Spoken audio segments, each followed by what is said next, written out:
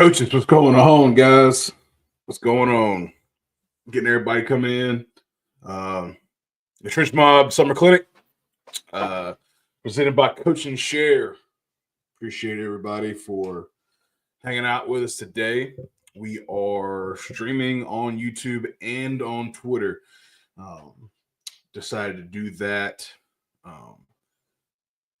just so we can try to reach as many people as we can. We got a couple of things we're going to be doing with Coach and Share. So make sure that you are watching on either YouTube or Twitter. And we'll be giving away some things throughout the day. But today's going to be absolutely awesome. If you are not aware, especially if you're coming from Twitter, because it could be anybody, one of my pinned tweets is not pinned tweets the live stream, but unless you've been living under a rock, the speaker list has been out. It's been available for anybody to kind of see. We'll kind of go through a quick rundown of that, and in a little bit. But whoever's here watching, please drop. Y'all know how we usually do. It's a check in. It's kind of seeing who's here. So, just your name, position you coach, and then where you coach at. You can do school or city and state. Doesn't matter to me. Just kind of see who's here. First up, Last of the Fullbacks. Appreciate Last of the Fullbacks. Great dude on Twitter. Make sure y'all go follow them. If you love big personnel, you love fullbacks, obviously. It's a great thing to go and follow. But repost the stream. Yes, appreciate that a lot. If y'all did that. But yeah, get commenting, name, position you coach, and then where you coach. And while y'all do that, I need to add something to my overlay for later. Awesome. Hope y'all have coffee ready to roll. What's going on, Coach Toms? Appreciate you a lot, man. Coach Toms in South Carolina. Appreciate you, man. Robert Cunningham, Big Sexy McFarland High School in Wisconsin. Appreciate it, man. Appreciate you a lot for joining us. Nick Newley, I'm assuming it's Newley. Everybody that knows me, guys, you know that I am not an English guy, right? I'm not an ELA, grammar, all that stuff. So if I pronounce your name, sorry. But Noonley, OC and OL and Widefield High School. Appreciate you, Coach. Jared Martinson is a run game coordinator, tight ends coach at Maple Grove in Minnesota. Appreciate you. Mark Esposito, OL at Rock Island High School in Illinois. Appreciate you, Coach. Bailey Cyber. He's the OLDL coach at Bridgeport High School, Bridgeport, Ohio. Appreciate you, Coach, for coming and joining. 5 in the arena, my guy, Jake Milligan, my dude, man. Speaker today. Appreciate him a lot. Can't wait to represent. Love the Coach Tatum OL clinics. Appreciate you, man. Jack Knapp, OL at North Cobb Christian School in Kennesaw, Georgia. Appreciate you, Coach. Coach Galasso. I think it's Galasso. If it's not, I fucking idiot. Morning, fellas. Appreciate you, Coach, for joining us. Ooh, we'll see. Vesterberg Wolverines football. Good morning, Vesterberg in Michigan. He's the head coach. Appreciate you, Coach. Yep, you got your coffee. Morning coffee, right? Joe Cardinale, I think it's this. Repost this stream. Appreciate you, man. Repost it. We are going to be doing something that involves liking, reposting, some of that stuff for Coaching Share. So if you do that, that's fine. I appreciate all the love. But we're also going to be doing something specific for it in a little bit. I'm going to get to that in about 10, 15 minutes. Yeah, Jake Milligan. Appreciate you, Coach. Julian Paxi, baby. I appreciate you. Mark Shook, OL, Fort Mill High School in South Carolina. Appreciate you, Coach. Appreciate that a lot. And Javon Taylor, who's the OO coach at Pasquotank County High School in Elizabeth City, North Carolina. So, here we go. Matthew Jacobson, JVOC and quarterbacks at Walter Johnson High School in Bethesda, Maryland. Appreciate you, Coach, coming and hanging out, rocking with us. Make sure if anybody else is listening, if you want to get shouted out, make sure that you go ahead and comment, especially on YouTube. YouTube, it's super easy on YouTube. I mean, Twitter is Twitter, right? Just go ahead and just post. But make sure that you are subscribed if you are on YouTube. Like the stream, subscribe. And then if you're watching on X, either jump over to YouTube and subscribe, or make sure you're following us on X and like and repost that stream. Sergio L.A., Sergio Linares, maybe. Head coach and special teams, CFA, Juarez, or I don't know, Jaguars in Spain. Appreciate you, Sergio. Probably just butchered that, but it is what it is. I appreciate you, Sergio. Come from Spain. First international coach today. Dan Blackbourn, one of our speakers, OC at Brooks County in Quitman, Georgia. Appreciate you, Coach, a lot. All right, let's take care of some business. We got a lot of people watching so far. So here we go. Coach Blazer, one of our speakers, man. He's an OL coach, special teams coordinator, does a lot of stuff at Pacifica out in California, man. 5 a.m. He's ready to roll. Love it. Appreciate you being here and rocking with us on the West Coast. So thank you for that. Here we go. Malik Banton, Malik Alexander, run game coordinator, offensive line coach at Wilkinson County, Georgia. Appreciate that. All right. So before we do any more shout outs, keep posting, man. I'll catch back up. Before we do that, the clinic is sponsored by Coaching Share. So, it's really hard to see their logo, which kind of sucks, but it's up at the top. Anyway, it's up at the top. But Coaching Share is really good, man. I know it's kind of an ad read deal, but we do use Coaching Share. I watch a lot of stuff on their platform. I have a couple of things on their platform, so we use it, right? We are going to be giving away a 6-month subscription to their website for $1, right? We're going to be doing that. So here we go. So if you win, right? We're going to be doing a whole contest, stuff like that, multiple times. I think we'll do it 3-4 times. I think we're going to do it today. Essentially, you get 6 months for $1, and you have access to like a ton of their resources on Coaching Share. So it's a pretty good deal. I think he was doing it for $30. I think normally it's $30, but if you get it with me, you win is $1.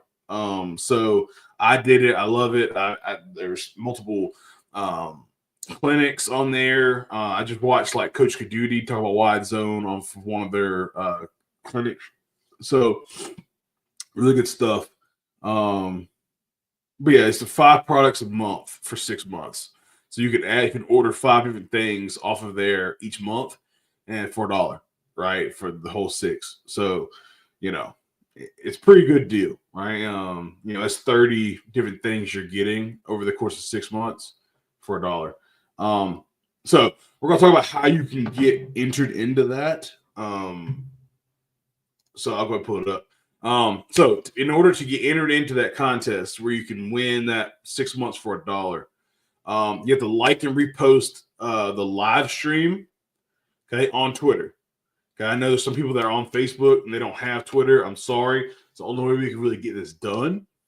DM me on Facebook. Okay, if you have me on Facebook, DM me on Facebook and we'll get you situated. But if you're on X, like and repost the live stream. Okay, so the one that you're seeing on Twitter or my pinned tweet. Okay, so there's the pinned tweet that has the YouTube link, or the one that is live right now you're watching. Okay. Like and repost it. 2, this is what usually gets people. They don't really like go through with the competition. Post a picture of how you're watching the clinic. Okay. You have to tag me. Okay. And this is kind of, you do not have to do this. Okay. This is 100%. You do not have to do this. You can just watch the clinic and you just chill out today. But if you want coaching share for 6 months for $1, do it. Post a picture of how you're watching the clinic. So I'll go pull this back. If you want to go while we're doing this, take a picture, boom, of me looking awkward and post it on X and tag me. Cool. Do that. Make sure you hit the tag me to post the picture. Let's go back to it. And then you have to DM me so we have a little interaction together. How long have you been following us on X or YouTube? So those are the 3 ways. If you want to take a picture of that so you remember, that's cool. So like and repost on X, post a picture of how you're watching the clinic and tag me, and then DM me how long have you been following us on X or YouTube. So that is the rules, and we'll be posting that throughout the day. We're going to pick 4 winners. 4 winners throughout the day. So there's 200 people watching right now, so pretty good odds. Matt Hine, who's the DC, OL, and DL coach at South Lenore High School in North Carolina. Appreciate you, Coach Hine. And then Vesterberg football reposted this stream. Appreciate you a lot. Yeah. So what's going to happen is I'll be collecting all those, and then I think let me go to my schedule real quick because I got to figure out what time I'm going to be doing them. I think we're doing the first winner at 10 o'clock, right before Coach McCray goes. So at 10 o'clock before Coach McCray goes, I'm going to pull the first winner. So this is how I'm going to do it. I have like my name spinner that I use with my kids at school, and I'm going to be inputting like names and have it I'll have to spin for y'all and everything you see it. But that's how. So you have from now until 10 o'clock, right? That's it's an hour and 45 minutes. Let me see.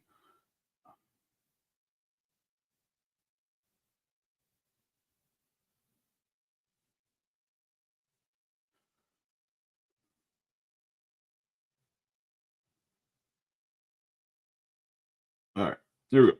Sorry, I was just DMing some speakers and some things. I see some guys posting, guys. Y'all are awesome and you're dope. Make sure you keep signing in. Don't be that guy that's sitting in the back like, I'm not doing it. Well, you don't have to do the contest, but I still would love for you to comment your name and where you're coaching at and what position you coach. So we are getting ready to roll. Let me go ahead and pull this up.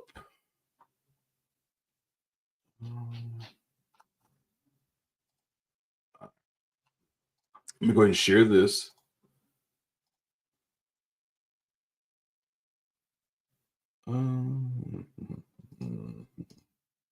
Okay. This is what I need to share. Cool. Y'all can see that.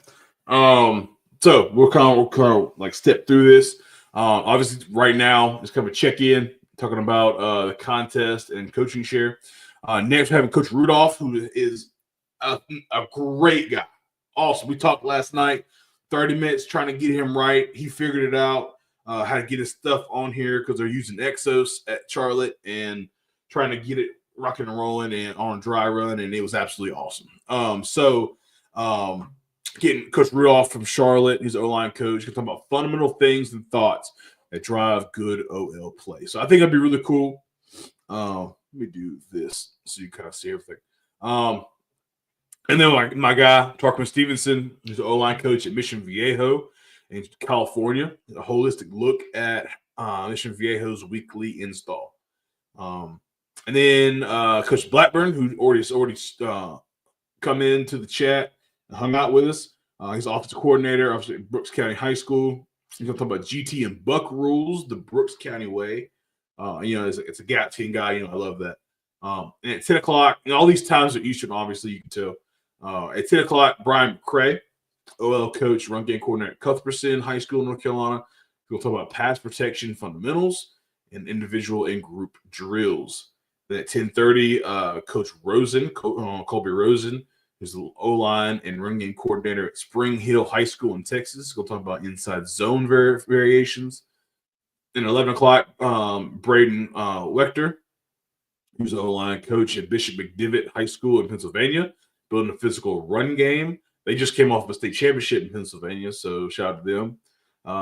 Tim Ladd, who's offensive coordinator, offensive line coach at UVA Wise here in Virginia.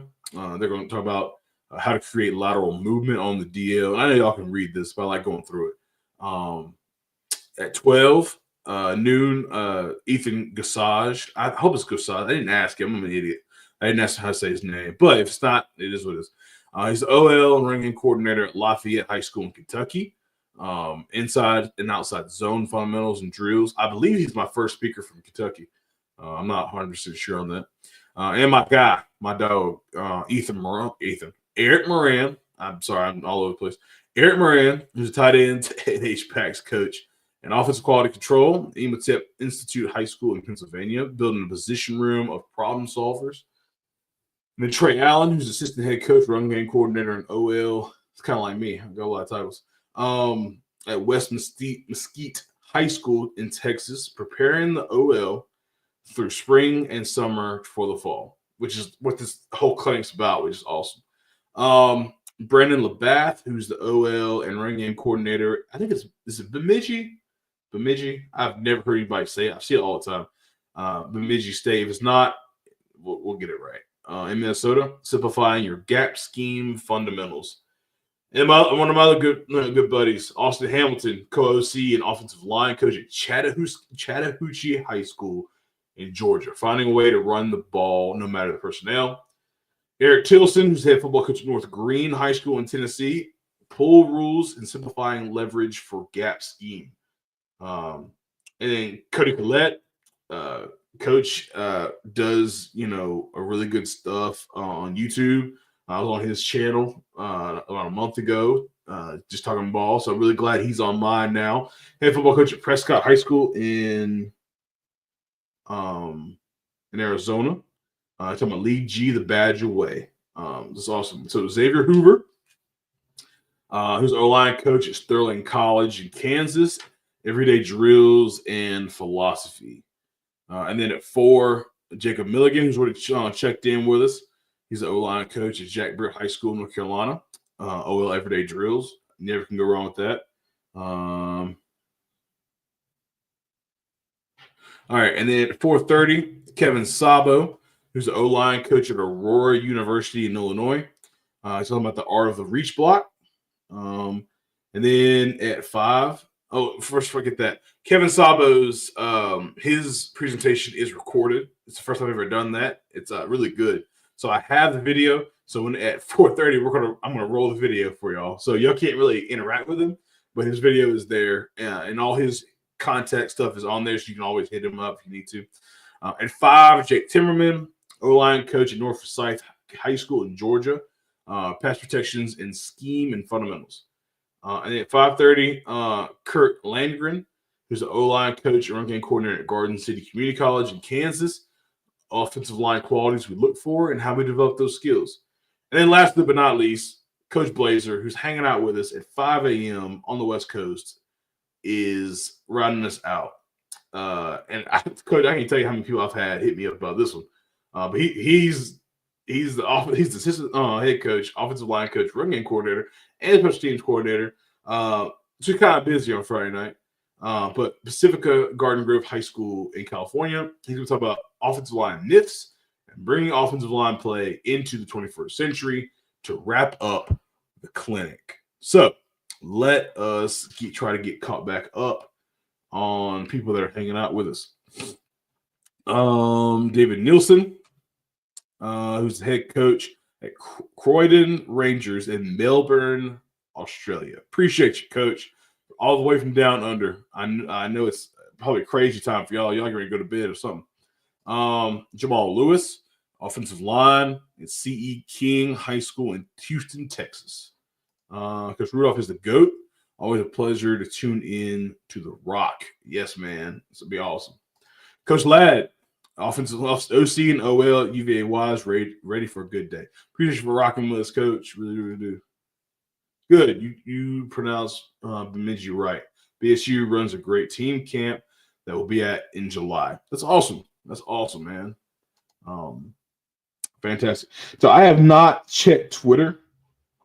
I still call it Twitter, guys. I can't really call it X, man. It's just strange. So I haven't checked Twitter, but again, just the rules of the coaching share giveaway. Again, you're getting 6 months of coaching share.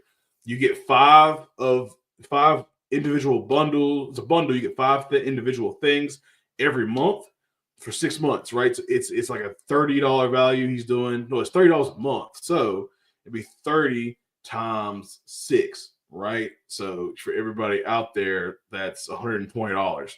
$120 value you're getting for $1. It's absolutely amazing. How do you get that? Awesome. You like and repost on X. If you have X, that's cool. If you don't, DM me on Facebook and we'll talk about it. So like and repost on X. What am I liking and reposting, Coach? Well, you're liking and reposting either my post with the YouTube link last night, or which is pinned, or the live stream link to Twitter right now. And then you're gonna post a picture of how you are watching the clinic and tag me. And then 3, DM me how long have you been following us on X or YouTube. And I've got like 2 people who have done that. So you have to do all 3 in order to. It's not you do one of the 3. You have to do all 3. So that's kind of how I filter out, right? Because a ton of people will like and repost on X. So you have to do at least, not at least, but you have to do all 3. So you have to like and repost one of them, post a picture of how you're watching the clinic, and then DM me how long you've been rocking with us.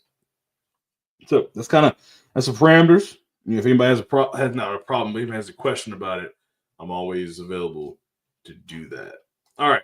Marcus Gibson, Masters in Education, reposted this stream. Appreciate it, man. It's kind of weird. It's not like people check it in. It's just telling me they reposted it. That's strange. All right. David Butler, what's happening, coaches? OC at Sandwell Steelers in England. Appreciate you, Coach. Appreciate you. All right. Let me go ahead and send this link to Coach Rudolph before I forget. And like I said, Coach Rudolph is the GOAT. Haven't met him in person, but we sat there last night and talked, and got his stuff right, and he was awesome. Where's that? Here we go.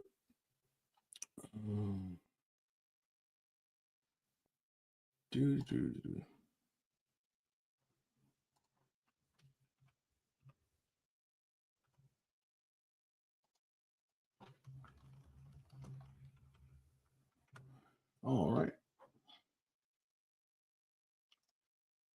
All right, so just set that. All right. Coach Hamill, just we posted the stream. Appreciate you, Coach. Appreciate you a lot. That's my dog right there. North Carolina connection. Stand up. All right. Again, make sure that you are subscribed on YouTube. And we are going to be going. Coach Rudolph will be shoot. I did not mean to do that. When I'm an idiot. All right. Anyway, I'm so used to going to my spam on my DMs, because like people that aren't spam just go to like a separate column. But if it's spam, like you've been put in some bullcrap like group, it goes to a different spot. So I click on it. It's so like just not. I don't even think about it anymore. I just click on it and swipe and delete, and I've about to delete the coach's thing. So I feel bad now. Anyway, so if it was yours, I'm really, really sorry.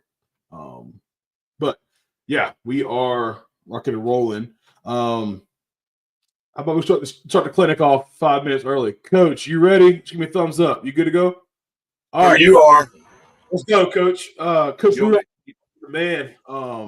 Really is. I really do appreciate him for coming on and talking to us. Look at what it is. Just want to go ahead and share your screen. We can go ahead and get started a little 5 minutes early. You want me to go ahead and switch over? Yes, sir. Okay. Yes, sir. All right.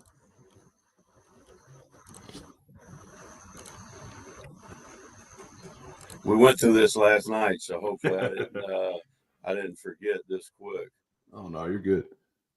You got me? Yes, sir. All right, guys. Coach Rudolph is O-line coach at Charlotte. We talked about earlier. Just going to talk about fundamental things and thoughts to talk about that drive good offensive line play. Coach, I'm gonna back out, and you've got it. And I appreciate you hanging out with us. Coach, I appreciate it, man. Awesome to be on here. What a great thing on Saturday morning in June. I'm not going to spend a lot of time talking because I got a lot of ground to cover and not a whole lot of time to do it. But I just want to thank each and every one of you for taking the time on Saturday morning and caring enough about the game of football, as well as the young men that we get an opportunity to work with and hopefully develop. Both as football players, which we'll talk about this morning, but hopefully a higher calling and developing them as men, which I know all of you are. So I thank you and I appreciate it. And the young men that we're working with are fortunate that you guys are working with them. This morning, I want to talk about just a couple things, just fundamental things and kind of thoughts that I think drive good O-line play as we're all heading into the summer phase. We're in the middle of the summer phase, but then also heading into fall camp. And just some things that maybe just some thoughts. They're kind of random. There's nothing. They're individualized. So nothing that carries over to any one or the next. But just a couple pretty cool thoughts I think that have helped me along the way. The first one is doing combo drills. And when we talk about combo drills, and I'm going to show you one here in just a second, but they're drills that involve multiple fundamentals or techniques within the same drill. I think you get more people working. You can get more people working within your drill work. To maximize your indie time. So as you're starting to plan your drill work for fall camp, maybe this is a thought that if you don't already do, maybe you can tie in, or maybe it can spur some thought that of some other things that you do, or if you don't do it, it may be an opportunity for you to. Here's the one we're going to look at. We call it a drive stretch combo. Real quick, you can see the setup, and I'm going to show you the actual drill. You can see in the picture, we've got 8 guys working, 4 on offense and then 4 on defense. The guys facing us would be the defensive players. The guys with their rear ends to us are the offensive players. And kind of the key thing that I think is important is we're working multiple techniques and fundamentals. And I think there's a difference in teaching a technique and a fundamental. To me, fundamentals carry over really throughout the entire game of football. I don't care whether you're talking about O-line play. I don't care whether you're talking about D-line play. I don't care whether you're talking about special teams. I don't care whether you're talking about DB play.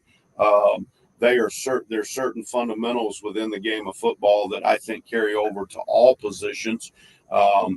So some of these are fundamentals and some of these I call techniques. But the first thing that you're going to see is that we're working a hip explosion. Then we'll talk about knee drive. I really never spend a lot of time talking about moving our feet.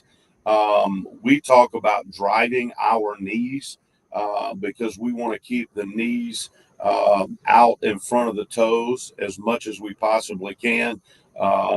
Then we'll talk. Part of this drill is we're gonna work a drive block, and then we're gonna convert out of the drive block into a pass pro. So that feel, especially like if you're a heavy play action football team, that feel of converting out of the advancement of our hips into contact and being locked into the defender. And then when he starts to feel that it's passed, we talk about out converting the conversion. So that's another technique that we're going to work.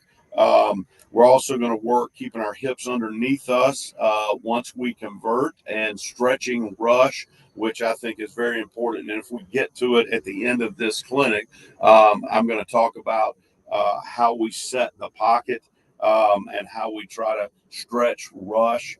We'll also talk about ankle lead. And then finally, the final part or technique of this drill that we're going to work is teaching the bull hop, or how to handle a bull rush that's in our chest. So this is kind of what we do with this drill.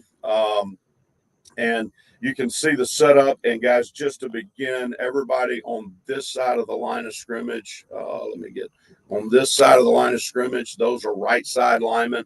Everybody on this side of the line of scrimmage are left side linemen. And that way, when they convert to the stretch, they're working away from each other. But we begin, and Coach Tatum, is the film working fine? Yes, sir. It's good. Yep. Okay.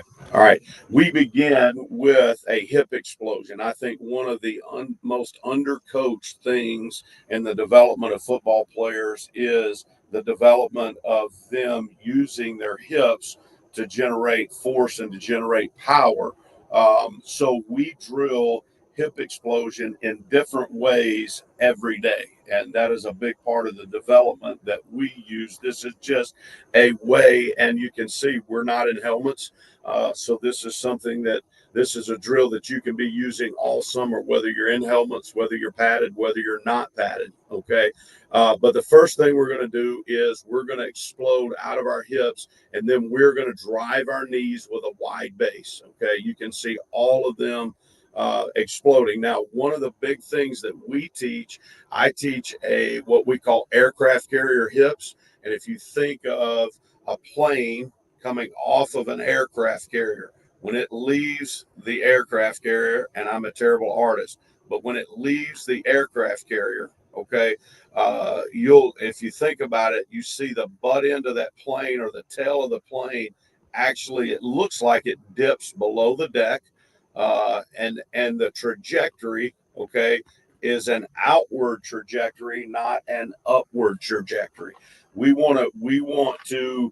call it aircraft carrier versus helicopter. Okay. I also talk to my guys where helicopter, the hips would go straight up. We want more aircraft carrier trajectory than we do helicopter trajectory. Okay. I also talk to them. We want to broad jump through contact rather than power clean through contact. Both of them are using the hips, okay, but it's just a mental picture in their mind of the trajectory through contact, whether we're reach blocking, whether we're drive blocking, whether we're double teaming. I don't care if you're talking about wing tee offense. I don't care if you're talking about inside veer. I don't care if you're talking about zone. I think these are fundamentals and technique carry over throughout whatever part of football you're talking about. Okay. So that's the first thing. And you can see we really focus on driving our knees. Okay. I would like 74 a little bit less on his toes and a little bit more full foot in the ground. He's a little bit tight in his Achilles. His ankle flexion is not the best. And I would like 66 on the very back to give me more hips at contact. We get movement with hips. We don't get movement with force of the head. This also helps you from piercing the line of scrimmage with the head. We want to drive the hands and the head with the hips. I think that is very, very, very important. We would like to drive the hands and the head into contact with the hips. Let the hips be the driving force. Too much of what I see in football today, I think the head is the driving force, or the head or the hands are the driving force. We want to drive into contact with our hips, okay, rather than letting the hands or the head drive me into contact. And I think that's an important thing. Now, I'm going to bump the whistle right here. I just bump the whistle. Now, when I bump the whistle, now the defender gets into a pass rush to the outside hip. What we're simulating here is, and we are a big play action football team, and one of the things that we talk about is out-converting the conversion of the defensive lineman. I've got to start I've got to start to feel when he's trying to start to separate, when he starts peeking up and looking for the ball. I need to feel that separation. I don't see it. I am a firm believer that once we're fit into a block this tight, whether it's run blocking or whether it's pass protection, your eyes no longer really tell you anything. It's all about what your hands feel. So we've got to begin to feel. Our hands now become our eyes, and we've got to start to feel the separation. When we feel the separation, we want to separate from the defender. If I continue to go forward, a little bit like number 74 is doing, okay, we are in trouble. Our hip's going to be in trouble, and this guy's going to out-convert us. We want to try to out-convert the conversion. The hip advancement into contact or through contact is now over, and now we're working a drill where we're working the conversion from a drive block to, or from a jump set, from a jump set to the pass pro portion of the jump set. So we're just working that feel and that conversion right. Things that we're working right here is you see them converting, especially number 72. He's got a little bit too much air with his feet. Okay, but I do like that he is really trying to convert and start to lead everything that he's doing with his ankle. One of the big things out of conversions, guys like to knee lead. Watch number 66 right behind number 72. Watch when he converts, that toe really begins to open and that knee starts to open. Now, he kind of self-corrects, okay, but I really like that 72 is trying to ankle lead. And then we want to focus on stretching rush.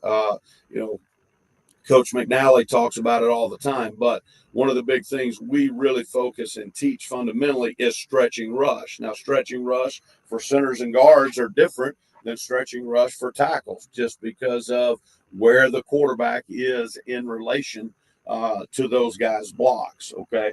But we want to ankle lead, and we want to try like crazy to stretch rush and widen rush, no matter what our hip angles are based off of where the rush is, okay? And then the last thing that we work in this combo drill is now it converts from a speed to a power. So we're getting a drive block with hip explosion and knee drive.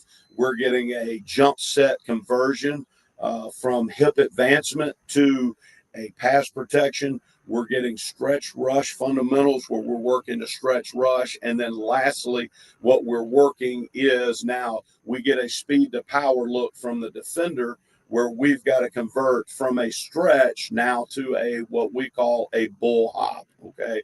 All right. And the reason we call, what we call a hip hop to stop the bull rush. The reason we call it hip hop is because all the guys, as well as myself, like to listen to a little hip hop every now and then. Okay.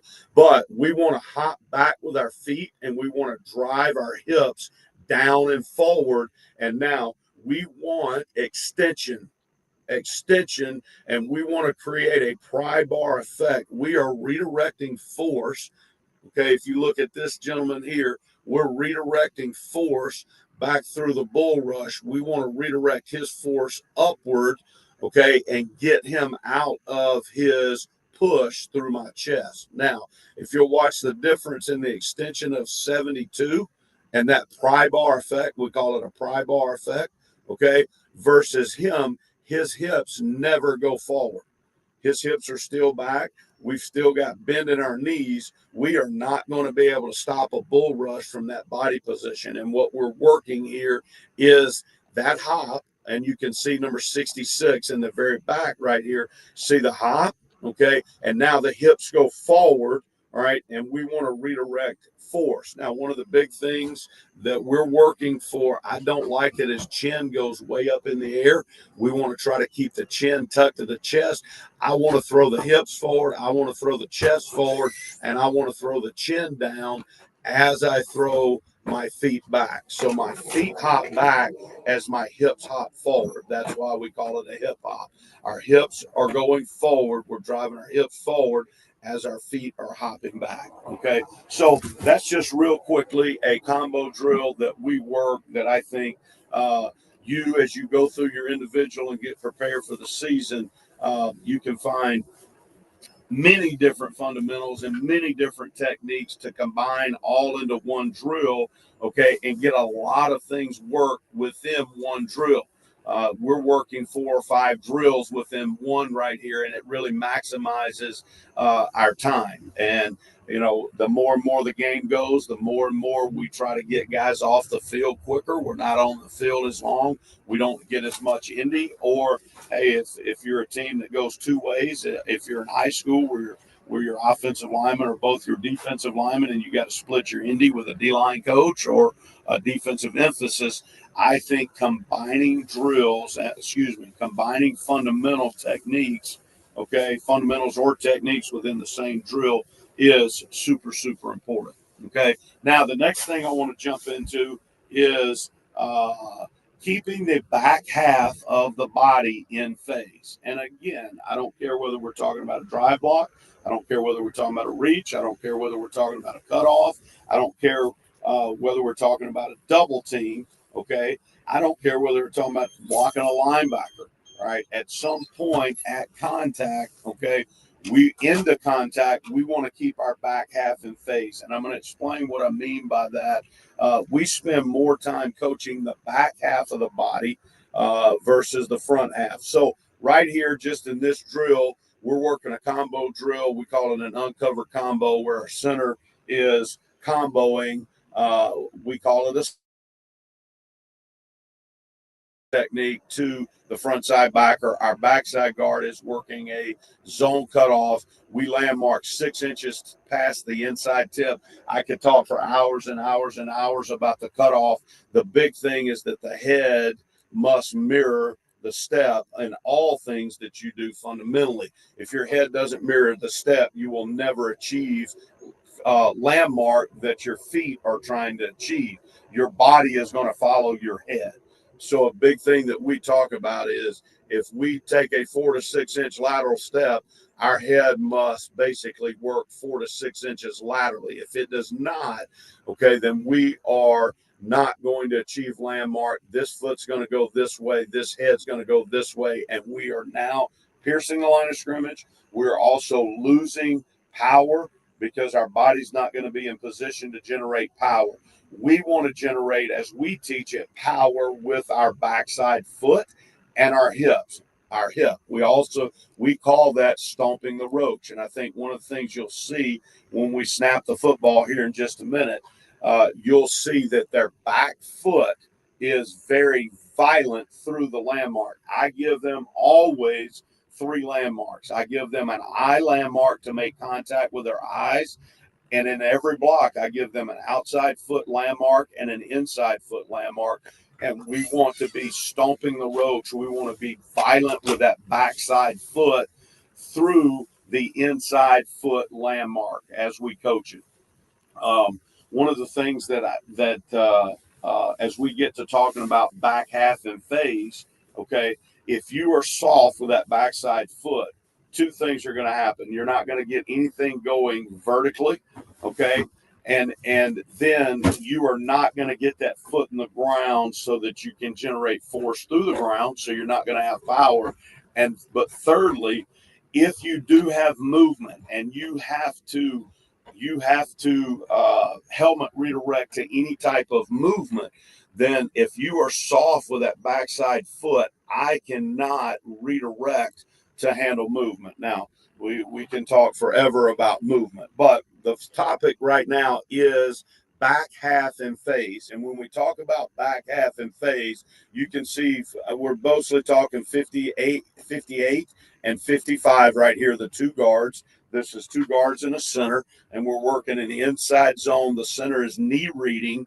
Okay. I do not like how the 3 technique is holding the bag. That was the first day that he was with us this summer. So we got that corrected after this drill. Same thing with this gentleman back here. We want to be holding the bag where we got our arm up and around that top corner and then one down in the bottom corner, and we want it tight against the frame of the body. So I do not like that. I also do not like that he is just standing up. I want the target bent so that it is realistic. So some things that we need to coach and get better at right here in this look. But let's talk about the back half of the body. The first step for us puts us in position.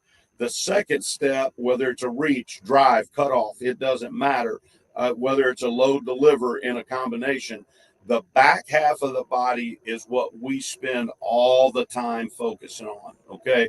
Once we get the first step and our head doing what it's supposed to do on the first step, then we focus every bit of our attention, every bit of our drill work on that back half, keeping that back half in phase. And when we talk back half in phase, man, whatever hip angle we have chosen to, whether it's a reach, drive, cut off, I don't care, but whatever our hip angle is, okay, whatever our hip angle that we have chosen to attack the defender, okay, we want the back foot, the back knee, the back hip, of course, the back shoulder, the back elbow, and the back hand all in a straight line, okay, on that hip angle. Sorry, my art is not good. All on that same hip angle, all on the same line as our hips, okay? What I see a lot of times is I see the bottom half working straight, but then the top half will be working rotational, okay? All right, so you see a guy that's drive blocking and his bottom half is going vertically through the defender, but his top half is working circularly or rotationally, okay? And we are losing power and we are losing force at contact, okay? So one of the big things here, I think you see the back foot stomped in the ground. 55 is really doing a great job of stomping that back foot in the ground. I think you see both of them do a great job of their head mirroring the first step.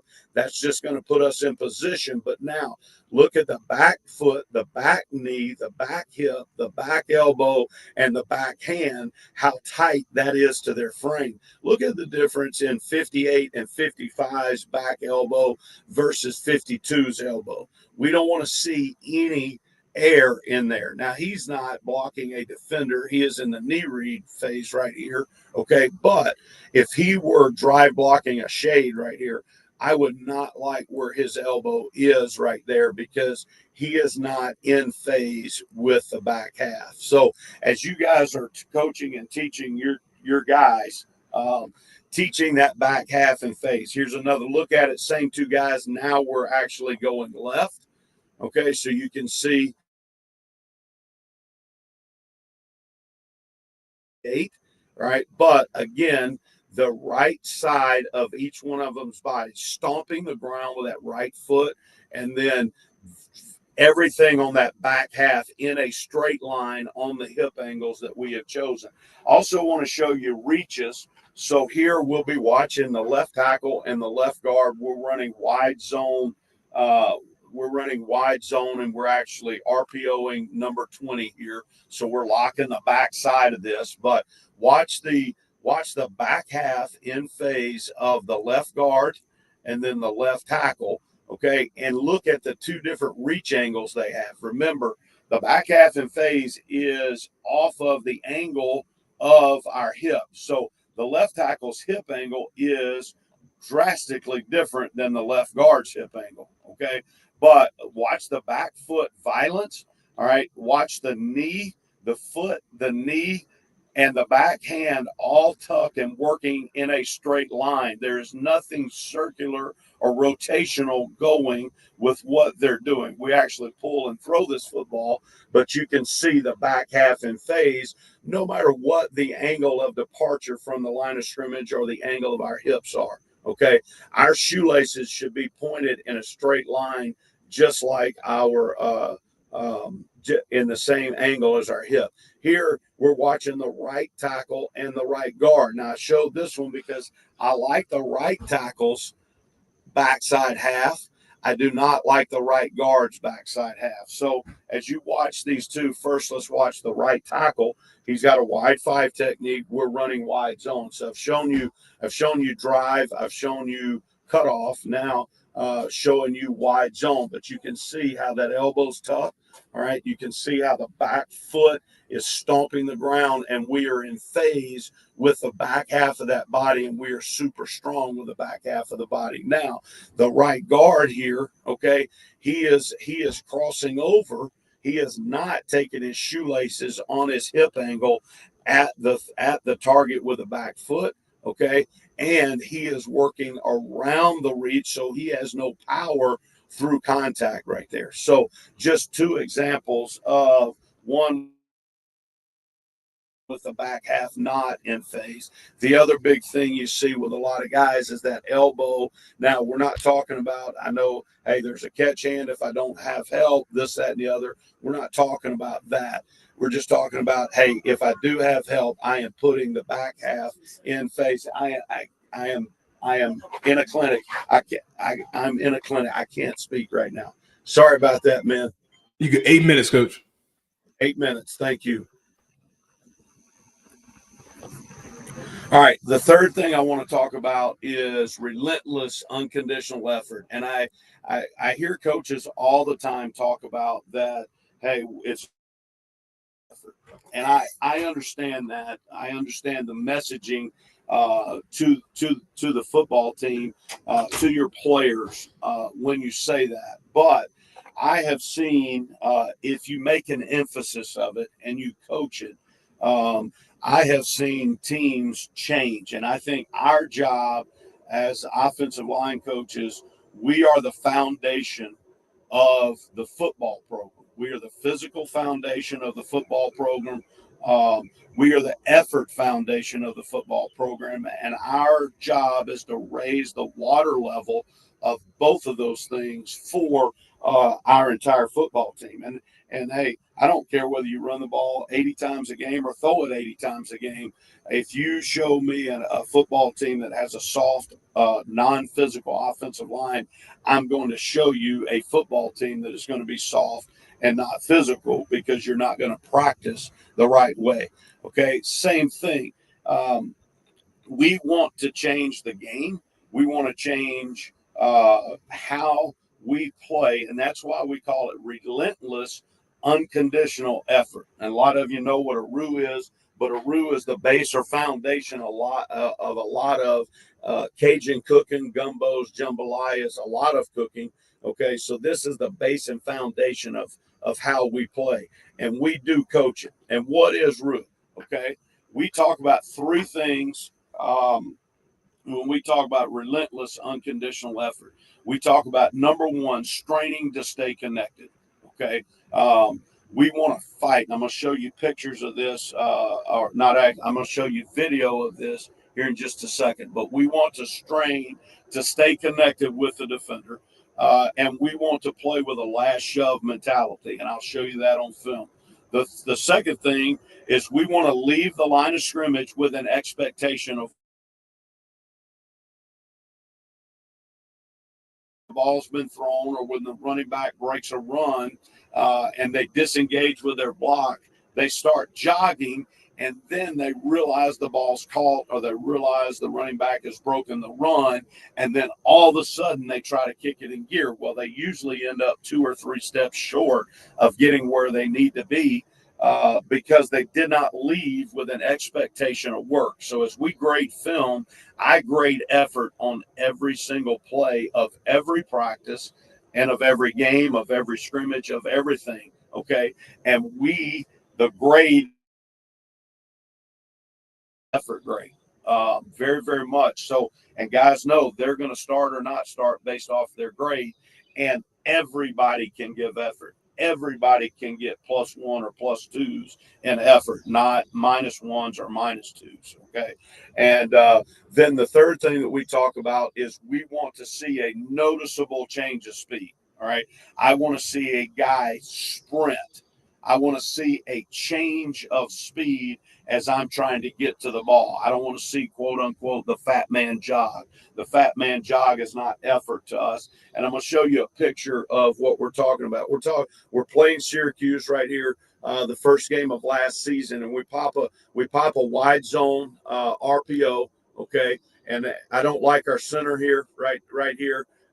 He should be shutting down. We should be working to that backside backer that is running through the back door right here. So we're not good there. And then I don't like he should stay 1 yard short of the safety if he were climbing up to the safety. But the point of this conversation is our effort and how I think it can change the team. So I want you to watch now 66, okay, right here. He's got a dude on the ground and he's working him over. That's a whole different conversation. All right. I want you to watch 77, 51, okay, 69, and then 57. I want you to watch these four offensive linemen and how they leave and they don't jog. They're sprinting from the moment the ball breaks. And that's just habits.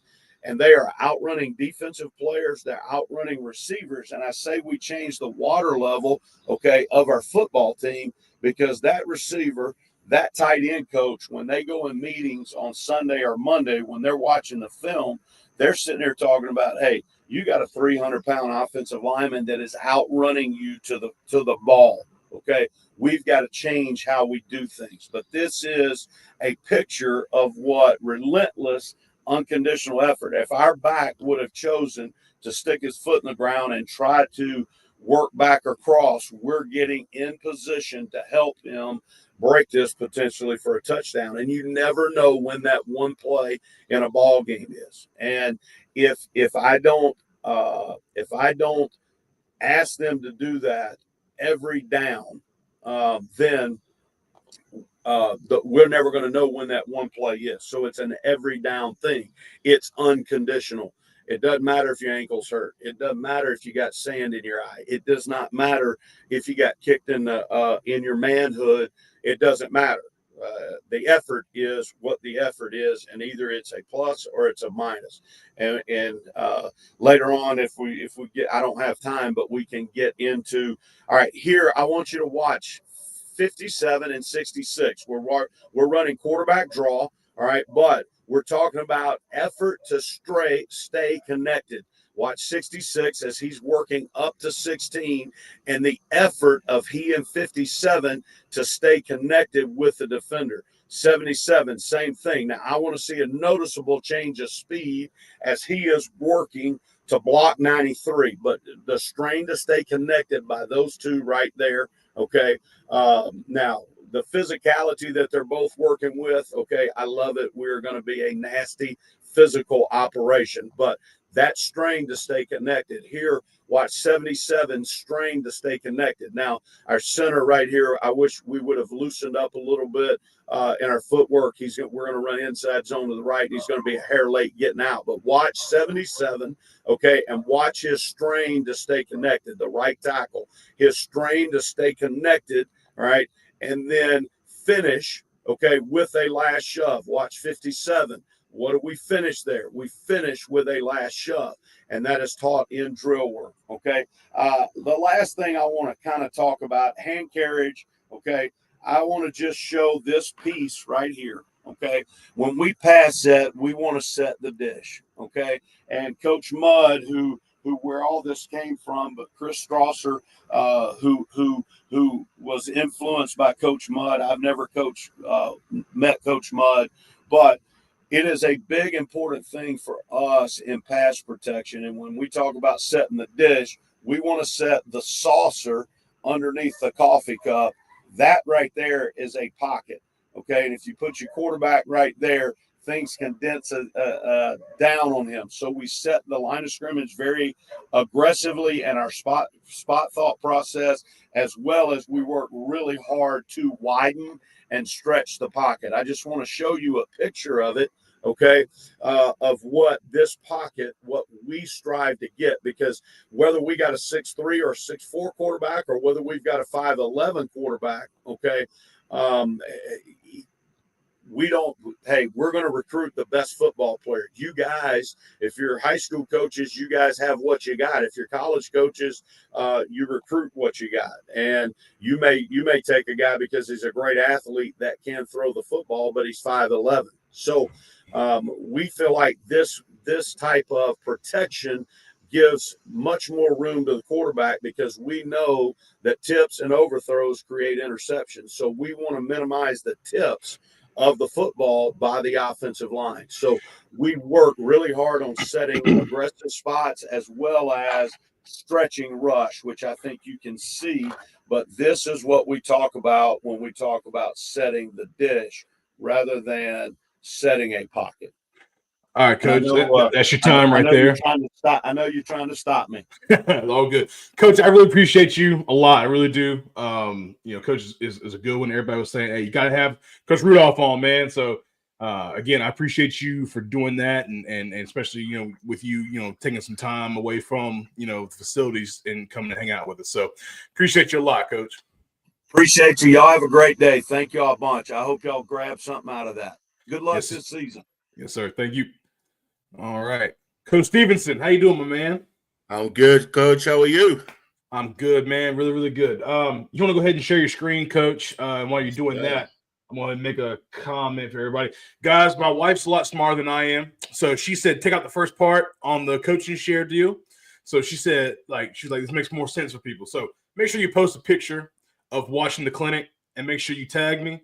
And then make sure you still DM me how long you've been watching, how long you've been following us. I've only had 4 coaches do that so far. So for the contest to win the only the $1 6 months for coaching share. So, Coach, go ahead. You got it. Appreciate you. Perfect. Thank you.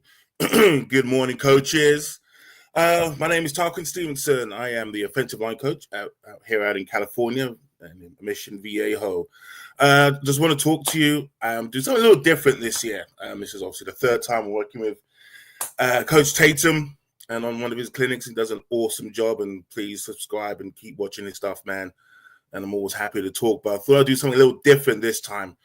And we're just going to take a holistic look at our weekly install at what we do at Mission Viejo. And we're going to be looking at the week 2 of our install, which would have been a few weeks ago now, going back in sort of spring. Time for us, we just started summer practice this week. So I was able to put this together for you guys here. And so this is what I do with the kids from the start. So from how we meet to then when we go through how I'll show them what we were looking to do for that week or really for the Monday, and then how we would review and look at everything on a Tuesday. So this is all stuff that I will go through with my kids here at Mission Viejo. Quickly, just about myself, I was born and raised in London, England. Been coaching for 20 years now, 12 years spent out here in Southern California. So I chose the hard life of California. So I can't complain too much. I'm at my 5th season at Mission Viejo. And we were ranked number 4 and number 10 in the nation. And I think we were pre-ranked at 8 or 9 in the nation going to this season. So we have a pretty solid program. We do a pretty good job. And everything that we try to do and keep it pretty consistent. So I've been really thankful to Chad Johnson and everyone there at Mission for my time there so far, and really looking forward to this year coming up.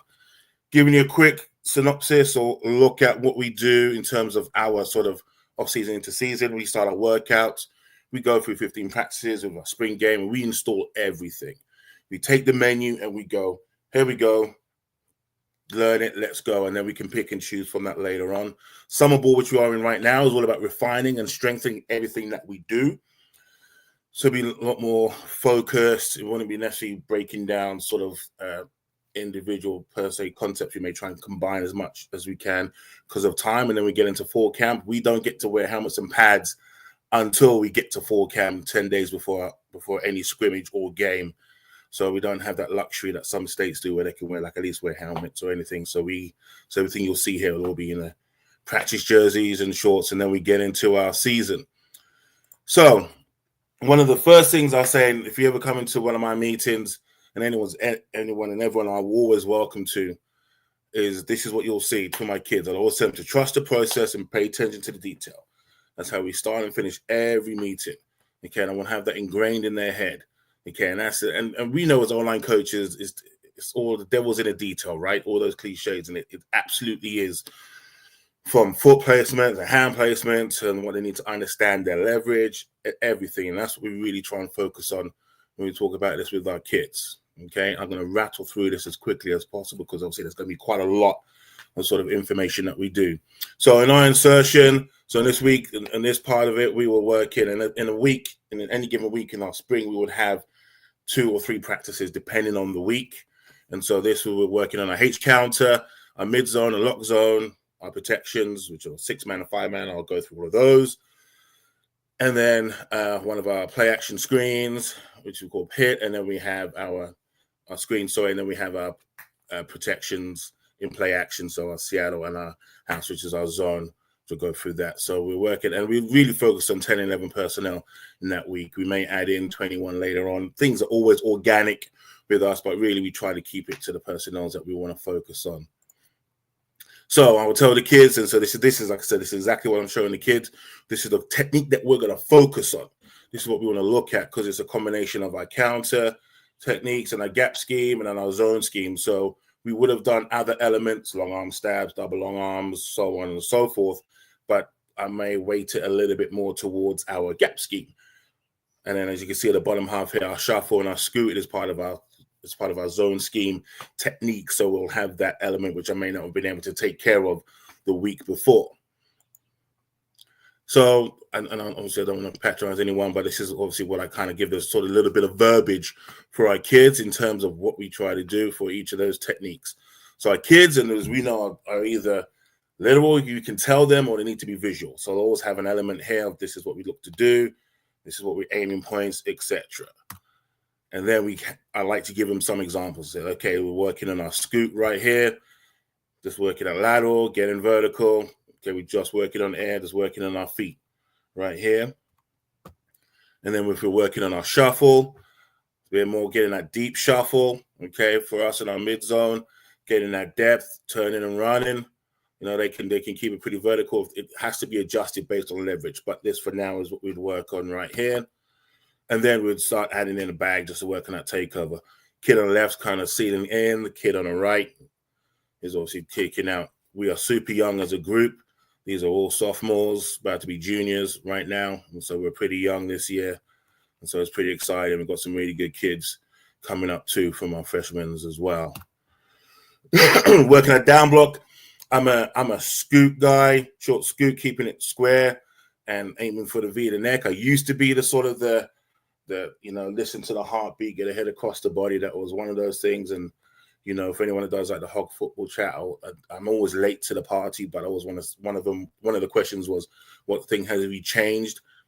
And this is one of the big ones for me. And I just think from the nature of the teams and the people that we face, it's a little easier to get more square and then attack that V in the neck than try to do the head across the body, because our D linemen and nose tackles especially are getting a lot better at cross facing. So we're here, that'll scoot, just pressing up inside. And then I get them a little bit wider alignment. So if you're simulating, we're going against, say, maybe a 3-tech or a 2. I'm going to come further down. And then, I mean, like I said, these examples, and I can get into the nth degree of the kids about the example that we had, because when I meet with them for this section, this is probably about an hour at most, 50 minutes with them.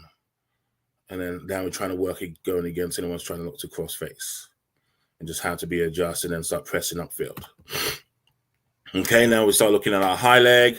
Okay, we can use a flipper or an under lift for us on our high leg right here. And then we can either talk or feed it to the uncovered guy, depending on what we call and what we're doing with our technique. Then we have our 3-step hammer. Okay, we're on up and over, working on that, on that gallop, on that technique now. I think for me, it's been a little bit cleaner working in that way. It used to be kind of an angle, and it kind of naturally goes that way, but we try to be more of an up and over.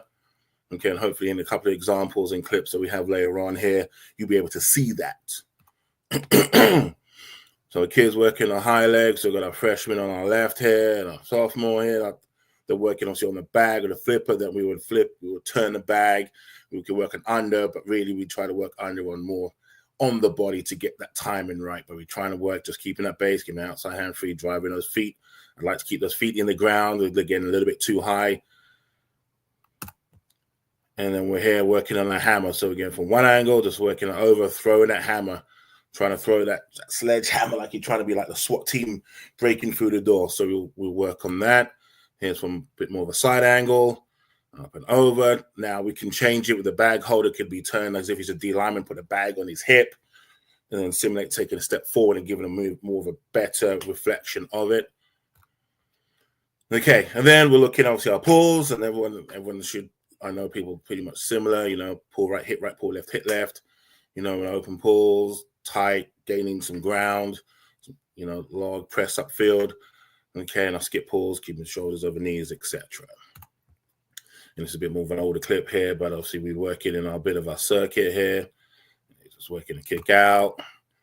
And then our D lineman doesn't give us a great look here. And that's one of the big things you will spend most of the time is you got to coach the guys out, your defensive linemen, get those techniques going here.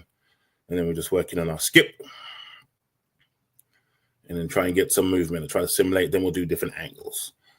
Okay, then on our double team, we're looking to talk about our pin and then our rollover or you out. Some guys like to talk you and out. We work on that too. Okay, based on that leverage. And I told the kids, okay, right, we're going to work the technique. So we're here right now going against an ace. Get that hammer through. So we're working double long, double under. Center gets his feet together. I don't like that. We'll go through it. This is working on a deuce. Need a bit more violence for my tackle there. Better, but then try and throw him at the club. And then this one, he overruns it a little bit because he was a freshman in at this time, but this is where we just understanding, trying to work that rollover. A little tight, but this is more of our ace look right here. So I center on our guard. And then working a backside hinge, which was the last bit of technique we had here. And we just work that on the air. And then skip through. So just showing them how to do an example, working it as our little drill. Cool. And then we have a pull circuit. We can pull that all together. Okay. So we can work everything. We bring the tight ends down. We work all our gap scheme through this pull circuit. It's a good way to get it work right to left, get everyone switching all around the different positions for us here. So we're here with our tight ends working a H counter. There should be getting double kick. It'll be a kick, or it'll be a log kick, or it'll be a log. Depends on how it works and how the defenses will fit. And I'm working the opposite way here. Guys working on a hinge. And I'm just working on a kick out right there too. Okay, so then we talk about the kids in the run game. Also, H counter rules. Okay, pretty straightforward. Obviously, they're here, and I'll share this with anyone who ever wants to see it. From here, and then once we have the variety of looks that we're going to see as an overall, we will tweak. I know some teams will give us some really interesting looks depending on who we face and where they're from. But overall, we talk about obviously working an odd, over, under, and our bear front and how we work against each of those. Shout out the first down playbook. Yeah, there you go. Yeah, first down was, used harder for it, but first down is really good.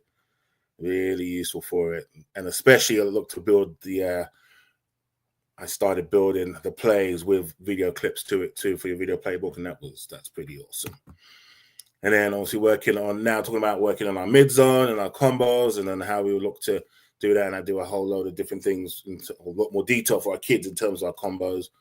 But then same thing again, just giving them the different looks and say, well, this is different offenses, different formations that we may have, and how we adjust in that, looking at the running back's path, where they're aiming for, where they bend, bounce, or, bang it. That's the 3 Bs for the running back. So they have to know how it all fits within that play. And things get adjusted too. Okay, but this is how we would look to kind of run our basis of our mid zone right here. Then our locked zone. Okay, so we can lock zone from our inside, lock zone from our mid zone, look as well, and then we can tilt it for, when we get some odd fronts and some of our looks. So we do a lot of our stuff with our locked zone, and we have quite a few RPOs off the back end of it as well. Okay, then we can have the insert from our tight end, max side, or we can loop it where he's working to the far side, and we got to point to our linebackers, etc. So that's a talk for another day, and this is just a quick look at it. Right here, okay, so working on our lock zone, so our loop. So we talk about our protections. Kids, so we say, hey, all right, we've got a 6-man, working an even, we've got a man side, slide side. We talk about interior triangle, which means, so for example, interior triangle right now is, if we're looking at the left, The man start working on the over front, our center. He can post hand on the nose, but then he's looking to eyes onto that mic, and then he's going to be able to funnel and then help with the guard. The guard can set more aggressively, a little bit more nose to nose, toe to toe, just to kind of get that element. Then we can funnel through. We always want to limit as many single one-on-one blocks as we can. We try to do a little bit more funneling, and we see that right here. And then the kids start to understand, and you'll see a couple of examples where it's good and where it's bad.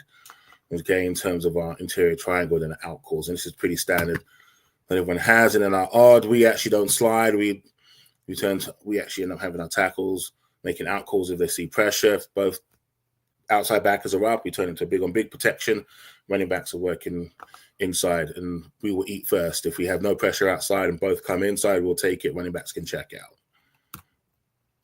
And then on a 5-man, we work the sort of the pop, 2 reads, set depth for the outside, eyes on the inside, and adjusting accordingly that way. And then on an even, we work a true 1-2 for a backside tackle. So if that will was to come on pressure, then that tackle will step down, then quarterback knows he's got the end hot off the edge. So this is pretty standard stuff, which I imagine most of you guys should be running too. Okay, though the difference is usually can be a lot of guys like to slide against the odd fronts, which is everyone's preference. And then our play action, here's our Seattle. So this is our gap scheme. Play action, this is, it's becoming, say it's a hot commodity now, but I know you see a lot more teams are starting to do that. And I mean, it's if it's not in your system and you run a sort of a spread offense, you should really add it in, especially get those disciplined linebackers that work in their interior triangles and guard to guard and through the back and reading they'll step up. This has been a great one for us, and we have guys usually wide open on it. And then we call a house, which is one of our sort of 6-man or 7-man protections, depending on how we will do in this formation as well. 7-man protection, because our back would actually check out on this straight away, but we work that tight protection on there. Okay, and then really quickly here, this is just our screen. We call it pit. It looks a bit more like our power here, and then we go through here. Okay. See what time we've got. Cool. Perfect. All right. And then this is just a look of then the kids. Okay, this is how we're going to practice on Monday. Obviously, the left is the sort of timings that we have. Okay, and how much time we spend in each section. And then they know what we're going to be working on. Okay, I don't want to be in a position where I'm guessing. It's always organic. Things may change. We may have to adjust. We may have to do different things. Half kids may be all hurt, may disappear, may be sick, who knows. But at least we have a good idea of what we should be working on at that time so we can bounce. We try to practice really quickly so we can be able to bounce through to every section that we're on. Okay, so we try and break it down on a Monday, and then you'll see what one would look like on a Tuesday for us. Okay, so we've gone through that. That was our meeting. That would be on a Sunday. Okay, now we've had our practice on Monday. Now we're going to get down to the film review section of how it would go through with the kids. Okay, and how after that meeting. So once again, I've always told them, hey, we're going to trust the process, pay attention to our detail. Okay, and then within my meeting, I'll always have, and this is an actual thoughts. I'll always give the kids overall thoughts on practice and how it felt. A lot of the time, the kids kind of say it before I do. Yeah, coach, I need to be better at my snaps. I was drifting a little bit here, etc. We need to be more consistent on ID of our front. Mental mistakes will kill. And then it's the little things. I mean, we put a lot in, but there's some of the stuff that's like, guys, is really basic. We've worked on it, and we're making those mental mistakes. Some guys just find it a little harder. The twos in our group are a little bit younger in terms of where they're at, in terms of how much they play. So they find things a little harder to pick up. So we try to really spoon feed them everything. Okay, make sure they understand their leverage horizontally and vertically. We do tempo. Our tempo is really good, so that stresses our defense. Our defense will do a lot of stuff, a lot of shit. They'll do even, they'll do blitzes, they'll do safety, they'll do a ton of stuff. They'll do they'll do sims, they'll do everything at us. So we have to be able to adjust, and our tempo really helps that. Okay, and then we've got to just strike with intent and be relentless, and that's something that we just really talk about from that. And that was one of those big things, that big element right there. So then, okay, so now, all right, let's look at mid-zone. Now, we will run, excuse me, within a practice. I think we'll probably go through I think it's about 60 plays in a practice as you split each section, maybe a little more, give or take. So I can't go through 60 plays because obviously our team meeting for review is shorter. It's about this length of time, right? So I've got to shorten that down. So I'll always focus on something that have a play where it looks good and a play where it's not so good or has some good elements to it. And this is what we're going to see right here. We're going to see a bit of both. Okay, so this is obviously from that practice. This is us running that mid zone to our left. Some elements are okay. Our tackle, left tackle's trying to work the reach and press here. Really want to near point it and work the inside, work his leverage, but he's trying to throw him at the club. D-line coach getting excited there. We're working our combo front side right here. So not a bad job here. We have a combo should be working here. I want to get a bit more of a, I don't know, I want my tackle to kind of get off that a little better and snap off that and climb. But, you know, it's okay. It's not great, but it's okay. We're working our shuffle. Okay, now we're working it going to our right. Quarterback's getting mad because he's trying to tell his kid to go and come in his motion and he's a dumbass.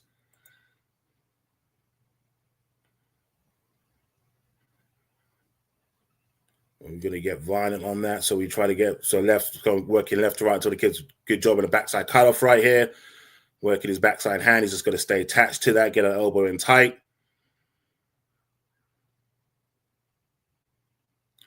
Backside guard, because our defense gave us a bit more of a bear look. So backside guard's working with our center right here. So he takes over. Center can climb. Play side guard. Does a really good job of keeping square, boom, throwing him out the clubs. He's going to be violent with that. And the kid he's throwing is pretty strong. That kid he's throwing around doesn't look particularly big, but he's squatting around about 550. So he's pretty strong kid right here. And then we're getting pretty good up front from our tackle here. Then we're looking at our locked zone. Okay, I was reminded what our technique will be and the other technique that we get used at that time. So to just keep refreshing and sticking in their mind what technique we're doing, how does it marry to the play that we're trying to run. Okay.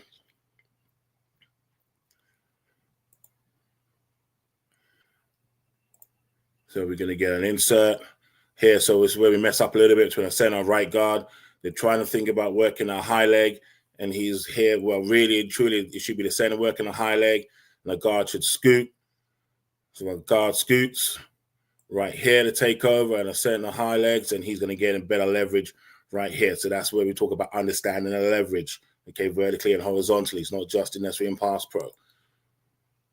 Everyone else going to work. We're just going to be a little bit more physical from our tackles. I mean, we're not in pads or anything, but that's not a bad insert from a tight end. He gets a little shy at times when he's in there. He's one of our backups, but he's working his ass off to try and do a little better there. And then working on our H counter. Yeah. Okay. Like I said, we're really young. They're now obviously graduate year, but we've got junior. There's two sophomores and 3 juniors on this group. So 2 really young. Pull in, we'll log in. Now this is where we messed up on the backside, right? We're going to work on our hinge. Backside tackle does not do a great job in his hinge. He misses it and then allows our tackle. Now we're trying to run the same side with it, and we don't do a great job. The defensive end we got here is an absolute freak. That kid doesn't look like it, but he's 272 pounds and he can move. He can absolutely move. He's a freak of a nature of a kid. He's strong as hell. Okay, now we're working on motion. This is just working on our inside run. Look, and then we just adjusted on our fit. So it's not too bad here. He should be trying to climb work to backside, but the end's trying to cross his face, so he knows to be patient. Take him and throw him down inside. That's our down block, a better hinge. And then we're golden right there. And then, so I know coach is going to like himself a little bit of a quarterback, get a little bit of bash style concepts going on here a little bit. And quarterback keeps. Working right there. Okay, so then we get into a 5-man protection. Okay, so we'd have to adjust it whether it's going to be odd or even. So right here, we're looking at odd. Our defense, our offensive line to be ID in the front. Now we're working our partner. We can settle right back in. Pick it up, ball gets out quickly. We don't mess around with it, but that's what we look to do. Get that depth because he thinks there's pressure. Nope, settle right back inside.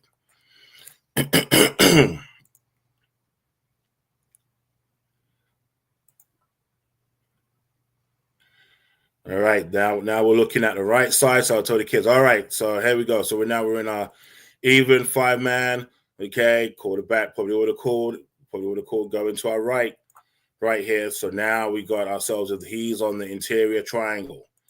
He's going to post. He can post hand. He should be working a bit more with vertical. And then he's going to come and help right here. Tackle's expecting inside help. Well, he posts, does a vertical set. Guy starts to cross face on a twist, but he's now misses it. And you can tell he's like, damn it, I missed it. Which he did. Tackle's able to get the width and be aggressive, but our guard missed it. Okay, let me squeeze on here. So working on our 6-man. Oh, sorry, 5-man. It says 6-man. But really, it's a 5-man protection. This is our back checking out here.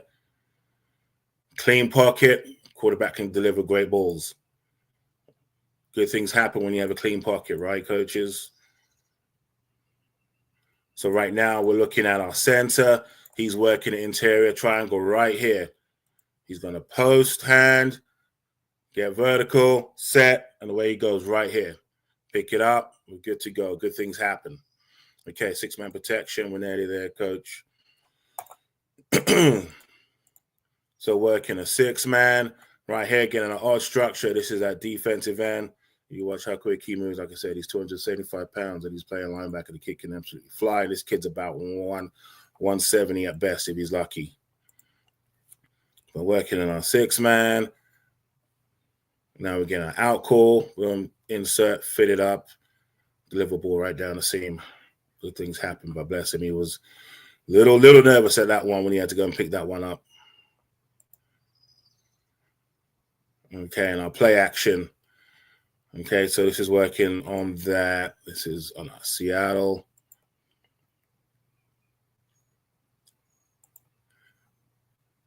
So this is our gap scheme looking one.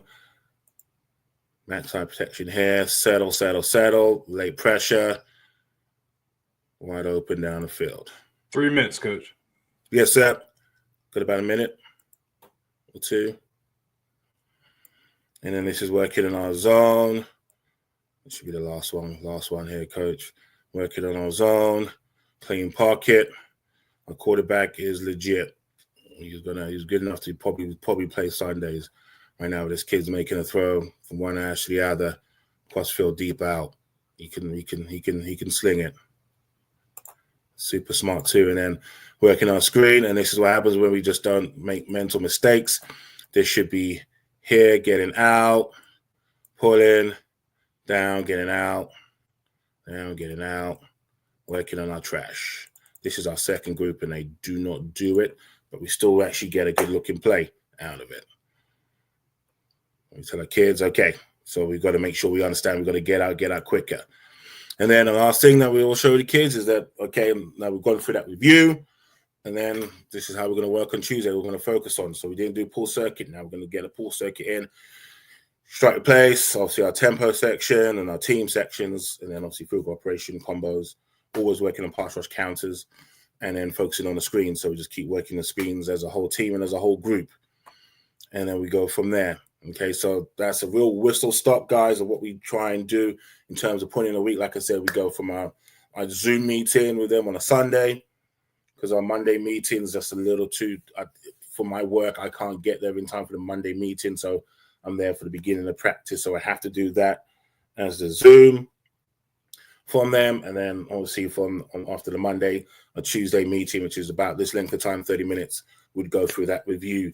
And then we'll do rinse and repeat from Tuesday going into, Thursday, because we would give them the Wednesday off in terms of lifting, in terms of meetings. So, spring. So, obviously, if there's any questions or anything, let me know. Please get in contact. I'm always happy to talk football, always wanting to learn. I'm looking forward to the rest of this day. And then, just let me know, man, and hit me up, guys. And thank you so much, as always, Coach. Yeah, man. That was good. Yeah, appreciate you, Coach. Absolutely. If anybody was to hit up Coach, obviously there's this information. I'm gonna go ahead and get you off right here, Coach, before I man. get Coach Blackbourn on. I appreciate you, man. All right. Real quick before Coach comes on, Coach, you're in the background. You can go ahead and share your screen while you're in the background. Let me go ahead and put this up here, guys. Again, understand I've only had 6 people now. Please post a picture. You got to tag me. If you don't tag me, I'll see it. Right. So tag me a picture of you watching the clinic, and then DM me. I haven't had many people DM me how long you've been following. So that's kind of the rules, how you get in for the giveaway. But I think I got 6 guys on the wheel of names, and we'll be doing that at 10 o'clock, giving away the first one. Awesome. Coach Blackbourn, how you doing, man? Good, sir. How are you? Can you hear me okay? I'm good. Yes, sir, I can. Your presentation is up. You can do your own intro. I'm going to step away. You got it. Yes, sir. Hey, Coach, I just appreciate you having me on here and giving me the opportunity to do this. You do a lot for the O-line community, and your things that you do on, I still call it Twitter. Twitter are outstanding. So just really appreciate your content and appreciate you doing these clinics that you've done over the past, I guess a couple years now. So just about me real quick, I'm not going to talk about me a lot, but I'm just, I'm Dan Blackbourn. I'm Brooks County OC, which is in Quitman, Georgia, which is one county west of Valdosta, Georgia. So we're right there by Lowndes County in a good football hotbed. I moved down here from Illinois in 2022. I'd been coaching ball in Illinois for 15 years, kind of looking for something new, wanted a new challenge. My wife and I wanted to just get out and do something different. And, I always had a goal and a dream to coach high-level football in the South, where I felt like it's a hotbed, and obviously it is. Got a couple opportunities. Small school O-line coach, or I had the opportunity to be a freshman coordinator at Valdosta High School. And I'd been a varsity coordinator for years and a varsity O-line coach in Illinois. And I said, well, what's going to present me with the best opportunity to move up? And I decided to take that job. And as soon as I got down there, just put my head down, went to work, and tried to learn from, the outstanding coaches that we had at Valdosta High School. I mean, it's the winningest program in America, still is. So I figured what better place to, try to learn even more about the game than a place like that. So very fortunate to Coach Felton brought me on. Coach Gowan, was the associate head coach and the O-line coach, who's now a head coach up in North Georgia, who's arguably, I feel like, one of the best O-line coaches in the state of Georgia. So learned a lot from, those guys, and spent a year at Ware County, which is another traditionally strong program down here in South Georgia. Learned a ton there too, and then got the opportunity to come over to Brooks County this spring to be the OC. So we're at the very elementary stages of everything that we're doing at Brooks County, but an opportunity to go there, which is it's a small school, but it's a tradition-rich program. They just got done playing in the state championship, and they lost. And coach wanted to bring me over and, gave me the opportunity to help, try to get us over the hump here, try to get us a state championship. So, that's what every day we're, attacking and trying to do the things to get us where we need to be. So we're going to talk a little bit about buck sweep here today and how we do it. Said we learned it. We're at the very elementary stages of what we're doing. If there's anything you ever like, feel free to hit me up, phone number, Twitter, email, whatever you need to do. Because, I'm far from any expert. I just learned from a lot of smart people who are way smarter than me. So, I've taken what they've done and tried to put my little twist on it. But what you're going to see here is probably slightly different than the traditional model of buck sweep, like the Gus Malzahn way of thought, which his ways are outstanding and they're phenomenal. It's just kind of how I learned it down here, as I learned under Coach Gowan and a few other guys over here, Coach Hayes, who's now an O-line coach up at a 6A school in Atlanta area. So outstanding guys for me to learn from. So here's kind of just what we do. with buck sweep. We call it Oklahoma and Sooners. So if you see me or hear me talking about it, or you see it tagged Oklahoma Sooners, Oklahoma's are on our buck to the left, and Sooners is buck sweep to the right here. So how we teach our buck sweep. So we have long and short rules, or long and short calls, excuse me. So we are looking at the end man on the line of scrimmage. So, I mean, we're typically always going to have a tight end. You know, we're not going to really run buck sweep with just the sniffer alone. You know, when in an offset position, we're going to have an inline tight end. So he's the one who's making our call here. So what we're doing is we're identifying that end man. You know, in this situation, this picture, just a real basic look, we are going to call this jack right here as the end man. So he's the end man. He's outside of the tight end, okay? Outside of the tight end. So we're going to call a long call here. So if he's outside that play side tackle or tight end, we're calling a long call. So he's gap down backer. You know, he's working back to this L backer. So our long call, our guard is going to kick out this jack. H is going to go down as well because that jack is outside of him. He's going down. Our guard, our backside guard is wrapping up for the R backer, wherever shows up. Our center's A to A. Backside tackle, we're slam B and hinge. We'll go through some of the different fronts we run it against. So against a bear look here. So this situation, that guy, the end is inside. So we're making a short call. So it's a short kick here. So what we're doing, that Y is going to arc for whoever shows up down in that alley. You know, could be a safety, you know, back at depth. Could be somebody at an overhang position. He's arcing for that safety. All right, so we got a short kick. He's yelling down the line in any of the situations where we have long or short calls. He's always yelling it out loud, long, long, long, short, short, short. He's arcing for whoever it may be. Guard knows it's going to be a short kick. He's short kicking that in.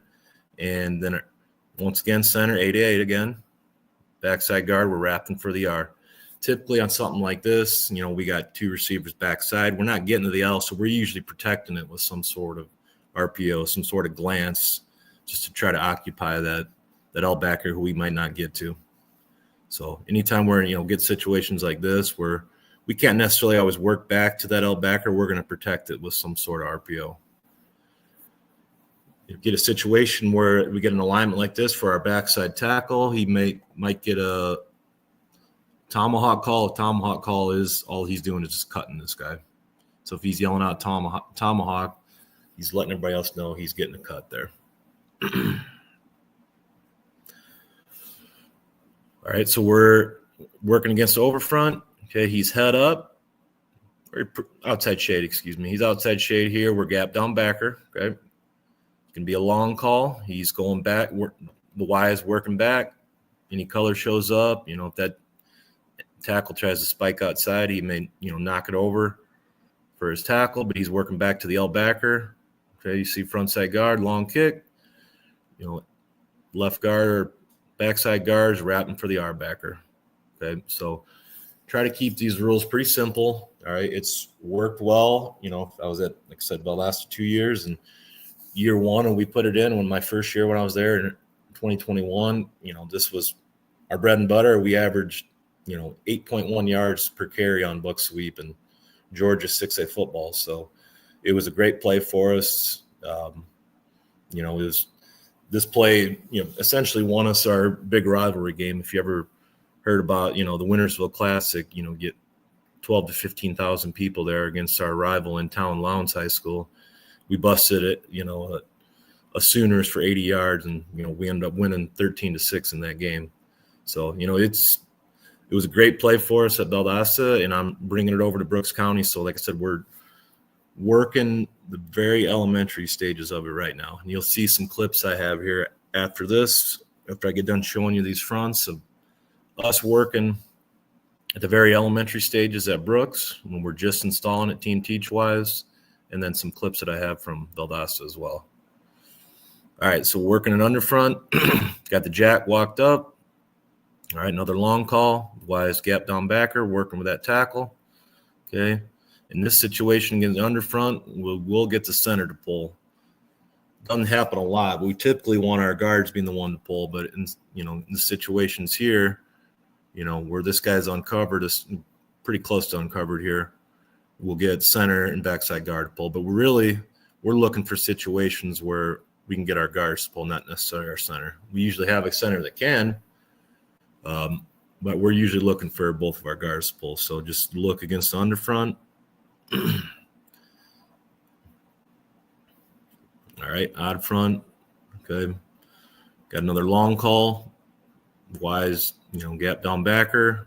Okay. Tackle, play side tackles, down blocking here. Play side guard. He hears long. He knows he's got a long kick. Okay, center's A to A. Backside backer. We're skip pulling, wrapping to the first backer, so typically the R. Okay. And we're slam B hinge on the backside. All right. So we got some clips here. This is where I'm at now. This is day one, essentially, install. We introduced it a little bit in the spring. I was only there for essentially 9 days. I was having to commute still from my previous job, so there wasn't a whole lot of time to really install much of anything.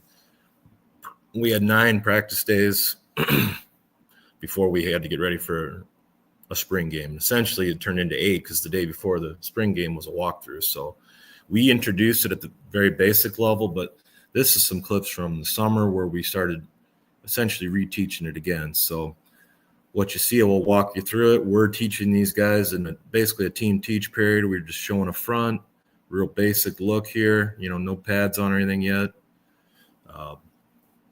Just showing our guys exactly how to do it. So we just trade in this situation, like to shift and move.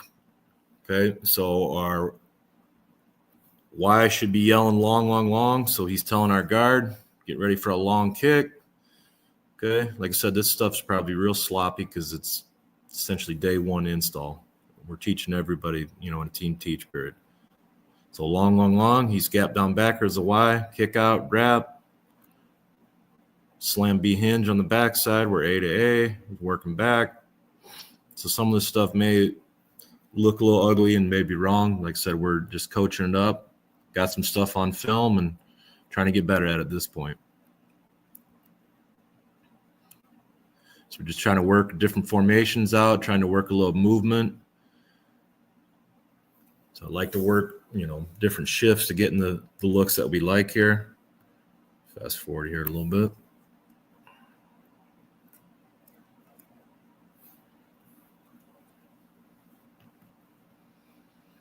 Okay, so Oklahoma is our buck sweep to the left. Y is shifting over, telling the guy get off the ball. He's giving a long call. Gap down backer, kick out. I would love to have that guy near foot, near shoulder. Like I said, we're learning here. He almost turns it into a log a little bit. So I'm okay with that. But we're ideally looking for near foot, near shoulder on that hit. Back reads that, essentially turns into a log and bounces it out.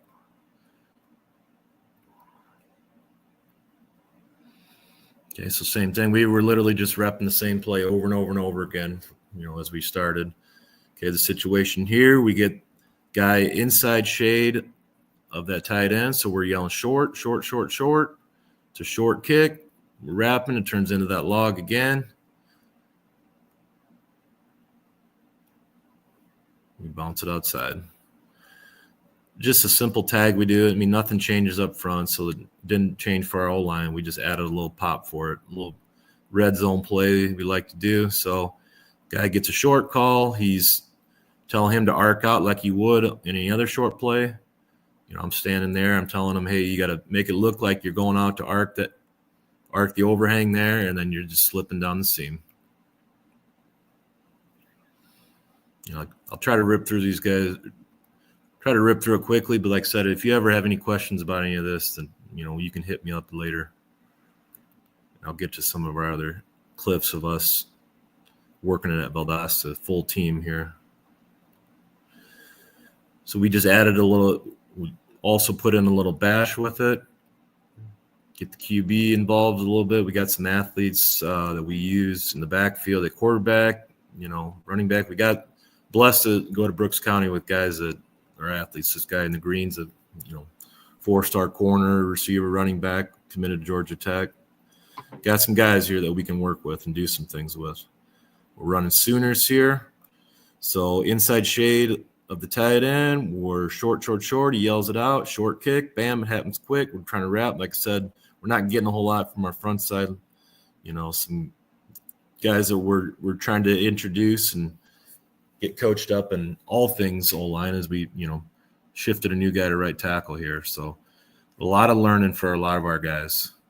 But, I'm always just trying to preach to our coaches. We got to be patient with them. They're learning. This is new to them. They hadn't really run buck sweep.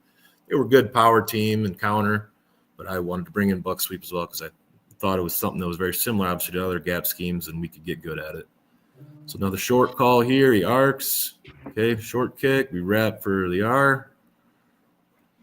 Quarterback reading that backside here. Okay, gets a keep, read. Keeps it following his guard. Like to stay a little tighter, but we'll work that. That's something that we're going to progress with in how we're teaching our. I'm going to get to a few clips that we had. So this is when we were at Valdosta. This is some full team stuff. Similar. Coach, I love that you're showing summer stuff because it's a summer clinic. We're all going through the same stuff right now. So I love how real it looks right now.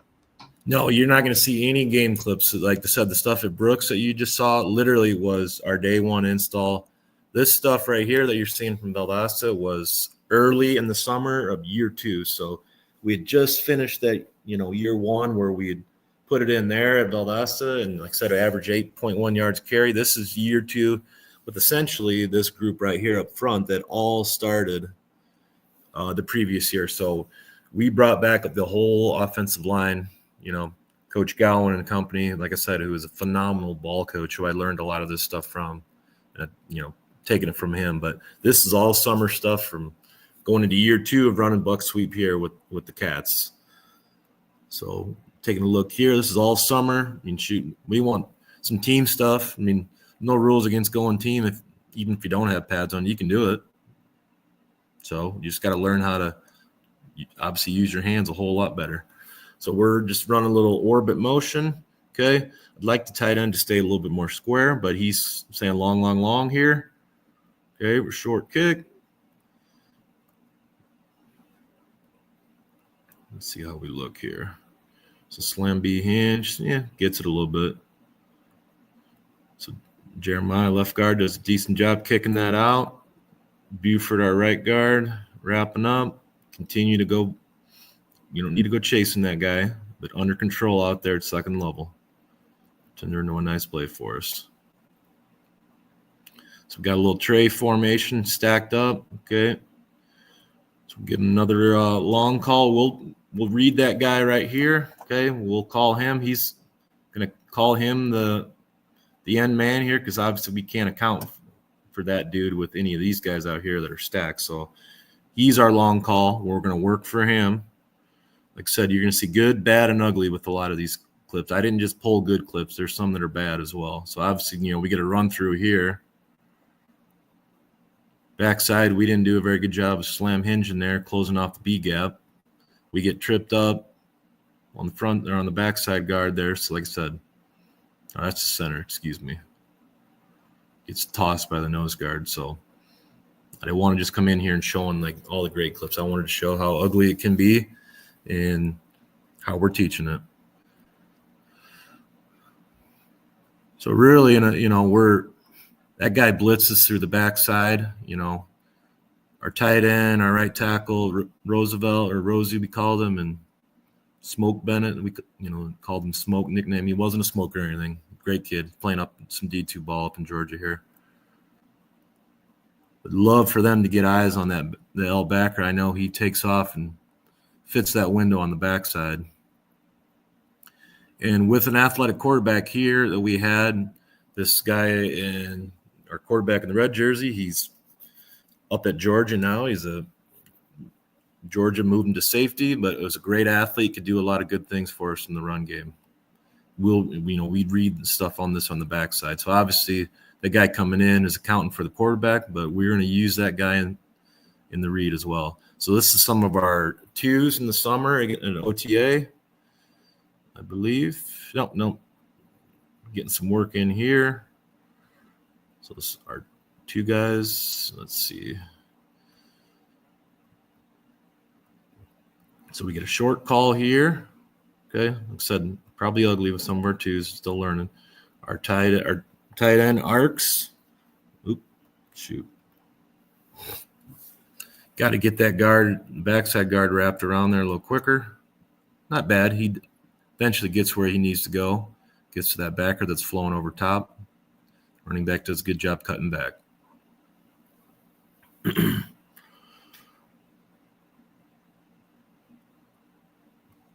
Okay, so like I said, our slot here, our H, he's not going to be able to account for this guy right here. So we're giving that as a long call. So our tight end should be down, back here, gap down backer to that L backer.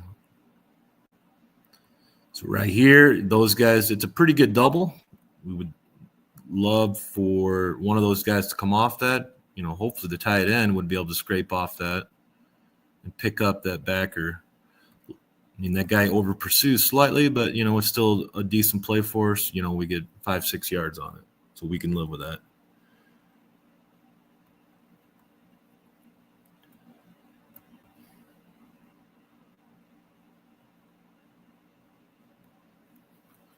Okay, so, we get the wrong call here. So, like I said, I like to show the good, bad, and the ugly.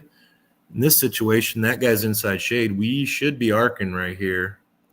Bam. And working there. Guy gets a little confused as a younger tight end that, give him some reps to. We'll see. He tries to go down. He should be arcing. Guard bypasses that color, so that's why you see Coach Gowan losing his mind back there. But running back makes us look pretty good. Sticks his foot in the ground, gets vertical, and makes something happen.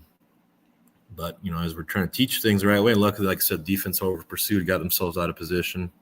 But, we were able to make something of it.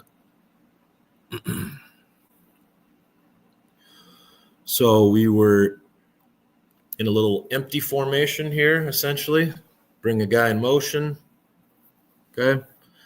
Here we're running Q sooner, so it's Q buck sweep. So quarterback's gonna fake the little screen out here, show that little fake, to numbers, show that little screen there, and we're coming back Q Sooners here. So blocked up pretty well here. We get a decent double. Would love to see that double team make it to the L backer. Well, the L backer takes himself out of the picture. So really, we only got one backer to account for. And we get him at the last second. Our big guard here, who's down at Georgia Southern now, great kid. Jalen Burgess does a great job there picking that R backer up late. And with a guy like that who can scoot, who can, legit 4-4 guy, can do some good things with some of the misdirection. Like I said, you get a little motion, a little orbit motion, get that L backer out of the picture, and let your dude be a dude.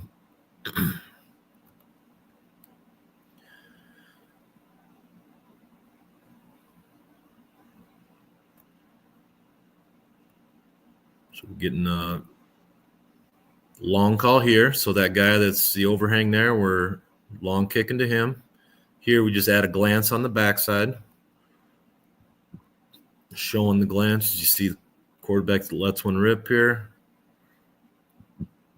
Great catch is the reason why he's, going to Kentucky, the receiver. Love for that guard to keep his head up. Kind of lost balance there a little bit. Didn't break down. But, if we give in that situation, we still probably have something working for us.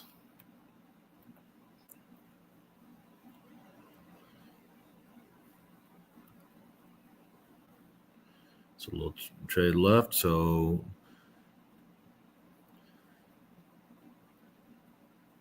And really, you know, in this, he probably could, you know, we get in a little situation where it gets a little hairy on your short and long. Whatever the call may be, we just told that guy, you got to, you know, be definitive with it, and you got to communicate with the lineman what's going on here.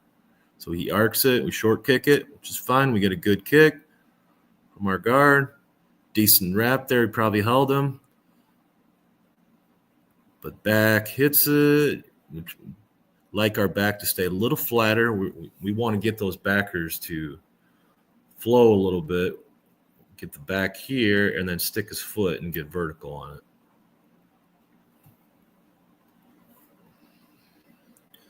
Like to get a little bit more movement on the A to A there. Just move his feet a little bit more on the backside.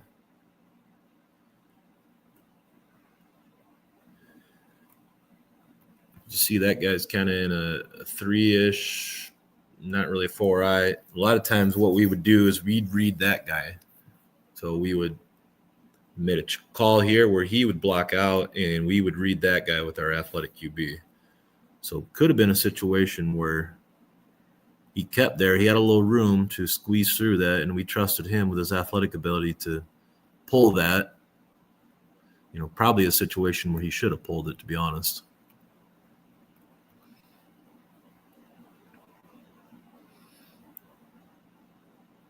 Okay. 4 minutes, Coach. Yes, sir. Get a little return motion. Get a short call, so he's arcing. Short kick. Quarterback reads that backside. Our tackle comes down and slam hinges on that. So sometimes he just gets a little screwed up where that was a younger kid. But that guy squeezes and surfs just enough.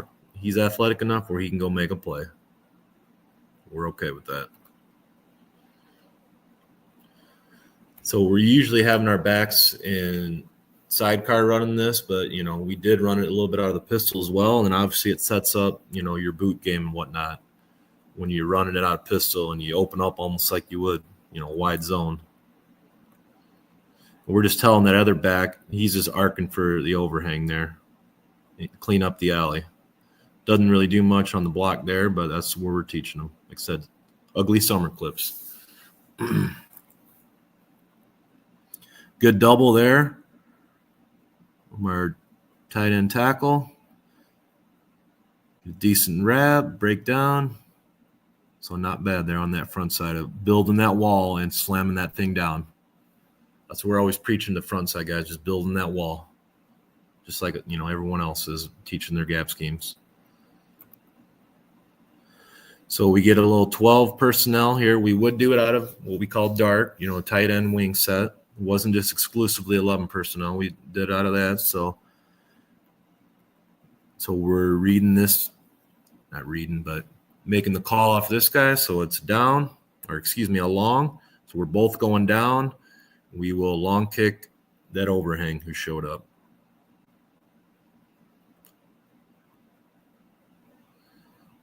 So not bad on the front side, getting a decent wall, solid kick.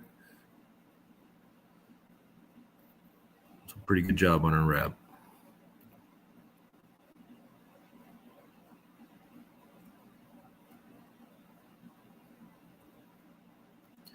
So can't account for this, guys. So we're getting a long call.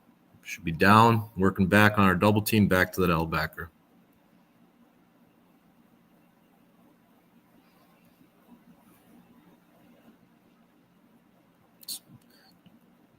Pretty good job on the kick. Just get guards, backside guards trying to find work. Just want to keep telling him, just go find work.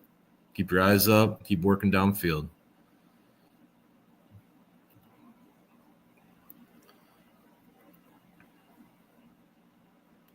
So just a little return motion.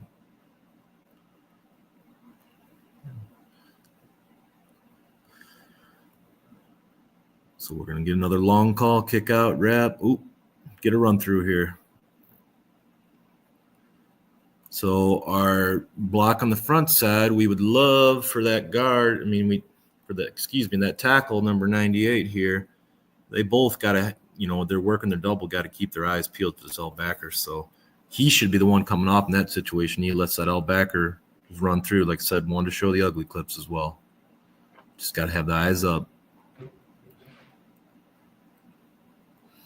I know I'm about out of time, right, Coach? Yeah, I'm going to go ahead and stop it right there, Coach. Go ahead and stop screen sharing. Yeah. Coach, I appreciate it. Buck sweep are great, man. I love Buck. A bunch of my buddies, are installing Buck or they've been running Buck for a while, and so they're texting me, "Oh, Buck sweep on the clinic." So I appreciate you for doing that for us, man. Yeah, man. No, coming on. Absolutely appreciate you and all the things that you do for the game of football. Like I said, any other guys who, reach out to me, Twitter, phone number, whatever, text me. I'm open book, would love to talk ball. And like I said, I don't know anything, but I've talked to a lot smarter people that have taught me some decent ways to coach it up. Yeah, that's the way I am, man. But I appreciate you, Coach. Yes, sir. I appreciate you. Take care. Yeah, man. Yeah, you too. All right, guys. Before I bring on Coach McCray, again, the giveaway, post a picture of how you're watching the clinic and tag me and make sure you DM me. I've got 10 guys on the giveaway. I know we said we're going to do it at 10 o'clock, but Coach Rosen at 10:30 is not going to be able to be here. Something happened. Something's going on. So he could not come on. So he had to drop. So at 10:30, we'll be doing the giveaway for the first the dollar for 6 months on Coaching Share. Coach McCray, how's it going, man? Good. How are you, Coach? Appreciate the opportunity to talk football. Yeah, man. Yeah. If we got your screen shared, go ahead and pull up the presentation. Sure. All right, it's there. All right, Coach, I'm going to throw it to you. You got it. Do your own intro, and I'm going to back out. All right. Good morning, gentlemen, or wherever you are in the world. Appreciate the opportunity, Coach. You're doing a great job teaching, giving out information about offensive line play. It is one of the positions that is highly, not as coached as much as maybe the other positions. So I appreciate the opportunity. Today, what I'm going to talk about is pass protection, individual and group drills. This is some of the stuff I've done over the past. Again, I've been coaching for a long time, so I give you a little agenda. Basically, I'm going to talk a little bit about my background, some of my philosophy on pass protection, and then I'll give you some posture drills, some individual drills, and some group pass protection drills that will possibly help you. This is great for the summertime and those times where you maybe have after weightlifting or something like that, and you have the kids for maybe like 15, 20 minutes or something like that, and you're trying to figure out something to do with the kids, or you're in the gym working with the kids. And you have some time before team. This might be some great stuff that you can do for your boys to help them get better over the time. Myself, been coaching for 20 plus years. This is my 24th year of coaching football. Been an O-line, D-line coach most of the time. I'm originally from Massachusetts, not from North Carolina, but in Massachusetts, you have, when you're O-line coach, you also are the D-line coach. So it's a little bit different. I've been an OC at another school up in Massachusetts, Catholic Memorial. I was there for about 10 years. And then I was a head coach myself at a Belmont High School in Massachusetts, and I won a league title in 2023. I moved down to North Carolina to be close to my family. So I'm Hopewell for a year, which is on the northern side of Charlotte. And this year I'm actually at Culbertson High School with Duke Howell, great coach, son Sam Howell, plays for the Vikings now. So I'm his online and run game coordinator for the upcoming season. That's in Waxhaw, North Carolina. So school-wise, education, I'm still an educator, math teacher for about 10 years, and I've been in the education for 20 years. And I use a lot of my stuff that I talk about I use a lot of the math concepts because I think the kids, some of the math concepts the kids know. And I also talk a lot about geometry in terms of like pass protection as well. So that gives the kids kind of that thought process behind it. So again, a lot of the stuff I talk about is basically going to be going to have some real life playing with it. I also do some private tutoring. And then finally, my coaching philosophy is always want to give a positive experience for the kids and the athletes I coach. And again, that means that could be anything, and putting you in the right position, making sure that you're doing the best you possibly can and not giving up on you. Even if the season's 2-7, I'm still coaching the crap out of you to try to put you in the right position. Okay. Let me get into it. So my philosophy, pass protection. I've been a basketball coach too for about 12 years. And I think about pass protection as basketball. I focus more on one-on-one. So like in basketball, you're one-on-one, your man-to-man defense, your job is to stay in front of the person so the person has a difficult time to take a shot or get to the rim. And that's the point. So my point is for O-line play and in pass protection is the same thing. I focus, and to do that, I focus on footwork more than hand placement. I think footwork is very critical, especially for high school athletes, to get them in the right position. Because again, if you miss with your hands, at least if you're in a good position, good position-wise, you should be able to still be able to regroup your hands and be able to keep that quarterback safe. So I always align, very similar to most people, is I always want to make sure my post foot is on the inside half of the defender, and I want to have my kick slide foot splitting the middle of the defender as we go forward. And then my eyes are always on the via the neck of the defender, because that's the only thing that's moving left or right if he tries to do some moves. Okay. And then I always want the kids to have their wrists locked upwards. Okay. So again, I want to have my wrists locked if my hands are out. Okay. And what that does is I feel like that keeps my shoulders back immediately. Okay. So wrists locked, hands up, and you'll see that in a little bit. And then finally, my pass protection philosophy is this, is I like the kids to think about closing the door on the defender. Okay. So I want to get into that inside half relationship, but once that man tries to do the move, I want to close that door on that. And I'll show you what I mean visually. Okay. And then finally, I have 3 different types of pass pro styles. I usually run it by like a right triangle. I call running the hypotenuse. Okay. And that's the long side of the right triangle there. And so basically what I tell them is like, if you have a vertical kick for a wide rush, you want to go at a 20-degree angle to meet that man. You'll see what I mean in a minute. And then if it's a tight shade, like a tight 5, tight 3, you want to be a 45 kick. Okay. So that means you want to go at a 45-degree angle to make sure that you get to the person that you need to. Okay. And then obviously we have a jump set. And again, what I do is I give the kids the opportunity to choose when you want to do the jump set. Okay. So again, if you're in a man side and versus zone side, if you're in the man side here and you got a head up 5 technique, you probably don't want to kick back. I would give the kids the leeway to jump set that person. Okay. And make sure they take care of that business. All right. Hand placement wise. And again, I really focus on footwork more than hand placement, but what I found is over the years is when I try to teach, when I go to these one-on-one things and stuff like that, I'm coaching like hand placement. I'm also coaching footwork. And I found out that the kids, talking to kids, the kids like, I'm not sure exactly what I need to work on. Do I need to work on my hand placement or my footwork? And they're all kind of worked in hand to hand. So what I try to do is I found that we do, as an offensive line, we do give kids a lot of tools. But a lot of times is the kids don't understand how to use the tools, if you understand what I'm saying. So what I did was I tried to incorporate the idea of, okay, this is the tool I give you, but this is when you want to use the tool. This is when you want to use this one.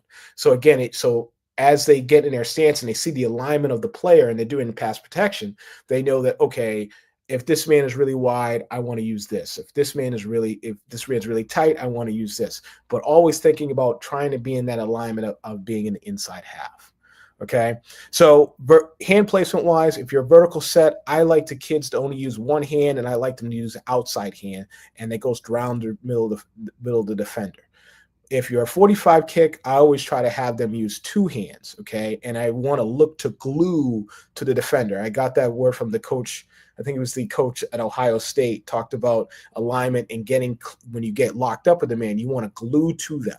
Okay. And I think that's really important thing to talk about with kids is you don't want to push and move back. You want to actually glue to these defenders these days because they're getting so many just training and trying and flipping their hips and all this kind of stuff. You want to try to negate that as much as possible. Okay. And then finally, when you have a jump set, what I like to do is I tell the guys, jump set, you want to attack the defensive lineman. However, I want you to attack the defensive lineman, and then I want you to turn the wheel towards the center.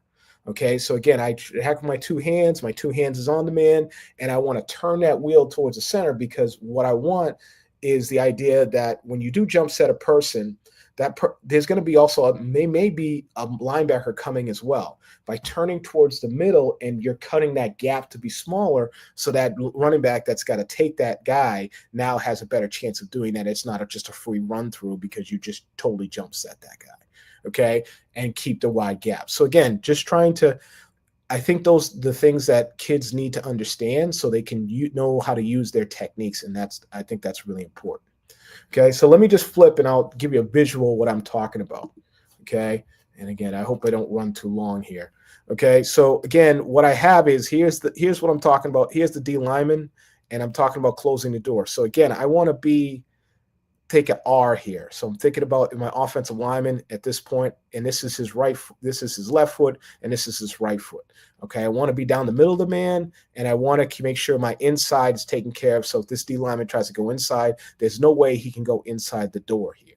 So this is like a door being opened. So when the D lineman tries to make his move and go this way, now I tell my offensive lineman, I want to turn my inside shoulder this way to cut that off. Okay, because what happens is many D linemen have multiple counter moves. Okay, they spin out of this, they do that. So you want the D lineman to declare what he's going to do and then make him stay in that. So by turning your shoulders, now this guy's trying to get to the quarterback that's inside. Okay, there's a QB here. He's going to take this angle. Now, all of a sudden, now you can push this guy along and get him out of the way, and the quarterback can step up. So that's why I tried to tell them to close their door, and we practice that pretty extensively. Second thing is for the vertical kick. This is what I was talking about in terms of that. Okay, here's the D lineman again. Again, we got a wide rusher here. Here's the line of scrimmage. Okay, so the D lineman is going to take this angle route here. Okay, I tell him to take a 20-degree angle of vertical kick. Don't kick straight back, because you kick straight back, you might kick too far, and then the man has an easy going inside. So what I tell him is to take that 20-degree angle and kick until you get to this point, and then you want to get to this inside half here and here. So again, it's just a visual point to get the kids to understand what kind of technique I need to use this one for each one. And so when the guy tries to do his move, he's going outside, I close the door, and that's the only move you have going forward. Okay, that's why I teach that. And then the other portion is if I'm 45-degree angle, okay, it's really a tight D lineman here.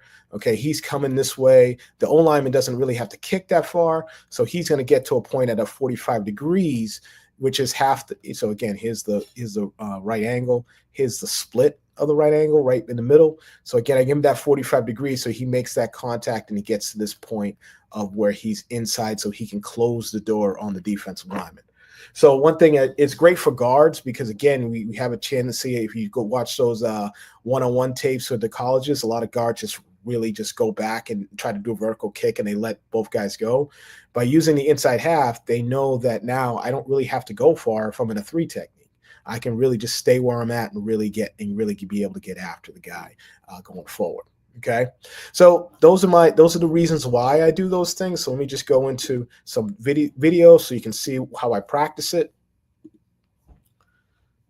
Okay, so here's some of my cumbersome linemen here from this year. And again, this is my first year working with these guys. So a lot of these guys are not the greatest with this stuff, but again, it's a work in progress, and it's great things to happen over the summer. If you have 5 to 6 weeks of working with the guys, you're really giving them an opportunity to learn your techniques and work it. So again, this is a lot of the stuff I'm doing without pads. You don't need pads to do all this stuff.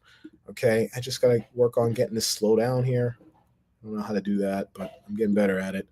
Okay, so first thing is here's my posture here. So here's a couple guys doing the posture that I'm looking for. I always keep my feet moving. That's number one.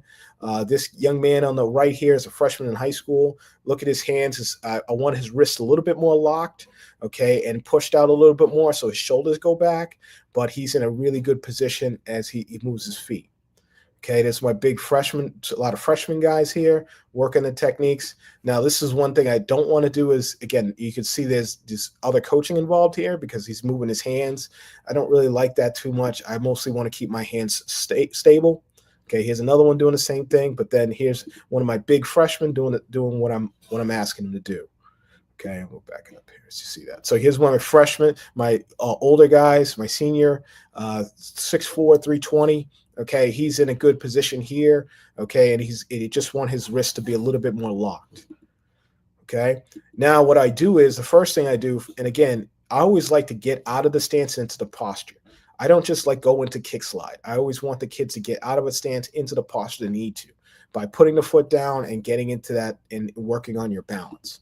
So I always do that. Number one is going forward. Okay, and I keep my feet moving. The young man right here on the left hand side, on the right here, big man does a really nice job of this. Watch him put his foot down, and he's in good position, and he's ready to roll, and he's looking square.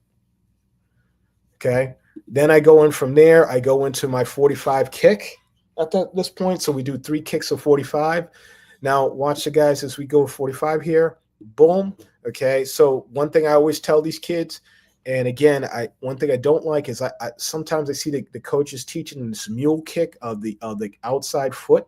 I don't really like that because again, I feel like what I've known for playing football myself for a long time and playing offensive line is when you make contact with a person, you might be between kicks. So you may be between a kick slide, you're kicking your foot back and you're keeping the other foot going. So you might be between them. So if your foot is up and you make contact and your post foot is down, you have no power. They're going to go directly right through you. So I want the kids to keep their feet down as quickly as possible and keep in a good position because I want them to be able to handle the block. So we keep as low as we can, tight as we can, okay, and then we try to put up. Oh man, not the greatest with technology here. Sorry guys, I'm not great with technology here, but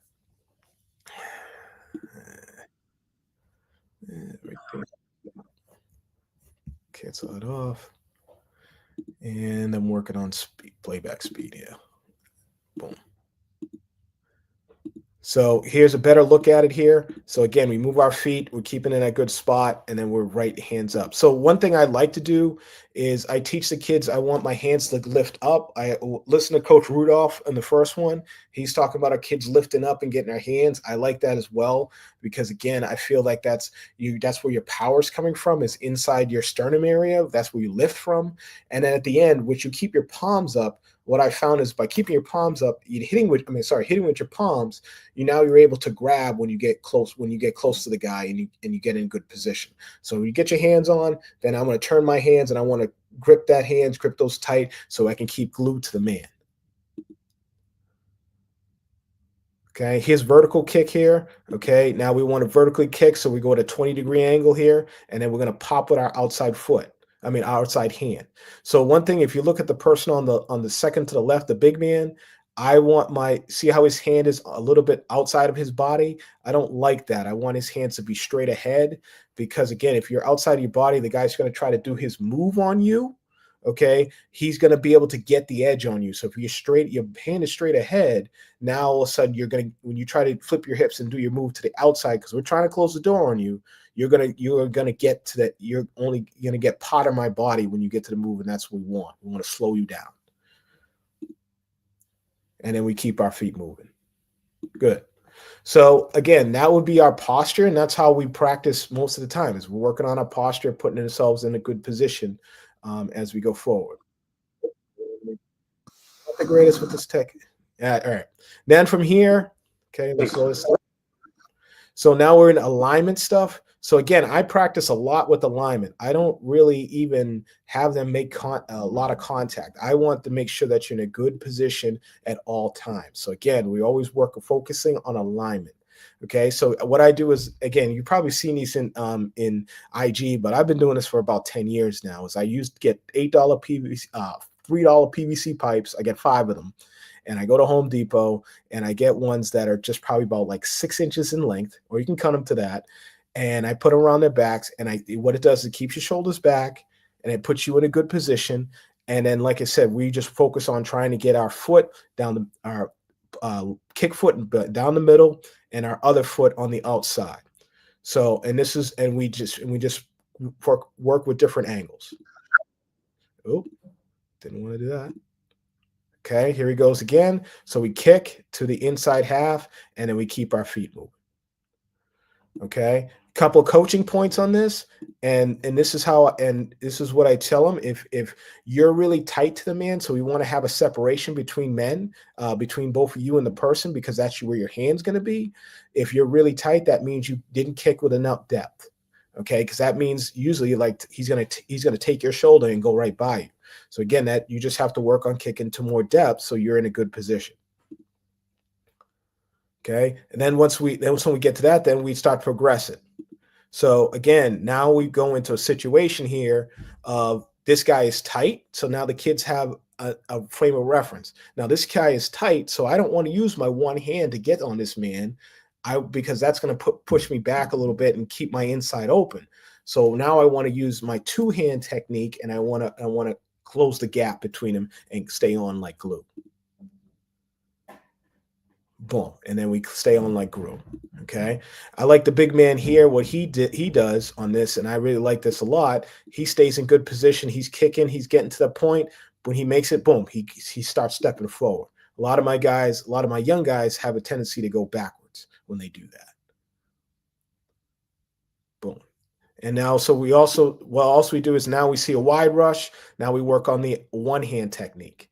Okay. And now we're reaching for that one hand. Okay. See this guy, this young man right here in the middle, this guy has a big future with us. He's about 6'5", 215 pounds as a rising 8th grader. Okay. Look at his feet. The only thing is now I would harp on him with his feet. Watch his second step. Boom. Okay. It's really tight. And then he makes contact with the man. Okay. I want him to keep that same distance relationship. Okay. Then we progress it even farther. And then as soon as the guy does the move, then we turn our shoulders and we want to pass him by. Okay. So again, right here, hand on, boom. And then he gives us the move. Then we push him along and we pass him by on the inside shoulder and we want him to go. So again, as he does, so again, if you know D-line play, as you do your move, you flip your hips and then you want to shave the back of the man. So that's what we want to turn our shoulders to the shave man. And that's when that old, seeing those guys do those belly flop techniques where they just fall on top of the defensive lineman. That's when you get those opportunities going forward.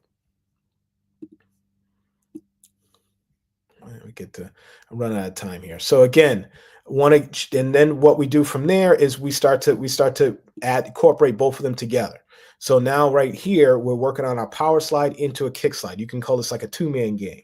Okay, so we're here going all the way to this point, and then he has to kick over and get to that point and get to that 45. So see, he knows. So our big man, that's a freshman, rising freshman, understands that he's got a tight look here, so he's going to use the two hands to make sure he does it. He takes him. But as you can see, look at his footwork. He's inside of the man. Okay, he's kicked too far over, so now he leaves his inside open. Okay, so that's where I would come in. I would say, hey man, you need to catch your post foot. It's got to be in the inside of this man, and you hands got a middle. So that's when you learn the patience portion of it. Is a big man doing it. Does a pretty good job. He didn't need to use the one hand here. I'm trying to get this going here so we can get going. And then there's a big man. So again, here's the big man, same thing. He's a little too tight. Okay, so I would harp on him to make sure he wouldn't do that again. Okay, and so he's working on his technique, his power slide. Then he's kicking right there, and then boom, look at the two hands, and that's a perfect position. Good. All right. All right. Now from here, what we do is now we progress it even more. Okay, is now what we start to do is now we do group pass techniques. Okay, so again, what we try to do is we try to incorporate the zone side of pass protection because we're a man zone concept. Okay, and so what I try to do is, now this is great for the summertime work. Again, is you're getting your guys to work on blitz pickups and understanding their gaps at all times. Okay, and so what I use this a ton, and so the kids get to communicate. And they understand how their footwork needs to be in each position, and they get to proper alignment. Because how many times have you seen an outside backer come off the edge? Our guy gets there, and an offensive tackle gets there, and he misses the block because he doesn't have good fundamental feet. Okay. Or he takes it to a 45-degree kick and to a man that's coming off the edge, and the man just goes around his outside shoulder. So we want to really focus on making sure the kids are in that good alignment position, and we can run it, and we can run many of different blitzes against this. And it also helps the young kids understand where they need to be footwork wise. Hold on. Oh, sorry guys, I'm just trying here. There you go. All right, let me back this up. So again, here's we have one of our young men here. Okay, this is an outside blitz. Okay, so again, I'm just maestroing here, just telling guys different ways and different parts. This is an outside blitz, so now we got a 4-man slide. Everybody's man to man, so now we have to pick that up. So again, how do you pick that whole thing up? Okay, you don't go and tack the guy. You don't tack the defensive man, the defensive tackle. You want to kick back to it, get to that inside half, and keep that pocket presence, because if you try to attack him, he may just come over the top of you and take it. I've seen that happen many times. Okay, so now watch them kick to the certain point. My tackle, his first year ever playing football, not the greatest, but look where he gets. He gets right to the inside half. The tackle gets right to the inside half, so I'm good with that. Okay, we'll just work on the fundamentals of how to do that.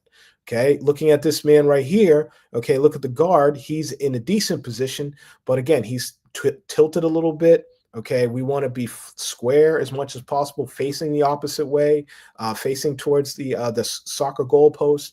And as we make contact, that's when we want to turn our shoulders. Okay, now the other one I want to talk about is the left guard here. Okay, he's a rising ninth grader himself. Big, huge kid. He's really, really a large individual, like 6'3", 280 pounds already. And again, he's got a big future, but watch his footwork here. Okay, so again, he opens his right foot. Okay, but I would tell him that your right foot is your post foot, your left foot is back. So you should be taking that over, trying to get to the inside half with a power slide, then kicking back on this. Okay, and that's an important thing to tell the kids. So what happens is this guy, the defender, has to go outside of you, and that creates a lane for the quarterback to throw or run out of if he does get heat protection.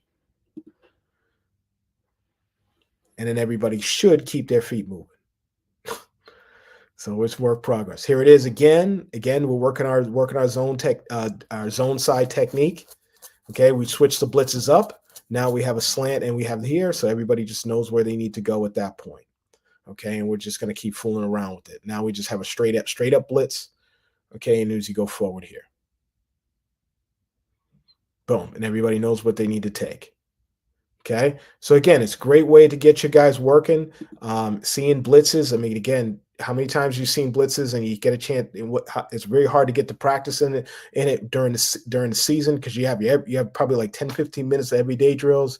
This is the time to get that kind of work in and trying to get your guys ready and communicate with each other, especially if you know who you're going to be playing. And most of the time, most of the guys already know who's playing and who isn't.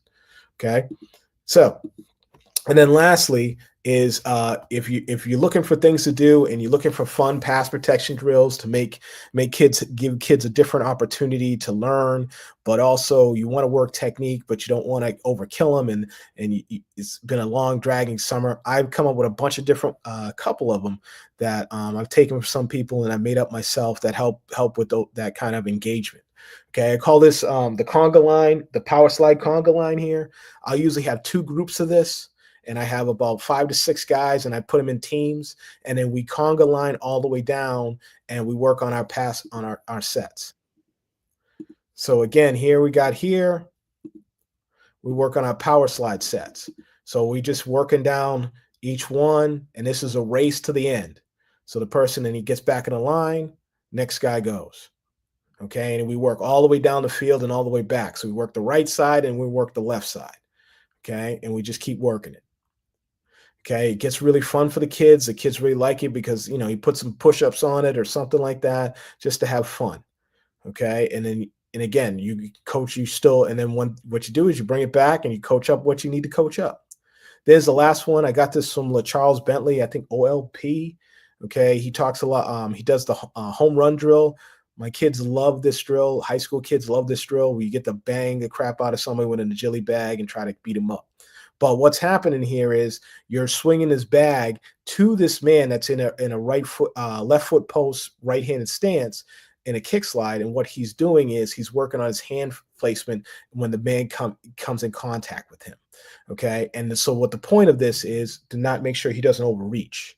Okay. You don't want to overreach and reach out the guy. You want to stay back and you want to come in a good position. So he would punch first with his right hand, then his left hand, and then both hands. So if you think about it in terms of kicking, you're going to punch with your right hand first, get with your inside hand, and then glue to the man after that. So that's how I would teach that.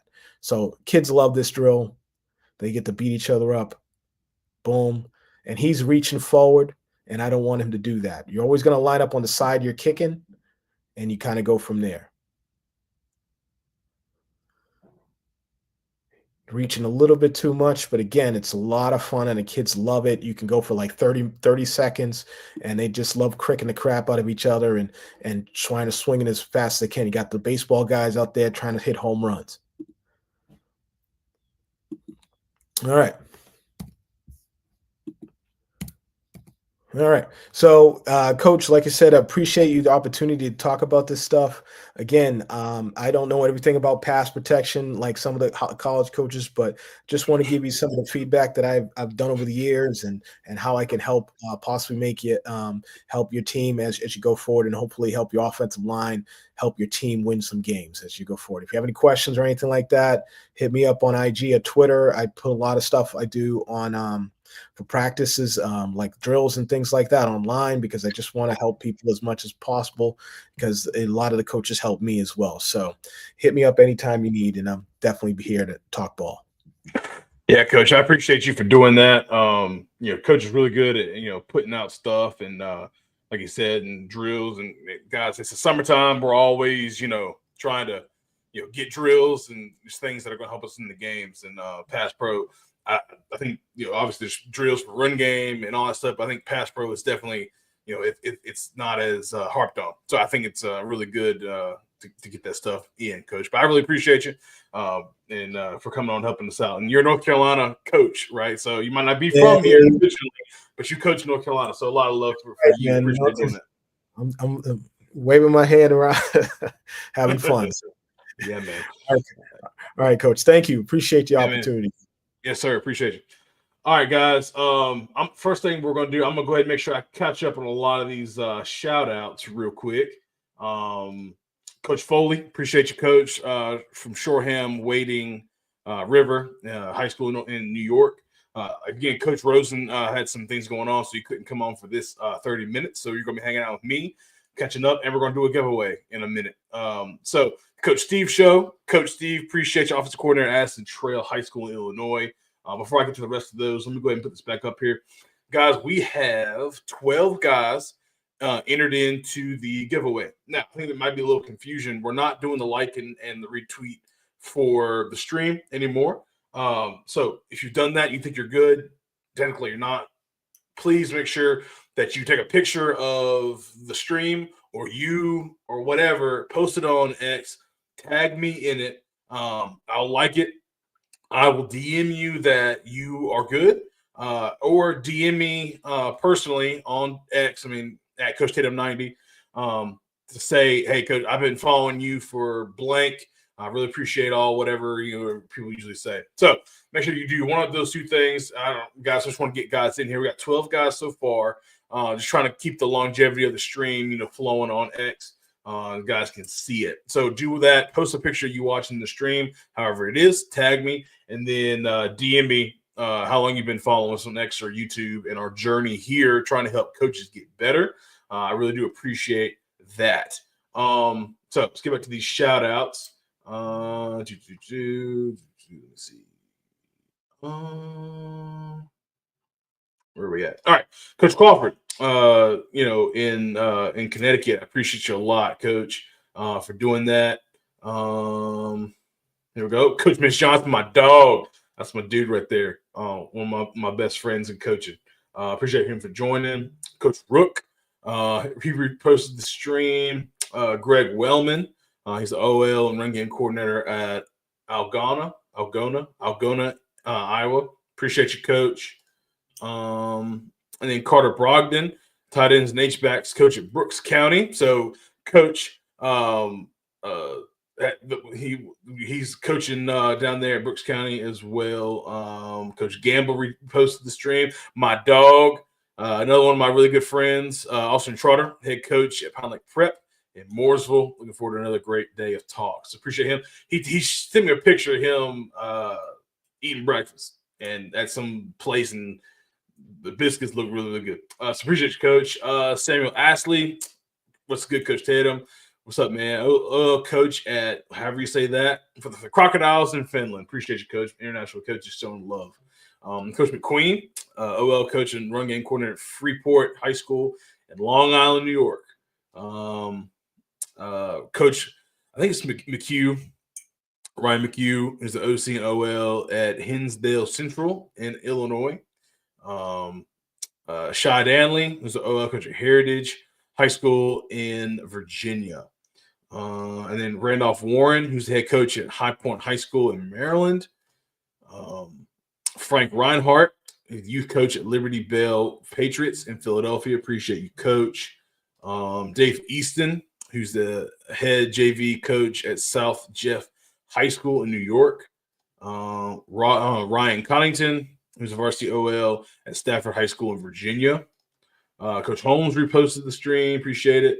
And then Ashton Holmes at Milby High School in Houston, Texas. So that is us catching up right there. We are going to do the first giveaway right before the next speaker goes. So the next speaker is going to go at 11, which is Coach Weachter. So at like 10:55, we're going to do the giveaway. So it gives you time to make sure you get in to the giveaway. I got to make sure I get some guys. Appreciate it. Okay. Put Coach on here. Just got a DM. We put Coach on the thing. Cool. All right. One thing while I'm doing this, I'm going to be going through and make sure I get guys into the wheel that spins. Let me put this on here, guys. Y'all know, it's crazy. I don't do things. I do things for free, right? I keep everything we do for free. On the clinics, we do ask for donations. It's very awkward to do, but I do appreciate the support. We have had overwhelming support for donations to the clinic over the last couple of years because we keep things free, and I do that. But if you to keep it free or to keep my wife a little happy to show we're giving some type of return, we do ask for donations. It's not necessary, but we do appreciate it. So I'm gonna keep that up there while I'm doing. Make sure I'm getting guys into the giveaway. Put Coach on there. Cool. Anybody else? All right, Coach did. Let me see. Just make sure I'm spelling guys' names right too. He DM'd me. He reposted a picture. Cool, Coach. Yeah, I'm just leaving that up there, guys, while I am getting it going.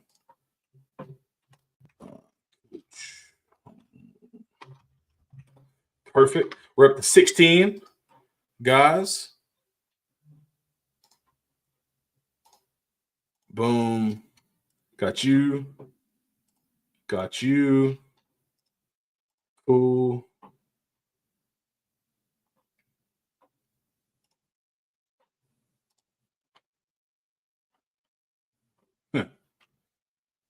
Not sure.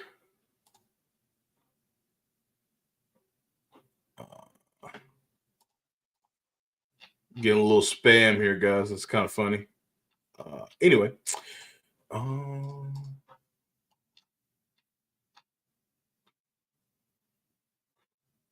Awesome. And let me text him.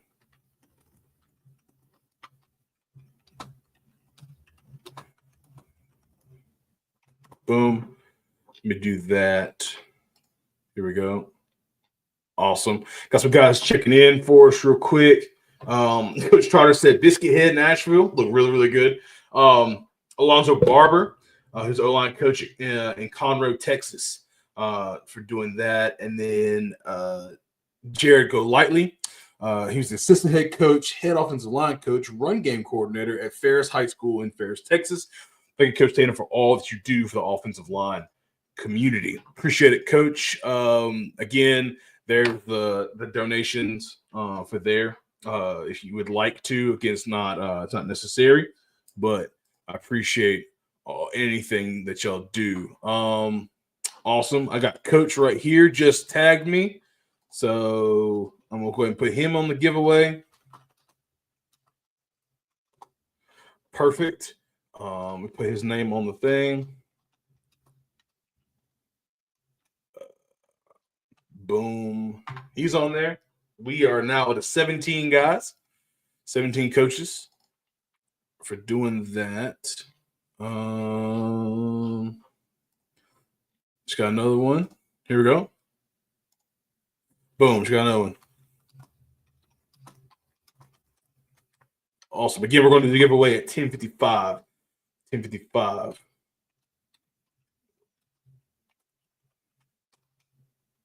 Good. So 18 guys now on there.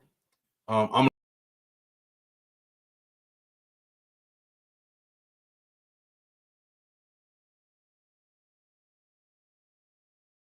Y'all can't hear me. Sorry. Yeah. So post a picture of how you're watching the clinic and tag me, and then DM me how long you've been following us on X or YouTube. So let me take that off. Come on back. So, guys, been a great clinic so far. It's 4 speakers so far. It's been really, really good. We have a whole day left. Again, Coach Rosen had to dip some things going on family-wise, so he couldn't be here. It's all good. We adjust. Gave me some time to shout out some guys and get the things going for the giveaway. Let me talk about the giveaway again for anybody who's coming in. They're like, what am I trying to enter? So Coaching Share is a great sponsor of us. They take resources from coaches and they give it out to people. Like, you can subscribe for an amount of money and you kind of help out and benefit coaches, right, monetarily. So they have their bundle, their monthly bundle, where you can pick 5 resources. Resources, they vary in price, but they're giving you, $30. Well, for us, they're not doing it for $30. They're doing it for $1. So I have a code that if you win, I'll give you the code. You can go on there. Originally, it's like $25 or $30. You put the code in, now it's $1, right? So you can get, and it's for 6 months, guys. So you get 5 resources a month. So obviously, that's a pretty darn good deal for you. And so then, all right, I've already done it, right? So make sure everything works. And I got 5 resources. Let me see. I'll pull up what I end up getting for this month. Yeah, I got the O-line coach stuff like Carroll. I got the 224 Trenches Clinic. So I got Coach Kadudi. I got Coach Gatewood, University of Texas. Coach Justice at SMU. Coach Smith at South Lake Carroll. They did a great clinic. So it's an hour per speaker. So I get to watch that. Awesome for $1. I got the 2023 Trenches Clinic. Their resources from there. And then I got a bunch of other things as well from Coaching Share. So and I got the winning pre-snap, unbalanced formations, the complete tight ends guide, and the threat, the 2 backs set. So those are 5 different things that I got for $1. So we're trying to give that away. We're going to give it away 4 times today. It's pretty good, darn good deal, right? You get to pick 5 new ones the next month, and it's for 6 months. So it's all that for just $1. It's pretty darn good. So appreciate Coaching Share for doing that for us. Again, how do you get in on that? Well, post a picture of how you're watching the clinic and tag me, and then DM me how long you've been following me for. And that's that. And then I'll put the giveaway. The thing donation right there again while I'm going through and I'm making sure that I get guys in on the giveaway, because guys are tagging me left and right. So I do appreciate that. again, at 10:55, so in 11 minutes, we will be doing that giveaway. And I have 18 names on this wheel. And you don't have to do it. You don't have to do it every time. Like if I pick somebody, I gotta do it again. No, your name's on here. You're on here until you win, or if we get to 4 people. So it kind of locks you in. So you should do it one time. But I appreciate guys for doing that for me. The coaching share is really, really good deal, man. Appreciate all the work that they do. It's funny. We I'm asking for this. I'm like not for y'all, but we've been asking. We're doing vertical raise here in North Carolina, and we've been doing that for our kids for our program, Walkertown. And we had a goal, and we got the $8,500, and they get to dunk Coach Tatum in an ice bath. So we're doing that type of something, man. So the kids think it's like, oh, we get to dunk Coach Tatum in an ice bath. Well, it's gonna feel really, really good. I liked ice baths when I was a player, so we get to be dunked in the ice bath. It's gonna be super cold. And if we get 10,000, our head coach, Tony Cut's gonna take a pie to the face. So a player gets to pie him in the face. So yeah, so asking for donations is always awkward. Asking for money is always awkward, but it is what it is. And let me see. Somebody did donate. I appreciate them a lot. I'm going to shout out them, not how much or whatever, but Coach Bentz. Shout out for you, Coach, for donating. You didn't have to, but you did, and I really, really appreciate you doing that. Again, anybody else is coming in, Coach McMahon coming in from Gaffney, South Carolina. Shout out to Gaffney, South Carolina, one of the storied programs in the state of South Carolina, Gaffney High School. When I was at Gardner Webb, Gaffney was like 15 minutes away. So been down to Gaffney plenty of times. Really, really good high school in South Carolina, like state champions on state champions. And they'll probably go there again this year. So appreciate him for joining the clinic. All right. Well, it's kind of slowed down. Let me see. I got a DM. Here we go. Awesome. Awesome. Love it. Coach, I'm going to get you in. I just got your DM. I'm going to put you in on the giveaway. Love it. Coach is now entered. Getting guys posting.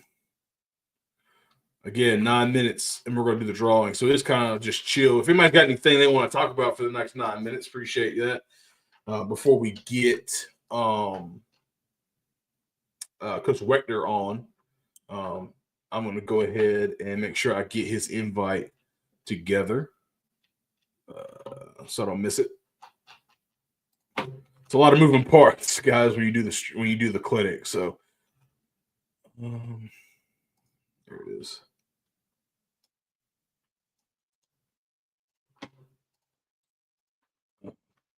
I made the joke in January at the clinic that it is a lot of copy and pasting, and it really is. Let's see. Invite. Boom. All right. So that's ready to roll. Cool. Getting followers left and right. Appreciate that. Love it. Love it. Love it. Love it.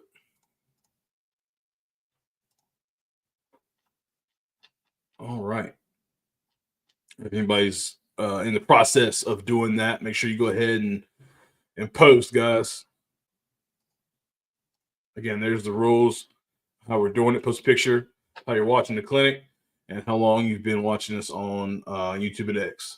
It's kind of like a validation thing, man. We've not to toot my own horn or anything. We've helped a bunch of people, and it's nothing that I've done. It's just things that has been poured into me, and I'm just a middleman of information. Like it's been given to me, I've given to other people, and it seems to have helped. So appreciate all the love that coaches show in our DMs every day. Pretty much, it's really good.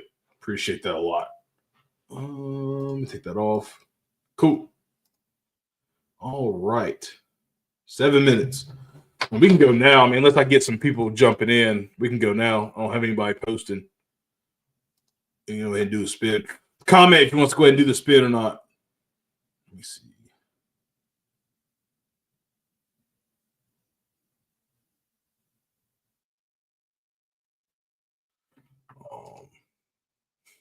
Everybody's scared to say anything.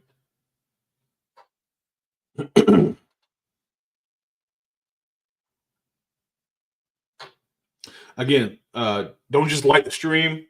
I mean, you can like the stream, repost the stream. That's great. I love it. But make sure that you post a picture, like a whole separate, deal, and or DM me how long you've been following, and I'll get you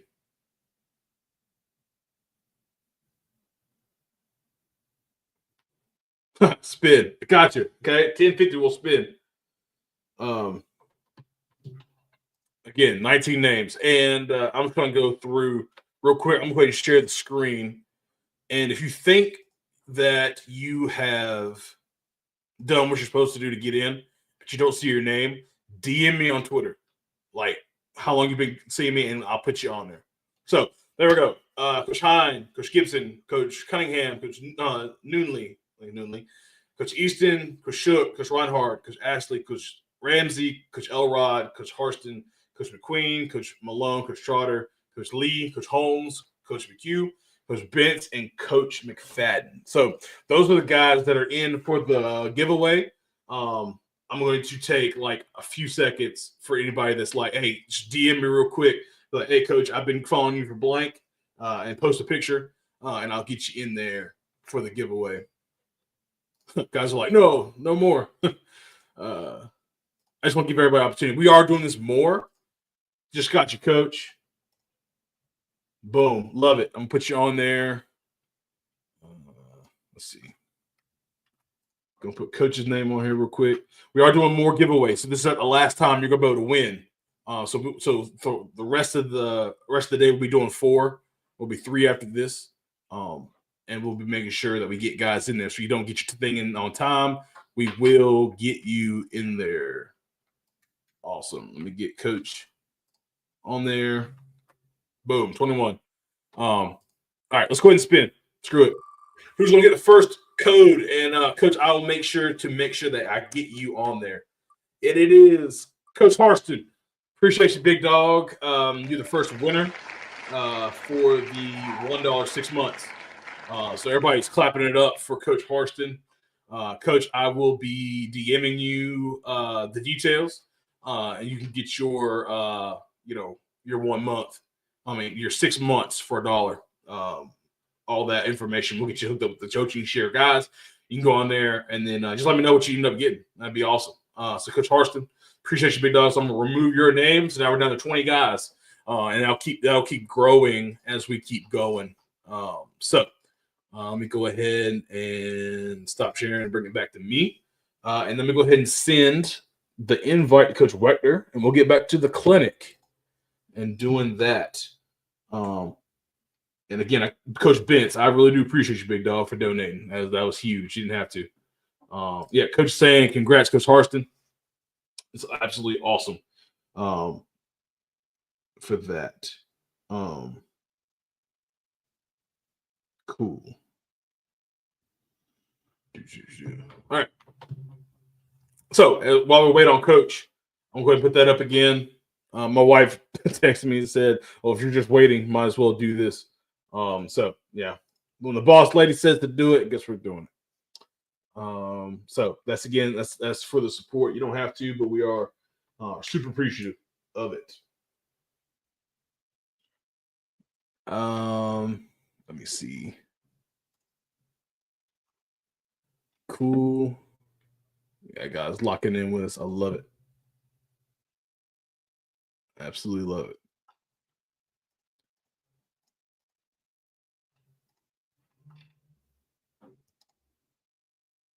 Boom, just got another one. Appreciate you, Coach. Appreciate that a lot. Let me put your name on the wheel.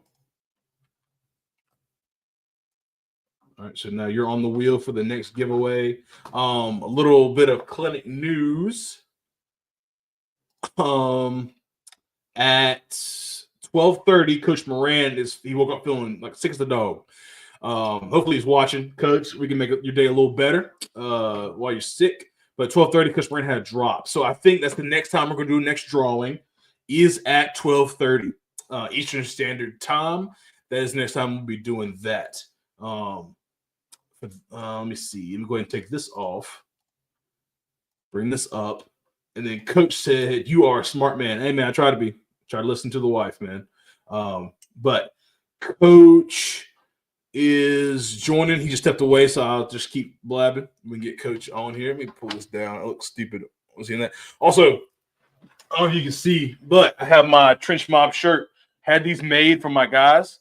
Lineman, obviously GT Counter, one of my favorite plays. Serving pancakes daily, Walkertown Trench Mob. So shout out to my guys at Walkertown for the Trench Mob summer clinic. But Coach Weachter, how you doing, man? Good. How are you doing, Coach? I'm good. It is Weachter, right? I don't want to say your name wrong. Yeah, Weachter. Yep. Yeah, had your dad on. Yeah, you had my dad back in March. Yep. Yeah, so I'm going to make sure I'm doing that right. Coach, you want to go ahead and share your screen? We'll go ahead and get you rocking and rolling a little early. And get it going like that. But I really appreciate Coach for coming on. He's at Bishop McDivitt High School in Pennsylvania. They came off of a title run, correct? Yes, sir. Title 5A state champions. Yeah, man. You guys really, see my screen? Yes, sir. I got you. Really doing really good stuff in Pennsylvania, man. So you want to go ahead and go to full screen, Coach? I'll throw it to you and get out of your way. Yeah. All right. We good now? Yes, sir. All right, guys. My name is Braden Weachter. I'm excited to be on here with you guys. This is my first clinic talk, and I would like to thank Coach Tatum for opening this up, and also just for doing these. He's a great resource for the coaching community. So, like Coach said, I'm from Bishop McDivitt High School in Harrisburg, Pennsylvania. We just are fresh off the 5A state championship last year. We beat a really good Roman Catholic team from Philly in overtime, 34-31 last year. And we're really excited to hopefully get back and have a real challenging title defense here. So a little bit about me. First of all, I have my X account in there. So if you want to give me a follow and if you want to DM me any questions you might have, and I also have my email in there.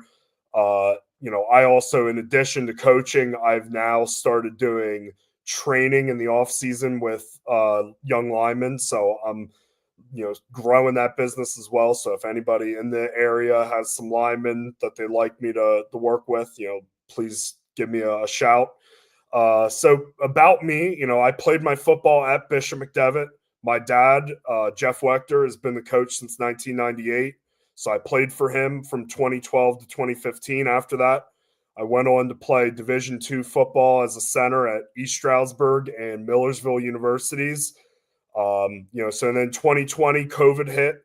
It was supposed to be my fifth year at Millersville, my redshirt senior year.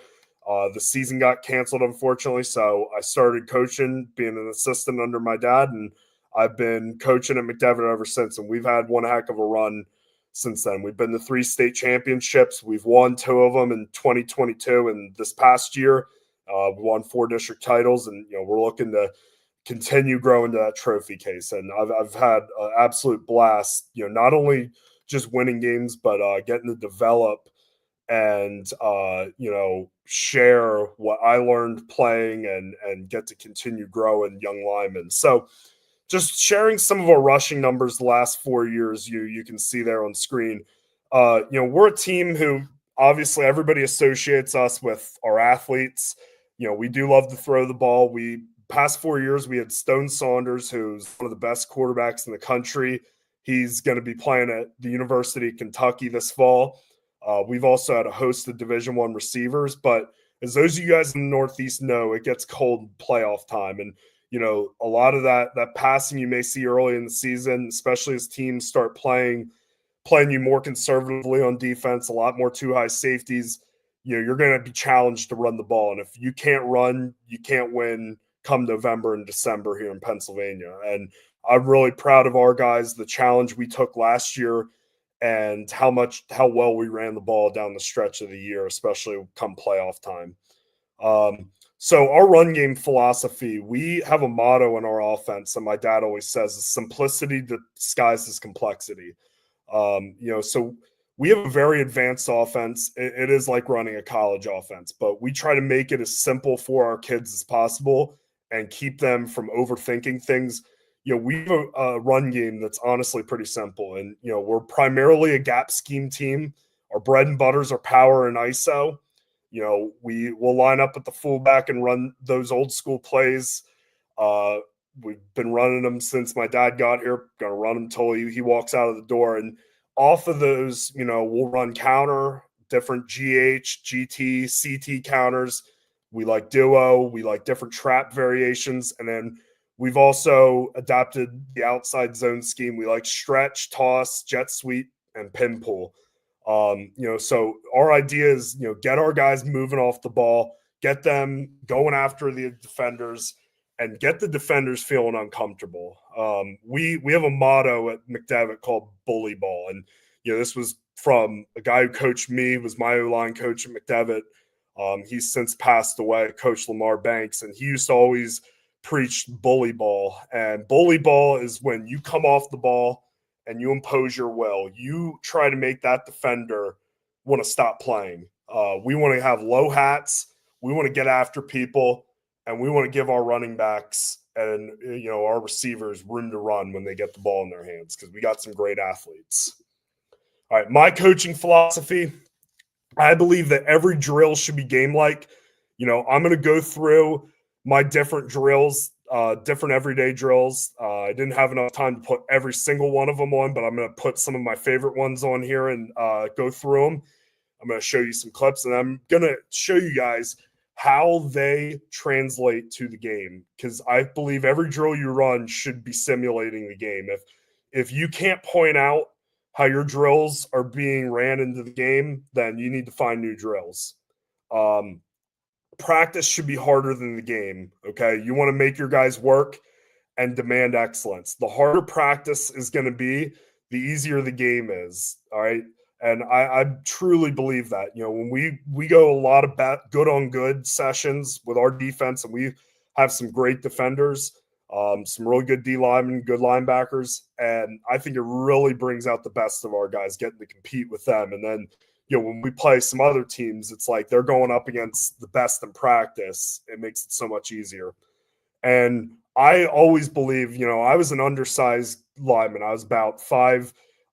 I like to say I was 5'11", about 280. And I wasn't the most athletic guy in the world. I wasn't always the strongest, but one thing I did have is I had an unbelievable motor, and I never stopped driving my legs. And I believe high effort can make up for a bad start. We're going to go through the techniques, and it's never going to be perfect. And you'll see on these clips, it's never perfect. There's always one or two things maybe we can do differently. But if you have that high effort and you run your feet, all right, you're going to be in good shape.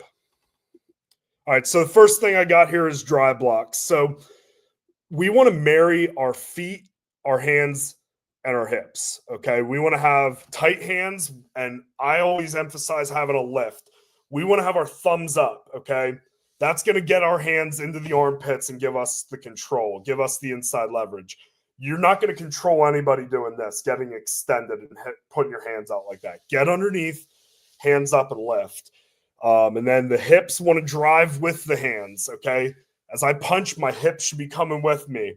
And then I want to drive my knees. Every single step I take should be gaining ground. All right. Every single step. We don't believe in this short, choppy business. We want to drive and gain ground each step with our knees and our feet. And we want to try to attach the face. We want to limit the defender's cushion as much as necessary.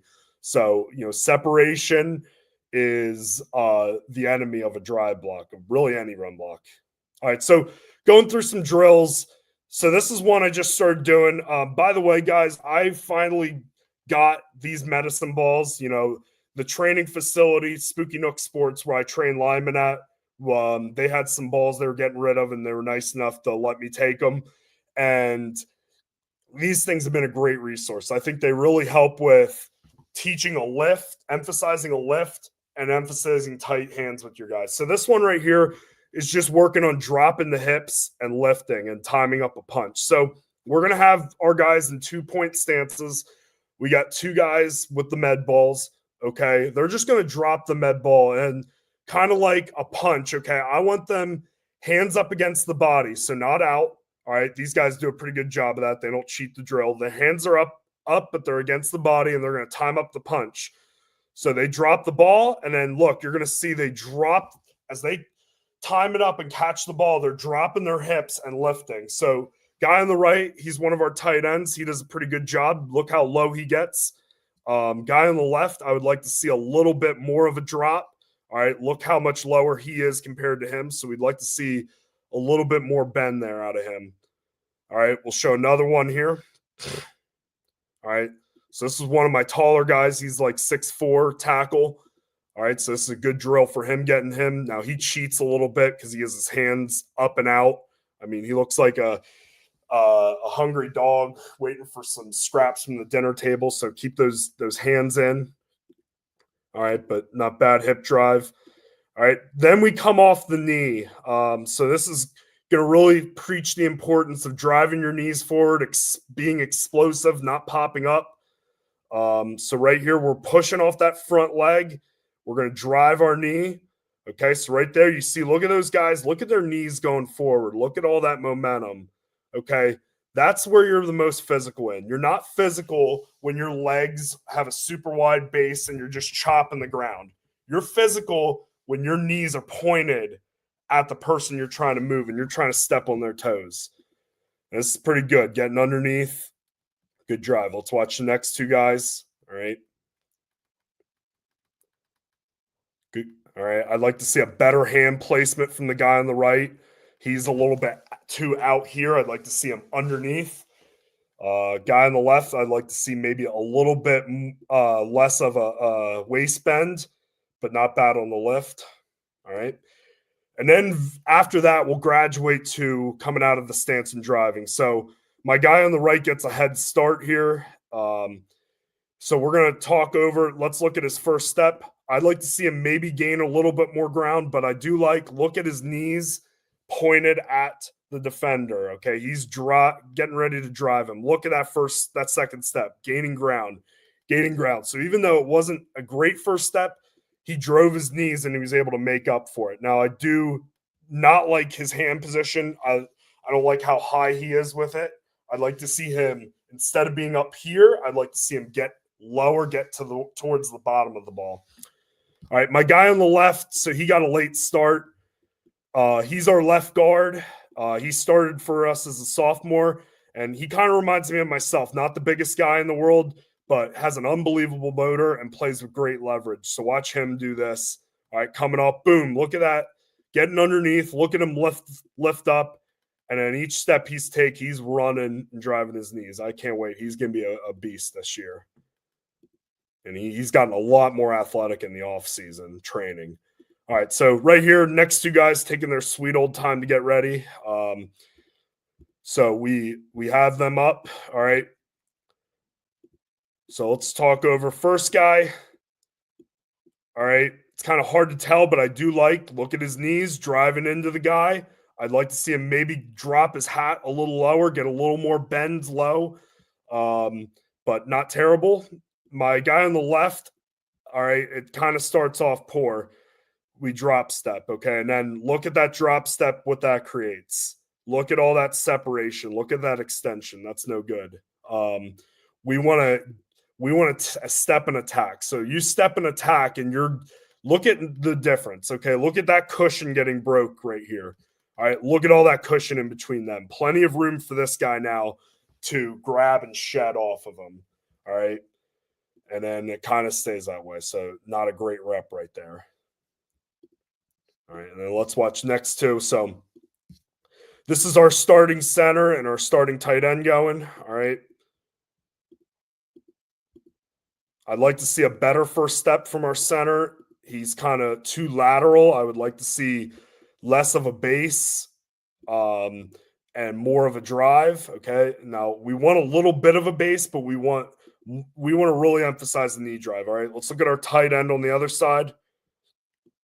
All right, he gets a little bit of a wider outside technique here. He does pretty good with this. Takes a little bit shorter of a step, gets underneath. Pretty good job driving his knees. I'd like the defender to give more resistance, though. All right, then moving on to the down block. All right, so I teach with the down block to take a lateral first step, all right, and keep the toes pointed straight. Our second step, then, we want to step straight at the defender. We want to get our screws of our helmet towards the inside ear hole and kind of pin that guy out and remove him 2 gaps over. So this is kind of where I believe, anytime you turn, we never want to turn our shoulders. Okay. Turning your shoulders is no good. It's no good in the run game, and it's definitely no good in pass pro. And, the big mistake I think everybody makes is they just try to turn. They take a step where they go like this and they just turn their shoulders and just try to kind of wash the guy out. All right. And, when you do that is you get yourself into a trail position. And we don't want to be in a trail position. When you're in a trail position, and I'll show you some clips of some good examples and some bad examples. When you get in a trail position, guys, all right, you're now allowing that defender to get upfield and press you. Okay. Now he's going to get all the penetration and he'll take away a cutback. And if you run RPOs, you're an RPO offense like us. All right. That's detrimental to the RPO is when you can't get that. When you can't get a down block or a back block. All right. So we want to step lateral. We want to cut off the guy's penetration, and we want to drive our feet. So show you a couple clips. Here we are kind of just doing it as a group. All right. So redemption time for my guy in the orange, as bad as that drive step rep was, this is pretty good on the down block. All right. I'd like to see maybe a little less turn, but look at his knees, look at his hat placement, and look at his hands. That's pretty good. All right, he gets that defender out of there. All right, my guy in the middle. All right, the first step, I'd like to maybe see be more aggressive. He gets it lateral, but I'd like to see him maybe step a little bit more towards the defender. And then I'd like to see him get himself in there. I don't like where his hands are at, and I'd like to see him get his helmet in there more. All right, break his cushion. All right, we run the same thing the other side, same group. All right, that's actually a better first step. Now, again, fix those hands, get those hands in. This guy, he's new to us. We're still breaking him in, teaching him the right technique and everything, getting him comfortable. So, he'll get there. Love the guy in the orange there again. Love his drive step. Look at those knees. All right, look at that hat placement. You can never go wrong, guys, driving your knees into the defender. All right, look at that movement they create. All right, and then this is a drill we just did the other day. It's a 2-on-1 drill. You can do a bunch of different combos with it. A few different ones. So we did kind of a reach scoop combo. We do a regular gap scheme double team, and then we do a pin pull. All right, so right here, we're going to pin pull this defender. We're going to pin him in, down block. My guard's going to pull out behind that, all right, and run the alley. So let's watch.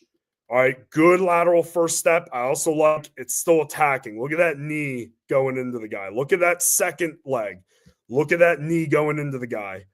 Look at those hands, all right? That's the other thing, guys. When you take more of a lateral first step, you're getting better hand placement. Look at his hands. All right, now we'd like to not get on the back plate, but we get those hands inside now. We have more control when we're stepping laterally. All right. I'd like to see him get his hat a little lower, but this is not a bad drive, okay? This guy right here is going to be a sophomore for us. Just got offered by Syracuse. He's about 6'6", 240 right now, and we're really excited about him. He's come a long way. All right, so gap scheme double teams. We believe, so what I teach is our first 2 steps getting vertical. We want to step to the guy's crotch. We want to step to that defender's crotch. All right. So our first guy is our lifter. He's going to be the inside guy on the double team. All right.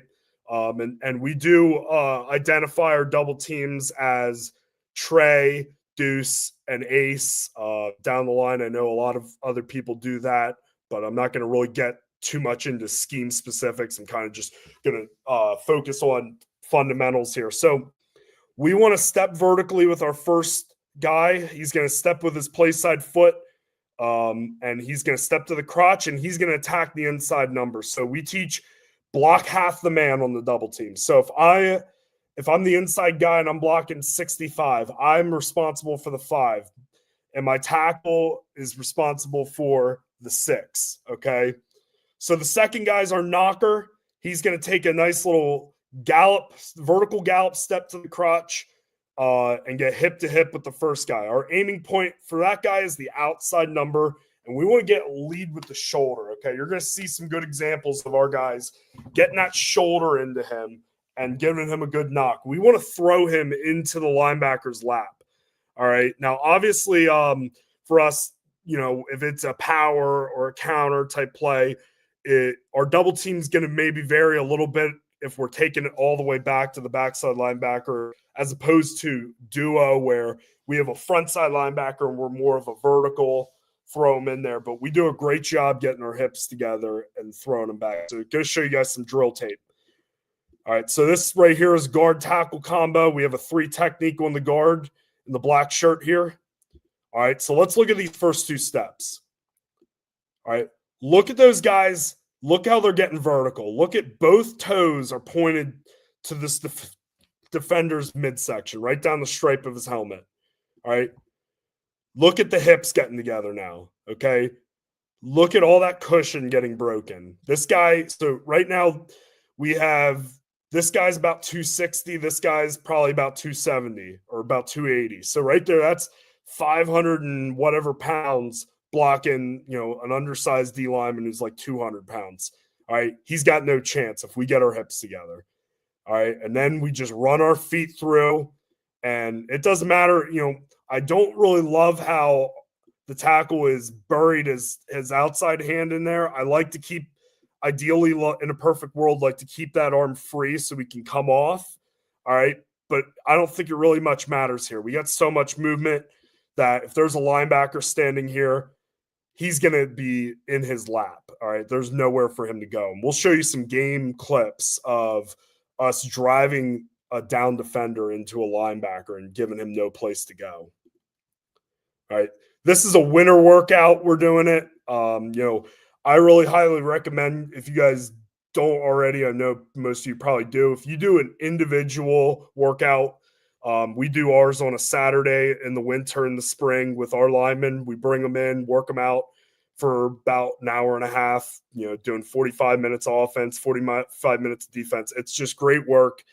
You get to focus on a lot of different fundamentals that you maybe don't get to in a normal practice, especially a spring workout. It's been unbelievable for us in our development. So we are going to go true double team here. We have the linebacker in there. All right. So first of all, I don't love the steps here. Okay. I don't like how this guy's just moving laterally side to side. I'd like to see that step go into the guy. I also don't like how this guy's just kind of taking a side step here. That step's got to go attack. All right. We want to be more attacking, but do get our hips together. And this is a really good job by the tackle of bringing that shoulder, and look at that defender getting knocked back now. All right. Guard maybe leaves a little too soon, and then we want to be a little more physical then when we come off on the linebacker. We'll talk about that here in a second, is sinking your hips and running through them. All right, run this one. This is a workout in the gym. All right, so we have 2 guys going at once. We got a center guard and a guard tackle. All right.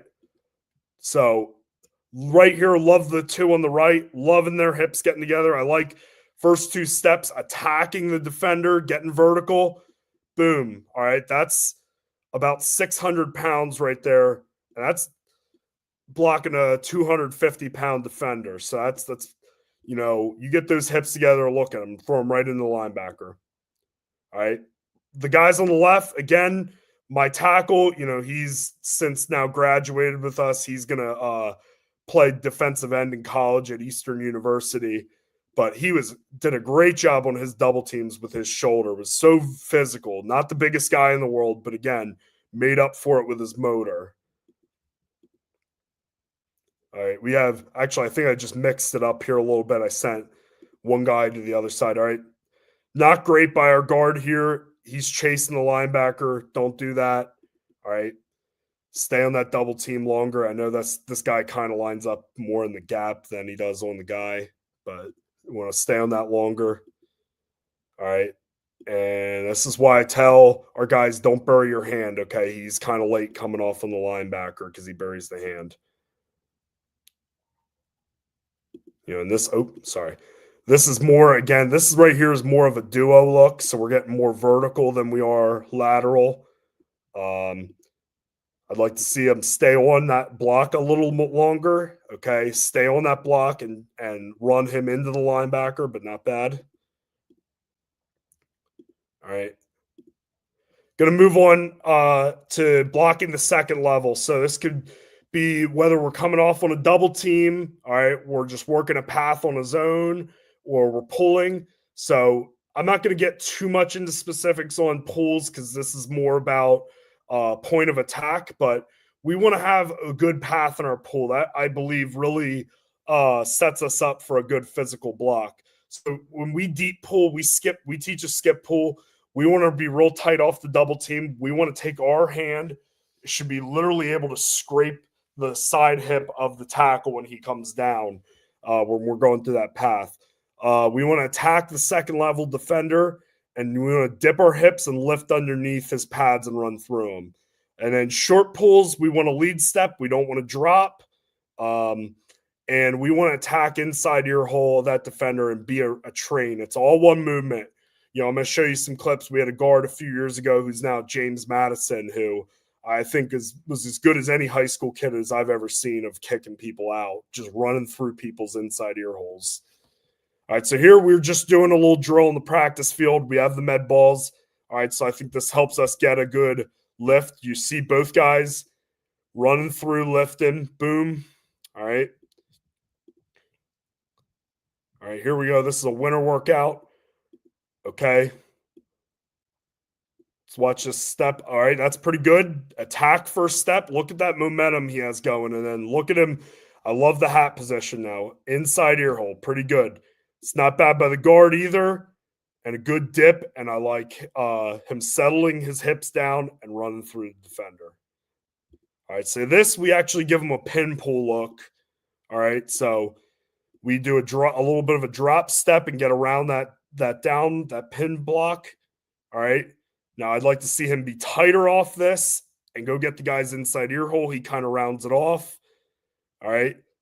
This is the second guy. I'd like to see him be a little tighter as well. All right. And then sink his hips down. All right. Now, lastly, I want to go over outside zone. So I want to go over really the point of attack with this. And the way we teach inside or outside zone rather is we want to make this a physical block. We want to get movement. We want to make things very clear for our running back. I think the worst thing you can do in the zone scheme is give your running back an unclear picture. So whether it is we are getting movement, we're getting to that outside ear hole, we're getting to the outside number, and we're moving him back vertically, or we have to get on his back hip and torque him. We're being decisive. We're going to run our feet, and we're going to drive our knees into the defender. So I teach first step is a lateral lead almost. So I always say attack the defender's third foot, okay?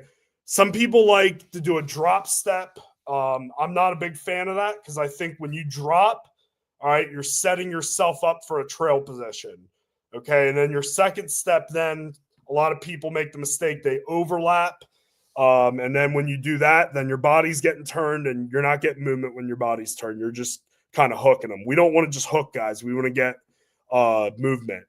So we want to aim for that defender's outside number, preferably getting our back hand to the number. If you can't get the hand of the back hip, which is pretty common. We had a tackle last year who I don't think he ever got to a guy's back number, but I have a clip of him. He did an unbelievable job getting his hand on people's hips and just running them out of there. And he created lanes for our running back to do that. So as I said, leg drive creates seams. All right, so I'm going to show you guys. Here we're working on the boards. Again, I love working on boards. I think it's a good job to give us set a good base for us, get good footwork. All right, so this is, again, a day where I had to take all the linemen because our D-line coach was on vacation. But we're going to see right here, show you the guy on the end here in the black gray shorts. That's the right tackle. This is a pretty good first step. Look at that step. It's not going backwards. It's nice and lateral. It's stepping towards if he had an imaginary third foot. Let's watch the second step now. Boom. Look at it. Look at him lead his second step towards the guy's body. He's not crossing over. Okay. He's taken that second step. And now look at him. Now he's got a little bit of a base there. And look at it. Now it's just essentially a drive block. All right. Just getting that outside, get that head over across. I'd like to see him maybe get his backhand over to the far number, but that's pretty good. That's what we want right there. Watch another group do it to the left. All right. So guy on the end, this was, I believe, his first workout with us. He just came over. I like to see that step, not so much of a pick up and put down. All right. Look how much time he's wasting picking his leg up like that. We want to be quick. Okay. So look at the difference between him and the other two guys. Look at how quick their first foot gets down. That's what we want. All right. Their feet are already essentially down while his is still in the air. All right. So we want to be a little quicker with that. And then we want to maybe gain a little more ground with that. And then that second step again. All right. So the guy right here in the middle is wrong. He's a defensive guy. He crosses over. We don't want to do that. We want to take the step. Like these last two guys right here, boom. We want to drive it into the defender, all right? Look how uncomfortable the defender is now. I'm going to show you some game film of our 5'11", 260-pound guard blocking a 6'4", 330-pound defensive tackle doing this and driving him off the ball. All right, last clip. So here actually we're working the backside part of the reach. All right, so this is a tough block. You definitely have to be very lateral at that first step. All right, that's pretty good from our guy here in the middle. Watch our center do it. That's actually really nice by him. I like where his foot ends up. I'd like to maybe see him not lose ground, but he gets wide enough that I don't have much of a problem with it, and then just get his head over across. And then really good by the guy in the end here. This is our starting left guard from a year ago. He's going to be a 3-year starter this year. So maybe not so big of a first step. Okay. Try to be a little quicker, but look at him now. Attack with that second step and look at his head position over across. He's getting movement and he's cutting the guy off. That's real nice. All right. Going to show you guys some game film now. So I think it's important to now show how these drills translate to the game. So starting off with a couple outside zone clips. So this was our state semifinal game. We played a really good team, Pine Richland from Pittsburgh. They have a few guys going to Division I right now. You know, they were a really good defense a year ago. You know, they didn't give up very many points and didn't give up very many rushing yards. And they came into this game, as you can see, they're running 2 high safeties here. And this kid over here just committed to Florida State. He's one of the best corners in the country. So we knew we were not going to have much in the passing game that was going to be given to us. We were going to win this game up front. So we came out and we were gashing them pretty early with power, running power, ISO, and counter. So their answer to that was they started moving guys up front and they started shooting linebackers. What they started doing was they started bringing this overhang off the edge, off the far side to kind of disrupt us a little bit. So our answer to that was go into the outside zone game. Okay, we ran a lot of stretch and ran a lot of pin pull in the second half of this game. So this clip first, we're starting off on what we don't want to do. So I know this isn't great camera angles. We didn't have an end zone cam in this game, but let's look at the right guard and right tackle. Look at their body posture. Look how they're both their pads are pointed to the sideline. All right.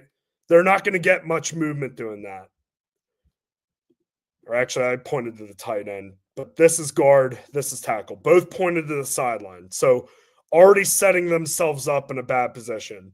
Now, our tackle, he was pretty much resigned to the fact that he was going to get the hand on the hip and torque. He does a pretty good job of that, as you can kind of see right here. All right, I know it's a little hard to see. You can kind of see that hand on the hip as he goes through. All right, now their coach thinks it was holding. I think it was a pretty good torque block. Now our guard, not a great job by him. He drops a little too much. Now look at his shoulders getting turned. And the kid he was blocking was about 330 pounds. So especially on a big dude like that, you're not going to get a whole lot turning your shoulders and just trying to hook them. All right. Now we probably, if our tight end gets this block, might have a little bit of a seam, but hey, we still gained 5 yards, even though I didn't think we blocked it really well. We have a really good running back. All right. We come back and run it the other side. This is actually the very next play. So we flip the formation, run it to the other side. All right. Now they're going to bring a run blitz. They shoot the backside linebacker off the edge. Okay. And we have the perfect play call. We ended up just running right away from it. Now let's watch our right tackle and our left guard and our left tackle. So look at our left tackle. Love this. Look at that first step. Look at that first step being more lateral. Look at him driving that knee in. All right. Now he kind of just stops his feet. I tell him, just keep running your feet, but he gets a good body position and he makes it declarative for the running back. And this is an absolutely outstanding job by the left guard. All right. Look at that first step. Look at him outside lead. Look at him drive that second foot and look at him clear this guy out of there. Like I said, this guy right here has about 50, 60 pounds on him, and he's knocking him off the ball. That's a great block. It might have been his best block all year. All right, now we just tell our center now, just keep running. That's a safety. We're not accounting for him. That's the running back's guy to beat. And if you guys have watched us, our running back, I'll take him against anybody's safety. So you see, look at that. He's a beast. Just committed to Eastern Michigan. He'll run through people. So we never want to turn back on zone. Keep running. Hey, Coach, that's your time. I'm going to cut you off right there. Okay. All right. Coach, I appreciate you for coming on and for talking about, hey, first off, running these through guys. Like, that's such a big thing. Because a lot of times we like to say play long, you lean, and getting a lot of power. So I appreciate you for doing that for me. And I'm going to get Coach on for me. Apologize, I couldn't get to more game film, but I think it was great in a summer series like you have the focus here, just emphasizing those drills and emphasizing what we're preaching to our guys.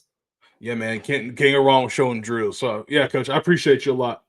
All right, thank you, Coach, for having me on, and thank you guys for listening to me. And like I said, I'm on Twitter on the X. I'll share my email and my Twitter account in the chat, and anybody who has any questions or would like me to share my presentation, I'd be happy to do so. Yeah, man. Thank you. All right, guys. Coach Ladd, Coach Tim Ladd, appreciate you, Coach, for coming on and talking to us from UVA wise. Coach, you can click present down here in the bottom tab. Here we go. Yeah, and then screen. Yeah, share screen. And then if you have your presentation up, it should be like you have your Chrome tabs or anything like that. You can click share. All right. Awesome. All right, Coach. You got it. Yep, looks good. I'm going to back out and take over. Thanks, Coach. Coach Tatum, thanks for putting this on, man. I know you've asked me a few times to get on here and talk, and I've always had an excuse for you. I'm glad to be able to make this work. Thank you guys for watching. We're going to talk about some run game stuff, winning laterally. So here's my email, Twitter account. If anybody wants to get in contact, feel free to reach out. A little bit about me. Going into our second year at UVA Wise, 12th year total coaching from Chicago, Illinois originally. Get into this a little bit. So this is our 3 pillars for my offensive line room. A couple coaches earlier talked about energy and effort and teaching it and preaching it. This is what we're about, man. Our 3 pillars are energy, effort, and attitude. How we start, how we sustain, and how we finish. You get into the definitions and all that, but a quote that we use a little bit kind of came out in a fit of rage one day, but talking about setting the tone. We don't wait for someone to set the tone. We are the tone. And that's the motto that we live by in our offensive line room. Right? We try to be the tone every day. So about our scheme a little bit, and how we've built it and where it's come from. I spent 9 years as a player and coach at St. Xavier in Chicago, NAIA school, and they didn't even have a tight end on the roster. I don't know if Coach Yano still doesn't use tight ends, but 10-piece spread system. Then spent 2 years in a 21-12 personnel system at Ave Maria University. And I started to fall in love with that a little bit, just the formations and, just the heaviness of packages and different things you can do. And I sat there and thought all the time, and how do I blend, the tempo and the formations? And Coach Bogart and Coach Bassett, Quincy called me, and they're exclusively 11 personnel running the Tennessee system. And, you kind of get a little bit of that. You get into some heavier things at times, but you're using wide splits, extremely up tempo, and putting an emphasis on the run game. And, that clicked for me. Now we use, we're a little bit more 12 personnel. We try to bounce in between 11 and 12P, but, we're just putting all that stuff together. And I have fallen in love with the pace of up tempo, but the ability to get in and out of multiple formations with a 12 personnel system. So it's worked for us. We're having some fun doing it.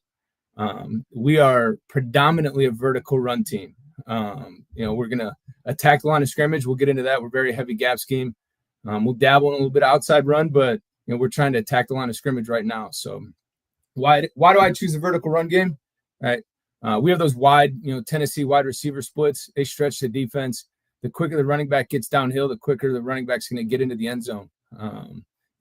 You'll see some of these clips here. We get downhill real fast, and it limits negative plays. Right. If we're getting right to the line of scrimmage, it's going to be harder to tackle us for a loss. We talk a lot with the O-line and running backs and tight ends about the point of attack on runs, right?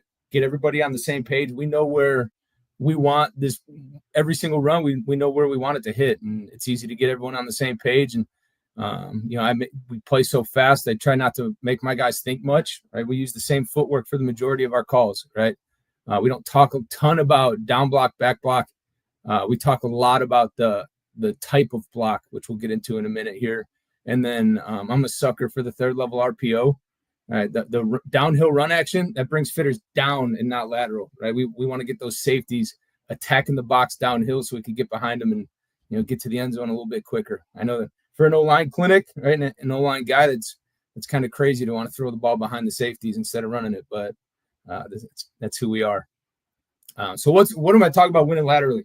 Right, winning laterally, on our double teams and solo is a little bit different, but in a one-on-one block, we understand where the point of attack for the call is and where the ball should hit. Right? We want to close off and win that gap. Right? We just want to own our gap. Right? You don't have to drive the D lineman downfield. Right? It's not a must. It's more about straining to win. Right? Not getting beat across your face and owning your gap. Right? That's the biggest thing in a one-on-one block for us. Right? Why do we choose it? Right? You look at the D line stance. Right? Head down, hips high. It's loaded, built for explosion. Our O-line stance, head up, hips low, or even weight. Right, we're built to move multiple directions. Right, D-line's coming right at us. Right, it's built to create more initial force in the O-line stance. Right, when you're in a one-on-one situation, right, we expect the O-lineman to not only stop the force of a more powerful stance, sometimes more powerful guy, right, but to move it in the exact opposite direction. Right, when you get on the sleds, you're just pushing the sled. I'm about the sled once in a while. It's got its place, but the sleds don't hit back. You're moving that in one direction, right? I've had, the thought, instead of stopping the defender's energy, and starting it in the opposite direction, isn't it easier to, keep it on the move, right? Divert the energy and knock it off its tracks, right? If you get the guys on the boards, what's the initial, human instinct? When it's hard, they want to torque and, rip the guy to the side, and it gets dangerous. Why not use that initial instinct, right? And teach it and coach it in a more, safer way, and get it taught. All right, we're going to get into some drills next year when Coach Tatum asked me to be back. If he asked me to be back, I'll have a ton more drill tape. That's one thing I've been pretty bad at. I focus on getting out there and just getting the stuff done. I don't do a great job filming the drills and getting that stuff. But these drills here, these are going to be from our first spring at UVA. So last spring, it's not going to be the cleanest and prettiest, but you'll get it, and the game tape will be really good to watch. So first one we're going to talk about is our pound shuffle. I'm huge on body control, right? And, not one of my biggest pet peeves is seeing an offensive lineman take a big step and D lineman moves the opposite way. We get beat across our face. We look like we're falling on the ground. So this keeps us keeps our feet low to the ground, square hips, square shoulders. It's easier to change direction with the movement on the D-line. We call our 1-2 a big bite. Right? I know there's a handful of college coaches out there that use that. I'm sure there's some high school guys that use big bite, but that's just our 1-2 normal drive block. When we're pound shuffling, we must work into a big bite. So instead of just a 1-2 out of your stance, it's going to be a 1-2, 1-2, or 1-2, 1-2 into a big bite. Could be used in any situation. I really love it for when there's distance laterally, right? Pre-snap. I know coach was just talking about, getting in trail mode at times. We want to close that space right now. If we take a big step at a guy with some distance away from us, you're going to get in trail mode. So this pound shuffle is good to close some ground and then get into that 1-2. So we're not taking huge steps, getting in trail mode and or getting cross-faced or anything like that. All right, so some examples of it. All right, first one here. I think the center in the middle here does a really good job keeping his feet low, right? Being in control. He's taking a 1-2. If you're watching here, we'll get that in slow-mo. All right, here's his pound shuffle, and now he's into his big bite, right? Ripping that second leg through the defender's crotch. All right, need a little bit more rip here out of the guy on the left. Right guard's doing an all right job too. Here's one the other way.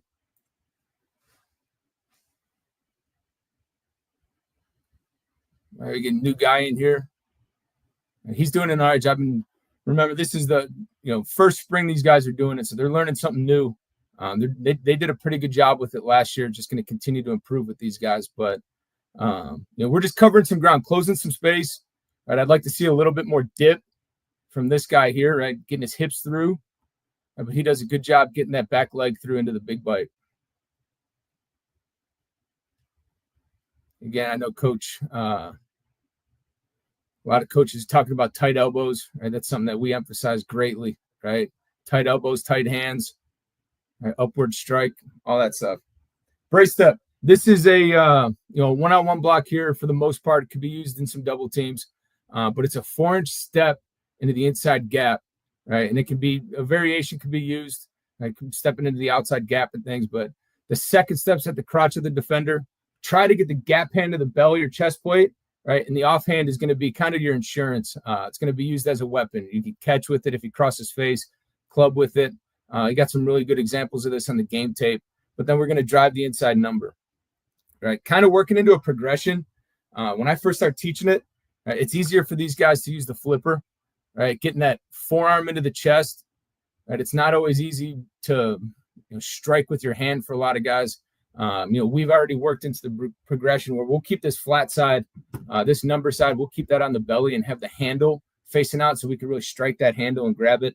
But the point of this drill, right? We're trying to own our gap. Right, these guys know here that this football is hitting in this inside gap. Right, and their job is to win that gap and own it. Right, so we're going to take a protection step. Right, he's stepping into that gap, make sure they're not crossing face. Right, second step's going to go through the crotch. Right, and now we're just going to drive it and put our weight into it. We're not focusing on finishing the block completely here.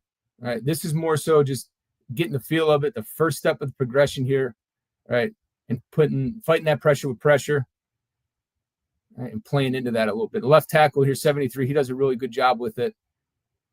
Right, just playing into it and winning in that gap. Here's another group in here. All right, just step into that inside gap. Right, making sure we can win that 75 there on the right side. Does a good job with it. All right, just getting the feel for this right now. This is pretty early. Just getting a good feel for what we're trying to get done. Here's a look the other way. Same guys. And now this ball's hitting in a left side gap, right? No matter what we're running, if we're running, duo power counter, right? We know this is hitting right here, right? All we got to do is keep this guy from this gap, right? Take a protection step. We call it a brace step. Get into the gap, fight pressure with pressure. Again, these guys are doing a pretty good job here with it. All right, now we're going to progress that same drill, right? We're going to do that the brace step. Now we're going to add our hammer punt, our hammer club, whatever you want to call it. We're going to club with that offhand, right? We're going to engage and run our feet. this is where I talk about using that torque. You know, when you're in the board drill, you know, one-on-ones, coaches all the time, don't rip, don't twist, right? We want to move the guy backwards, right? And I'm all about that a lot of times, but you know, if we could find an easier way, a more efficient way, right? I found for me that this is a little bit more efficient, right? So we're going to rip that D lineman laterally. We're going to, you know, there's a saying, one of the coaches one time said, rip the sink off the wall. And I've loved it and I keep using it, right? So we're going to rip the sink off the wall and we're going to run our feet, right? If you just, you know, torque and, you know, kind of twist, you see that a lot. You know, I see that on a lot of high school tapes and things like that, but, you know, you kind of torque and twist, that's going to be called a holding a lot of times, right? So we're going to torque, we're going to throw, and we're going to keep running our feet and try to stay engaged so we don't get that holding call, right? So take a look at it, right? Now we're starting in the fit, right? Putting that pressure with pressure, right? And now we're taking that offhand, that club hand, right? And just, you know, clubbing outside and finishing the drill, you know, winning in our gap. This ball here is hitting in this right side gap, right? All I got to do is keep this defender from crossing face, right? Just lock him out and sit on that, right? And then we progress this drill a little bit further, right? From here, I'll blow a whistle, right? I don't have this one on tape, right? I'll get a whistle here, and these guys will take off sprinting the D lineman, right? They'll take off running, and we're going to get engaged, and we're going to continue to fight pressure with pressure all the way downfield. And there's a couple good clips of that come up in the game tape that you're going to see very shortly here. Right, here's the other way. I think this one we kind of round. This is a bad look at it. Right, he's kind of rounding. Right, if you got a defensive lineman in your chest and you're rounding it like that, it's not going to work. These guys, the old saying, brother-in-law in it. Right, they're brother-in-law in it a little bit. Right, this is a little bit better of a look at it. And I'll mix it up once in a while. I'll have these guys kind of cut underneath. So you got to stay engaged or run to the top. Right. Any way you can continue to progress drills and you know, make it more game-like, the better it's going to be for your guys, right? So in an instance here, we'll blow the whistle. This guy will take off running. He's got to stay engaged and keep that guy in front of you, right? Our combos, everything that we talk about in a combo is lead man, trail man. You know, I know Coach Weachter he was talking about first guy, second guy. You know, make it your own, however you guys do it. This is how we do it. Lead man, trail man, right? The lead man on a combo, usually going to brace step into the defender. He's going to be the lifter, the lead man most times, and the trail man, he's either going to knock it, he's going to take it over, but our lead man's going to be the lifter, and the trail man is, you know, depending on our combo call, is going to make the you know, make the trail man block, right? And our types of calls: Jack, Rico, Biggie, and Diddy, right? Diddy's our slip, you know, we're not even touching him, you're solo. Biggie's going to be a true vertical double team, you know, two bodies on one, delivering them up to the next level. Rico's a scoop for us, right? We're going to play through. We're going to try to open that chest for the trail man to get his head across. And then we're going to talk a little bit about Jack. This is our lateral double team here. You're going to see some really good clips of it when we get into the game tape. So here's our Jack. It's a knock and rip, right? So the lead man's going to play into the D lineman, expecting to fully take him over, right? His goal is to lift him and rip the sink off the wall, right? We want to get into that defender, lift him up, you know, get a hold of that chest plate, and we're ripping him. We want to take a B gap D lineman and put him in that backside E gap, right? You'll see some really good clips of that. And then the trail man in a jack, right?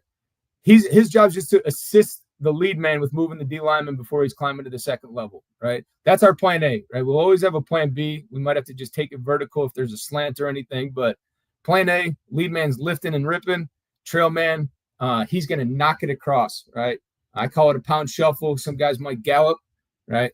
But he's got a decision. How much color's in my gap? Am I going to knock it with my shoulder, push with my hands, right? That decision is going to be based off the distance between him and the D lineman and whether we're going to big bite or pound it, right? So this is just our, a lot of people call it a gallop, right? Our pound shuffle. Clearing our gap is what we call it, right? These guys are working on clearing their gap, trail man stuff. And our center here, right, he doesn't really clear his gap too often. He finds himself in a 4-down and one-on-ones a lot. So he's just working on his, choke block, his back block. Another look at it the other way. All right, that doesn't look too physical right here. We got to be a little bit more physical on that block. What I use all the time, I said, your family's in a room, that's on fire, right, in a burning building, and this door is between you and your family. Now you got to knock that door down, save the fam. Now let's get into some film. All right, here's our right guard here. Right, we got a jack combo. Right, we're running counter. We call Jack. He's expecting to be solo. He's going to give him any help he can as he climbs to that backside fitter. All right, rip it. All right, very strong right arm. He really didn't even need the help. He did it himself. All right, and when you're getting these lateral double teams, right, if we get some good lateral movement, you'll see some good clips of it. I want that hole to be as big as possible. A very clear insertion point for our pullers, for our backs, right? That makes it very easy for our tight end to get in there and our running back to get inside the tight end. All right, look how far the kick's happening from our last down block. That's a lot of space there for our backs and our insert. Another look here. We're looking on the left side. All right, we got a deuce here. We go jack. All right, guard takes it. Tackle knocks it. All right, gets a little nasty finish. All right, we get up to the next level and we squeak out in a little short yardage situation. That's a good look at a jack. Here's another look at a jack. Not as good. The center and guard. All right, center knocks it. All right, he's got to get up a little bit better. A lot of those D tackles are some heavy suckers sometimes. This is from Quincy University. This guy, the term the kids use now is a crash out. Right, this guy he put his face in some stuff. I know we pull it and throw it, right? But again, look how far that last down block happens from the kick. Right? That's one of those plays you drive a truck through it. All right, that's an extremely big hole there. All right, some great lateral movement. Another double here. All right, knocking the hit, left guard takes it and throws it, trying to make that backside B gap player or that B gap player a backside E gap player. Right, take him out of the picture. Right, got to be better at the second level. And then this is an example of a run through, right? Plan A, we're jacking this, right? I'm taking this D lineman, I'm throwing him, we're knocking it, and I'm up to this backer here. Or he'd be all the way back here, but we get a run through. Right, great job by these guys being in control, seeing it, feeling it. Tackle just completely takes the defensive tackle over. Right, we get a good kick and wrap on GT here. Right, we go get 15, 17-yard easy touchdown there. Now this is our brace step, right? These guys are taking a, we know we're running dart here, right? Tackle wrap. We know based off this defense, we're trying to get into the open gap, right? And that's this A gap here. So this guard, he knows he's got to own this gap, and he's going to take a little 4-inch step with this inside foot, and he's going to play into the belly or middle of the chest plate of this guy, the defensive tackle, and all he's got to do is hold that gap. Same thing for the center here, right? All the center's got to do is win in this gap on this 2-eye, right? So he's got an easy job. He could pass set it. He could get his body in there, right? All he's got to do is keep him away from the quarterback and the running back because we do throw a lot of RPOs. So we emphasize if we do get in trail mode, we want to stretch that, kind of like pass protection a little bit, right? Stretch that wide. Don't let him beat you directly upfield. All right, but watch the left guard here. Emphasis on him. Right? Quick little step inside. Right, he's not coming across face. Now we're going to play into it. He's got a club on his hand. Kid played a whole season with a broken, break in his hand, going through some crazy pain, but does enough, right? Doesn't do a great job. Makes a huge insert point for this tackle and for that back. All right, another Mack truck hole for an easy touchdown. Left guard here. All right. I think we're running counter on this one again. Nope, just duo. All right, all these guys, they know that we got to win on that inside. He's being patient, right? His one job here is to make sure this D lineman doesn't play an A. The patience, the strike, and run him out of there. Right, a nice example of a jack combo here. Center's going to take it on. Right, he's trying to rip the sink. Right, gets enough. Same with the tackle here. Right, they get enough. Winning in their gap. And our guys know, our offensive line know, right? When they define, so he's trying to wash this guy down, but if they define right now where they want the point of attack to be, with their shoulders, the running back's going to hit it, right? He's He's trying to rip the sink right now, downhill, let the back hit it right off his back, but he doesn't get it done. He'll throw the other way. Back does a good job making us right there. Watch the tackle here, right? He's got it. We're running dart again, right? Tackle wrap. He's winning in this gap, right? Tackle's winning in this gap. He's going to be patient. He's got some distance. He doesn't really need to brace up. He could set it, right? However he wants to get it done, right? But you'll see the strong right hand here, ripping the sink, throwing him laterally, right? And then he progresses the drill, right? Talked about blowing the whistle. D lineman's going to chase, right? Watch the effort here. I know he gets tripped up, right? To progress that drill. On the inside, we do a good job winning in our gap as well. And then there's our crash out, pulling for a linebacker, going a little bit low, but more than getting the job done.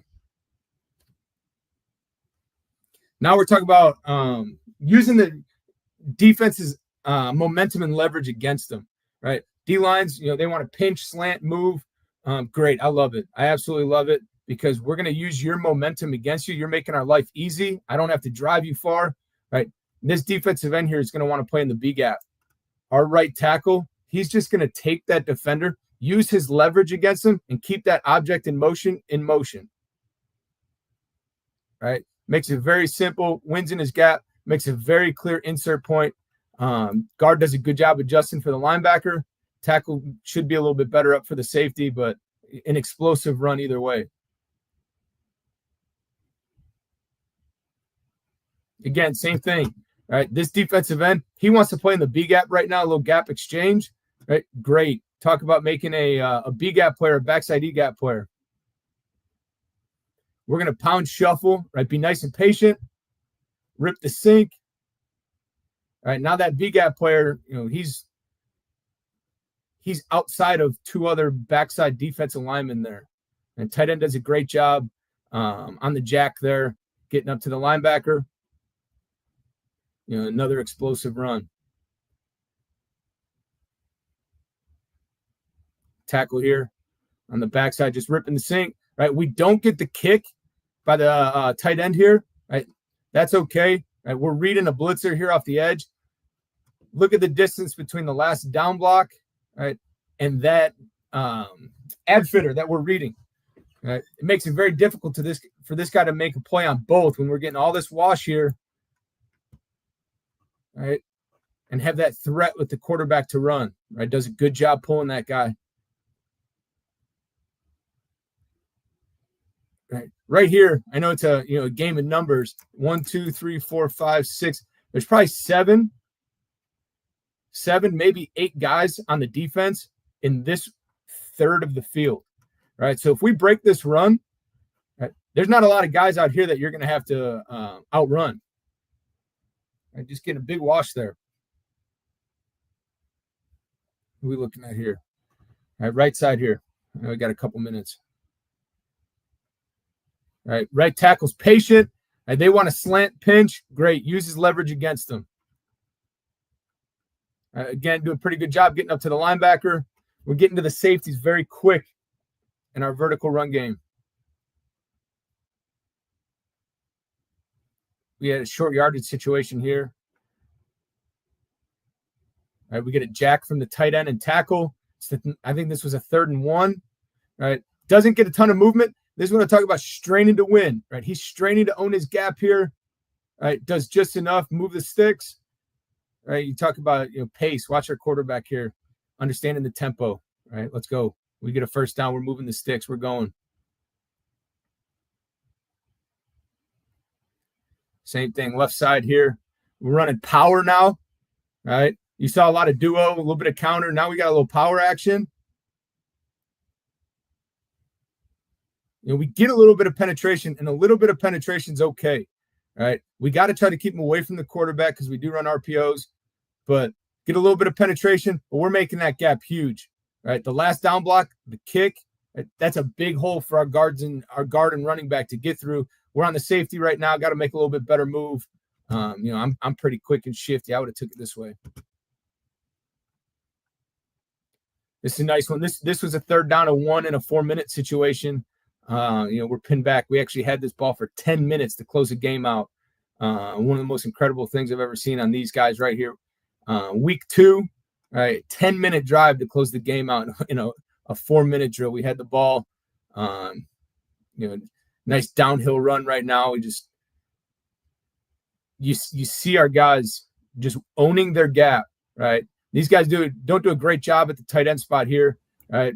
Scoop this, however we got to get it done. We got to get some cutoff here and wash here, right? Either way, back gets enough to squeak through, get a good chunk of yards there. 1 minute, Coach. Yes, sir. Same thing here. We do a little bit better job of getting this cutoff on the backside. You see the pound shuffle and that insurance hand by the right tackle there, getting some good movement, getting downhill right now. All right, that's it. I'm gonna go back to this one. If anybody wants to reach out at all, feel free to reach out. You got my Twitter, you got my email there. If you need my cell phone number, I'm always willing to give that out. So reach out, ask any questions. Like I said, next time I'm talking, on this, I'll have a lot more drill tape to get through. So I want to thank you guys for your time and enjoy the rest of the day.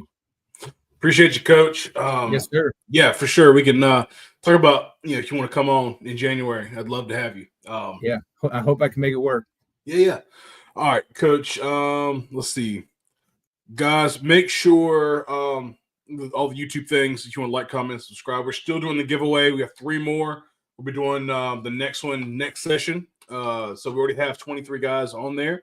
But if you want to keep doing, make sure you post a picture or just DM me how long you've been hanging out with us and following us on the X and YouTube. Coach, how you doing, man? I'm doing well.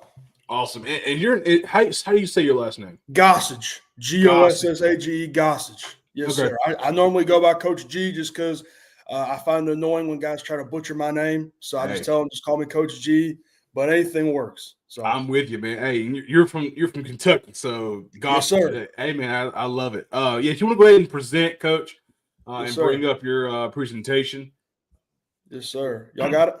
Yes, sir. That's it. I'm gonna back out, and you got it. Awesome. Guys, I appreciate the time, appreciate the opportunity just to be able to be here. Like Coach said, my name is Ethan Gossage. I'm the offensive line coach / run game coordinator at Lafayette High School here in Lexington, Kentucky. A big 6A powerhouse, man. I love what I do. I'm fairly new to the profession. This is going into my 3rd season coaching offensive line. But right there, you'll see my number, my email. That I put my Twitter in my little picture up there. Anything that I can share with you guys, I would love to. Any kind of connection, things like that. I think offensive line coaches as a whole, it's a community. It's a brotherhood, right? And I think we learn from one another, right? A lot of what I've learned and a lot of what I teach to my guys is not original, right? Or it's not my own thought, but it's a lot of things I've adapted from a lot of other coaches. So just going through run blocking fundamentals and mainly on the inside zone fundamentals, things that I teach here at Lafayette. A little bit about my background. I'm originally from Tennessee. I played at Farragut High School down in Knoxville. I ended up signing back in 2019 with Campbellsville University. That's what brought me up to Kentucky. Team captain, 4-year starter on the O-line there. My last semester when I was at Campbellsville, I had a great coach by the name of Mike Griffiths, who kind of took me under his wing, and he was the OC / O-line coach at Campbellsville High School. He allowed for me to come on that last semester and kind of help his O-line out during the offseason. And then for 2023 to 2025, this April, I was the O-line coach at Kentucky Christian University out in Grayson, Kentucky. Great opportunity there. Great program there. I know guys, Jason Aubrey and Joby Sullivan, they got a lot going on there that are good. So kind of going into the run blocking fundamentals, things that I harp on, things that I teach. Number one, right, whenever I'm teaching run blocking, my guys got to understand, right, that we do not finesse, nor do we stalemate block, okay? Never settle for a stalemate, okay? We will always throw the first punch, okay? We're not position blocking. We're not pivoting or any kind of, rotation block. No, we are going after it, throwing the first punch, all right? We got to be physical, vertically moving our man and the line of scrimmage. Okay, the goal is to constantly punish our opponents and dominate every single rep. I tell my guys, I don't need flashiness, right? I don't need guys that can be great every other series, okay? We got to be consistent in what we do, all right? I think O-line play is very similar to blue-collar work, okay? Blue-collar work, are you getting the praise every single day for what you do? Probably not. But you come in, you punch in, you get the work done, you're consistent in that work, and you go home. All right. That's what we have to do as offensive linemen. Okay. Technique. All right. We work tirelessly on the fundamentals of blocking and creating habits. Okay. The idea is to consistently, keyword consistently, attack our aiming points. Therefore, blocking will become instinct. Every scheme and every play is going to change. It's going to vary, whether it be outside zone, mid zone, or even gap scheme, pass pro, things like that. But one thing I want to always harp on is aiming points, right? Where am I attacking? Okay. Once they understand that, they're able to then use their technique and use that toward their aiming point. Okay. But even though technique's going to vary by play and scheme, the basic fundamentals of run blocking are always going to be the same, never going to change. And that being to eliminate separation and run through our aiming points. Okay. Mentality wise, we want to finish in a physically dominant position. What is a physically dominant position? That is flat feet, tight knees, low hands, low hips, being able to have my hairline under chin line, and I'm running through my aiming point. Okay. That is a physically dominant position. Okay. We will never sacrifice physicality and or mentality for the sake of thinking about techniques. Okay, one thing I have loved since I've been at Lafayette is that my guys from day one of spring ball since I got here, they are high motor kids. They may not be the biggest, they may not be the strongest, but they are high motor kids. They go all out. They are physical in everything that they do, and I love that. Now, my job and my, I guess, good problem to have, right, is now teaching them the proper technique and being able to fuse that with their physicality. Okay, how we do that is we were going to create muscle memory through repetition. I'm not going to have any kind of drill tape on here just for the sake of doing more of the fundamental things. But a lot of my drill tape, it's a lot of the same stuff. All right, we're doing the same techniques over and over again, focusing on them. All right, kind of more specifics into the fundamentals. All right. Number one, we want to have our eyes on our aiming point. All right, whether that be near and far shoulder, near and far pec. All right, your eyes. That's going to determine where you're going. All right. So every play, every block we have, I'm going to establish with my offensive lineman, hey, you're aiming for here. All right. Your eyes need to be looking here. Your hands, the bolts of your helmet need to be landing in a certain spot. Okay. Establishing leverage. Okay. There's two types of leverage. There's vertical leverage and there's horizontal leverage, right? Vertical leverage being padded under chin, up and down. Horizontal leverage being near and far shoulder, side to side. Okay, we want to eliminate separation, maintain a chest-on-chest relationship with the defender. When I teach my guys how to run block, okay, I teach them literally make yourself like a forklift. Okay, when I've seen guys do like board drills and things like that, working on the feet, right? You'll see a lot of guys as they finish, almost kind of like the dirty dancing pose, right? They'll take that pad and they'll hold it up above their head. I've never seen an offensive lineman do that. Never in my 13 years of playing O-line and now 3 years of coaching. I've never seen an offensive lineman pick up a dude full like this, right?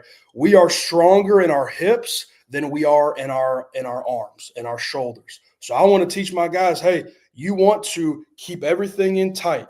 Keep them in tight, and you're going to roll your hips and lift with the hips, all right? We want to keep our hands low and inside, not trying to, crab grab or any kind of thing for it. All right. Stay square to your targets. As Coach Jim McNally says, great offensive line guy, square strong. Okay. We don't want to try to attack a side of a man. We want to attack him square on and head on. Okay. Run. Bend your knees. Keep your feet underneath of you. Okay. Here at Lafayette, we don't run a wing T or a split veer kind of an offense where guys are just loading up on their front hand and running with all their weight going forward. We run more of a spread, all right? So we got to be balanced, all right? Bending the knees, keeping our feet and our hips underneath of us, running our feet through the defender's crotch, never leaning on a defender. If I run my feet up into a defender, what's going to follow my feet? My knees. What's going to follow my knees? My hips, all right? It's all one single chain, okay? And finally, finish. All right, you dictate when the block ends. Play through the freaking whistle, okay? That's one thing that I have had to be more consistent about with my O-line guys is finishing blocks. All right. I think if a D coordinator at every program is going to preach about pursue the ball, pursue, us as offensive linemen, we got to have that same mentality of pursuing our blocks, finishing our blocks through the whistle. All right. Finishing that dominant physical position. Okay. So now when I look at inside zone, okay, and this is just from my experience and kind of what I've gone through, there's really 3 types of blocks that you're going to encounter. Okay. That first one's going to be a base block. Okay. So if we're running an inside zone to the right and I'm going against an over front, all right, and let's say I'm that right tackle, the play side tackle, and I got a defensive end right outside my shoulder, I'm going to base block them. Well, how do I base block, right? Well, it's 2 main steps. All right, there's my trigger step. That is a short, quick 6-inch step toward the play side. Okay, in the past, I've called this a read step, but I've changed it just because I think guys get too caught up with trying to read a man, right? It's a trigger step, right? We're not going backwards. We're not going underneath of ourselves. We're not going horizontal. We're going upfield vertical, short 6-inch step. Why I teach that is because if a guy, let's say, if he's blocking out on that 5 technique and he just takes a huge step, well, now look at his base. His base is probably 5 miles wide. He's lost his leverage. He's lost his pad level. He's going to end up getting probably put on his butt, okay? So take that short, quick 6-inch step that allows us to be balanced, and then you bring the attack step. That's bringing your base with you. That's initiating contact. We always make contact on the second step. The goal for my guys is to get your first 2 steps in the ground as fast as possible. All right, I don't want it to be slow, boom, boom. I want it to be fast, boom, boom. All right, get those 2 feet in the ground and get hands inside. Whoever gets hands inside first wins, okay? If my hands are on the steering wheel, I'm driving the car. Same thing for offensive line play. In my opinion, I think that 75, if not 80% of most defensive linemen can be beat if you simply just get hands inside first. Okay, I'm a big fan of the jump set, and not to kind of get into the pass pro side of things, but jump set is great because you're able to get hands inside first and win right there. I don't think a lot of D linemen know really what to do when a man gets their hands on them. I really don't. They want to play with separation. We want to eliminate separation. When I punch, I want my hands tight, thumbs up, tight elbows, okay? I should be able to stand behind my guys as they're blocking and not even see their arms, okay? That's how tight I want it to be. And a great visual that I try to paint for them is, look, I've been a big weight room guy my whole life. If you ever doing dumbbell bench and you're coming out here where your palms are down and you're doing dumbbell bench, you're only going to be able to do so much weight. Then now do it where your thumbs are up and you're coming here. You'll find you're able to do a whole lot more weight. Why? Just because it's tighter. You're able to use more of that pectoral muscles, things like that. So the same thing. I don't want to come wide with my hands or wide with my elbows. I want to keep it all tight and be able to generate more force.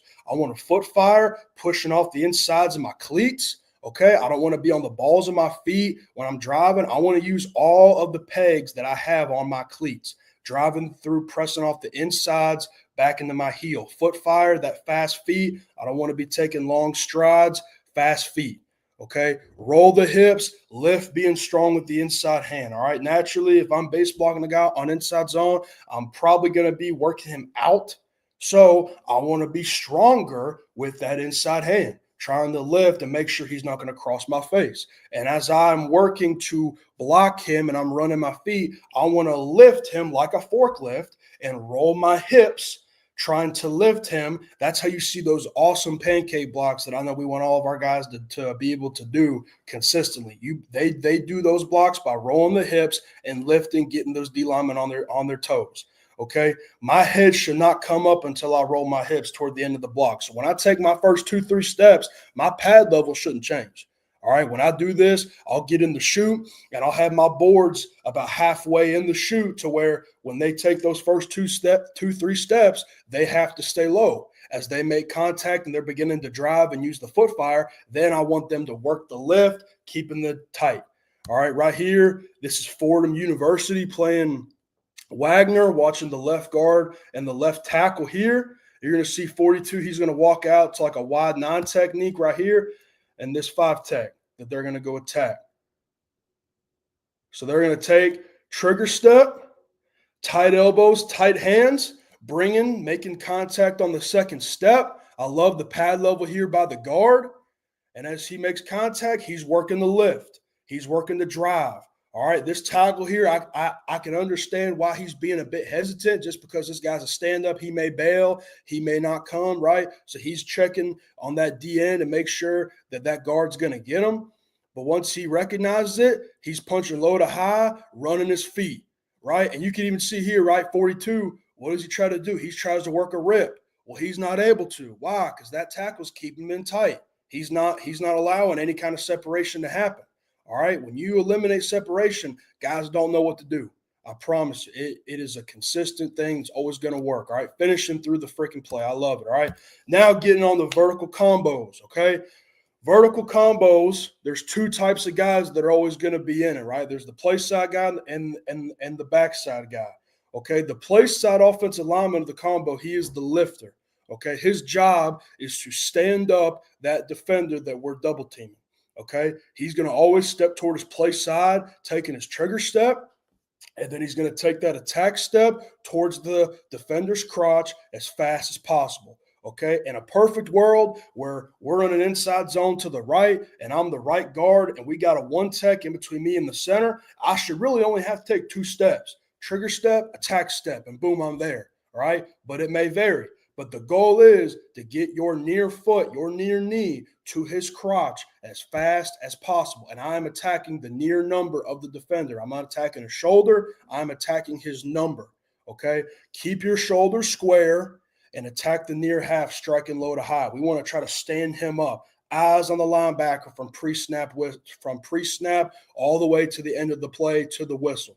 Okay, the galloper, that's going to be the backside guy. All right, what he's going to do is he's going to push off his backside foot and he's going to lead with that front leg at a 45-degree angle. He's not going horizontal. He's not going just straight vertical. He's going at an angle, and his goal is to get his near foot to the crotch of the defender as fast as possible.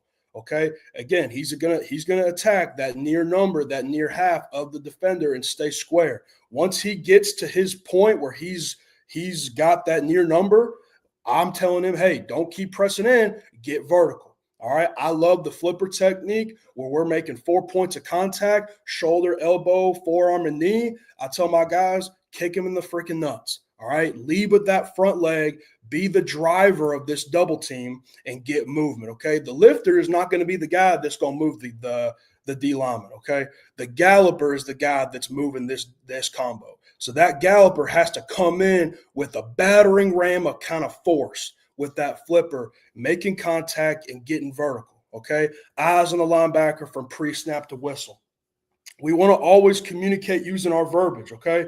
Some of you guys may have different things, whether it be ace, deuce, tray. Some of y'all may just have one call for double teams. I like single, double, triple. Single being a guard and center combo, double being a guard tackle combo, and a triple being a tackle tight end combo. I found this to be highly effective just because it allows us to have clarity in where we're going to and who we're working with. One thing that I loved about being at KCU is that out of the 10 games that we played, right, we averaged, I think, 1 or 2 missed assignments every single game, right? And that's great to have, right? We're not missing assignments. We're not working to the wrong linebackers. We're understanding where we're going, okay?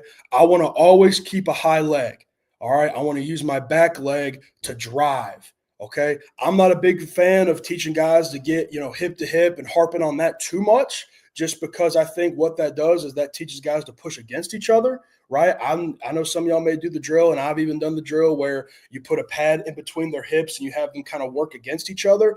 I would rather have their force going forward. And ideally and realistically, if my near foot and my near knee is attacking that guy's crotch and we're both doing it, our hips are going to be together. Right? My knees follow my hips. I don't want to over teach having, pressing against each other, okay? Stay on the double team for as long as possible, okay? Especially in any kind of vertical double team, we got to stay on that defensive lineman for as long as possible until the linebacker that is a threat becomes a threat, all right? Right here, this is Alabama versus Georgia. Left guard and the left tackle, they're working a double on number 78 right here. My left guard is going to be my lifter. He's going to be posting up a little late off the ball, right? But I love the galloper right here. He's staying square. He's striking low to high. So we're staying square, keeping the high leg, and we're lifting. That's exactly how it's got to look, all right? We're coming off of the linebacker when he's a threat. That's exactly how it is. One thing I love on this gallop right here, you see him kind of dip down, and right there, he's dipping down, trying to get low to high, and as he strikes, boom, he's lifting. All right? The guy that moves this double team is not the lifter. That is the galloper, right? That's exactly how it's got to look right there. All right?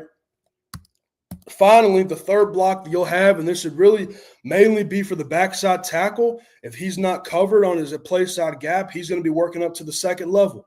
Okay, second level blocks, I think, are one of the harder ones to do just because, again, you got a guy who's, 290, 280, maybe, a little bit more, blocking a guy who's 200, who's 190, maybe a little bit more, right? But the big thing is we got to run off the ball, attacking where the defender will be, not where he is. Okay, especially whenever I teach like outside zone, getting my guys to understand, look, that linebacker's going to move. Okay, he's going to flow to where the ball is going. Okay, but for inside zone purposes, we got to understand, hey, he's going to be trying to hit in tight. So you got to be able to anticipate where he's going to be at and trying to not allow him to cross your face. I want to stay low through the first level. Stay strong through the storm. Any good defensive end, if they see a tackle going to release, what is he taught to do? He's taught to tighten down and squeeze and press on that guy's hip. Okay, that inhibits the tackle's angle, his track, and stands him up. So as I'm going through that first level, I want to stay low as I'm running off the ball. Once I get to the point of contact, I want to break down in that physically dominant position, and I want to get hands-on immediately. Okay, I don't want to pop them. I don't want to shove them. I want to get hands-on and run my feet. The running back will make you right. Okay, if a linebacker wants to go chase the sideline, take his butt to the sideline then. All right, if he wants to stay in tight, fine. Reach him, take him, keep him there. All right, but don't get in the game of, trying to juke out a guy. Right, get hands-on, run your feet. Don't worry about it. Right here, Miami Dolphins going against the Broncos right here. Watch the center right here. He's going to release on to number 49 right here. All right, he's going to take a step, stay low, break down at the point of contact, get hands inside, run his feet. Is it perfect? No. Is it a pretty block? No. But it gets the job done. All right. It allows us to be able to get that linebacker out of position and give the running back space to do what he does. All right. But the big thing is you got to be able to get hands-on in space and get in their way. All right. That's exactly how it needs to look. All right. Great example there. All right, now kind of going into inside zone fundamentals, all right? Things that I always want to remember and all my guys need to remember, right, is that we have to get movement on the line of scrimmage. We have to get vertical with our defender, okay? The goal here is to average about 4 yards a carry, okay, with running this play. This is not a play we're calling on 3rd and 11, okay? If it hits for 98, then great. But ideally, this is a play that, hey, if we're going up against a team that I know, they're not really that big up front, 1st and 10, hey, let's get the 4 yards. You know what I'm saying? Like, let's just ground and pound. Let's get this thing rolling, okay? Running back is going to be hitting play side A to backside A in his aiming point. We are reading the C-gap defender up front. Now, I know I've had it to where we've done certain personnel packages with a tight end doing split flow or having him on the backside trying to scoop out, taking a J path to kind of scoop out that C gap defender. But overall, the offensive line is not where we are reading that C gap defender. All right. When in doubt, dub it out. All right. Dub is an acronym rule for all of our zone schemes. Okay. Dub is something, it stands for down, up, back. Okay. Anytime we're running a zone scheme play, I'm always going to look play side, right? That is my play side zone. Okay. I'm going to look down in my gap. If anyone's there, that's my guy. All right. Pretty simple. Look down in my gap. If there's someone there, I'm big on big taking them. If there's not someone there, then I'm going to look up. And anytime I'm looking up, I got to look back, right? For any kind of combo that we can create. Okay, when in doubt, dub it out. Take the play side step. If he's in your gap, you take him. If not, you're going to look up and back, trying to work a combo. Finish the block. Finish all the way through the whistle. And you'll see here the rules are pretty self-explanatory and kind of and very similar. Okay, if I'm covered, I'm looking down at my gap, I'm big on big. All right, and then if the guy to my play side, so if let's say I'm the center here and I'm covered in my play side gap and my play side guard is uncovered, I'm going to call a single or a stick, right? A stick being an inside hand help to kind of help out with that double team, right? But we want to create as many combos as we can, okay? Every, KCU and Lafayette, they both not the biggest offensive lines that I've ever coached. So we want to create as many combos as we can, okay? The only really difference would be the backside tackle. If he's uncovered, he's going to be climbing up to that second level because we're reading the C-gap defender, all right? Here's some kind of pictures of it drawn up, right, against some different fronts. They're up here in the top left, going against like an over front, right, where we're big on big for the left tackle and the left guard. Center's going to call a single because he's uncovered, so he's going to look up and back, calling a single with the right guard, working on this one tech up to the will. This backside tackle, he's going to work up to that mic. Now, this backside tackle, I tell my tackles, hey, you gotta do like a test technique here. Well, all that means, right, is that I'm going to take my trigger step play side. Okay, if this end spikes inside, I have to take him because he is no longer a C gap defender. He's now a B gap defender. I'm now covered. That's my man. All right. If I take my trigger step and he stays outside, I'm going. Okay. I don't want it to be a thing of they're reading him. Right. I don't want my tackles to kind of be waiting for them to make a move. Take your step. If he gets on your track, then you take him. If not, you're going and climbing. All right. Against a three front here, we're calling a double out to the outside linebacker. We're calling a single right here. And this tackle, he's going to have a little bit more of a test here, working up to that mic. All right, here in an under. Ideally, it's great to run this against an under. Why? Because you get two double teams going at the same time. All right, you get a single by your center and play side guard. You get a double by your backside tackle and backside guard, and you only got one-on-one block here by your backside play side tackle. All right, great examples of it here. Right, here's a couple clips of it. I will say I don't have too many clips of just kind of how it looks running through it. That's something that hopefully going through this season I'll be able to have more of, and if I'm able to come back, I'll definitely have more of. But so here you got University of Michigan running inside zone to the left. So this tackle here, he's going to be big on big with that 5 technique right here. 77 and 68 are calling a single up to this backer right here. 65 and 71 are calling a double. All right, working up to that backer right there. We're staying square. We're staying low. We're getting movement. All right, one thing I love is this play side tackle here. His inside arm is strong, right? He's trying to almost kind of torque him out. Why? Because I would rather this DN go underneath and around him than cross his face. So I want us to be strong with that inside hand, foot firing, using our feet, rolling our hips. All right, coming off to the backer whenever he's a threat. All right, taking over that double team once we make that exchange. All right, it gets the job done, gets the 3 yards that we need, touchdown. Boom. That's exactly how it needs to look. All right, here, this is Notre Dame versus USC. Running inside zone to the right. Play side tackle is going to be big on big right here. Guard and center calling a single right here to number 13. Backside tackle and guard are calling a double right here to number 4. All right.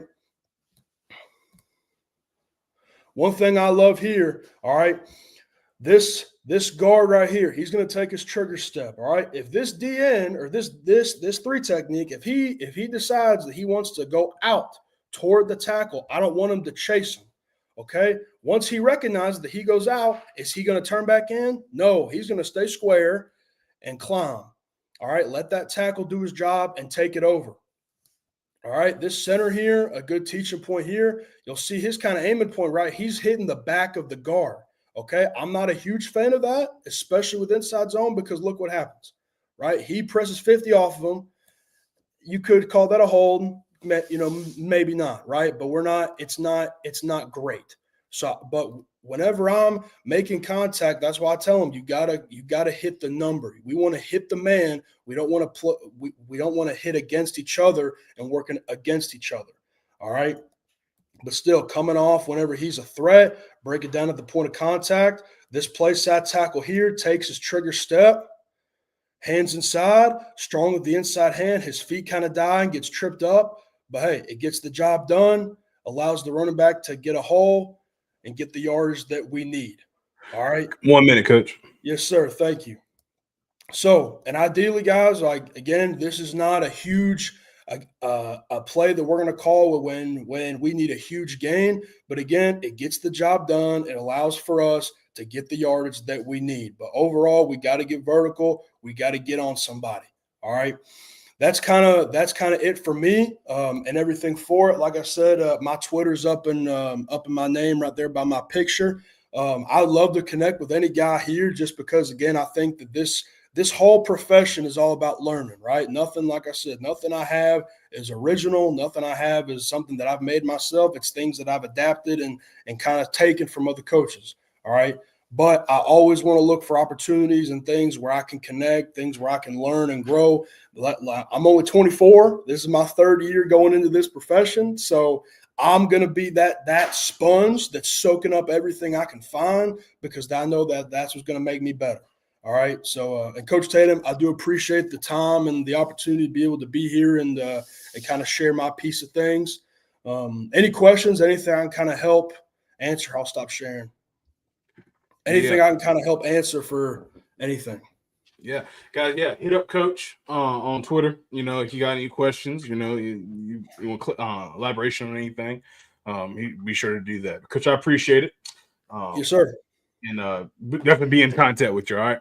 Yes, sir. Absolutely. Y'all have a good one. You too. All right, guys. Real quick, we are at before the next session, so probably around 12:50. We're going to do another giveaway. So we're doing another spin. I think we gained 2 more coaches since last time. So we're up to 24 names on it. So again, in order to join that, make sure you post a picture of how you're watching the clinic and tag me. Please tag me. That's the only way I can see it. And then DM me, right? How long you've been following us on X or YouTube or kind of like this journey we've been doing social media wise. It's been incredible. So make sure you do that for me. If you've already done it, there's no need to do it again. You're already locked in. So make sure that you get that to me. All right. And then before, like I said, Coach Moran woke up sick this morning, so he is not able to come on for the 12:30 session. So let's do a couple of things. One, I'll make sure I'm just gonna get a break. I'll make sure I put this up there. The donation link, again, it's not necessary at all, but it's greatly appreciated. Just kind of, I guess some guys are like, if I always hit me up like, how much is the clinic? And I'm like, free. And they're like, no way. They're like, you should be definitely charging for that. And so I don't ever want to have to charge for a clinic or anything that we do. And so some guys always want to just give back and give donations. So if you would like to do that, it is there. Of course, not necessary. And my wife is hiding, and she was like winking at me. She don't want to come on. She's scared. But she greatly appreciates it as well. I said that they'll probably donate more if you came on and said hello. And she's getting a little scared. So if y'all want to give some encouragement in the chat for her, she probably might come on and do that. But again, there's that. I'm gonna leave that link up there for a minute. Again, make sure that you go on and do the post on X and get your names on to the giveaway. We already gave away one to Coach Harson. He's already gotten it. And what are we giving away? Well, we're giving away 6 months of bundles to Coaching Share, who sponsors us in this clinic. I've got it. They gave it to me, and first month you can go through and get 5 resources.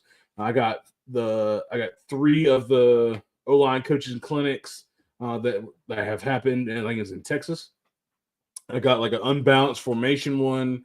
I got a 2-back resource, all that stuff. And so then the next month, you can get 5 more, and then the next month you get 5 more. So you do that for 6 months. It's all for $1.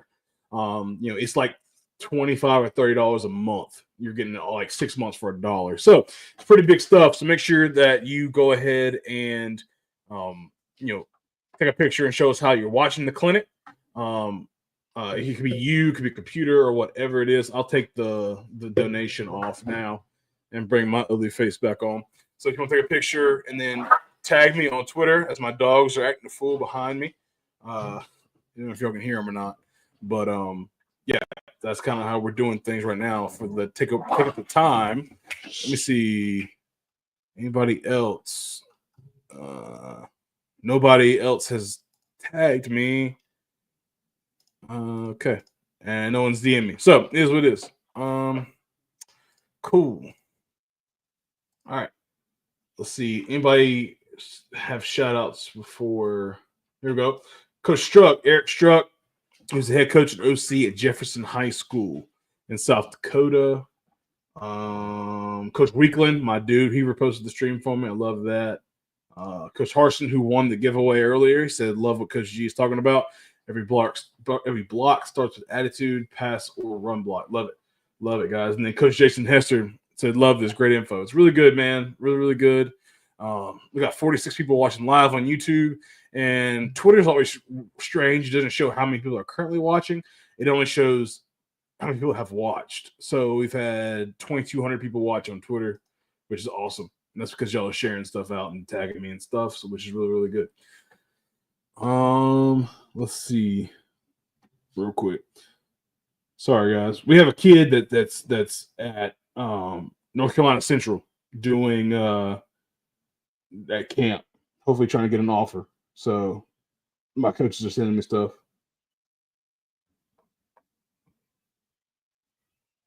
Nice. Anyway, sorry, I'm excited about for that kid. Let's see. Coach Easton had to take a break for high school graduation. We're back. High school graduation? For what? Summer school graduation? It's end of June, Coach. Where are you at again? High school graduation. Golly. Coach Bronson Wire, who's the offensive line coach at Creekview High School. Love this community. Hey, offensive line coaches are the best people in the whole world. I've said that for a long time. We're a community inside the community. I told some people, I was like, if you tell me you played offensive line, I have a good idea of what kind of a person you are. Yeah, love the community as well. Nobody donated because you were too scared. So that's tough. Anyway, yeah, if you want to talk about anything, guys, and you kind of got me for the next little bit before Coach Allen, Trey Allen comes on. He's from West Mesquite, Texas. Before he comes on, New York. We finished like a month after the Southern Boys. That's insane. So when do y'all start school? September? Yeah, we in ours. We were done the Friday before Memorial Day, and then some finished like the 12th of June. So that's crazy, man. That's crazy. Oh man. Let's see. Now some people asked me about my hat. The hat, guys, is from Dome Hats. Support your local line coach. They just came out with a new hat that said block somebody, like it says block somebody, moving company, something like that. I don't know, like how everybody always says, block somebody, and then they had run power often. So they have new hats out in the dark camo, hats, which are my favorite. Also the white camos, they're pretty cool. So yeah, you can get those on Dome Hats now. Not sponsored, but they have really good stuff. They have lighter hats too. So it says, yeah, buddy, double start August 18th. Oof. August to end of June. That's crazy. Anyway, but yeah, man. Let's check Twitter. Oh, got folks following. Cool. Love it. People following. Go ahead and repost, man. Post a picture of how you're watching the stream. I like to see how we're doing it. My wife is leaving, and she will be back later. Still scared. So, but yeah. Let's see. Anybody got any offensive line run game questions? Let's throw them out. Throw them in the chat. Don't be stingy, as they say. What we got? When we'll talk about, because we got 22 minutes until the next speaker and 12 minutes before we do the next giveaway. So if you got anything, I'd love to hear about it. One big thing, what's your top run game? Drop that in the chat. We got 44 people watching. What is your top run game? Now, I know some people are watching like on the TV. Hop on your phone. Just kind of put it in there if you don't mind. What was your top run game? For us, it was duo and GH counter. So I know a lot of people watch my videos, so y'all know that. But yeah, duo and GH counter were our two deals. And then we were pretty good. We were pretty good at we call it a sweep. It's outside zone, but like the jet stuff, we're really good at that. We had a really fast guy in the slot. Let's see. Coach Hamilton, one of our speakers, shout out. He said GT counter. Love GT. Y'all know me. Coach Easton says RPO. Also, so what are you RPOing off of, Coach? Is it gap schemes, zone schemes? What are we RPOing off of? Love GT counter, orbit slot, and option off the backside. Love it. Love it. I love triple option football. And I'm a new school guy, so obviously triple off of new school stuff. I know GT counter's been run since forever, but like just a new thought of doing things, and then adding triple on it. I love it. Coach Wellman says GT counter. Love it. Any way we can run counter, we'll do it. Coach is here. I know how you say your name because you're a longtime follower, and I really do appreciate you. I can't remember. It's Kuhn. I think it's Kuhn. We're going to go with that. John Kuhn, special teams coordinator, runbacks, and linebackers coach at Lowell Catholic High School in Lowell, Massachusetts. Appreciate you, Coach, for hanging out. Nobody. Oh, nobody. We run power off and best RPO there is. Hey, man, I got you. Run power. Run power. You need to get one of them hats, man. Dome hats. Get one. If you can, run power often. There's a school here in North Carolina, Northmore High School, and they run a lot of like double tight, double wing stuff. And in their end zone, no bull, in their end zone, they have painted RPO. Obviously, for run like you think run power often. No, their RPO is run people over. Like, and the crowd gets into it. Like, coach does a really good job, like turning that program around. The crowd gets into it. They start chanting RPO, run people over. Really good stuff. So yeah, RPO, man, run power often. Easton Elrod, been looking at duo recently, trying to learn that one. Well, we do a pretty good job at duo, and I have several duo videos on my channel. Coach, at any time you want to sit down and we could talk.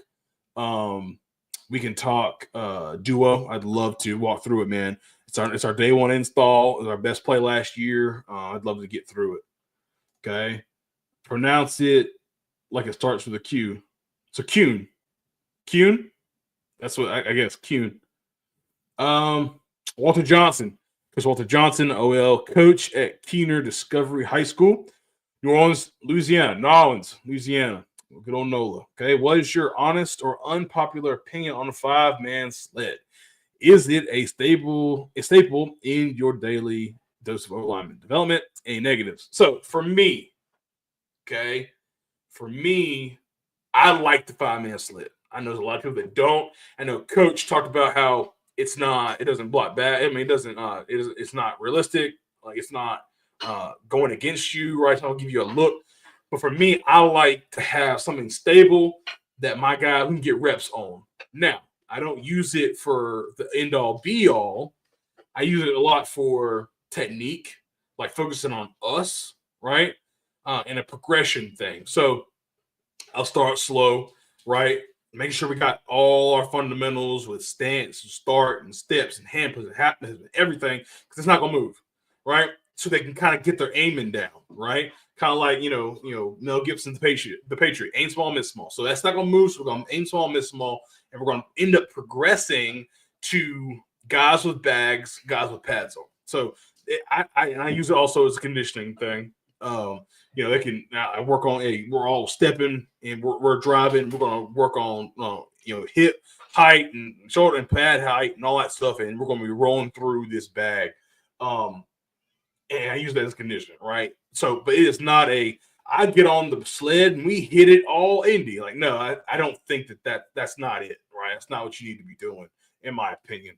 But that's what I use it for. And I have a drill list that I do. But it's really it's a baseline, get us going, and then we progress. If you don't progress your drills, you're not doing it right. You're really not. So, and I understand it does not simulate a surface of a man. I understand that. But that's why it's just a tool. It's not my Indy, right? So if that makes any sense.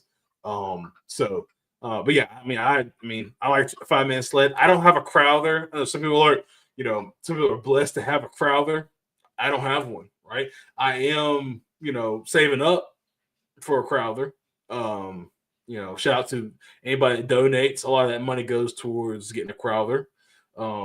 Not that we can't necessarily just go and get one, but we're a small school, so we have to make sure that we have everything else accounted for with the money that we do make.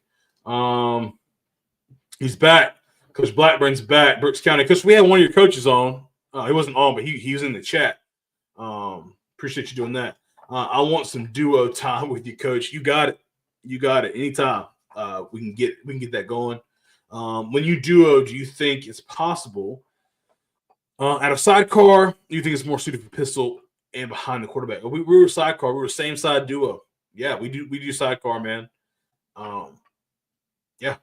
You can do it any way you want to. You can cross duo. I wouldn't necessarily cross duo. We haven't done that a lot or any that I can remember. But yeah, pistol or sidecar. We do same side. But you could cross them if you want to. And then what are your thoughts, suggestions on 10P duo? Looking at reading the front side of line of scrimmage. Yeah, I made a post on X talking about duo, and a lot of people are like, that's just veer. All right, bro. Veer. To me, it's duo. My kids know it is duo. Our rules, everything. I'm not going to put in a new play just because, well, back in the day, people called us veer. So, guys, we're going to learn this new play called veer, and they'll look at me like I'm an idiot, and they're going to say, Coach, isn't that just duo? And I'll be like, yeah, it is. So, it's duo for me. I'm not getting into that veer conversation. But, yeah, Coach, man, read the front side, right? You can go split back. That's 20 personnel at that point. But you go split back and have your pitch guy, or you can, bring an orbit guy. We just talked about that orbit off of GT. Yeah, you do that. Read the play side, in-man line of scrimmage. It's really good stuff. Man, running the quarterback, triple stuff, I love it, man. I'm eat up with it. But yeah, you can 100% do that. If you got any questions on what that might look like, just DM me, and after the clinic, I can kind of get you some stuff from how I would draw it up. Because last year we did not have a mobile quarterback, so a lot of our read stuff that I like and love, I talk about, we didn't do it last year because our quarterback was a statue. Like if he ran. If he raced a pregnant woman, he'd come in third. So it's not we weren't running him, right? So we get to do a lot of that stuff. All right, here we go. Tyler Kratzenberg. Possibly. Anyway, Raceland High School in Kentucky. Thoughts and experiences on stretch for the pistol. So stretch, outside zone, whatever you want to call it, sweep. I think it's really good. Again, it makes the running back's eyes are always forward. He never has to go lateral, like he's going out, but he always keeps his shoulders square. A lot of people love it from the pistol. They think it's really, really good stuff. So I think I love it. I love pistol in general, right? Getting that downhill look. Let's check Twitter. Anybody else tag me in anything? No. Any DMs?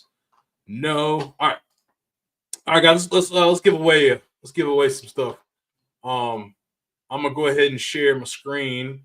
I hope everybody is here. Hope everybody's here that is whose names are on here. If you think you have one, DM'd me and tell me how long you've been following and kind of watching our stuff, or you have taken a picture of your setup and how you're watching and tagged me in it. Your name is not on here. Please take a second to either one, do it again, or like text me or like DM me and be like, hey coach, did you not see this? Because I think I've gotten everybody. So see if your name's on there. Take a second. And we'll go ahead and go in a few minutes and do that. And while y'all are checking, I am going to send the invite to Coach Allen. Let's see.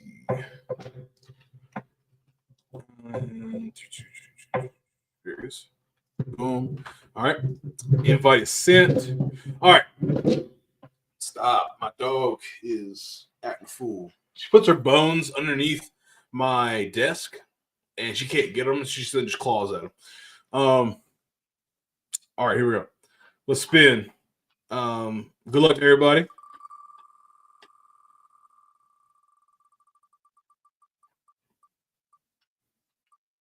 Coach Reinhardt, shout out. Coach Reinhardt, hopefully you're still here. If not, you don't have to be present to win. I will be DMing you on Twitter sometime during the next session, and I will be giving you the details on how you can get your 6 months for $1 and how it kind of all works, stuff like that. So shout out to Coach Reinhardt. Appreciate everybody for doing that. We are going to be giving out, I believe, 2 more times. We'll see how it goes. Stay for the end. I might be giving it out a 5th time if you want to stay towards the end, and we'll see. But I'll probably be giving it to people that end up commenting at the end of the clinic until that last session at 6:30 when it's just me ending the thing. If you're still here, if you comment, I'll put your name in the thing again. We'll spin. I might give out a 5th one. We'll see how it goes. Coach is not joined yet, so let me go ahead and put this up here, guys. I said we have a linebacker going to North Carolina Central to their camp today, and I really want to my phone's getting blown up, so I really hope he got an offer. If he didn't, it is what it is. But I'm going to check this out, and while that is, I'm going to put the donations back up. Y'all can do that if you want to. Let's see.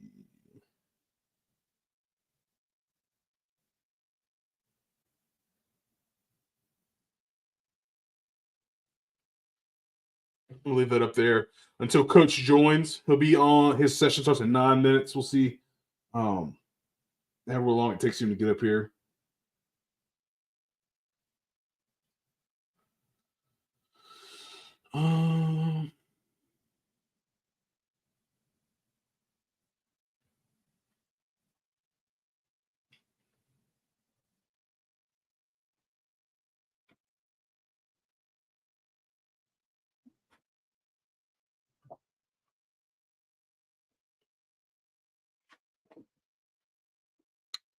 All right. Let me check on Coach.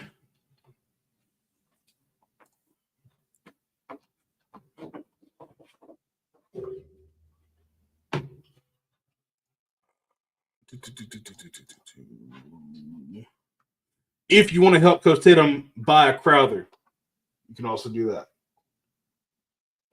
I would be that guy that I would have videos on videos on videos of my guys hitting the Crowther and the different drills that we're going through.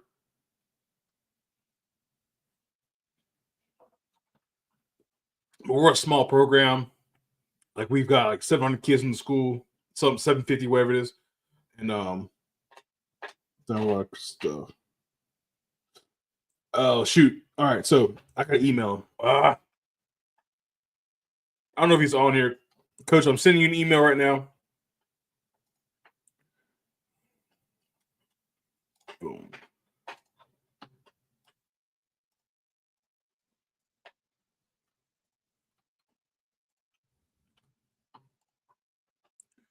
All right.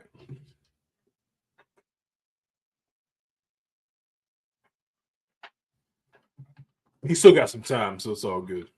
Ain't no problem. All right, we'll take that away. Perfect. All right. And then once Coach gets rolling, I will be talking to Coach Reinhardt about his giveaway win.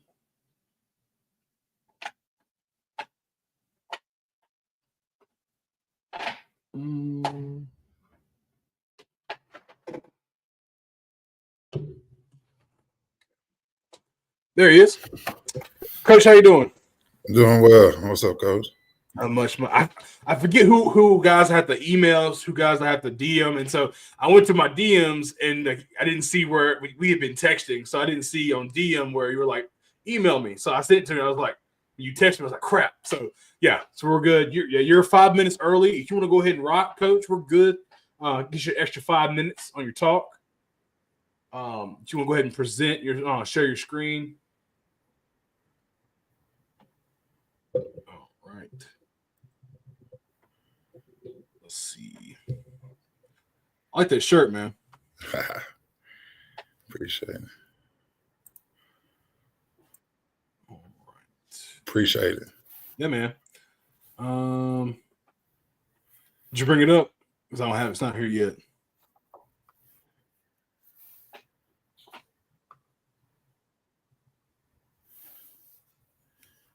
Is it good? No. So present, share screen, and you just click the tab, hit share.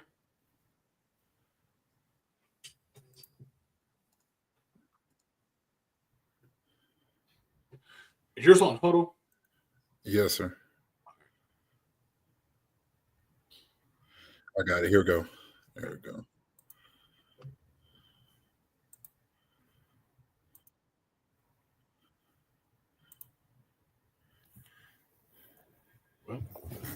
It's not coming up. I'm not sure. Came up yesterday when we did it. Are you on a new computer or is it the same thing?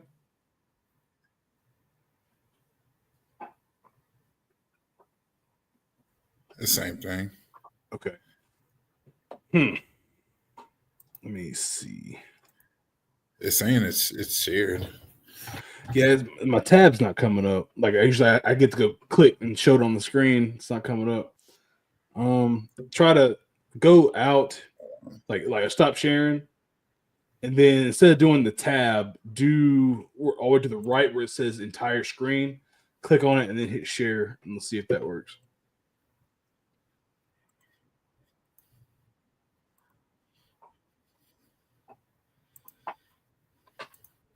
There we go. Yeah, I got it. Cool. All right, Coach, I'm going to back out. You can do an intro, and I'm going to give it to you.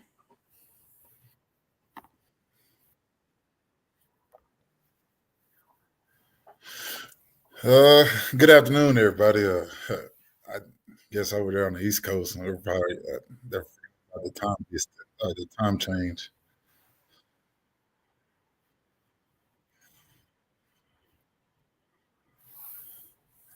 But yeah, preparing the O-line through the spring and the summer. I know a lot of people. I've been watching all morning. A lot of people opinion on different things, how they prepare during spring, summer. This is just a little bit how we do at our place. Once again, my name is Trey Allen. I'm the assistant head coach, offensive line coach at West Mesquite High School in Mesquite, Texas.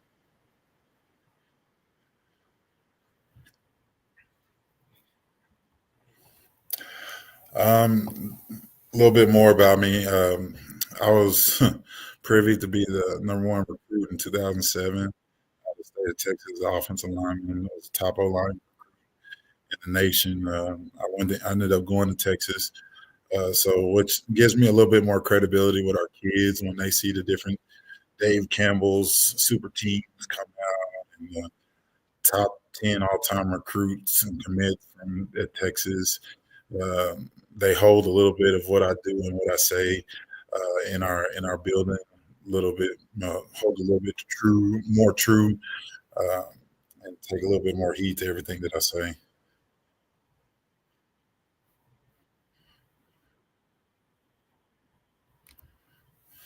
Where I've been as a coach, West Mesquite, obviously to present. Been at Duncanville. I was at Duncanville for 3 years. I was able to win.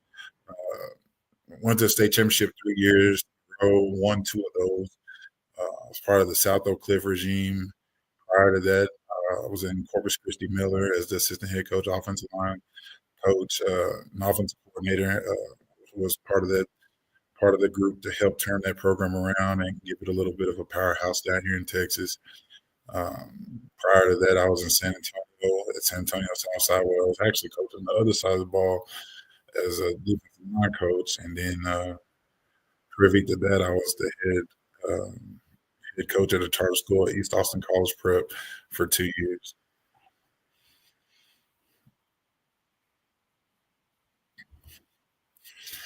One thing I want to do, I want to give a shout out to my head coach Stephen Jackson, my offensive side of the ball coordinators and assistant coaches.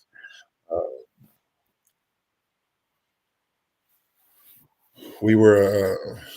This is my group, my O-line group. We were able to do a lot with these guys. We got there and got to West Mesquite in April and of last year, and we had to do a lot on the run. These kids bought in. They worked their tails off. We were able to be pretty successful, pretty productive as an offensive unit. One thing that we did was we were able to average 374 yards per game. We had about 2,800 yards rushing on the year. And then total offense, we were able to output about 5,000 yards and 4,500 yards of offense on the year, which is a testament how they bought in and hard work throughout the year and throughout the summer. It was a great deal for us.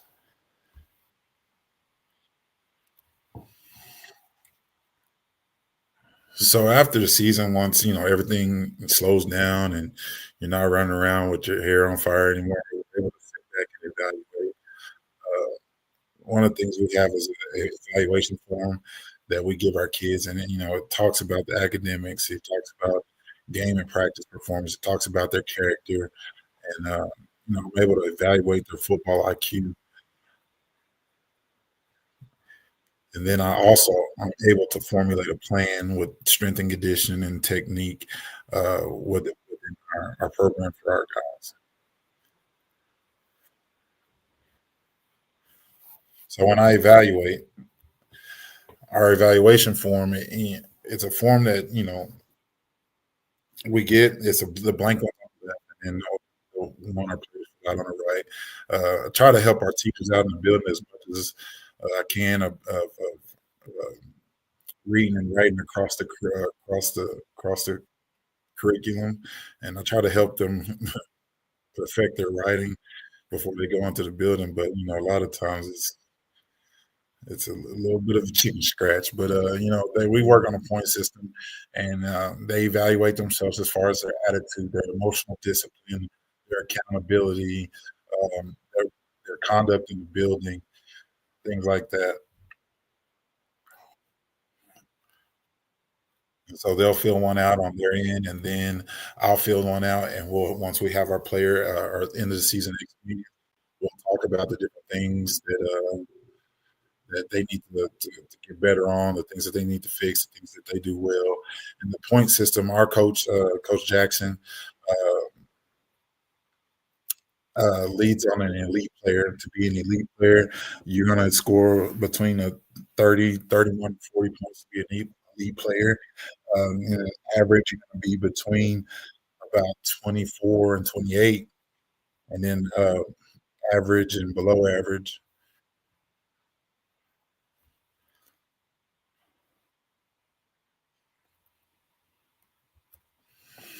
And then one thing about confidence, one thing I like to do in the off season with confidence of our players, I provide a strong support in our room. I make sure that I give constructive criticism where it's needed, where it's due. I build a relationship with our players and make a connection to build that trust within our build that trust and continuity within our group. I also empower them to take ownership and to make decisions amongst each other and amongst our group to make us strong. Also, entice an edge. I like to entice an edge within their personality. Some kids, they like to talk more than others. Some kids work harder than others. I like to entice some edge within their personality. So, a part of that relationship, I'm able to understand each kid individually. I spend some type of time with them individually.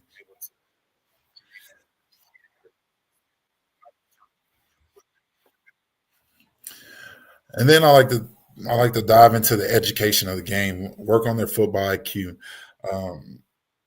to study the game, take tests in spring. We'll take tests as well as we take spring tests during the fall, week in, week out for games. We watch film of ourselves, and we also watch films of college games and college drills. Um, I was privy to play under Stacy. He would always walk around talking about what's not now, forgotten. So our kids have a workbook, and that workbook um, it has a four square with the offensive line in it. A lot of times we draw our different plays, our different installs for that week, and then for the program, what is our base, things like that. So here's the the four square that we'll usually have, and so install, and we'll have kids draw our inside zone. If it's we're working on inside zone this week versus 3 down versus 4 down, or our gaps versus 3 down versus 4 down outside zone, pin and pull.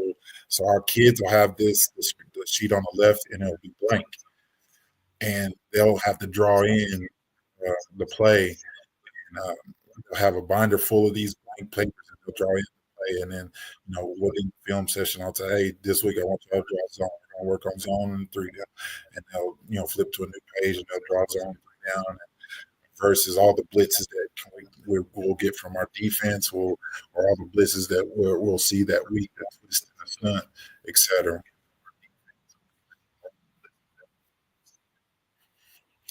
And then, so this is a copy of one of our tests that we'll have during the season. This is from the fourth game, which was our first round opponent in the playoffs that we were able to win. I'll ask them, what was their record? What's their mascot? I like to keep it light. I like to keep it engaging. Who are their top defensive players? Who are their top 3 blitzes? Draw their defense aligned to this formation of ours, and then keeping it light. I'll also ask them, we have a Friday night game.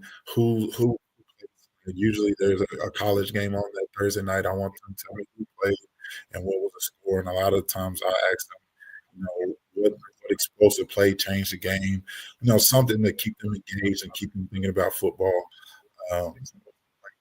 Keep them thinking about football and engaged. Back of that sheet is the sheet that you see to the right. This will be one of our tests. This is how I'll show the test or give them the test. They'll be draw inside zone to 3-4, or if we're in an 11 person draw, the gap scheme and how we're aligned to it, and how we're gonna run it. There's another story that says this is one of their top blitzes and stunts. Draw the pass protection, pick it up.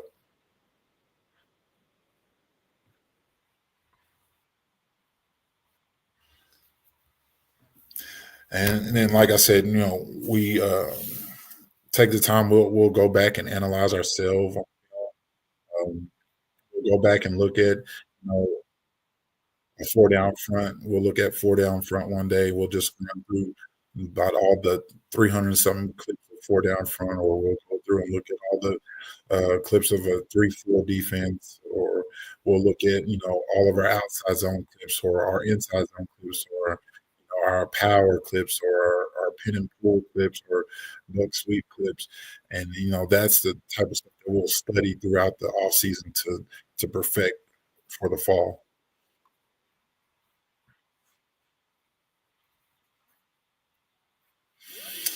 And then, like I said, we'll look at some college stuff.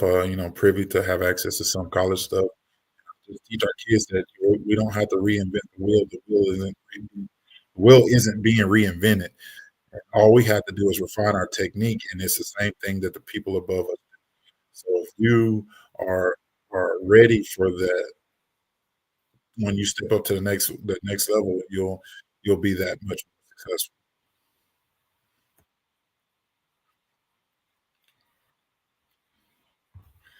Then, like I said, formulating a plan for the spring and the summer.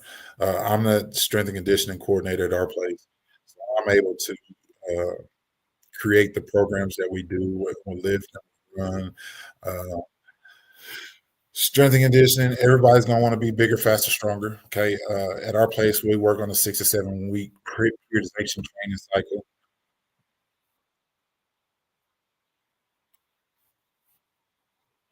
And so here's a card that we work with our kids. So we'll, at the once we finish up at the end of the season and we turn everything in, we clean up the field house, we'll get in the weight room with max. So they'll do, a 1 rep max, and then I'll plug the numbers in to the program that I have, and it'll spit it out, and this will be the percentage for week 1 through 7. Usually we'll start on week two. And the way we conduct our workouts is, we'll have an upper body day and a lower body day, and we'll have auxiliaries to complement those lifts. And so, they'll work off the percentage. They'll go down on their card. The 5 sets. So Marcus on his first set of bench will be like 185. His second set will be 205. All this is set of 8 before they set 3 the next week. Week 4 the next week 5 the next week, etc. And same as vice versa. When we have lower body, it'd be the same with power clean and squat.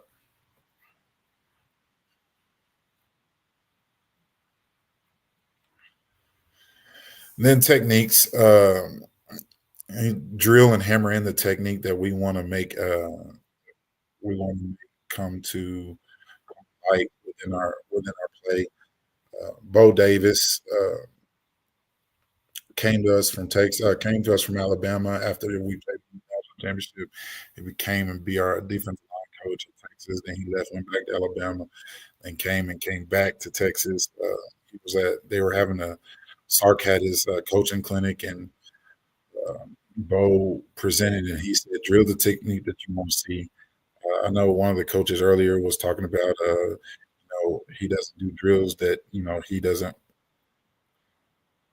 that he wants to see the technique of the drills that he wants to do. So Bo will always say, drill the technique that you want to see. And so as an offensive line, and punch and fit with your hands. So one thing is I punch and fit. I control their hands with my whistle in this drill. And so I just want them to punch and squeeze. I want them to burn their armpit hairs off. Okay, so I want to squeeze my elbows to my side. I want to burn my armpit hairs off. And so I'm punching inside framework of the defender's body, punch, squeeze, retract. And meanwhile, my whistle is controlling their hands. So I blow my whistle, they punch, squeeze, and I blow my whistle, and they come back.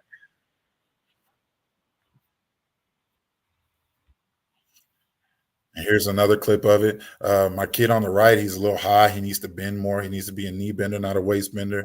You can add different elements to fit and drive in.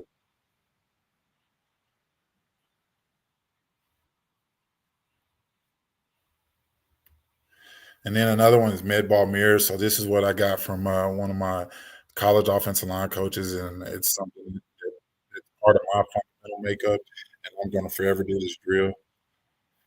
It's just a mirror drill, but we're going to add a med ball into it. You want to make sure that they get some space between them, okay? And I'm catch, squeeze, and punch. I want mirror punching a defender, catch, squeeze, and punch. Okay, and I don't want to get to where I'm hopping. I don't want to get to where I'm shuffling. I'm stepping the whole time.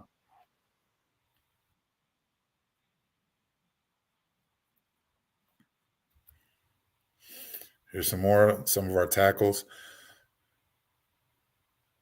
catch, squeeze, punch. I don't want to get to where I'm batting it down like I'm batting down a volleyball or something like that. I want them to catch, squeeze, punch. I want that. It's a drill for them to keep their hands up.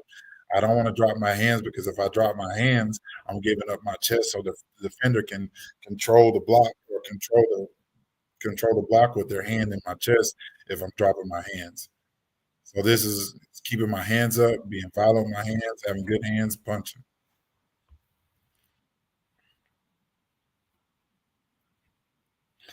And the next thing is kick and post. This is another drill that we did in college that's part of my makeup, and I'll probably do it until I'm down in the ground, is kick and post. Okay, so I'm able to, if I'm standing at the right spot, I'm able to see all the kids go. On the right, my guards are posting, cutting off the inside through, weaving through the bags. Usually I have boards. I have the Fisher boards, and I fold them. It makes a little bit longer area to kick and post through. And then on the left, my tackles are kicking and posting as a tackle. Get as vertical as they can, kick, post, post, post. This is earlier in the spring. This is early in the spring, so therefore, we've gotten better and more seasoned throughout the duration of our spring skill sessions.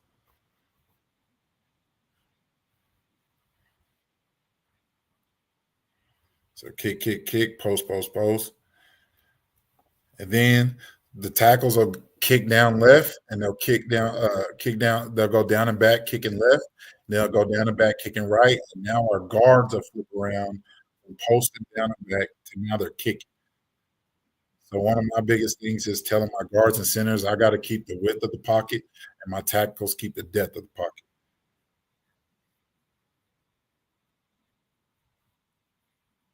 So, and then one of the things I like my kids to have active hands, because I tell them all the time, if you watch a boxing match, a boxer never goes in with his hands fixed in one spot.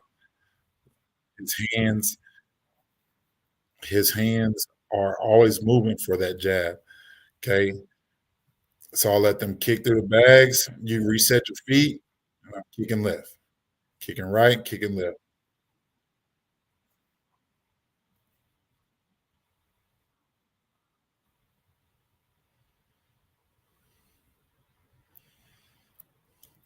So here's a clip of our line. Like I said, it's a big testament of them buying in and able to flip the community and to buy into our brand, which is the jungle. There's a lot of excitement about us in the DFW area. So that it puts a target on our back, because everybody's going to want to come see and know what we're doing, and then everybody's going to try to take us down. But as a group, I think our kids are pretty tight knit, and they understand the true testament of working hard, and I've been very appreciative of them. The couple seniors that we had graduate, and the ones that we didn't step into the role, they're taking a leadership role, and going to make us great again this season. Hopefully, we run it back and get another 10-0 season and go further in the playoffs.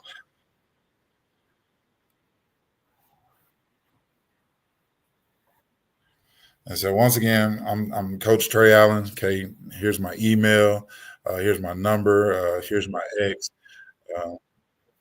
Anything that I can help, call and talk ball, Zoom and talk ball.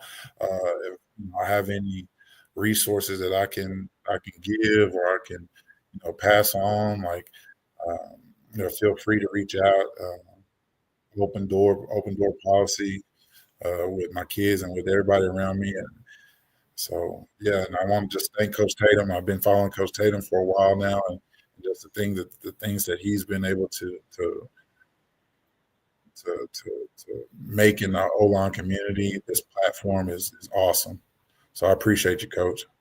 Yeah, man, I appreciate you guys. Like you said, please hit up Coach Allen, man. Great stuff.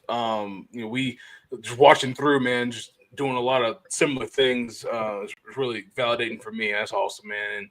And I love just drill stuff, man. Like I say, it's summer. Like, get that drill stuff and be able to translate it to what you're doing on Friday nights, man. And everybody knows Texas football is different. So if they're doing it, man, it's the highest level. So there's a lot of good stuff that they're doing. But Coach, I appreciate you coming on and doing that for me.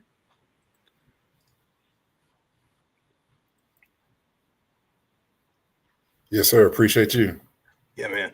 All right, guys. We're gonna be rocking and rolling with the clinic, keeping it rolling. Y'all, if y'all have any questions, y'all anything y'all want to talk about real quick, please hit me up. I know has people talk about duo. I love duo. I never thought that running duo would be like everybody wants to know. Like to me, it's super simple. So you can make it super, super complicated. You can make it super, super simple. And I think either one has merit if you have the kids.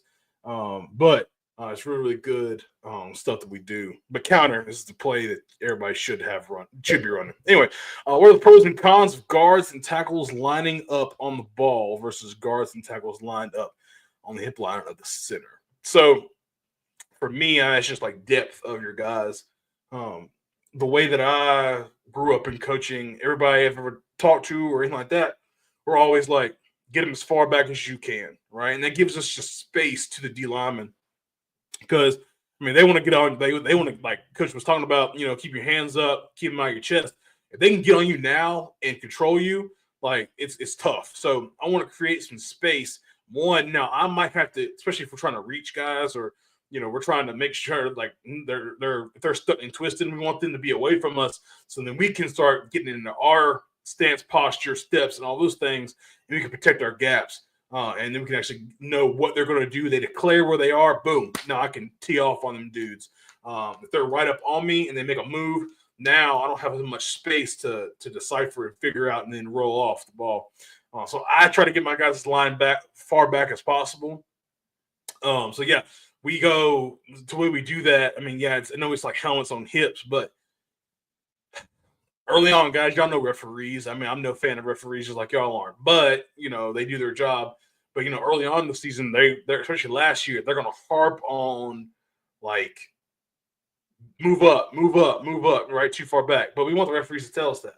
What I just tell my guys, the guard, you're on the heels of the center, right? If you want to give a little space to the heel, that's fine, but you're on the heels of the center. And then, the inside foot of the tackle's on the inside foot of the guard and it keeps it square and straight. So that's kind of my philosophy, be as far back as you can. Especially with so much gap scheme, man. We pull so much. We need to go ahead and be back so we're away from the defensive line in case there's maybe a little penetration or a run through or whatever. We can see things and adjust. We'll go ahead and go and get back from there. So that's kind of what we do. Appreciate that, Coach. Comment, Coach. Absolutely love it. Anybody else have any questions? We'll keep on rolling. 9 minutes to the next speaker.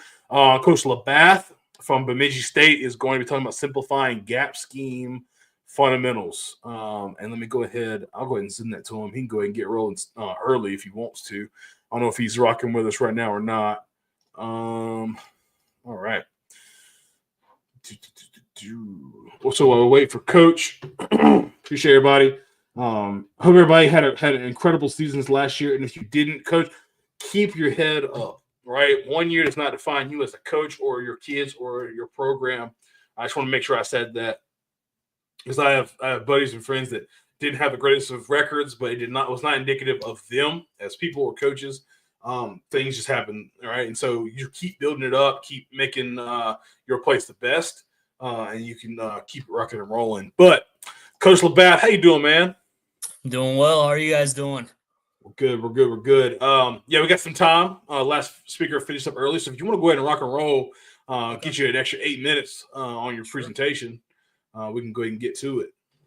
Right on. That sounds great. I'm gonna go ahead and share this here. Yeah.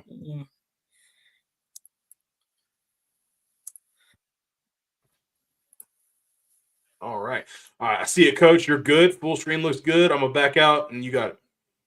Awesome. Appreciate it. Appreciate you guys taking the time to join in here on a Saturday afternoon. A lot of different things you guys could be doing, but on diving into football and really trying to find ways and make your team and your players better is something that is one of the best things about this. Always finding ways to get better. Just a brief little history about myself. Originally from Bettendorf, Iowa. Basically as far east in the state of Iowa as you can go. Grew up, graduated from there. A lot of really good athletic programs through that time. Had a really, really close coach of mine who was also a military guy. Ended up being one of my really close mentors. That made me want to get in the military. So I spent 4 years active duty in the United States Navy. I had the chance to get off when I was done with active duty at the University of Iowa, where I got to learn a lot of offensive line play under Coach Ferentz and a lot of just really, really good people, a lot of really good coaches around there. After that, I was my first true opportunity to go run a room was up at Bemidji State University, coached the tight ends, fullbacks, ran some special team units there for about 3 seasons. A lot of really, really good success up there. And spent the last 2 seasons down at University of St. Thomas down there in the Twin Cities. Did 1 season of tight end fullbacks there, and then got promoted to the offensive line. So heading into year 2 of coaching offensive line now, got a chance to come back up to Bemidji State to run their O-line and be a run game coordinator, recruiting coordinator, a lot of different hats up here, but just being back around really, really good people, a lot of really good coaches. Not sure if you guys know anything about Bemidji State University, but top 10 D2 football program right now, won 39 games over the last 4 years. And it's something that we really invest a lot of time in our culture up front in the trenches. So that's something that the head coach, he's been here, over 20 years, head coach the last 9 years, Coach Brent Bolte, probably one of the best guys to do it at this level in quite some time, in my opinion. But just an awesome staff to be around and go to work with every single day. But kind of diving into the whole scheme here. And kind of the things that we talk about that I think kind of separate us and make us a little bit different is really trying to simplify a lot of different things in the football realm of stuff. I'm going to be honest with you. There's a lot of different college coaching staffs that are in the office from 6 a.m. to 6 p.m. or later, even especially during a game week. But to be quite honest with you, we're pretty opposite. Our head football coach is a really, really big family guy, if you will. He wants to get out of the office, and as long as you're staying on top of your stuff and recruiting and your breakdowns and everything like that, he's a believer. You shouldn't be guarding your desk. So that's something that we got to find different ways to really, really hone in on and have those effective duties essentially while you're in the office and out of the office. So one of the things that we talk about is within the whole simplifying everything that we're kind of doing is we believe 95% of your time should be spent on yourself. And what I mean by that is, breaking down your own film, studying your own players, right? Like what are your players? What do they do well? You know what I mean? Like if you're a team that's running gap schemes and trying to run pin and pull, but maybe you don't have a tight end at the point of attack to get the party started. Like why are you trying to bang your head against the wall? Or how can we fix that? Right? Can we add a 6 offensive linemen out there? Could we, find different ways to do those things? Another big thing is how do your players learn? Do they learn by sending something to them after a practice, or do you have to go through every single play? One of the things that I've utilized now over the last couple of years is we don't watch practice in order. We don't go play 1, play 2, play 3, play 4, bouncing around from all these different schemes. We break it up. Like I'll build a playlist and we'll watch all 10 powers from practice, 10 counters from practice, all in order. Stay on that one scheme, all in order to where like we can see the good, the bad, the ugly, all the coaching points that we really need to dive into, right? And that's really been a really big thing for us and just how our players can stay locked in by scheme, by concept. And I think that's again, just a really, really kind of a little nugget that I've learned over the last couple of years. And then this is another big one. Are you over coaching in any areas? You know, that kid, are you spending too much time trying to explain one little thing and it's just not making sense or whatever it may be, right? But those are just some little things that we sit there and really talk about, and just letting our guys go be dudes on the field, right? Like that at the end of the day, you know, we want our guys playing fast and physical, and kind of going into bullet point 2 here, like grouping our plays and our schemes into families. So for example, utilizing a lot of this, the same terminology in all of our gap schemes. So from our power, from our counter, our GY counter, our GT counter, you know, all that stuff is how we talk about it is going to be the same terminology, the same combination calls, almost all through the same rules. When we start getting into the adjustments and everything like that. But again, we believe that that applies, that is less thinking for the guys up front. And again, playing fast and physical, getting our ass off the football is a really, really big part of what we do. Consistent in our teaching. We believe in this. We see a lot of 4 down front in our league. There are a couple teams that will be a, you know, kind of an odd or a bear type of structure. But we always kind of start off from that 4 down look, really start with the base rules, the base fundamentals, what we're trying to do before we add those adjustments. So, and not only that, like we coordinate with our offensive coordinator and our defensive coordinator, we coordinate that with each other. Like, I think those 2 coaches should be talking with each other in terms of like, okay, like what can we do to break this? Let's talk about this. And it's not just, hey, the offense needs to win today. Hey, the defense needs to win today, yada, yada, yada, where it's just you're kind of scheming up against each other. Like those 2 coaches should be talking to one another to really help introduce the base rules that we're trying to accomplish on both sides of the ball and really build out the adjustments from there. Like if, you know, I've been around a team last year, it was a big odd front team. It's like, okay, well, let's flip it. Let's talk about all the odd rules first and then go from there, what you're going to see kind of through the year. And then again, scripting and re-scripting, we're really, really big on. We don't run a crap ton of plays, man. We dive into probably 4 different main run concepts here at Bemidji, but we dress it up and we do a lot of different things that might look like to the defense, but for us, it's the same language. Everybody's talking it on both sides of the football. And it's a really, really nice overall, you know, simplification of what we're trying to do. So kind of diving into some of our gap scheme type stuff now, how this kind of relates to this, right? Finding different ways to simplify what we're trying to do. And honestly, this is our first slide on our gap scheme blocks. We talk about a pin block. We talk about the double team. We talk about the pull. And then on the backside, we talk about a gap seal funnel. Right. And then if we're talking kickouts with our tight ends, sometimes our tight ends will come in during day 1 install type stuff. And so they can get the full picture, especially at power when they will be at the point of attack. You know, the kick out kind of for counter for us kind of goes into our speed pull. But again, everything that we do from our double teams to our pins, the only thing that really changes for us within this scheme is the type of pull that we're going to be executing. Okay. So I'll kind of talk about some of that more here in a minute, but our pin block, every time that we install something, we tell the kids the purpose of what we're trying to do. And then we really get into the nuts and bolts of your aiming point and your footwork. Okay. So that's going to be kind of the nutshell of how I'm going to go about this. I'm not going to spend a whole lot of time on these slides. I really want to get into some more of the film type stuff.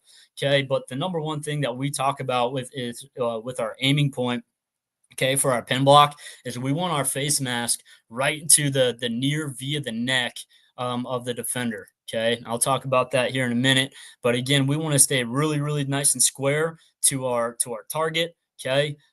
We talk about having our inside hand to the breastplate of the defender, and our outside hand is going to be nice and tight for us. Okay. I've seen some teams kind of get the pad and, you know, you start to kind of torque and, you know, kind of do that whole thing with it. But for us, we want to get the number one thing for us is our face mask right to the via the neck. And that's the number one run blocking rule that we talk about in our fundamentals every single opportunity we can is eyes to your aiming point, okay? And your feet are going to follow. So talking about your footwork, okay, I'm just going to go to the film here. So talking about our footwork here, okay, we're going to practice this many different ways. And I just pulled a couple really base clips of what we're doing. And again, this is all just really base drills for us. Okay. And then we build out from there. So we go from like a pin block to a double team to our poles, but then we build into half line. Then we build into more of the one-on-one type stuff, if that makes sense. Okay. But again, for us, I'm a big believer of using actual human bodies to block. I'm not a big shoot guy. I'm not a big bag guy. I'm not a big sled guy. That's just something I really kind of learned being at the University of Iowa. We want willing people. So we coach our defenders just as hard as the guy that's going up, essentially. We want to make sure we're giving them really good looks and being able to fight off blocks in a lot of our drills, like we'll call it a challenge drill. And, if we're just working pin challenge, we're going to be trying to pin his ass, but he's going to try to be the defender is going to try to win over the top, essentially. Okay. So building in different challenge drills and what they're really going to see, again, starting with the base and then like having them finish through they're appropriate. And we talk about it with winning with our helmet placement upfield in whatever play direction you're going to be going. Okay. So here we go. We're going to be talking again in the pin here. Well, the number one thing that we're going to be trying to do again, our aiming point, face mask right into the defender's V of the neck. Okay. That's going to be right into his ear hole, essentially there. Okay. And again, we're going to play with different variations of the defender. We can be, if this is our right guard here, this could be a 2-eye. We can back him up or shade him over here if our center was here to a true 1. Okay. Different, and we can put him as a true nose. That's about the same as, going back on a 3 technique for the center, essentially. Okay. But essentially, all we're trying to do, face mask near via the neck. Okay. Near foot, right into the crotch of the defender. All right. Inside hand, right into the breastplate. Okay. And we're going to stay nice and square to what we're trying to do here. Okay.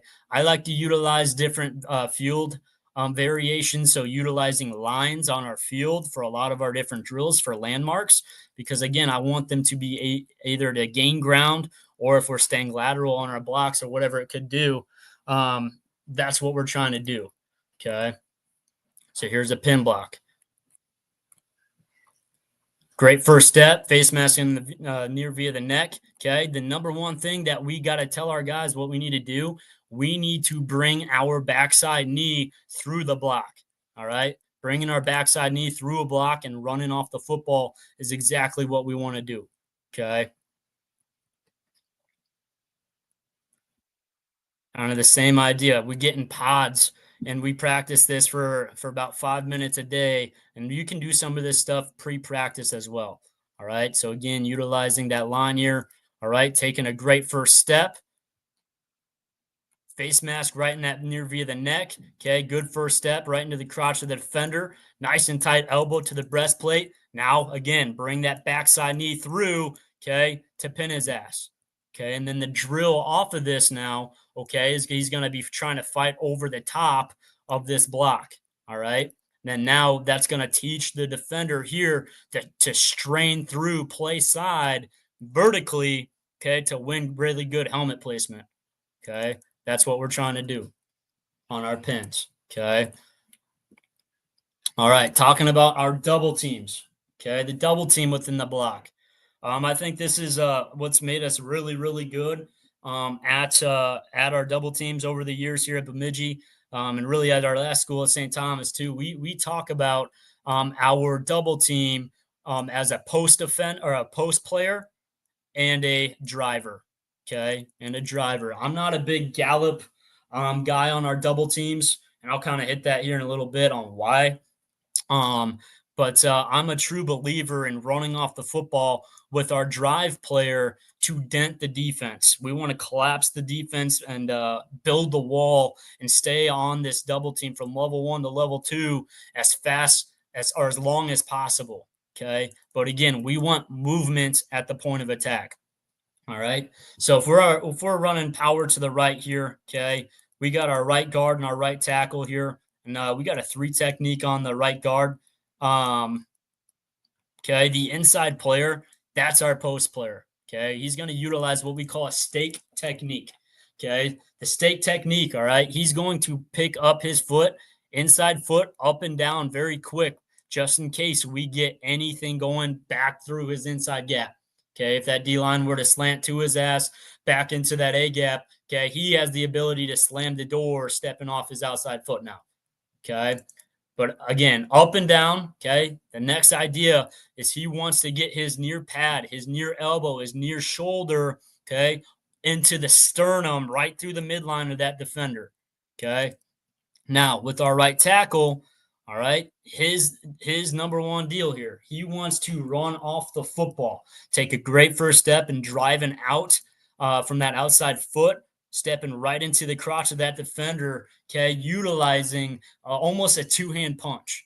All right, now with that 2-hand punch, it might be more of a near pad. It all kind of depends on the fit for him, okay, because there are some times where that 3 technique might end up as a 2. He might kind of take over and end up a 4-eye or even head up on that tackle, right? So it all really kind of depends on how that 3 technique is going to be playing. So when we build out our game plan installs for the week, right? Like, hey, how does this team play power? Hey, how does this team play counter? Is this 3 technique stay in a 3 technique, or is there a lot of movement?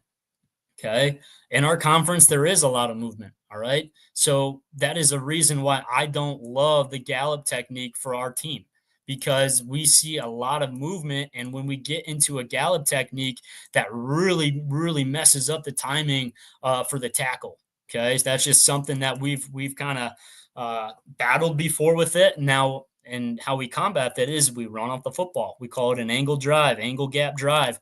You're just running off the football, again, trying to snap the hip of a defender, okay, building up to level 2, okay. How we teach the level 2 block on this, again, for our tackles, if we're getting a great hip snap, okay, he's tracking the near number or the near view of the neck, again, trying to pin that asshole inside, okay. If that linebacker does flow over the top, okay, he's going to U-turn him across, getting all the way across the football. We show our running backs plenty of work on that, okay? Plenty of clips, I should say, on that, okay? Here's some drill work that we utilize during the summertime, okay? This would be our left side of the line. This is one of the only clips that I have that we're not in pads here. So this here would be our left tackle. This here would be our left guard, okay? So this player, our left guard, is going to be our post player. Okay, again, he's going to be up and down with his inside foot here. Okay, utilizing that stake or a safe step, and then putting his near pad right through the sternum. Okay, of the 3 technique. Okay, as you can see, up and down, and then gaining ground with that second step. Okay, need to keep our eyes up here. Now, what we're doing with our left tackle, as you can see, utilizing lines here. Okay, we need to gain ground and step vertically through the crotch of the 3 technique, all right? And again, we're thinking more hip snap as we get going, all right? But again, we want to have our eyes, and this is when we start adding linebackers. Again, just worrying about denting the defense first. Level 1, get movement at level 1 first, right? And good things are going to happen, okay? Now, building this thing out, okay, I think this is a great opportunity. Like, if you have centers, this is not all our half-line stuff, but we will start adding centers and stuff like that out to here, to where when we do get into our counter pulls, which I'll talk about here in a minute. But again, I'm just showing you guys some more of the deuce type stuff, the double teams, okay? Again, right side of the football now, all right? Right guard's going to be utilizing a stake footwork, okay, our post player, and the right tackle is going to be our drive player, running off the football, okay? Add a linebacker out there, give that linebacker different looks that you're going to see during the week. You can have him be a slow flow backer, a fast flow backer, a backer that shoots a backside gap here even, right? Okay, because on our stake player, okay, we want to have this inside arm free for any type of run through, all right? for any type of run through. So if we get that Mike back or that blitzes for whatever, these guys, it just ends up turning into basically a down block at the point of attack there. But again, he wants to keep his inside arm free, okay, for any run through off the backside double team. Okay, but again, good first step by the right tackle, gaining ground, fitting that near pad and running off the football. Okay, now the next part of this for the post player, all right, we like to utilize a torque technique. We call it a crowbar, all right, for when we want that 3 technique to get back into that A gap over there, all right, we want to be able to load our inside foot and utilize our hips, okay, while driving our helmet still upfield to throw his ass back into that A gap so we can win with inside helmet leverage on that type of pin, essentially, okay? So that's a huge block for us. And how we get movement at the point of attack. And we spend a lot of time on this stuff right here. Okay. This is our left tackle freshman over here that's played like 8-man football his whole life. He's never done a deuce block before. Okay. Running off the football, great first step. Run. Okay. Fit it up. Okay. Again, on these deuce blocks, we want to stay in this thing as long as possible. Okay. As long as possible. I got some clips on here for you. That's, again, is just going to be a really good thought, not coming off level 1 too fast, okay? Build the wall that's forming right through here, okay?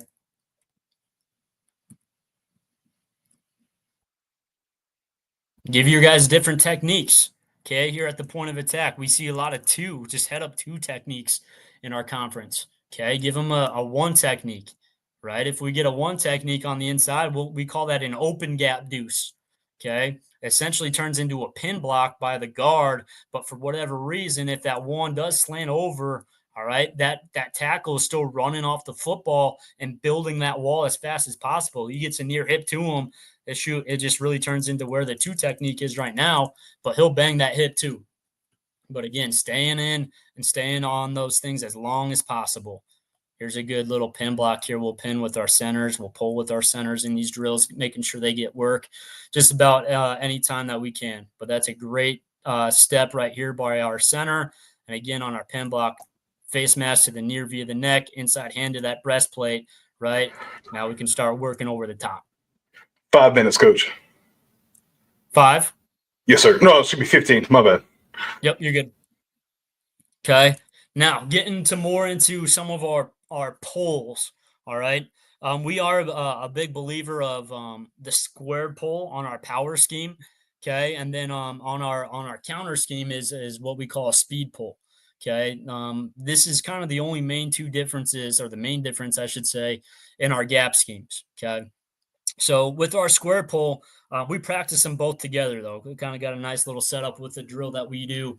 But our power pull, the square pull here, all right, again, we want to be able to drive off that backside foot, gaining depth and width, okay, with our play side foot, almost gaining ground into the line of scrimmage, okay?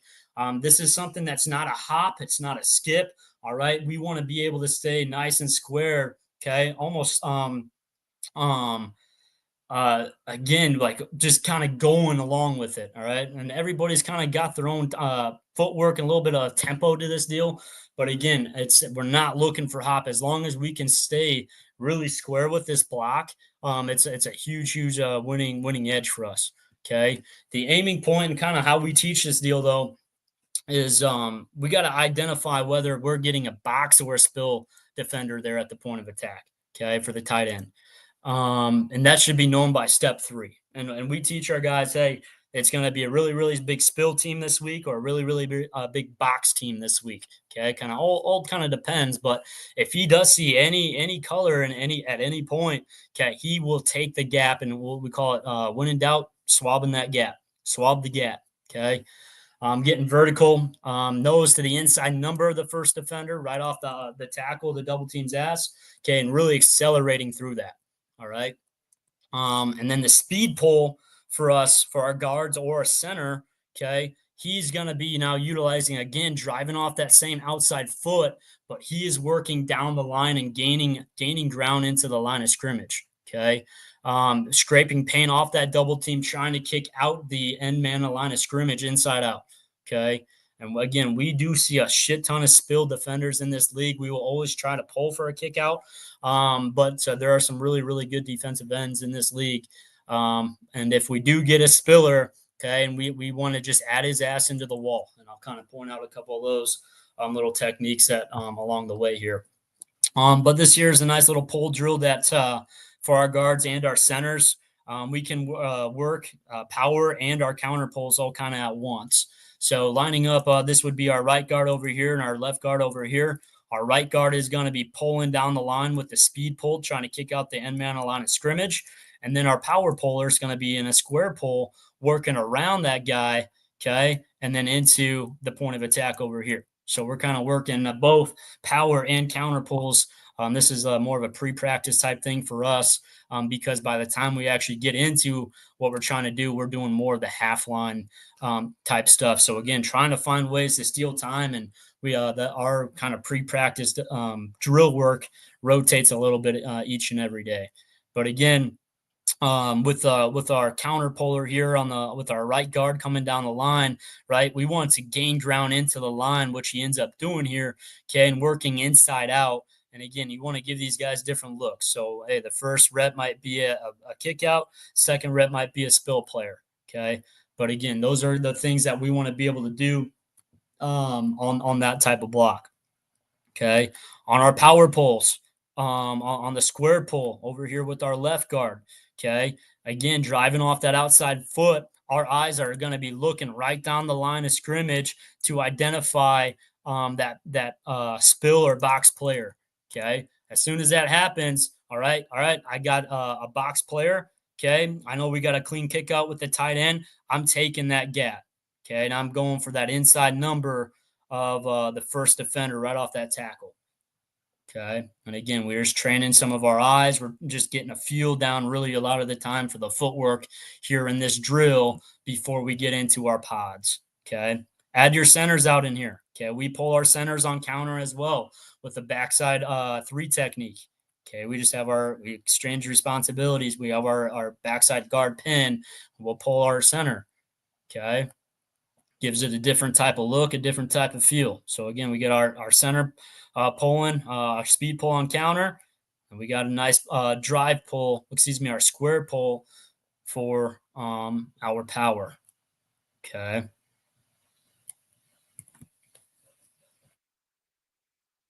And yes, we get a shit ton of snow in Bemidji. This is like April. Okay, again, adding different little views to this deal. Okay, again, this time we'll add a spill defender getting across the face of the polar. Okay, and then adding his ass into the wall. Okay, so you give him different looks there as we get going with a lot of this stuff. Square pull, driving off that outside foot by the right guard here. First gap you see is going vertical, inside out. Okay. All right. Kind of diving in. I got like 10 minutes left here, I think. I want to get into a couple of clips here, kind of putting it all together for you guys in multiple different games here with what we're doing. So first 3 clips here are just some power clips, kind of talk through just the fundamentals of what we're doing. Okay. Again, at the point of attack, we're running power to the left here. We got a kick out by the tight end who's adding him into the wall pretty quickly here on a spill defender. Okay, I don't really love his alignment. I think he could probably get this thing kicked out. But again, we got an open gap deuce here, double team back to 59. Okay, so what we're thinking here is if our left guard can get that thing pinned inside, all right, we're going to be good. But notice here how that 2I ends up almost head up on our guard here, right? So our tackle feels like, hey, there's a hip there for me to bang. I'm going to bang it. But I'm running off the football and I'm snapping the hip. Okay, I'm snapping the hip to get movement at the point of attack. Okay, once we feel that hip get snapped, again, we want to utilize that crowbar technique, and with our post player, now where our post player can just pin his ass inside. Okay, now our tackle does a great job tracking that near number. Okay, trying to pin that asshole inside, and again, if he does work over the top, okay, we can U-turn his ass out. We give, again, our running backs plenty of looks there. Center's pinning all the way back on that 3 technique, right? And again, with our center, if he gets a wide 3 technique, okay, his first step now is going to be a little bit more lateral. He's going to be more lateral, not so much upfield. Okay, he wants to get to that aiming point because it's going to be a little bit wider now. So lateral first step and getting down there, your face mask still into that near via the neck. Okay. And the one thing we don't drill a whole lot. Again, we get this more just in the means of practice is that gap seal funnel technique. Okay. Our tackles are going to take a step into our gap and with their inside hand going to give a nice post arm, essentially, especially with that backside 3 technique to try to get a nice piece of that, especially if they're heavy penetrators there at the point of attack. Okay. So that's kind of one of the things the backside guys are looking at, but we call this your gap. You're kind of sealing that deal off the edge, and you're funneling back inside for any type of rush or any defender coming off the backside. Okay. And then here with our square pole, again, his eyes are right down the line of scrimmage. He identifies the spill by that 3rd step. He knows he needs to be vertical right off the tight end. Okay. Not a bad deal here. Vertical right off the tight end, going for that inside number. And again, we teach the running back inside hip of their pulling guard on power. Let's hit it and go. Make a guy miss. Okay. I like this clip for a couple different reasons here. This is versus Mankato. Okay. These guys give us a little bit different of a defense. We got one single backer here in the box, and this was kind of a game plan type of deal versus the crush front. But essentially, instead of kicking out the point of attack here with our tight end, we're going to make a tray call now to the only backer in the box. And we'll go down here, and we'll pull to kick the widest. So it's still a square pull here. And we tell them, hey, it might turn into more of a speed pull-ish, especially when this asshole's off the line of scrimmage here. But I love this clip, and I know this one's kind of zoomed out a little bit here, but why I love this clip with this tray block here, okay? We got 6 offensive linemen out there, but again, we want to get almost hip to hip and build and collapse that wall as long as possible as we build that thing up, okay? And again, with that, our tackle now becomes more the post player, and then our extra offensive lineman or your tight end really becomes the driver here. Okay, so your driver is not always your tackle. It could be your tight end, depending on the front and the look that you do get. Could be the guard versus your center and a guard on an ace on a when you guys get odd fronts, if you guys aren't working all the way back. Okay, and this is a really, really nice clean pull here by 60. Again, near leg, near shoulder, working inside out via the neck. Okay, and again, we're just collapsing this wall here at the point of attack, making that free hitter being the safety, make that asshole miss. Okay, and we got something going. But again, stay on level 1 double teams as long as you can to build the wall and displace level 1. Okay.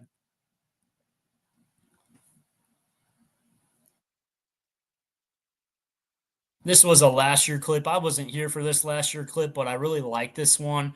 They're teaching more of a gallop technique last year. But the reason why I put this one on here is more so for the polar here, right? Just kind of, again, with our square pole here. Okay, the first thing that he sees, he's going to try to get in there. All right. And again, just the whole teaching aspect of the running back, staying on that inside hip of the polar, man. Stay on that inside hip of the polar. He'll lead you to the promised land. Staying nice and tight in there.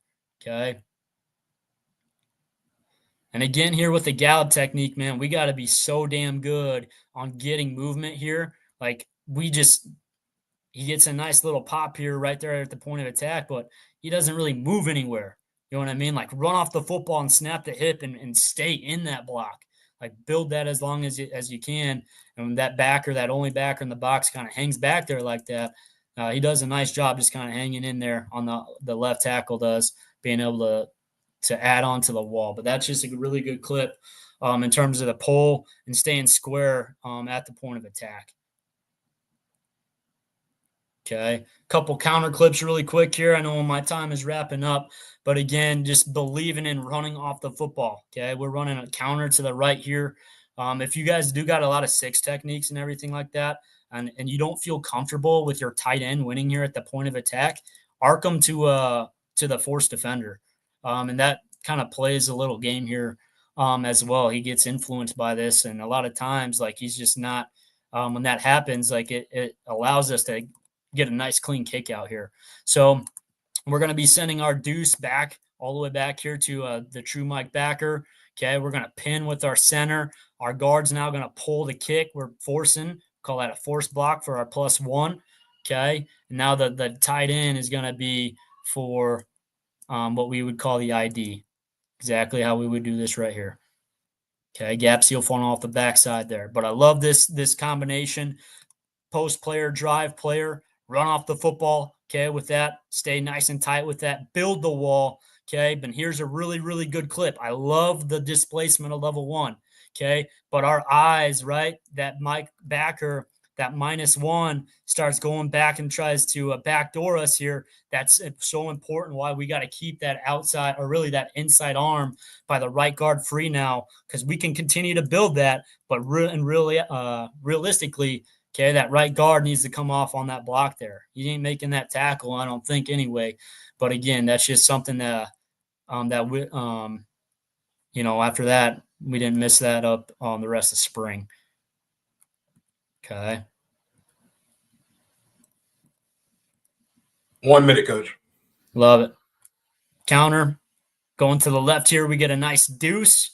Going back to our -1 here. ID is going to be 0. Okay.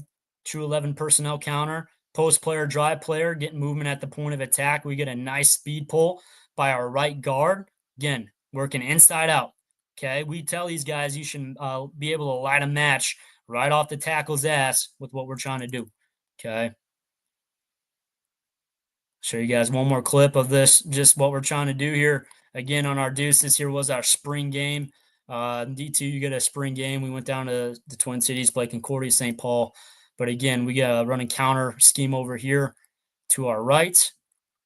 Post player, drive player, run off the football, eliminate penetration at the point of attack with your post player. Snap hips, get a clean kick out. Let's go. Okay. And again, now this stuff, guys, is a lot of the base stuff that we're doing here at Bemidji State. A lot of the base drills we just talked about, and it all kind of branches off from there. But again, simplifying what you do and what you believe in, and being able to do that stuff for the guys and get them to believe in what you're doing. And I promise you, it's some of the best stuff that you guys are going to be able to do. So this here is my contact information, cell phone number, email. If you guys have any questions or you want to continue to talk through this stuff in a little bit more depth, feel free to follow me on Twitter as well. It's just at Brandon Labath. Appreciate you guys. Yeah, coach. Appreciate you. Appreciate you for coming on and sharing details, man. I'm heavy gap scheme, so I loved what you're talking about, especially with Gallup, because I've always been hesitant on Gallup as well, but I'm big on throwing that guy in the gap, right? So like running through that dude on your track. So that's very validating. I appreciate you kind of sharing those things. Yes, sir. Appreciate you guys. Yeah, man. All right, guys. Coming up next right here, my dog, Austin Hamilton. Got the Power T on, man. Love that tag you got, dude. Like yours, man. Like yours. Yeah. Coach, you want to go ahead and share your screen? You're a vet, so you know how to do that. Guys, also we will be giving away some other coaching share stuff in the near future, but we're going to go ahead and get Coach going. All right, Coach, your presentation's up. You got it. All right, yes, sir. Appreciate it. All right, thank you guys for just tuning in. Obviously, it's been a long day of a lot of good information and just kind of echoing. I think I ended up being perfectly timed based off of who we just heard, talking a lot about gap scheme. I'll add a lot of gap scheme, kind of what we're running in a sense based off of our personnel. But at the end of the day, run game is important. I think we have caught up in this day and age of 7-on-7 and pass and all this. But, at some point, you need to run the ball to win the game, right? And I think it doesn't matter who we have, running quarterback, not running quarterback, small offensive lineman, big offensive lineman. We've got to focus on who we had and being able to figure out what we need to do to be able to run the ball, all right? A little bit about me. I am Coach Hamilton. I am the co-offensive coordinator at Chattahoochee High School and offensive line coach as well, Johns Creek, Georgia. This is going on about to be my third year here. I've been part of Southside High School before this, and then I actually played ball at West Georgia and then in high school at Grayson. I've been around some really good programs and been blessed to be just where I'm at now and staying grounded at where I'm at right now. I'm working with a great head coach and another coach who works with me alongside with me, who is just everything just fits perfectly. Same identity, same ideology. So it's been awesome. Well, first and foremost, let's just make run games simple, right? And I know probably of all of you coaches have heard these kind of the flow of things, but players is greater than formations, and then formations are greater than plays, right? We don't need a million different plays, right? And I know in this day and age of Twitter and kind of everything at the touch of our hands, how hard and easy it can be kind of getting away from what you're true to, right? But first and foremost, look at your players. As far as this being an offensive line clinic, talking specifically about the guys up front, right? What type of offensive line do I have? Do I have smaller and athletic guys? Do I have big and powerful, short with leverage, tall with length, right? Obviously, you can do the same thing with receiver, right? Do I have speedy guys, small guys, tall guys, and then the same at running back, right? Is it a one-cut guy, power back, run downhill, kind of shifty, right? Just kind of figuring out what is going to help you be able to run the ball based off of what type of players you have, right? I'll speak a little bit about us at Hooch. My first year here, they never had an offensive line coach that was true to the offensive line, which is insane. But my first year here, we averaged about 6 foot, 220 pounds, right? So we ended up running a little bit more inside zone and outside zone, and we were really good at that. The gap scheme and kind of smash mouth a little bit wasn't as good for us, right? A lot more technique there when it comes to, like we just heard, kind of that post and that drive player, right? A little bit more footwork that they weren't used to compared to, hey, you need to start sprinting outside and get to the aiming point. And same thing with inside zone, right? Last year, 5'9.5", 250, right? A little bit bigger, stockier, more gap scheme. And then this year, luckily, we got a mix of both. So we've been able to run some outside, inside zone along with gap scheme, right? But just knowing your identity and kind of building a culture that the kids are going to buy in with. I think that's super important when it comes to run game, is like, we can't be all over the place, number one. Number two, if my guys are 6 foot, 220, and we're going against some big old D linemen, I'm not going to sit here and expect them to run ISO down their throat a million times and it's going to work, right? Like, put the kids in the situation to succeed. I think that is something that us as coaches struggle with at times, but with clinics like this, we're able to hear other people talk and kind of see what everyone else is doing and kind of understand what's going on. I'm not saying this is a cookie cutter way that it has to be this way based off of size, strength, height, but this is a good basis where to start off with when it comes to what kind of plays you should run, right? So we talk about players. Along with players, you can also talk about who needs to get the ball the most amount of times, right? What's going to benefit me of who has the ball in their hands, but also when it comes to those players, of those same ones who need the ball in their hands, to also use as decoys, right? And that'll flow into what I'm talking about when it comes to formations and plays as well. When I think of formations, a lot of the time I think of grass, numbers, and leverage. We've all heard this, and they kind of all coincide together. When I'm putting a formation in, how am I going to get the most amount of space where I want to run that ball, right? Where can I let my players make plays and run, right? Like I just said, how can I give my players most space to make plays, right? If I'm going to run jet, should I formation in the boundary? If I'm going to run jet towards the boundary, you tell me. Right. Same thing if I'm going to the field, right? Is there a way to minimize as many people out there and kind of give myself the hand with a lot more space? And we'll look at a couple plays here that kind of pretty much shows what I'm talking about, right? Perfect example right here. I have as much recent tape as I can, just so I can show you some of the stuff we're doing now, but we do have some older tape as well. So this is more of our padded camps that we just been to, but space here, right? All this grass. Look at the defense up. Look at where the safety's at, right? I understand. Not shifted anything, right? We'll go with the motion and watch the defense flow that way with it. So now they're less a player, and now all the space off of a little freeze option to kind of bring them the other way to get our players the ball in space, right? And that's all you can ask for right there, right? Ball in space, give him a chance to make a play, right? Before he even has a chance to get touched, it's already what was that, 10 yards down the field pretty much, right? Let them do what they need to do. Same thing kind of right here. We got a little jet going, jet sweep. One of our shiftier, faster running backs, receivers out here. Go ahead and give him the space. Give him the field and let him make a play off of being able to run fast, right? I think sometimes we get caught up in like run this way, but I mean, they're football players. Let them be football players. We don't need to make sure they're robots, right? Let them be shifty and do their own thing the way they're supposed to. Let them be football players. Another one right here. Well, we have a little toss to the left, but I mean, like, look at where the defense is. Look at all the grass. It's very simple when it comes to it at times. I think we kind of sometimes overcomplicate it, but let them run with the ball. Let them have as much space as possible to make plays. And then numbers, right? And like I said, they kind of all flow. How can I have more players than the defense at the point of attack? I think sometimes we kind of cut ourselves short by, oh, this is exactly the way this play should be ran, but we just don't have the formation and move the players we need to make sure that play works, all right? So what we're going to run here is just a quarterback sweep by himself to the right. We have 3 at the boundary. You have the running back also leading.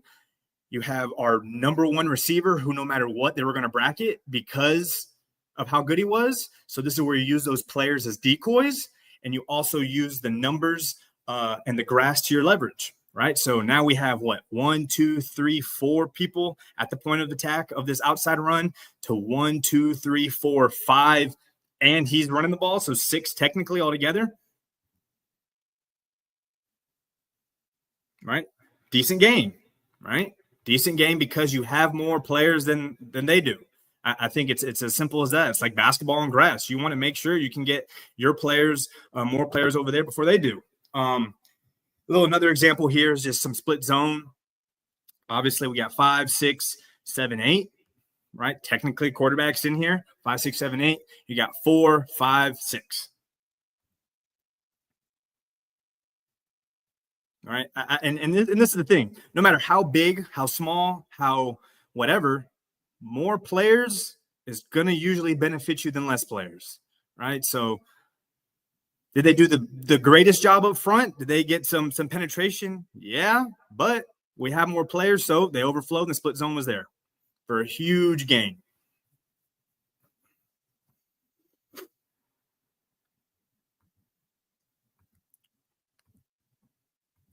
And then here we go. We love motioning our receivers out here to try and get just as many players, like I said, as possible to the point of attack. Right? We have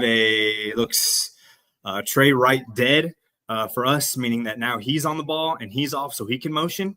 We'll add this extra receiver, although you'll notice that at the point of attack, is it the best block by this receiver and this are tied in together? No, but based off of having more numbers than theirs, it ends up still being a good gain.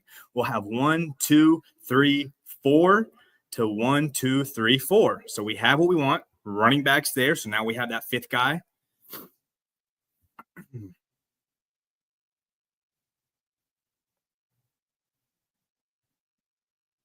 Still pretty decent gain just for on first down, just to start off the drive, right?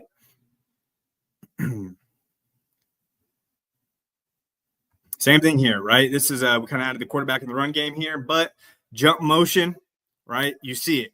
1, 2, 3, 4, 5 going over there. You have the 5 in the box. Even without even blocking that other linebacker, just run the opposite. I mean, sometimes we try to overcomplicate football, but it can be as easy as just drawing up the numbers on how you're going to be have more numbers than the other team, right?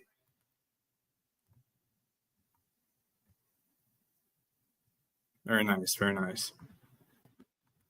And then same thing here. Same thing with formations, right? Formationed out of some stacks. And I mean, as far as a run game guy, this box is spot on what you want, right? I mean, like, how pretty is this? You can see everybody in there, clear cut to the offensive line, where to go, who to block. You have 5 offensive linemen for 5 people, running back and the quarterback. So 5, 6, 7 on 5. And you have all the defensive defenders outside with the stacks. Just a nice, easy zone read for a huge gain. Right. So when we start formationing, right, it's okay to have a lot of formations as long as obviously they make sense. No crap. But when you formation, just think of how to get your players in beneficial spots. Right. And then number one for me, I think for our offensive line and our receivers. Right. Let's be honest. Our receivers sometimes struggle to block. Right. They want the ball. They don't want to hit somebody hard. They don't want to do this. They want to do that. And sometimes our offensive linemen are also undersized, right? I've been there. I have it. A good way is to make sure they have the leverage they need on certain blocks, right? Which also flows into, like I said before, the grass and the numbers. If I have more numbers, obviously my leverage is usually going to be better that way, but also on the type of block you're making them do, have that leverage you want on there in the play. Right. So, for example, we have a toss to the right. Looks like GT counter left with a toss action with a read, but leverage has the leverage on the block, So there we go. Hidden, working. Have the leverage. They're able to take the leverage, makes that block just a little bit easier for some of our receivers. Same thing here. We're running a toss action to the right. And now you have 2 crack blocks right here and one guy reaching out for this guy out here because of how far he's out. Now you have the leverage to make the blocks with these receivers, right? Does a bad job doing it, but he has the leverage that he should have had to be able to reach that and make it. And even with a bad block, it's still a good play because of the leverage we had on the defenders right there.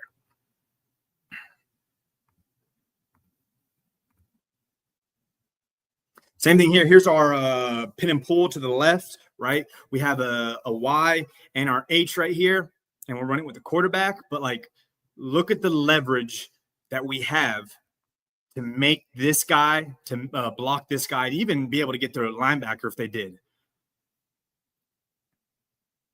Perfect, though. Sealed.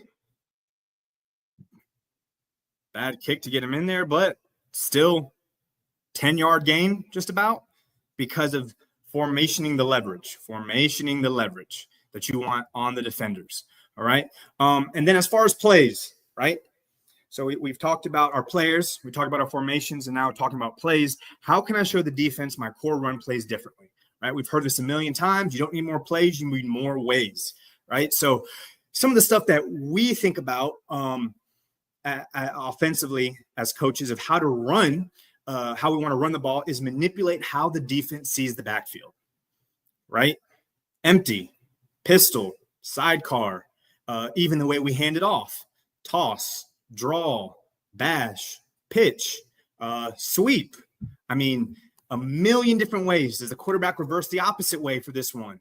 Our head coach we have here is super defensive heavy, and I listen to him talk to the linebackers at times, and he's always about – they're always talking about read this. All right. Well, if we show them 7, 8 different ways, at what point are they going to read the right way? Right. And I think that is super big offensively for us is how many different ways we show you the same exact play, just either for the quarterback or for the running back or for a receiver. And then I think we all can agree with this, but making the defense communicate. Right. Defensive coaches really, or defensive players, I think all have all these rules that they have to abide by in this and that. But if we shake up those rules in the very beginning with shifts and motions, and then we shake up those rules based off of how we hand off the ball and how they see the quarterback and the running back, now it's a bunch of communication that we know, especially now with kids, they can't even communicate face-to-face very well right now, unless it's on a cell phone. So that communication does struggle a lot. And that's kind of what you want, especially as an offensive guy. Because if they're communicating wrong and they're having to think too much, then they can't play fast, not downhill, slows everybody down, gives your offensive line time to get where they need to go. Running backs, receivers, all that type of good stuff to give you the advantage no matter what. And then my favorite thing is, and I know some places don't have a quarterback who can run it. I believe even if you don't have a quarterback who can run a good 40, at least make it look like he has a chance to keep the ball. Because if you're not, you're cutting yourself short and you're playing 11 on 10 football when you really want 11 on 11, right? So what I'm going to show is a bunch of our versions of GT counter and GH counter, and kind of how we talk about it, kind of how we manipulate the handoffs, the motions for our benefit, and kind of all the different ways that we've gone about giving the ball to show different teams different ways and how it's benefited us to do that, right? So for us, all of our run plays are animals. Gators are GT counter. Here's kind of the drop we show the kids when it comes to offensive line and kind of how we talk to them about it. As far as a coach before me, I know he had a post and a drive. What I teach is a nail and a hammer. The nail kind of dents it and lifts, and the hammer comes in and knocks the nail to torque that inside. Kind of the same teaching, just different terminology. Our double teams are different names. We have Chief, Tonto, Don, Tribe, different things like that to kind of communicate how our double teams are going. And then our open pool and our kick, right? Sometimes, depending on our type of defense, we will end up pulling the center if the leverage is there at times. If this 3 does give us kind of a fit, we will pull the center instead of the guard, but that's kind of a basis of kind of the players you have. Can they do it? So forth and so on, right? So here's our patty camp right here. We love shifting and motioning, just like we said, to kind of communicate, and it kind of gives the players kind of their own kind of thinking, right? Like this shift, we just say we're shifting to it. Like it's like in the formation. We already have a call that they say, hey, on this formation, you can shift, line up wherever you want. So, and gives them their kind of own freedom, right? So in their shift, pre-shift, shift where we want to go. And then we have motion off of this. So you have a shift and a motion. So that's twice now they're communicating the defense. Another communication that will be done is whether this tight end is going to arc or block down, right? Because now we can actually do that as well to kind of manipulate the defense, like we said. And we have Gator cold to the left, GT counter to the left, off a pitch. Well, you have what you want. You have the leverage. You have the grass. You have the numbers, right? Now you're sitting here with a one-on-one with a safety coming downhill, and better read from the running back to hit it outside, and that safety comes down too fast, and that's a touchdown, right? But you have everything we just talked about. We had the players we want getting the ball. We have the grass we want. We formation to where we want the defense to be, and we had to make them communicate. And along with this is bash, right? We're blocking for the running back, and then on top of it with a pitch, or we're blocking for the quarterback, and then on top of it with a pitch, right? So now that's 8 different things that just happened for a defense to have to communicate and talk about, and then go to the sideline and say, well, I don't know. That a lot of that just happened, right? Here we go again. Players, who do we want to have the ball? We want the running back and the quarterback to be able to have the ball right now, right? Getting a good formation.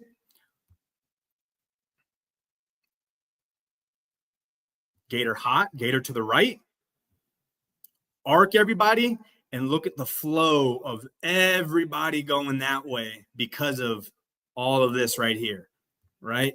Just kind of tricking the defense to think something else is going on than what we want them to think, right? Could have had a better pull. For my tackle not getting stuck behind the guard, but overall, pretty good gain in a very condensed side of the field.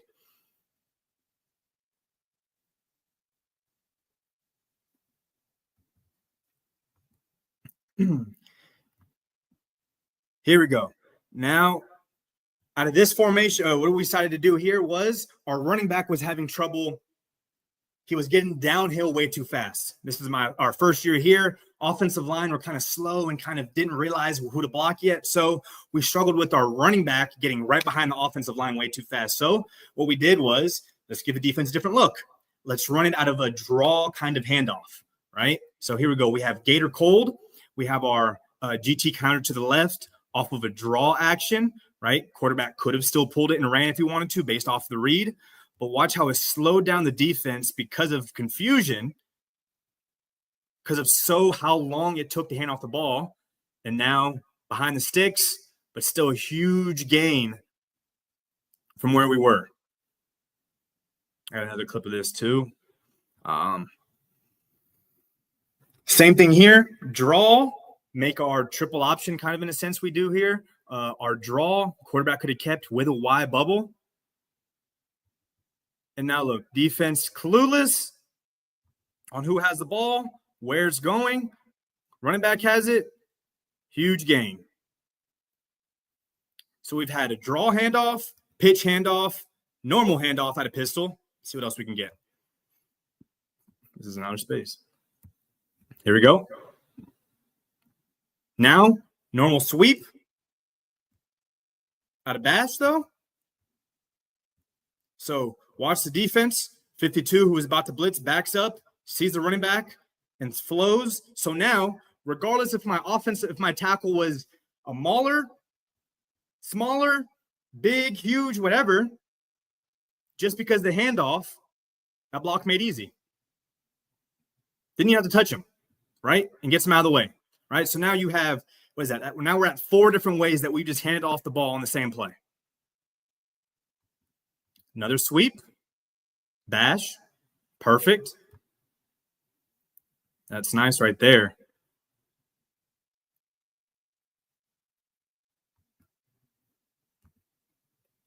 Here we go, out of empty.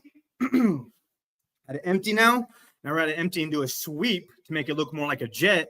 We'll run GT counter bash for the quarterback if we need to, but we give it to our running back because of the read, or we give it to our receiver now, our big-time receiver that we had last year who's at Georgia State now, the ball, and find a way to give him the ball, right? So now, like I just said, when it comes to running the ball, we figured out what player we want to get the ball. We formationed him to be able to get the ball, and then the play to set him up for the ball. And now, defense all over the way, right? You're reading pullers. Where are you? Run more bash. There you go. Here we go. Split back. So now they're so used to the quarterback with the ball, so used to the quarterback being able to pull it if he wants to, so used to opposite flow, so forth and so on. So now we have split back with an H, and we run GT counter seal. So now no read, automatic give.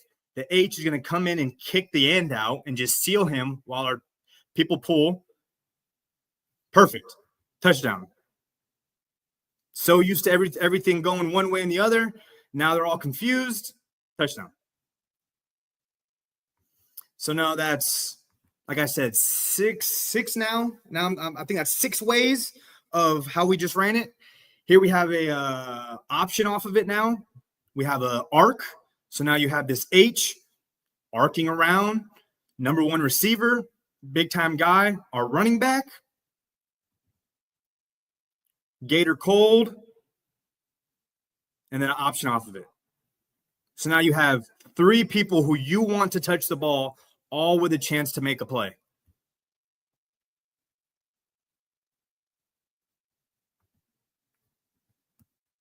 Which one is this one? Let me see this one. There we go. Now it's off a pitch again with an arc. Perfect. We've seen one like that before. Here we go. Here we are out of one of our empty sets, and we run a boomerang motion that we like to call it with our running back. Getting the defense communicating. Look at the flow. Look at the flow. They're not even looking, like, at this point, they're confused. They've probably been told to read the pullers, like most linebackers. Look at the pullers. They're gone already. You're already downhill and flowing left. Some nasty double teams as well from this left side, just mauling people.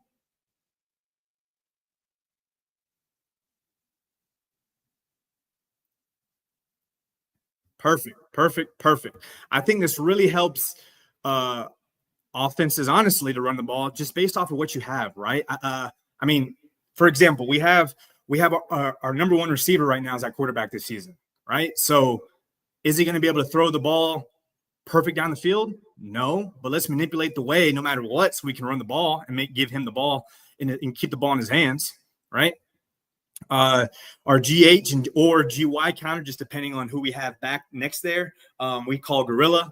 Same teaching basis, nail, hammer, chief, tonto, gap down backer, all that. And then kind of the same situation, right? Doing the same thing of running the same plays a million different ways to the point of the defense cannot figure out what the heck is going on, right? Perfect GH counter right here, just normal, right? Your normal GH counter. 2 minutes, coach. Yes, sir. Your normal GH counter right here. Oh, we're just watching them. Here we go. Now, receiver, speedy receiver. Look at this. Look at these 3 defenders because of this motion right here. Look at that. All because you try to give people you want having the ball, right? Decoy, right? He's fast. We've seen him run jet a couple of times. Now they're confused, right?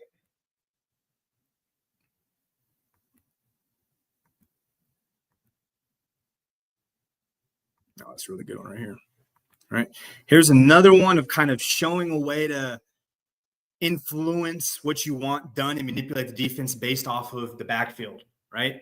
GH counter to the right, but we were struggling to kick and widen people out, right? So here we are with a fake pitch that was never obviously going to go to him because it's GH counter for the quarterback. But look at this guy and this guy both widen with just the pitch. And now straight downhill for pretty decent gain.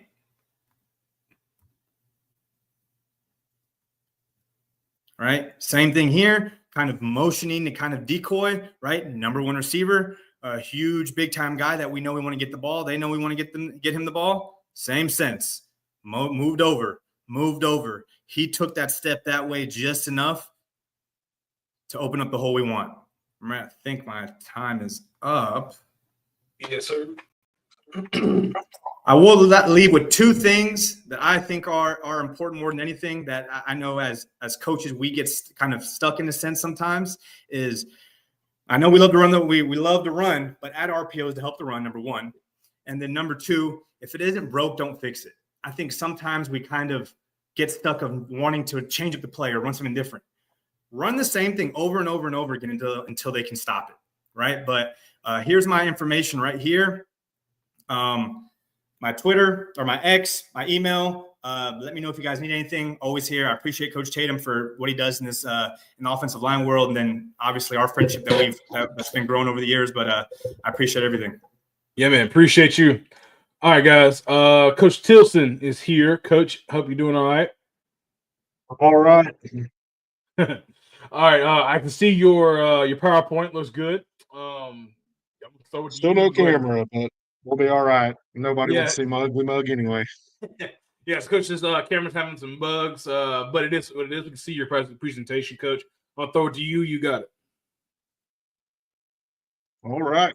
We'll get started. Kind of start off, we're going to be talking about some schematics. We're not talking technique or anything like that. It's something that has really helped us over the past few years to really simplify our run game, and it's even incorporated into some pass protection as well. But I'll start off with a quick story because we're trying to simplify things when it comes back to the old question of gap versus zone.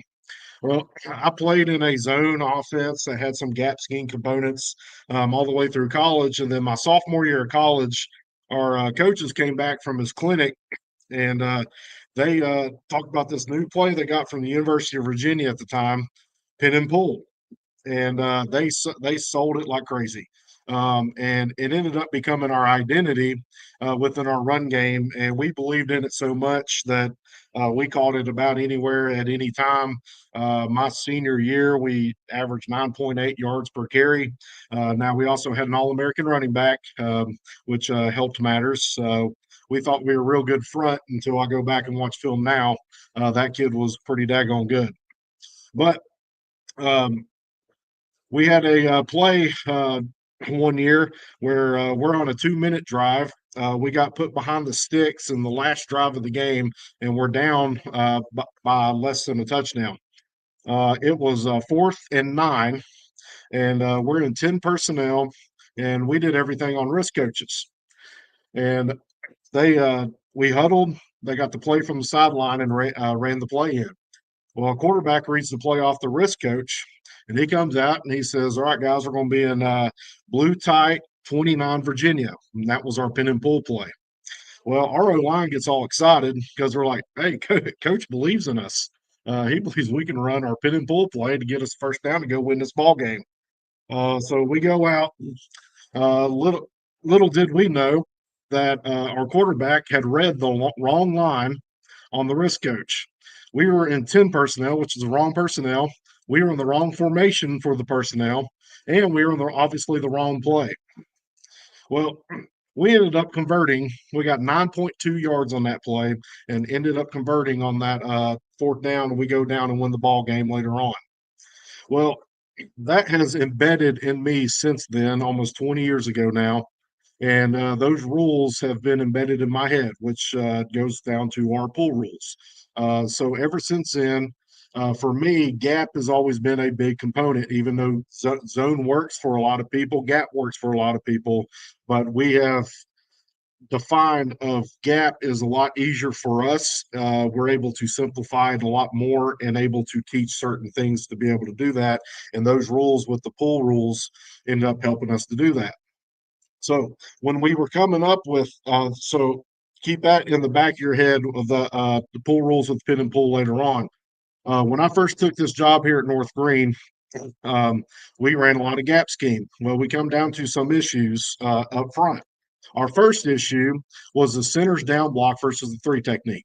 I had played center. I understand this is, I know from experience how difficult of a block this is versus 3 technique, especially if you have a 3 technique that is trying to penetrate.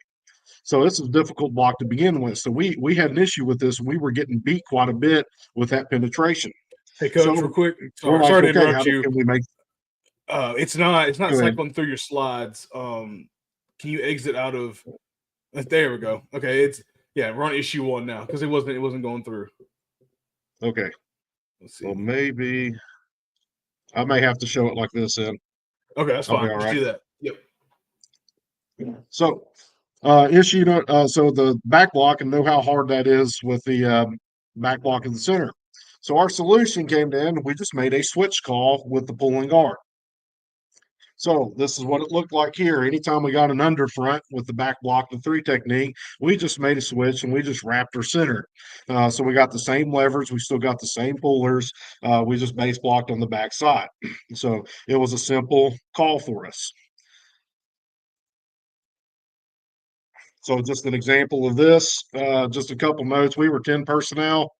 So anytime you would supposed to see a kick player, like the defensive end, we're reading that player just to give our extra leverage because we did not have a tight end at all last year. So, but we're talking about the switch. So we got a backside 3. We just base on the 3 technique. We get the wrap, we get our angles, and we get a solid run. Well, then later on throughout the season, maybe even the next year, we come into a couple other issues. Defenses are not staying in their base fronts anymore. They're becoming multiple within the same game, sometimes even on the same drive. So we're seeing odd and even fronts. Now, as coaches, we kind of understand like how do you adjust versus both of those? Well, sometimes with kids, especially 14, 15, 16, 17-year-olds, they have a hard time seeing, understand the differences between the two. So we need to have another simple way. So we made another switch call with the guard and tackle. So an example of this, is we made a switch with the center and guard, or we made a switch with the guard and tackle. So we'd end up getting 2 pullers versus a 4-0-4 here. And here's an example of this. So we get both pullers. We get our angles.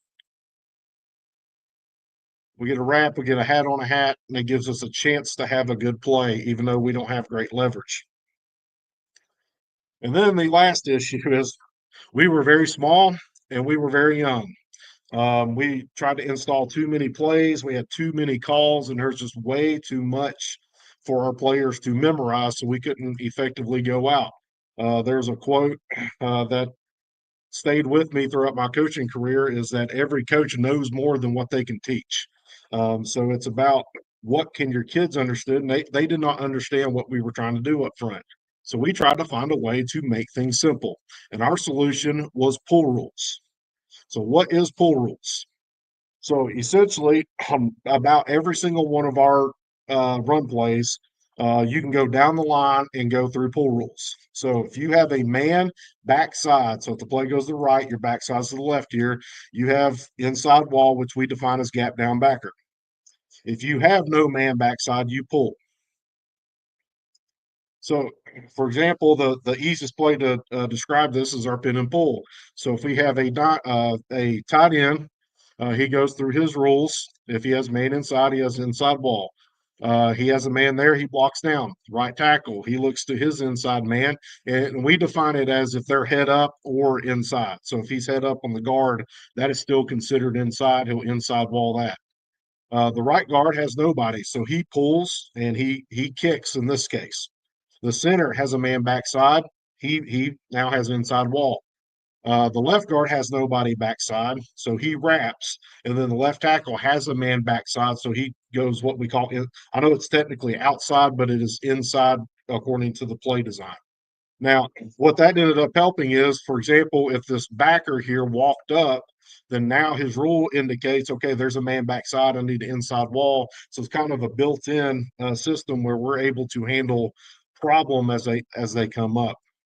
And then it ended up turning up to be a big success for us as we're able to gain leverage and use our leverage to hit some big plays here. So he has nobody inside, so he'll take he technically pulls here. He has a man inside, he blocks down. He has a man inside, we should have a puller, then man backside. So we have a hat for a hat. We're able to get the edge and end up getting a big play here. So we'll digress a bit and talk about what is inside wall. So our definition, just stolen from a lot of people, is just gap down backer. So anytime we use this term, our kids know if there's a guy in the gap, we take it like the center right here, or is there a guy down over top of the man inside, or if there's nobody, then we can go down to the backer if their wall is just straight inside wall. That is our definition. So this is a good example here. So this play here is they end up walking up a bunch of people up on the line of scrimmage. Linebackers walked up. So we're running power. Everybody walks up. We ended up not getting a puller out. So in this case here, it looks like inside zone. So everybody's inside wall. Our running back makes a cut, and he reads it and gets a big play for us.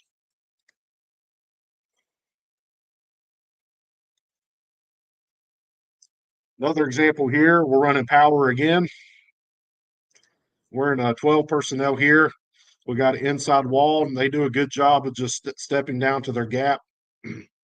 And down backer allows them to utilize that leverage, and this time we do get a puller out. This is later in the year, so our guys are starting to figure this out and starting to do a pretty good job with it.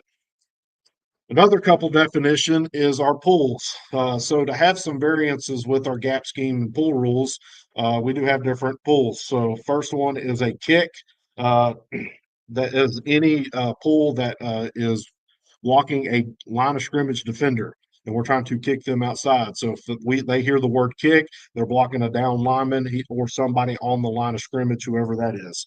And we just use terminology. If we are kicking right, we throw right. So we're using our right shoulder to work them outside, just to kind of keep things simple from there. Again, just trying to simplify everything that we're doing. An example of this, and again, we're not looking for a big kick. We're just looking to get the leverage. We don't need a bunch of guys getting knocked to the ground. We just need to get our leverage and let our guys who are athletic be able to go and make plays here. So this is a good example of a kick. Not a very good example of a wrap, but a good example of a kick. Then a definition of our wrap. This is anytime we're going to the second level defender, and then we're trying to block them inside. Truthfully, I just tell him take the linebacker wherever he wants to go. If he wants to go outside, go ahead and take him outside. Our running backs are athletic enough to make a cut off of you.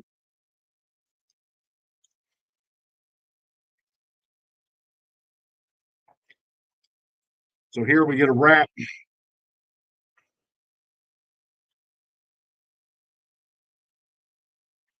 Do a good job getting leverage. Again, it's not a big block, but it is enough for us to get a crease and let our linebackers do their job here. So where we use pull rules is we have four main components in our run game. These are the only four plays that we have. We run power, we run counter, pin and pull, and duo, and they all correlate with one another. Now, I did not come up with any of this.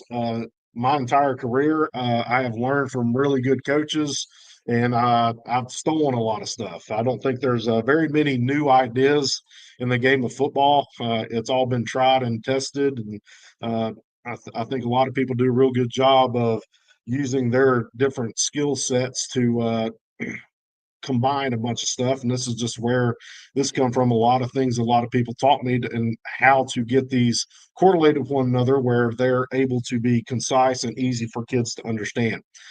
So power and counter connected together. Pin and pull is connected to both of these, and then duo is a version of power for us. So where we use where the pull rules come into play. So just straight pull rules across the board is our pin and pull play. That's where it originated from.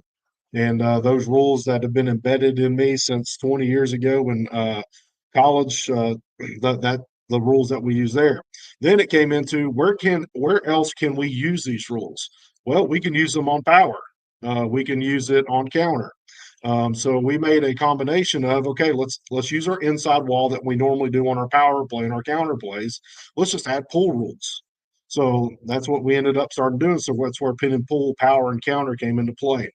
Then on our just straight inside wall, we just incorporated duo. So that way, if we knew like down on the goal line, they're going to walk everybody up. We don't even want to risk bringing a puller out. So that's when we call our duel from there. So our power and counter, some people call it GT. We just call it counter, just what we've called it since I've been here. So on the front side, so the play's going to the right here, the play side guard and tackle, they have inside wall period. So that is their job. So they know we're blocking inside wall. It doesn't matter what shows up. That's just what they have, and that's where the gap down backer definition comes into play. Starting with the center to the backside guard or tackle, they start their pull rules. So now they look to see who is in my gap, who is down over top of the next man. If there is a man there, they pull. If there is nobody there, then they go ahead. If there's a man there, they block, they inside wall. If there is nobody there, then they pull. Then power and counter defines what the first puller does. So on counter, the first puller is our kick player. On power, our first puller is a wrap player. So it defines who is doing what. Then the other variation is on counter. We always pull the backside tackle. So if the play's going to the right on counter, the backside tackle always pulls. Now, you'll see on some of our film that anytime there should be a kick player, like on counter, for instance, A tight end typically will go kick here or take care of this man. We did not have a tight end. We just used the quarterback to read him to take care of that.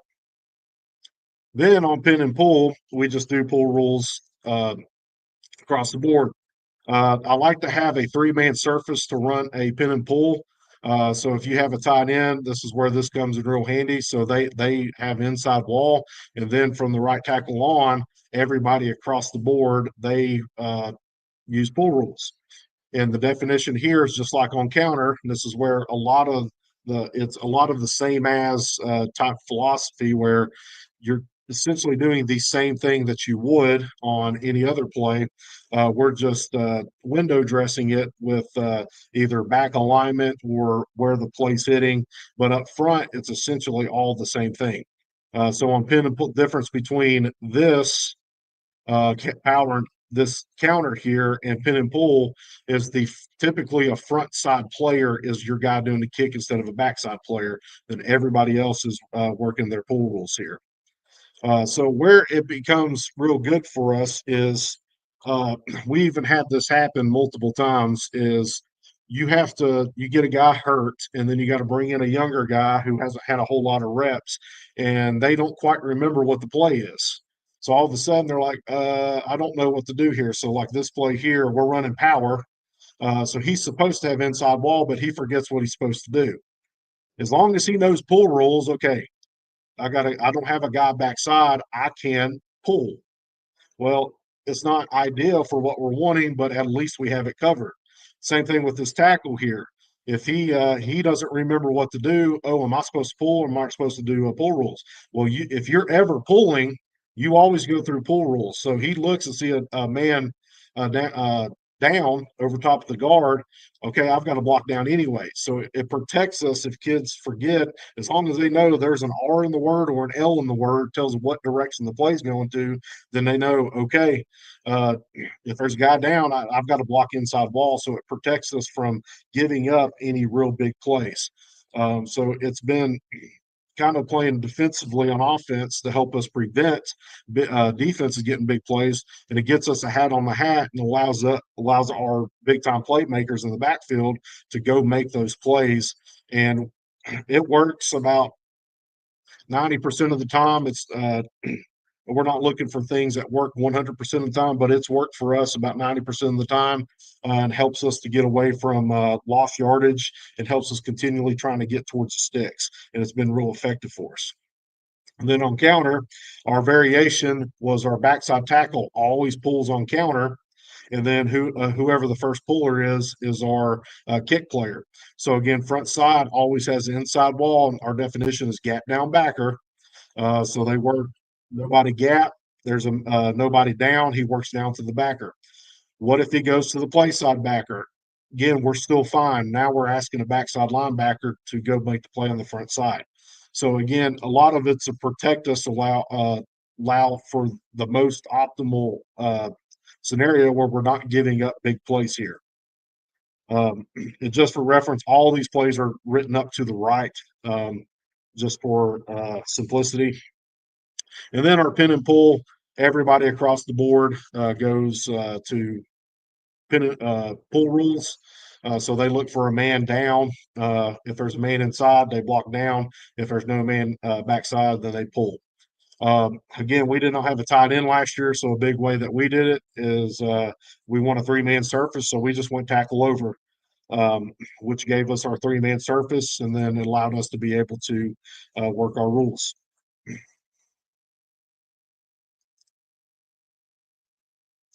So a couple film examples of power.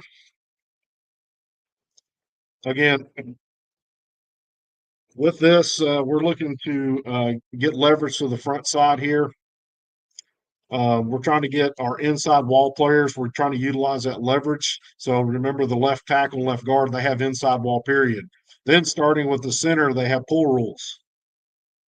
So here we should have a nose backside. So the center has inside wall, then our guard works his wrap. And again, we're not very big up front, so we don't get a lot of blistering blocks here. We get guys enough in space to get in front of guys and allow our guys to go make plays.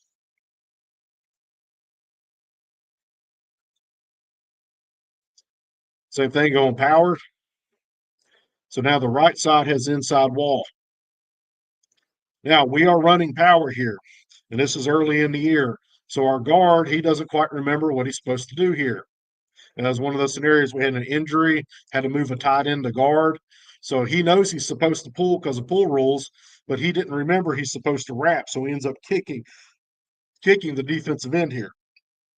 Well, it's still good enough for us to let our running backs make a big play and get down the field, because we get a hat on a hat. It gives us some numbers.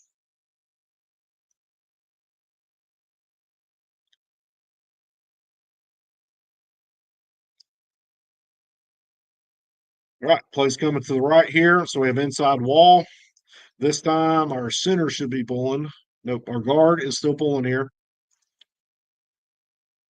This time he does bypass because our quarterback's reading it. He gets a hat on linebacker. And again, it's not a great block, but it is enough for a running back to get a play. Then comes in our counter play. Some people call it GT.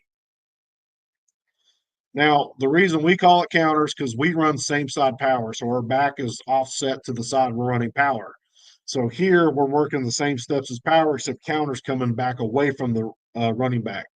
So it just gives us a little semblance of we're trying to make it look like the same play here, except now we're pulling, everybody's going to the right. We're reading the defensive end. Quarterback ends up keeping it here.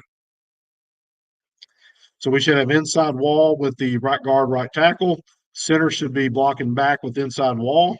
Our guard should be our kick player here. And then we're always pulling the backside tackle and reading this defensive end. We have counter again. Now with our counter, we know the play's going offset. So we were a big pin and pull team to the tight end. Sorry, not tight end, tackle overside. So here, well, we run some toss with our quarterback pin and pull. So teams would be used to seeing that. So we'd run counter to the open side. So we get a kick. Then we get our wrap. Now, you'll see a good example of young kids, right? Our tackle here it's probably his third game of his entire career. We get a good kick here, and we have a young running back playing here. So we tell our running backs they're supposed to get under the kick and get vertical. Well, our tackle here is working to a linebacker. Because our running back bounced it, and the linebacker running away from the tackle, which hasn't happened to him yet, he doesn't know what to do. So we got literally stops and stands and watch. He ends up getting a lot better by the end of the year. But again, when you're playing young kids, funny things happen. Another example of counter here. And again, this is one thing that I really like about pull rules here is we got a guy walking up in the A gap here. They have inside wall period, so they know they're working down. So if we had pin and pull call, this guy walks up, and he's blocking down period because this guy is now in his gap. That helped protect us from a big play. Maybe we don't get out for a lead blocker here, which may make a touchdown, but it does prevent us from getting a negative yard play. So now we take care of it, allows us to give ourselves a chance. We don't have a guy to go block that linebacker now, but it gives our running back a chance to make a play. Then goes into our pin and pull, which is across the board pull rules. Man inside, block down. No man backside, pull. 4 minutes, coach.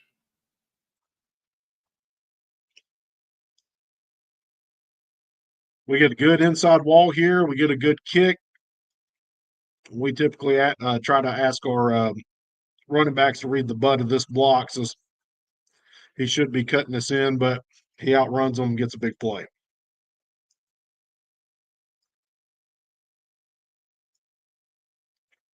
Here's quarterback pin and pull. So here we make a mistake. So here there's nobody inside. So technically we tell him he has a quote unquote pull. He's our pull player. and he's supposed to kick. Well, there is nobody to pull around. So what we tell him to do is you technically pull, but you end up trying to reach this guy. So you take him where he wants to go. Then our right tackle here, who's our young guy, he's supposed to have inside wall, period. I don't know where his head went on this play. You'll see he ends up pulling himself. Now, our guard here has nobody backside, but they end up walking down a guy in the A gap, and he ends up taking it. Again, allows us to not give up a negative play. Center has inside wall and our backside tackle. So really here, we shouldn't have anybody pulling. This should almost look like a lead ISO play for us because everybody had a man backside. This one's a little harder to see. We shifted from one side tackle over to the opposite side. But again, just kind of notice we get our leverage, and it just allows our running backs to be able to go make plays because we're trying to utilize the leverage that we have. Again, we're not very big up front. We're a real small school. There's not very many big kids in the school, but they play hard. They try to be physical, and they can sustain blocks long enough for our fast guys to be able to go play and help us get some big plays. Here, another example, quarterback pin and pull. We get our leverage. We get our down blocks. We get a hat on a hat. And we get a first down. I believe it was third down here. But those are some examples of our pull rules. And hopefully that helps somebody who's doing some gap scheme stuff, give you a little variation there. It's been working well for us the past couple of years. We went all in on this last season, and we broke school records last year offensively, and just something to simplify it. Again, like I said, it doesn't work 100% of the time, but it works enough to be able to get big plays, and it's worked well enough that we started incorporating it in some pass protection where we do pull rules to get some like play action pass, something to kind of change the pocket, move the pocket a little bit for our quarterback. But that's all I have. Please reach out. My Twitter handle's at Coach Tilson, and we're in our dead period right now, so got a couple weeks of nothing going on. So please reach out if you have any questions. Appreciate you, Coach. You know, as a gap scheme guy, I love the pull rules, man. Very, very simple. So I that's what I always want to be. I want to be as simple as I can, and I loved it. But I appreciate you, Coach. No problem. Thank you. Yeah. All right. Here we go. Coach Collett. Yes, sir. My dog, man. Appreciate you coming on and working the clinic for me. I know we had a great conversation on your show about offensive line play, so I can't wait to hear what you got for us. Your screen has been shared. I got your presentation. You can do a quick intro, and you can take it from there. Awesome, Coach. Thank you so much. Really, it's a great honor for me to be on here. I love your content. I love everything you do. So many great coaches out there. This has been an absolute wonderful morning for me. I got to learn a lot of football from all these great coaches, and I'm really thankful for that. And I'm not going to lie, I flipped back and forth in between the clinic and some pro wrestling. And yes, I'm a big pro wrestling fan. So this is about as good a morning for me as I could ask for. So super appreciative of that. Going to talk a little bit about our G play and kind of share about what we do with the G scheme. The G scheme is very closely related to what a lot of people will call gap scheme or your down scheme series. The Y and the play side tackle have the same rules they would do on power and counter. The difference, I would say, is we're pulling the front side guard on the G play. Center and backside guard, and we'll talk about this a little bit, are going to reach to the play very similar to outside zone or how you would run that type of thing there. But hold on one second. Going to get into this. We've run this play for a really, really long time. This play is something that I started running when I first started coaching, and we're going to hop right into it. I real quick intro on me, if anybody cares. I've been the head coach at Prescott High School. This is my 12th season, 26th season getting to coach this great game of football. So feel very blessed to have been able to coach this long and get to do that. So I'm going to hop right into it. We have great kids here, great administration, great, really good parents too. Awesome. So it's a great place to be, and I'm very honored to get to do this job. So G scheme, we're going to talk about here, tight end, and we're going to get in right into the film and kind of go through it a little bit here. I got a lot of film, and 30 minutes is a pretty tight window, so I want to make sure we get enough time to kind of go through everything. I think one of the things you'll notice early on in this scheme, this is, yes, I know for some of you younger coaches, this is called an I formation. I jest. But early on in the years we ran this was an I play. We ran this almost exclusively out of I or offset I. We've kind of morphed it in to the spread world. It's become a little bit of a quarterback run, a little bit of a tailback run off of jet sweep, where the jet guy becomes a lead blocker, started doing a little bit of one-back stuff. So I think we made the play a little bit more versatile. A lot of wing T guys will call this scheme the down scheme, and they run it really, really well, taking it on the chin a few times from some wing T teams running the down scheme. But I believe it's maybe the best play in football for what I would call a bear front or TNT front, where you get a nose guard and a couple guys covering the guards. What a lot of people call a tight front now. It's another play that I think it's really good against that as well. So this is it out of an I formation. Okay, we get this guy. The one thing I'll say that I really like about this that I should point out, and this linebacker kind of takes himself out of the play, but on the backside, because we are not pulling anybody on the backside, we're pulling anybody on the front side, I feel like even if you get a 3, you can get up to the backside linebacker, because you can lose here. You can lose at tackle, and we can send this guard up to this backside linebacker because it hits a little bit quicker. This is why I think it's a really, really good complement to the power and counter, because a lot of times power and counter, I think, takes a little bit longer to develop, whereas the G is on you right now.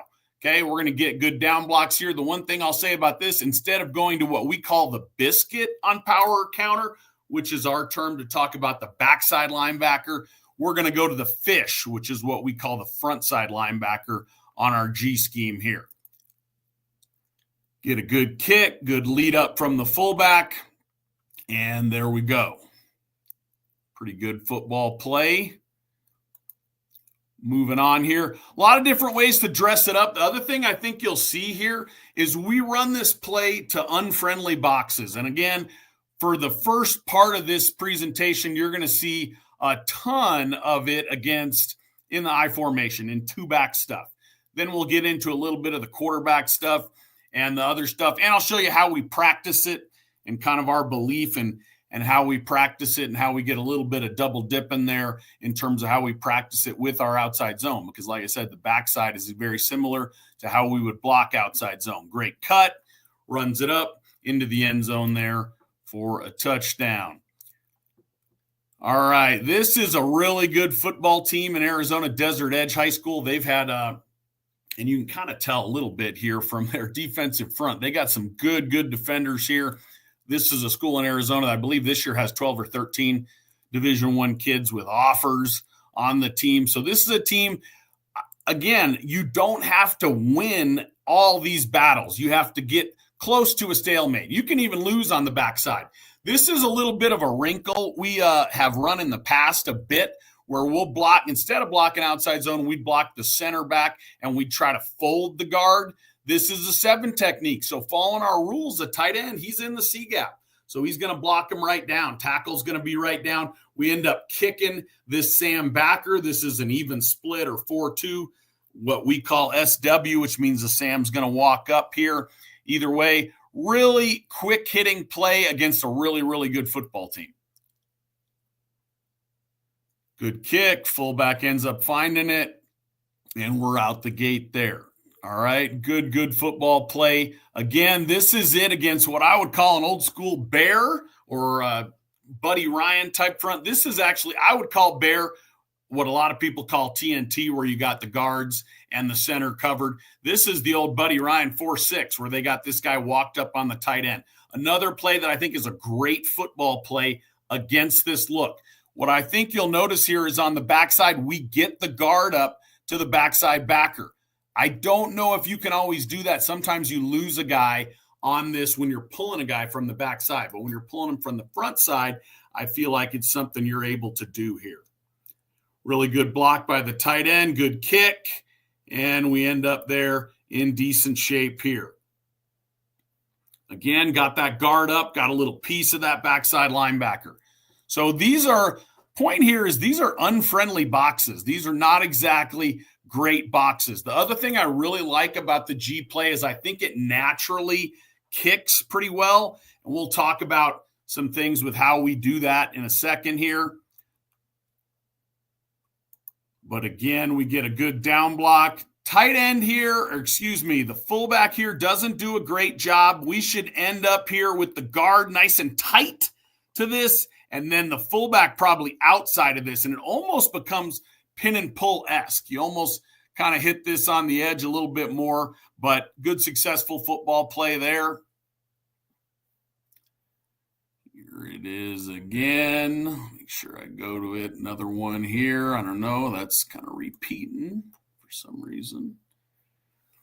Okay, so some more G, and like I said, you're seeing a lot of this out of the I formation. And we did do a lot of it out of the I formation here. You're going to see it out of a pistol, out of the shotgun a little bit. We saw some plays from under center here. A little bit of this is out of the gun. This is a formation that I really like, where we're ghosting the tight end. A lot of old I coaches used to call this X over, where we end up with making the tight end ineligible, but we move a guy out of the box here. Started to run this a little bit out of the shotgun, out of the offset here, and I'm moving this up a little bit just in case time starts to get to a factor, and I got to make sure I get to a couple of those other things here. Good kick, good lead up, and a good football play. Like I said, a lot of film. We've run this play for a long time. This is actually not at Prescott. This is when I was at Poston Butte High School in the Valley. One of the things you'll notice here that we do a pretty good job on this is we are going to combo on this, very similar to how you would on some of the duo stuff. I'm not super familiar with duo, but I learned a little bit about it today. But as you're here, we're going to combo this block to the fish in this case, not the biscuit as you would on power and counter. So a little bit different there in terms of how we do that. Incidentally, we teach gap down backer like a ton of coaches. I guess years ago, I interpreted gap down backer differently. Our version of it would be, is there somebody in my inside gap? Yes, I got him. If no, is there somebody on my buddy inside? If yes, I got him. Neither of those is true. We're going to get to a linebacker. Now, how we go about getting to a linebacker a lot of times is combo. We teach a ton of combo blocks. It eats up a lot of our individual, and we'll even do it on G here. Good kick, pretty good lead up. The other thing I like about that is you can get this guy all the way to the free safety. You can get your fullback, all the way to the strong safety rolling down there. Okay, again, out of the I formation here. Good kick. Other thing, like we've talked about, this play will naturally bounce a lot. Okay, so they end up, if those teams that get good at spilling you, try to put you in a bad position here, this thing will naturally bounce. Now, the thing that I want to see, and this takes a lot of drilling, and I'm going to get to how we drill that at the end of the presentation here, but how we drill it, it's really important for the fullback to see that guard's butt. He sees that thing bounce outside. He should be, want to get back to that. He should be able to see his butt and start leading that thing outside. Again, gives it a little bit of a pin and pull type element here. Want to make the screen a little bit larger here for this one. This is, we started getting into some rudimentary RPO type stuff where we're going to look at this pre-snap. If they move a guy out of the box, he stays out here. We're going to go with quarterback G here. This is it out of gun, obviously, in a little tray formation, which a lot of teams really seem to have struggled with.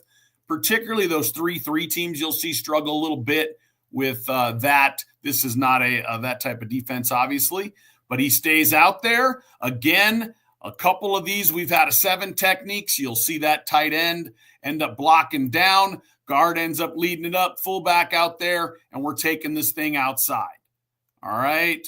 Really like that element of it because it can hit outside pretty quick here. All right. So another example of it out of the eye, leading it up here. Hits really, really fast. Like I said, the one, and I'll tell you, I'll be very upfront with some of the weaknesses of it. You get a war daddy, it knows you're losing what you get or can get in power and counter where you can double that kid. So it has not always been in our game plan, but I think it's a really good complement for your power and counter game, your gap scheme game. The other thing is I think you get a little bit of double dipping. When we install it with our stretch on the same play. And the reason for that is, let's say we have 20 minutes of individual. We can work all G for 10 minutes, and we can work the front side of G for 10 minutes. The back side, when we get to our 10 minutes of stretch, is doing the exact same rules they would typically do on stretch. All right. Got to love those old stadiums that put the pole on that side of it. Hard one to see there. But this is a play you can get a lot of dirty 4s and dirty 5s with. All right. Again, you're going to see this one kind of bounce a little bit. Tailback bounce, it gets out there on the edge. I love running the ball into the boundary. I think it's something you don't see enough of. I think running the ball into the boundary and a lot of times gives you a very good advantage there, particularly when it's an off-tackle play. All right. Good job right here on this tray. I think you'll see as we start comboing, this guy starts filling. Tackle keeps his gap integrity because he has the B gap, just like he would on any gap scheme play. If you were running power counter here and you were comboing here to this backside backer, you would tell this guy, you're taking this here, but your gap supersedes everything. So if somebody is trying to fill that, you're there. Good job by the tackle, and the play hits outside there. All right. Okay. Moving down here, another little XO formation. Like I said, love the XO. Good job. Got the fullback all the way up to a safety. A lot of years have run this play. Been really, really good to us. Like I've said, kind of beating a dead horse here. A play that we consider a great complement to the power and counter and the gap schemes world. And it's a play that because we don't always run it. This is a great cut by this kid.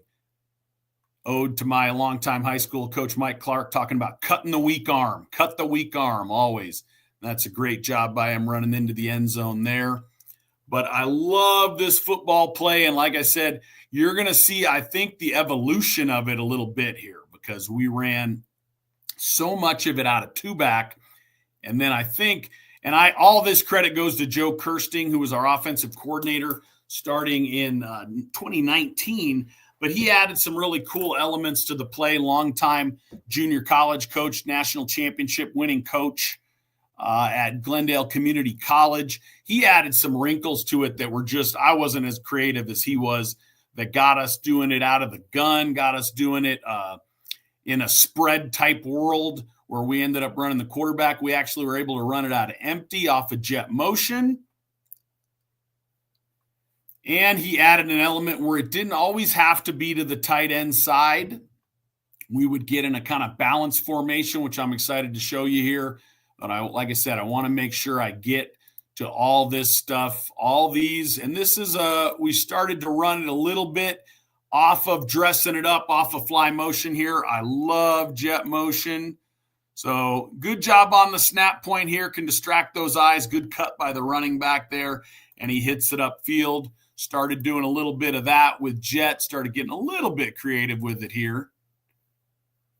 Okay, again, you'll see that jet distract eyes. And that's not even a great fake. It's not terrible, but even that little half step here helps us.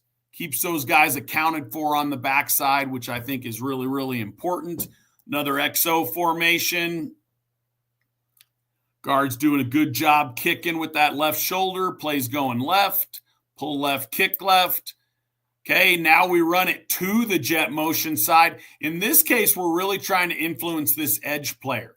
If we can get those teams that are good at spilling, distract his eyes with this, get him, it sets up the guard's block. Another thing, like I've talked about a ton, the edge player on power and counter, particularly if it's counter and it's a guard, a lot of times has a little bit of time to set up that dent or spill, however he wants to go about doing that.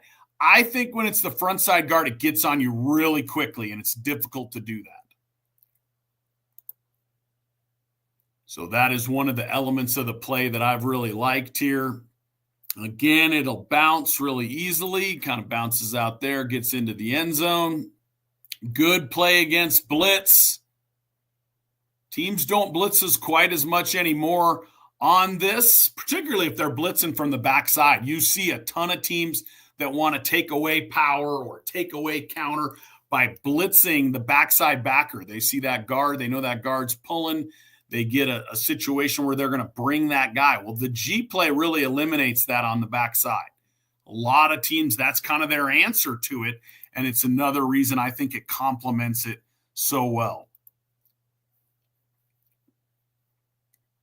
All right, like I said, a ton of these are in out of the I formation, out of two-back stuff, but I want to make sure we get to showing it the versatility of the play, because I do think it's a pretty versatile play here. All right, here's a couple examples of it. Getting run to the quarterback here. Unfortunately, that one a little bit late on the film job here. But again, running the ball into the boundary. Quarterback's running the G here out of a tray type formation. And I think we have a couple better views of that here. All right, this is another one out of this formation. I love this set because this was a 3-3 team, and it gives you – they got to do something. They either got to bump to a 3-4 or odd split, as we call it, or they got to just remove a guy out, and it becomes a really good play. They move the safety over a little bit. This is something that I think is easy to notice here. It doesn't have to be run to the side the fullback is offset to. You can easily run this play just like you would run counter, where it hits a little bit slower, slightly slower, but you can run this play to the other side. Now the fullback offset the other way. I think the running back, quarterback in this case probably should have stayed in there inside, not bounced that, but he was a pretty good athlete, so cut him a little slack on that one here. All right, this is it too. The other thing I like about this is if you get a team that's got one of these dudes, and I believe this is a situation where we started checking away. They had a defensive lineman that was just a war daddy, and we called G-check here. Because you can run it to the side the fullback's offset to or the side the fullback's not offset to, we in this case said, hey, the war daddy's over here, let's run it over here.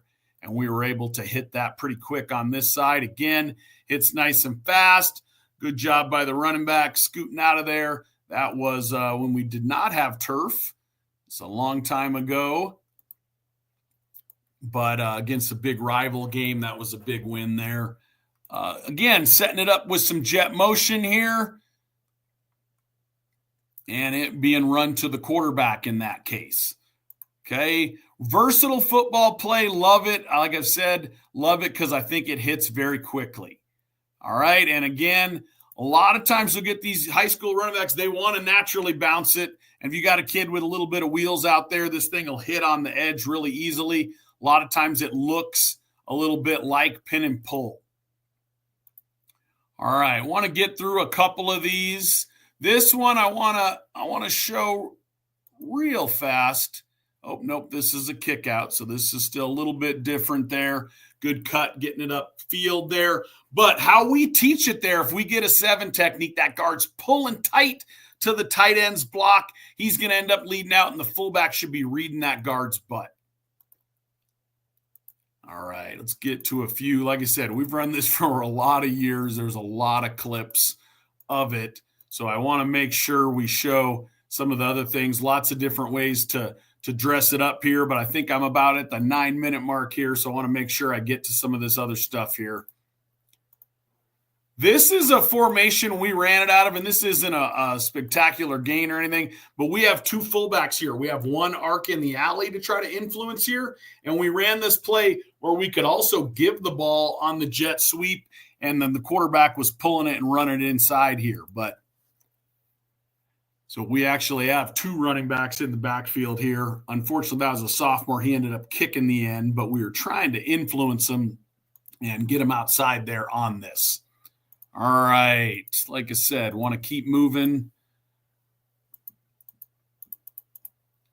A lot of these, like I said, many, many years of two-back stuff. Took till Joe Kirsting came to us that he got a little bit more creative, and I was smart enough at least to let him do it, to let him roll with it here. Again, off a jet sweep, that little step that guy takes, fullback probably should have ended up on him. All right, didn't get to the backside linebacker there, but since it was off a jet, that little step there enables us to get in the end zone with it.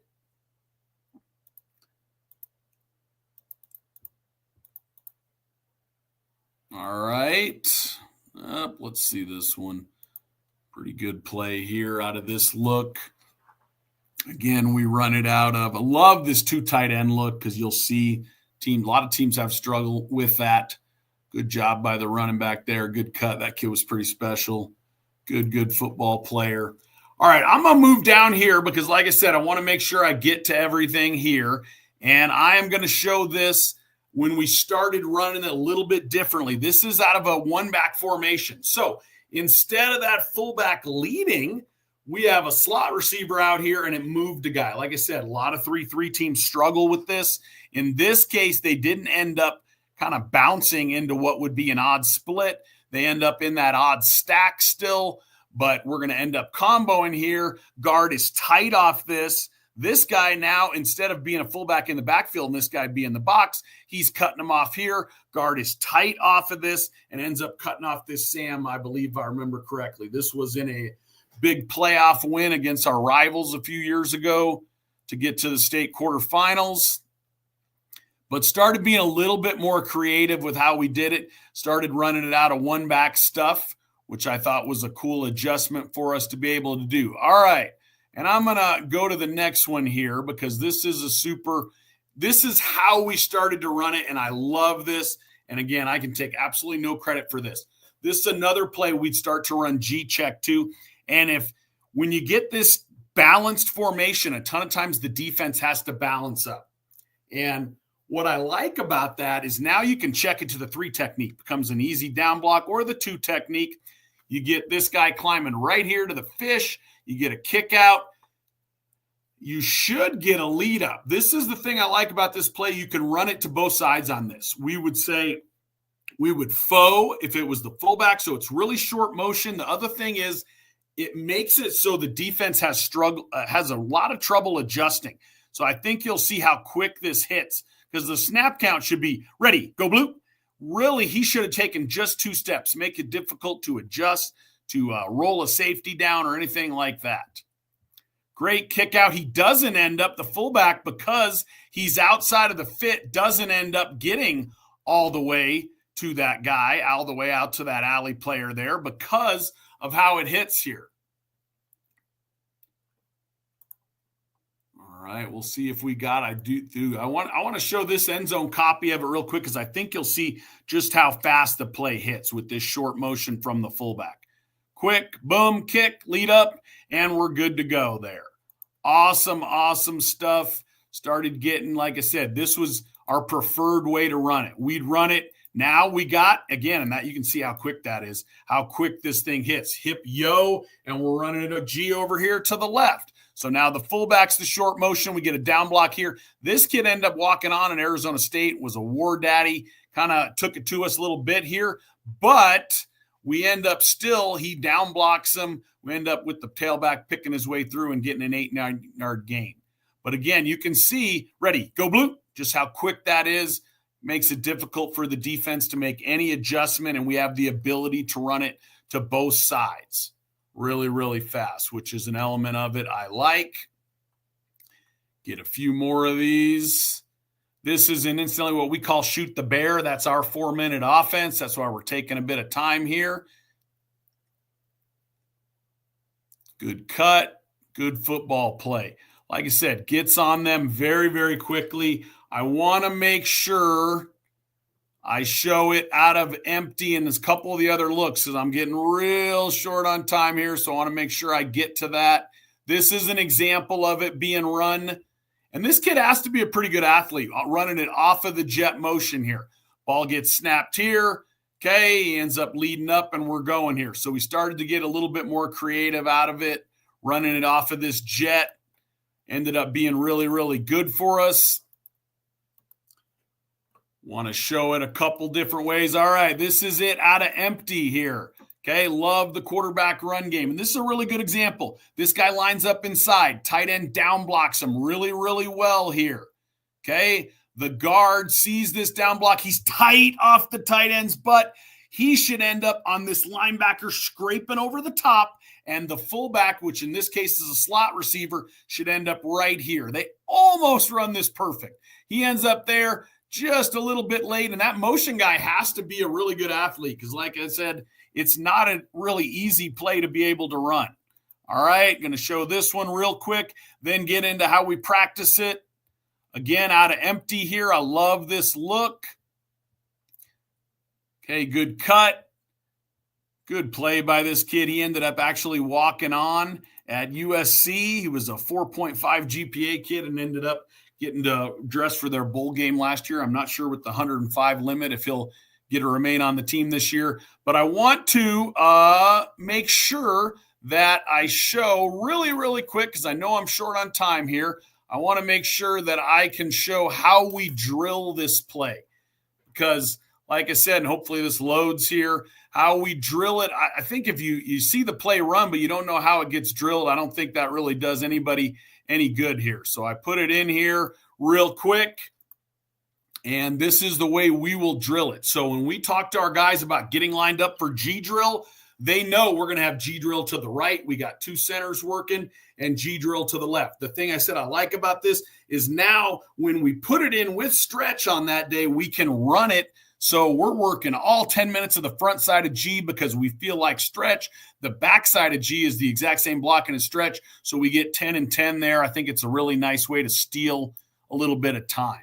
Always want to make sure you're super efficient with your time. Here it is against an odd front where we should get a tray, obviously, and we'll mix it up where this guy shows. If he shows, we're down, okay, block down, and we're here and we're good to go here. In this case, they're traying. Really important. I loved how getting to learn how some of these guys taught combos. We're going to drive off that hip and try to get up here. We got down block here, and it's against an even front, and we'll switch that up. This will go even, this will go odd. So if we get 10 minutes, really important. If I give you any advice, make sure your kids know the names of your drills. So when we say get lined up for G drill, this is an odd side, this is an even side. Our kids will do that. That takes a little bit of teaching earlier, but I think it's really important how you do that. So hopefully I finished in exactly 30 minutes, Coach. Thank you so much for the opportunity. I love it. I've learned a ton. So thank you again, Coach, for letting me speak on here. Yeah, man, I appreciate you. And I definitely will be hitting you up about G. I thought it was awesome. So I love it. It's another way to pull guys in different ways. So I appreciate you, Coach. Thanks a lot, Coach. Yeah. All right. It is 3:30. And Coach Hoover, how you doing, man? I'm doing great. How are you, Coach? Good. All right. So if you want to click present down here on this bottom tabs, you can click present, go to share screen. And then if you have, where do you have your presentation? On Huddle, slides? I got a little PowerPoint, and then I got some stuff I can use as well. Okay. Is it on PowerPoint or is it like Google Slides? Yeah, I got a little PowerPoint like right here. Okay. There we go. Yeah. Awesome. Cool. Everyone's got all right? I got it. Yes, sir. All right. Well, a little background for myself. My name's Coach Hoover. This is actually year 7 coaching for me, and it'll be my 3rd year at Sterling College. We're a small NAIA Christian school outside of Wichita, Kansas.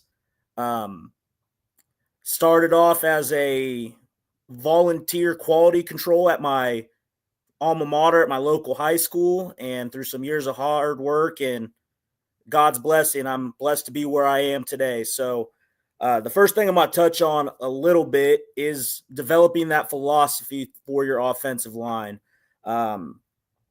Everybody's going to be different, especially, from my time in high school, you get what you get.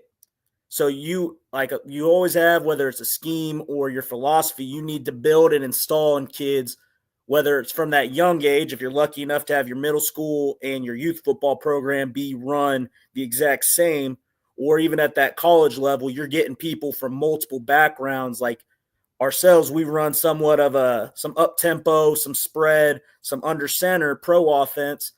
You might have somebody that's never been under center. You might have a center that's never had a quarterback.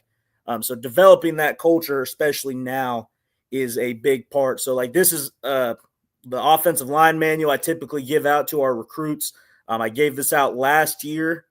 So some of the terminology is a little different, but the first thing I start with is a quote from the Bible, Ecclesiastes 4:12. Though one may be overpowered, two can defend themselves, and a cord of three strands is not quickly broken. I think that's important with the offensive line because we're the only position group referred to as a position group. I think we've learned that pretty quick as coaches, that when one guy does bad, they don't point out one guy. It's everyone did bad. It's coach did bad. It's you didn't do this. And when we do well and you rush for 300 yards or your quarterback doesn't get touched all game, we're not the ones to get the glory. But that's all right because that's not what we're in it for. So I always try to develop the expectations. I'm one of those weird acronym guys. I know that's not for everybody. So I always told my guys, I tell recruits, especially when they come on campus, I want to be fast. I want to play fast. All right, coach, what does that mean? Of course we want to be fast. Well, I break it down. So the F, we got family. You got to protect each other, man. Like I said, we're all we got. I had a couple young guys step up on the offensive line this last year, and I'm going to tell you, they make freshman mistakes. But you know what? We had some real strong senior leadership be able to keep those guys up because they understood we need those guys. You could be the best player on the team. You could be the worst player on the team. It doesn't matter because at the end of the day, we're brothers, and we got to watch out for each other. Second one for you got to be accountable. It's on us. They got to watch film. We got to do this, but I must take it a step further. It's on me. It's on me as a coach. I have to model accountability. It's really easy to tell kids, hey, you got to be on time. You got to do this. But if I'm late, I want my guys to call me out on it. I know that's for some, especially, as we can be a little prideful, and that there's nothing wrong with that. But we also got to understand that with pride, we have to understand being humble and being accountable. Because I know it's real easy for us to expect 14 to, for me, up to 23-year-old men to do what we tell them to, but we have to model it. We just have to be what we want for them. The S stand for selfless. We're not the position group we're not worried about what's high school kids call. We're not worried about the drip right now. We don't care about Axiom helmets. We don't care about what my arm sleeves or what color gloves I got. No, it's about us. It's about that guy next to me. It's about making sure that when my running back scores in the end zone, I'm the first guy over there picking him up, and I'm letting him know, hey, great job. We got to play our role. We might not be a starter, but we can give maximum effort. We could be the best scout team guy alive, and we need guys like that. Those are the guys you got to love up on, man, because especially high school, depending on your classification, when you're playing smaller classification football and you got 40 to 50 kids and kids are playing both ways, we start to get beat up. And it's real easy to want to take reps off and not, if I'm not the starting D tackle, it's real easy to not want to go 100% when I'm getting my butt kicked by the center and guard on every double team. So we got to be able to love those guys up, and they understand their role. Same thing for us when we're working scout for our defense. I want my young guys to understand this is college football. Doesn't matter if it's against our own guys. This is college football. If we want to prove that we deserve to be here and show how good we can truly be, we got to give maximum effort. Minimal effort doesn't get you on the field. And then the last part being toughness. There's old school coach I had told me there's always a difference between being injured and being sore. So we got to see the trainers. There's understanding your own body. I know it's real easy to say play through the pain, but I think us as coaches, back in the day, we have stories of hey, we got hurt. I've played myself with a separated shoulder, but then you look back on it now, 32 years of age, it's hey, you know what? Maybe missing that practice or that game probably would have helped me not be able to have as many issues as I got later. But I think more importantly, especially with it being Men's Mental Health Awareness Month, we got to teach our young men about, it's always called mental toughness, it's that resiliency, the ability to overcome adversity. We, as men, especially as a father, as husbands, as mentors, we go through a lot of stuff, and it's real easy to talk about resilience, but not many kids, it's depending on where they're from, have gone through that kind of stuff. So understanding that you're a resource for them. They're not going through stuff all by themselves. And then molding that toughness, that resiliency, starting with making off-season workouts kind of hard. That's where that bottom is Corinthians 1:12-26. If one part suffers, every part suffers with it. If one part is honored, every part rejoices with it. But now, one of my things, getting guys from all kinds of backgrounds, I know I'm going to go over some stuff that I know is obviously we all know, but I was surprised from my step from high school ball to college ball in my first year in 2023 that there's a lot of kids that end up playing college football that don't rely on technique, or maybe they didn't properly know technique or alignments or defenses. If it wasn't on Madden, they didn't know what it was. So I start myself from essentially ground zero. I want my guys to know everything. I know can be tedious at times. We always think we're the smartest guys in the room at a point, because it can be like that at times. But I can know that if I stepped into a room with Kyle Flood at UT or Jeff Stoutland on the Philadelphia Eagles complex, I know for a fact they've forgotten more about football than I know. And so to be able to go over just the basics with our guys is so, so important.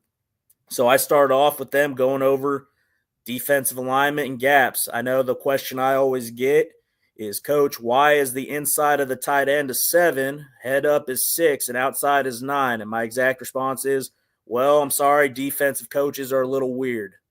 That's just how they made it, and that's how it's worked for years. So being able to go over those techniques, I always install, and now this year we have changed our double team calls just because it was more understandable for our guys in the program to have more ownership on their double team calls and what they do. So I took this. I'm gonna be honest. I'm not I'm a simple man. I read a book by Rick Trickett. I liked how he called it, and that's how my doubles got named. Your backside doubles were, he was slip, slap, and I think slide, and mine's ABC. Front side was uno, dos, tres. Uno is the first gap, dos is the second gap, tres is the third gap. So understanding our doubles on whether it's our zone, if we have a monster of a one technique in the play side A gap, we're probably going to have to get that front side double unless we can get great horizontal movement from our center being able to chip him. It all comes down to defensive game planning, which I'm sure we all know, but having that established early on to develop your philosophy is we need to understand football with these young men. Some of them, it's going over aiming points, with your midline, being straight down the middle. I went color coordinated. I used to be a high school teacher, especially I was a special education teacher for 3 years.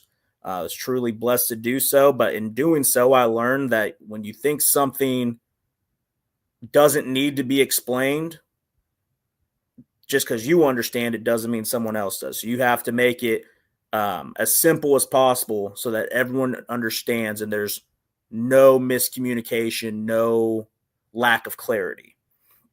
So I go with like this, the red line being, okay, we're working right side. I'm going to work to his play side number. That's where we want our hand placement on that play side number, backside armpit. If we're going and we're working our down blocks, I want to hit near shoulder. So if I'm aiming left and I'm hitting my down block, I want to take my near foot towards his near shoulder, get my hand right on that shoulder, and I'm going to drive. And then I have for the V of the neck, obviously when we get there, it says hand placement to the midline of the play side and chest plate. It's understanding just where our helmets are going to go. Understanding defensive fronts, even front. I'd heard on one of the calls earlier that luckily if you're in a league that you play a lot of even front, that's awesome. It helps out with game planning. I can tell you that a lot. I can honestly say when I coached as part of a Flexbone high school team, we got everything from 4-4s to being bare front to having all 11 dudes in the box because they didn't respect us to throw the ball. But some guys, when you get these young men might not understand going what an even front is, what an over front looks like to the tight end side or an under front going opposite. So I go over and I break down everything so we can see backers. I want them to understand responsibilities. So like when we draw up inside zone, nothing changes with our footwork. We know what gap we're stepping to, but now we got to understand where these linebackers are. So if I'm going inside zone right on a 4-3, it changes things for my center with that Mike being right there in that play side A gap. We're in a 4-2. He could be playing that A gap. He could be like we had one team we played against ran a 4-2 that their Mike linebacker played in the C gap, but his eyes would be on A gap, but he played C gap and their 3 tech could possibly slant in. So it's just understanding there's different responsibilities as we go, but that's something that we end up getting more based off game plan in season instead of preseason. We also go through odd fronts. I want them to see everything, from 3-4 to 3-3, understanding the different kinds of 3-3. I sat in a clinic with Clint Bowen when he was at the University of Kansas. He ended up being at Lawrence High School here in Kansas for a little bit, talking about a 3-3 stack. He called it, he had the cake and the BAB 3-3-3, which was CAC. It taught if it was CAC, his D lineman would line up as 5 techniques, and the outside linebackers would line up over in the B gaps, and they covered B, and the D lineman would cover the C gap, and that nose and Mike made each other right. They'd play the A gaps, and if it was Babs, they're in this 4-eye look like how I have it drawn up, and those outside backers are playing C gap responsibility. Pretty simple, but understanding the stems and stunts out of it, obviously, that they had at the Division I level could cause confusion anywhere. So just to have them be able to see what it would look like if we got a base 3-3 helped out tremendously. We'd go over our pull blocks. Once again, like I said, I know it seems tedious at points where we're going to open pull, do kickouts, but you'd be surprised how many guards you can have that, they might be 6'2", 300 pounds. They never pulled before. They were the down block guys, so now we got to teach guys how to pull. Some high schools are blessed. You catch a guy in the hallway that's that big, and it can help out a lot when you're just bigger and stronger than everybody. But once you get to a certain classification, even in high school level, bigger and stronger only take you so far. So that technique really has to shine through.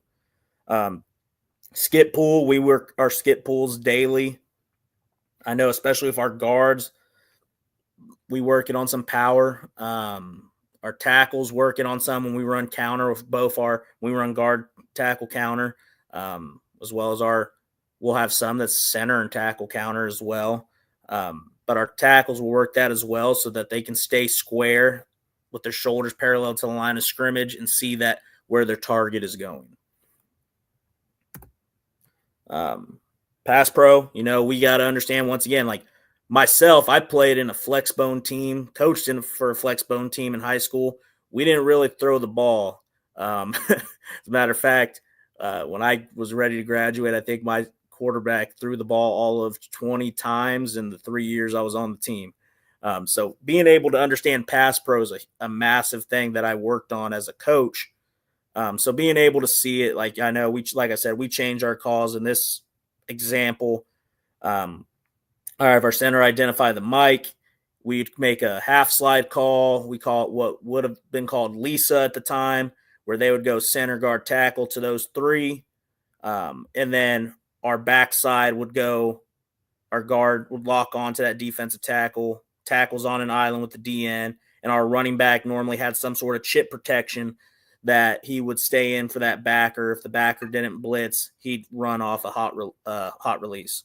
But understanding what our defenses do, I mean, obviously, we don't always just half slide to the mic. It's all based off tendency. If we know that they see us on a certain hash, and that's where I always say, for me, my most important offensive lineman is always my center. My center is the extension of myself as a coach. He's the coach on the field. He's the make right player. So I want him to be the guy that makes us right. Like, he's the one, he's watching film with myself, our offense coordinator, our head coaches, that he's going to be the guy that goes and says, hey, coach, like maybe I noticed it on, and it could be he noticed it on film. I know we are blessed to have a really good center that will be coming back this year, that he is a coach on the field. I'm blessed to have him. His name's Frankie Argot, and he is a guy that he knows what defenses do. If he sees this backer and he knows that every time he starts leaning on his left foot that he's blitzing to the B gap, he's able to identify that out there.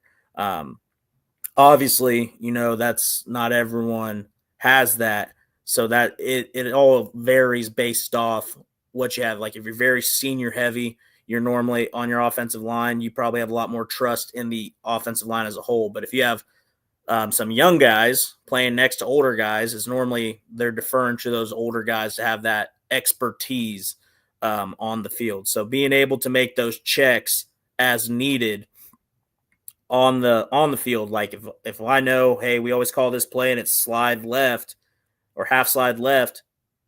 If we see something to the right, I want my center to be like, hey, coach is wrong on this one and we're calling it and doing this. 100% okay with that, just because I know if he sees something, he may have saw something that I didn't, and he's going to be the guy that makes us correct. Once again, it's a slide protection. Pass pro is the same thing, except just the opposite play call. Go ahead and skip that. Going over pass sets, we had summer workouts last year, and this is something I really worked on. This is stuff I've seen in multiple years of coaching. I mean, there's definitely coaches that I think are speaking later that I've been on part of their past clinics, just taking notes on stuff like quick sets, jump sets, wide kick sets, vertical sets, just knowing when to use them and how to mix them up. I always say, especially for tackles, depending on how you're going, you don't want to just have one set. It's kind of like chess. That you're going to be playing. We got it. We know what they're good at. We know if they're a straight speed rusher, I'm probably not going to be able to jump set them as much. I might be able to get away with it a few times, but if they're a straight speed rusher that sets it up to end up with a spin move inside, I got to understand the patience with my set, and especially with my hands. So we'll go through pass sets and then end up working a lot of individual hand punches as we go, so we're able to be prepared to pick that up. This is my contact info if anyone wants to take a picture of it. I'm going to go over some of my everyday drills and items like that, but I hope that if you guys have any question, obviously, on that, I would love to help as best I can. If you have recruits that you really want to see, that you want us to take a look at, I'm more than happy to do that as well. I've met Coach Tatum through Twitter, so I'm always interested in meeting with people, and I'm the first person that if I have questions, because I don't know it all, I want to reach out and pick your brain and understand like how you run power. How do you run power read? Is there different ways that we run pin pull? How do you guys drill it? This is just stuff that I feel is invaluable to know. So the first everyday drill I've done, and I stole this straight from Sharon Moore, is this Michigan board fit drill. I love how it works. It works. I just use this from here. We don't film it ourselves, but I like how when he's going, it's very meticulous. It is taking that first step. You're making sure your base is correct.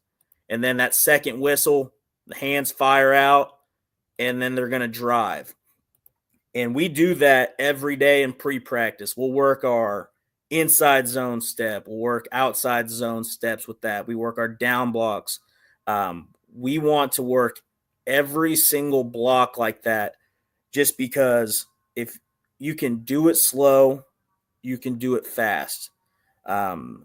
Navy SEALs have the quote, slow is smooth and smooth is fast. And that's something that I truly believe in.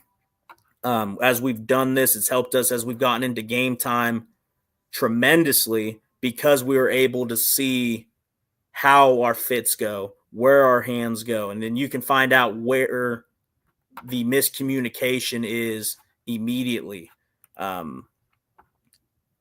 It's always interesting how it works just because you can see it, whether it's their steps or you can see if it's hands, but you're able to see a lot of where the issues come up immediately. Another one that I like to use, and I stole this from Mario Cristobal just because, like I said, I don't know it all. I like to see how they do it. This was when he was at Oregon. And then next up, their stationary O-line striking drill, being able to learn how to roll your hips, being able to get your hand placement, understanding how it's going to work. Now, we don't have a bunch of these giant medicine balls, so we use a lot more of our hand shields, but we're able to get that same effect. This is something, once again, right at the beginning of practice, we start off, we'll do this. We'll start with our Michigan drill, and then we'll get ready for our last part, which I'll show you on here.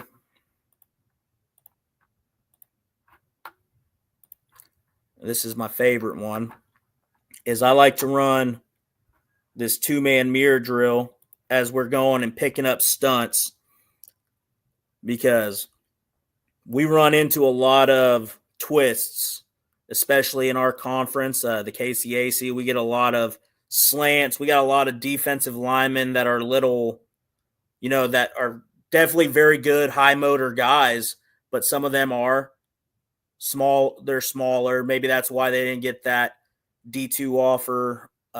Maybe they didn't get their offer just because, like, I'll tell you, there's a guy we went against all conference from Kansas Wesleyan. I think he just transferred to either Grand Valley State or Kaiser, and he was an absolute menace to have to deal with. He just was a little bit shorter, and I'm going to tell you, though, picking him up on a stunt was a challenge. So being able to implement drills that we were going to see in game-like scenarios helped us tremendously.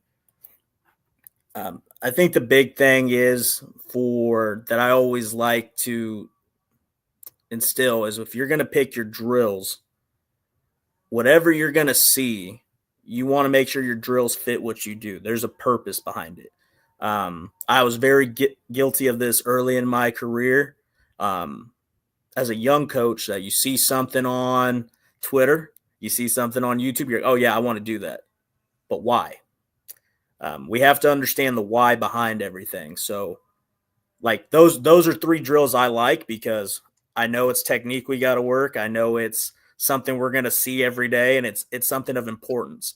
So finding those everyday drills that fit, like if you're a flex team, you want to working those inside releases. If you're a straight zone, you're going to want to work zone heavy. If you're a heavy gap team, working gap heavy drills as well. But it's all just based off that culture and that philosophy. Coach, I got nothing else for you, but I appreciate you having me on. Blessed to have the opportunity to be able to talk with everybody. I know I'm probably going to message a couple of the guys later because I was sitting here taking notes for a while. Yeah. Well, I appreciate you coming on. Like, we've been following each other for a while, so yes, I definitely wanted to get you on. And I do the exact same thing. Like, I'm the worst at like filming my own drills. So I'm like, yeah, I do things, especially like Britt Leggett. Yeah. You had finished OL development. I steal a lot of stuff from him, and I do a lot of that stuff, but I don't have I don't have it filmed. Oh yeah, so that's what one guy, and I have to give him props. Duke Mayweather, man, he's a guy. We have a kid that he's now one of our student GAs would go down there and train. So I talked my whole offensive line into getting his app so we could have I could develop a workout plan for him to do in the free time. So there's a lot of really smart, good dudes out there that we're blessed to have the resources we do. Yeah, man. Well, I appreciate you, Coach. I'm going to go ahead and do a giveaway. We got a few minutes for the next speaker, but I really appreciate you coming on and helping us out today. Yes, sir. Thank you. Yeah, man. All right. I'm texting Coach real quick.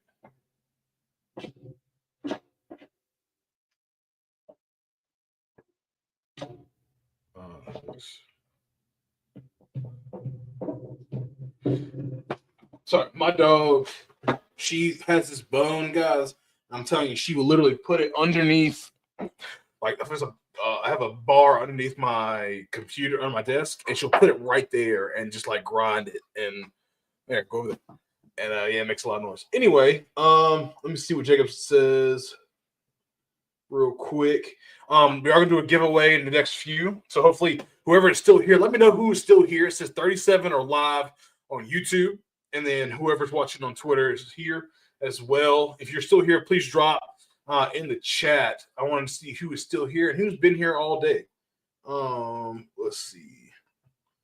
Okay. Let's see. All right.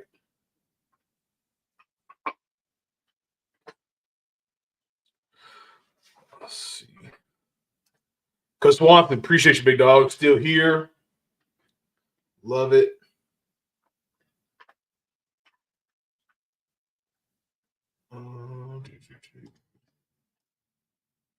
Coach Barber, hey guy, hey, do you guys use sand count? Seems like most stick to a basic on one step count. Do you use the other variations?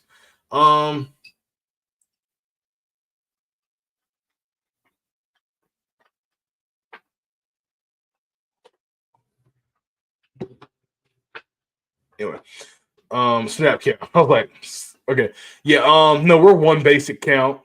At least for me. If anybody else here has some stuff, we're just straight up counting. If you want to change it, obviously we'll go on 2 or stuff like that, or we'll go first sound, sort of switch it up. But yeah, we're a basic count, snap count. Coach Cunningham been here since 7 Central. Appreciate it, Coach.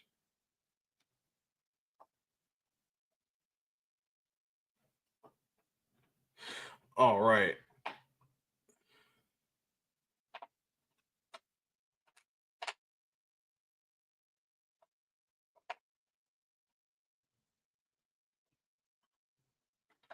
All right. So we're gonna do the giveaway real quick. I'm gonna go ahead and do the names. All right. So if you're on this list right here, because I haven't gotten anybody else since last time at 25 entries. If your name comes up, okay. If your name comes up, then I will DM you with the details on the coaching share giveaway. And it's Coach Walt, appreciate you, big dog. I've got 7 different things to do real quick because of some stuff. If you could DM me and be like, hey, Coach, I won, blah, blah. Coach Walt, you know who you are. Hopefully you're still watching. If not, I can go find you. But Coach Walt just won. Appreciate him a lot. Remove his name, and he'll come back here. Coach Wellman learned a lot. Me too, man. It's really good. I love it. Damon Ivory. Coach Y, are you a huge advocate for Bash?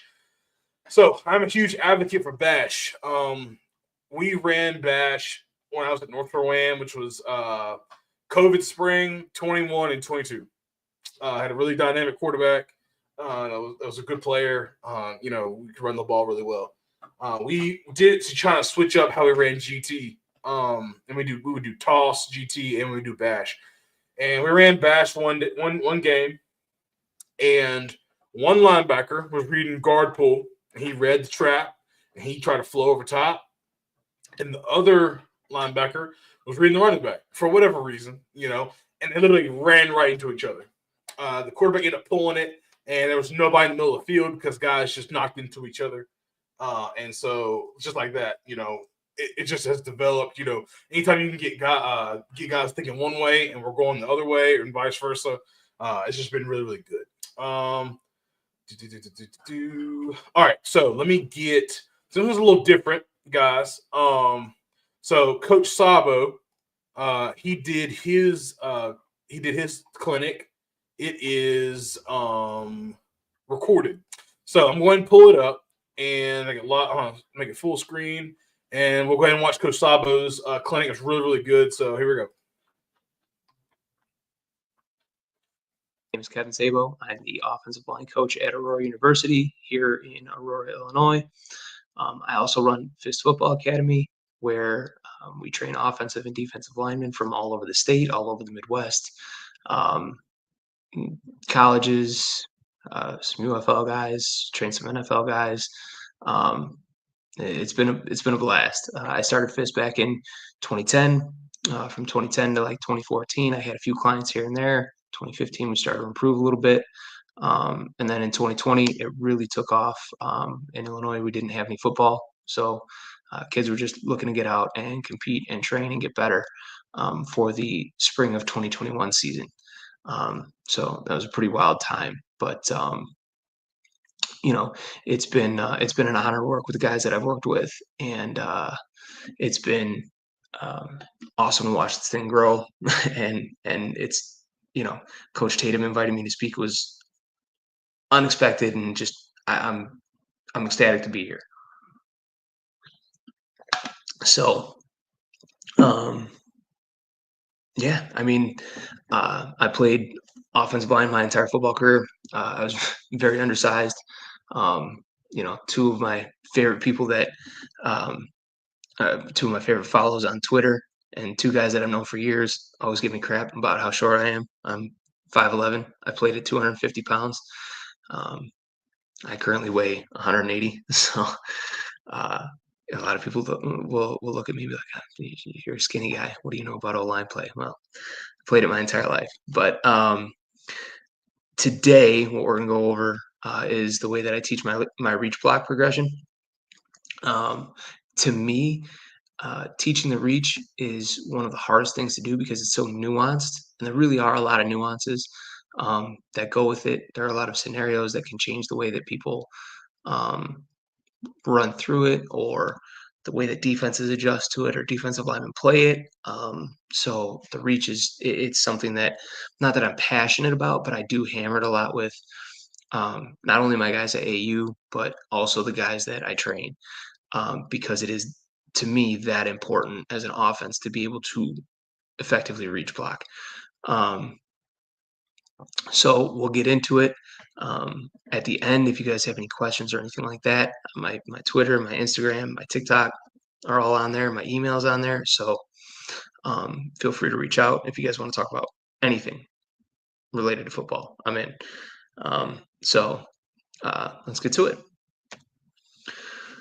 Everything I do, whether I'm teaching my college guys or training or anything like that is progression-based. The reason why I use progression-based training and progression-based skill acquisition is by acquiring the skills that we need to be efficient in our movement.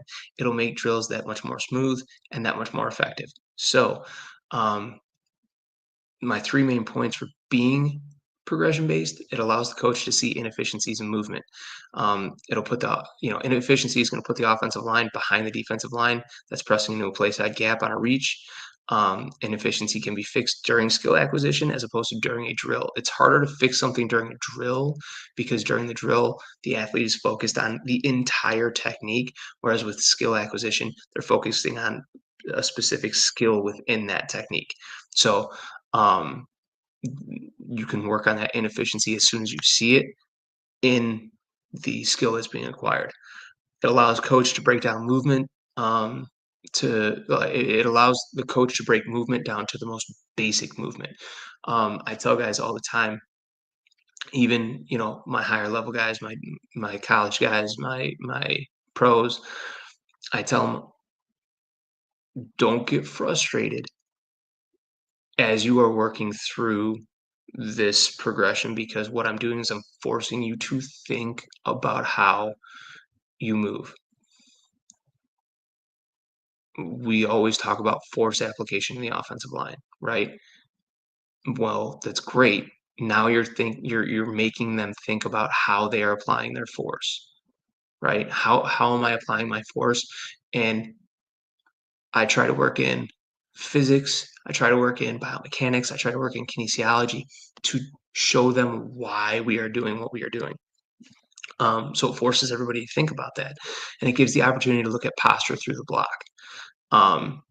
It gives opportunity to address specific scenarios, maybe break down how the D-line is going to move based off of what they're seeing. It's going to break down the movement versus different defensive line alignments. It gives the opportunity to discuss defensive line counters.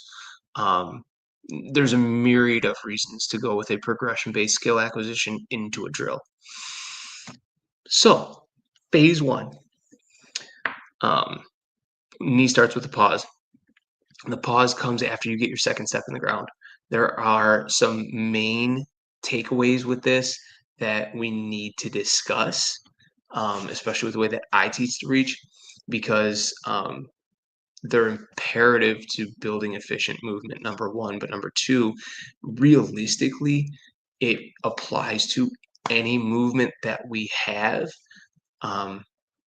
where we are driving through our angle, which is every play. So, and I'll get into that as we get into the video. So if we're reaching to the right in this particular skill acquisition, our left knee is up, our right knee is down. When you have your players get into this position, tell them to load into their stance. And then after they load into their stance, drop the right knee. And then if we're reaching right, we're driving off of our left leg. If we're reaching left, again, they load into their stance, their right knee is up, their left knee is down, they're driving off the right. Teaches force application. If players are weak in the lower body, allow them to work off of the med ball. Force should be through the ground and not into the ground. Okay, into the ground means that the first movement is going to be player up, and then they're going to shift their midline. If they go through the ground, it will propel the player in the direction that they need to go, and their midline shifts right off the bat. So when I make that distinction, especially with my high school guys, because my high school guys are like, well, coach, isn't into the ground, through the ground the same thing? Not necessarily, no, because if I'm going into the ground, it's like a squat, a deadlift, a power clean, or I'm jumping, right? I'm going down into the ground, that's going to shoot my pad level up. But if I'm going through the ground, so let's say I needed to move to my left, okay, that means that I'm through the ground on my right on the angle that I want to set, okay?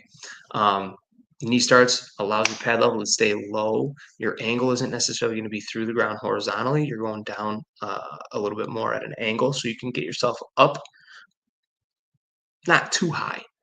Obviously, we want to keep our pad level low, but it allows you to get your knee off the ground. So going down at that angle, midline's going to shift, pad level should stay low. Also allows you to keep proper posture. And then for the way that I teach reach, now, one of my favorite sayings, and if you talk to any of any of my players or any of my clients, you say like, what are some coaches' favorite things, and this will absolutely come up. My college guys get me all the time because I say in theory a lot, but this one is a lot of my high school guys, and that's, there's more than one way to skin a cat, but would you rather skin a cat with a butcher knife or a butter knife? Obviously, a butcher knife is going to be more efficient, so we want to go with a butcher knife. And this is why I teach the reach this way. I teach the reach that we open our hips to set our angle. When we set our angle, it allows us to reestablish outside leverage. We drive our backside knee straight through. I'm not taking a J step or anything like that, because if I'm taking a J step, there's a good chance I'm going to step underneath myself, or it takes too long to get in the ground. If I drive my backside knee straight through after opening my hip, my second step gets in the ground underneath my hip, and I'm off and running, right?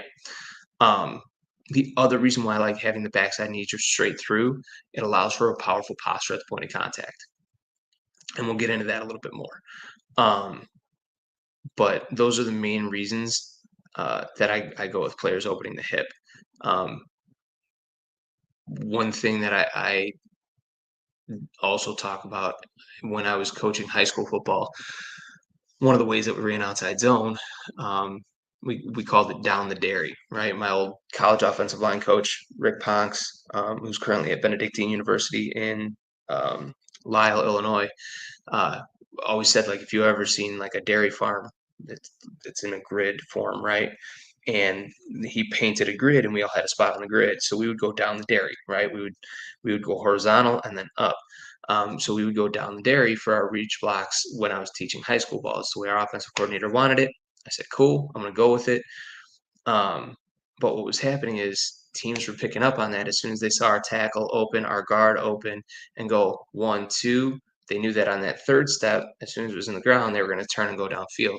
So by the second step, what they were having their defensive end do is their defensive end would just hammer smash our tackles into the backfield and completely disrupt the play. And outside zone was one of our worst plays for years. So I made the suggestion, hey, why don't we, why don't we make it a little bit more aggressive? We'll open the hip, we'll drive the backside knee through. And when we did that, it went from one of our worst plays to one of our best plays, because we were a little bit more efficient in our movement and we were way more powerful at the point of attack. So here's our first progression video. Here's a knee start. Now, in the second video, you guys will see that I have a person there and they're coming out of their stances. There's 2 ways to do the second part of the progression. There's also 2 ways to do the first part of the progression. 2 ways to do the first part of the progression is you use cones. 1 cone straight in line with the player's midline, and then the second cone is the cone that they have to reach. The one that's straight in line with the midline is just to show that the midline shifts. Okay, and here's where I'm getting into this. Here's the biomechanical part of it. Okay, if you look at Bryce's first step, okay, his foot strike is underneath his hip. Okay, it's not out in front of him. And the reason we want the foot strike underneath the hip is because if it's not underneath the hip and it's out in front of him, we have to wait for our hip to catch up to our foot before we can take our next step, before we can power through again. Okay. That foot strike underneath the hip allows for immediate explosion and getting into that second step. Okay. Bryce is making contact as his second step is coming through. Normally I like for second step into the ground and hand making contact at the same time. But in this case, defensive line moves a little bit closer. So I'm okay with this as long as the second step gets into the ground. The other thing that you'll notice is that in this particular position, Bryce is going with his backside hand to sternum. I'll get into that in a little bit, but he also is squeezing his lat, which is internally rotating his elbow and giving him more support. I'll get into that as well. Okay, so Bryce's second step comes through, he pauses, then he drives through on his angle. It's that simple. That's all I do with this. Okay, what does it teach? It teaches him how to open his hip. It teaches him that his foot strike should be underneath his hip, positive shin angles, strong posture at the point of attack.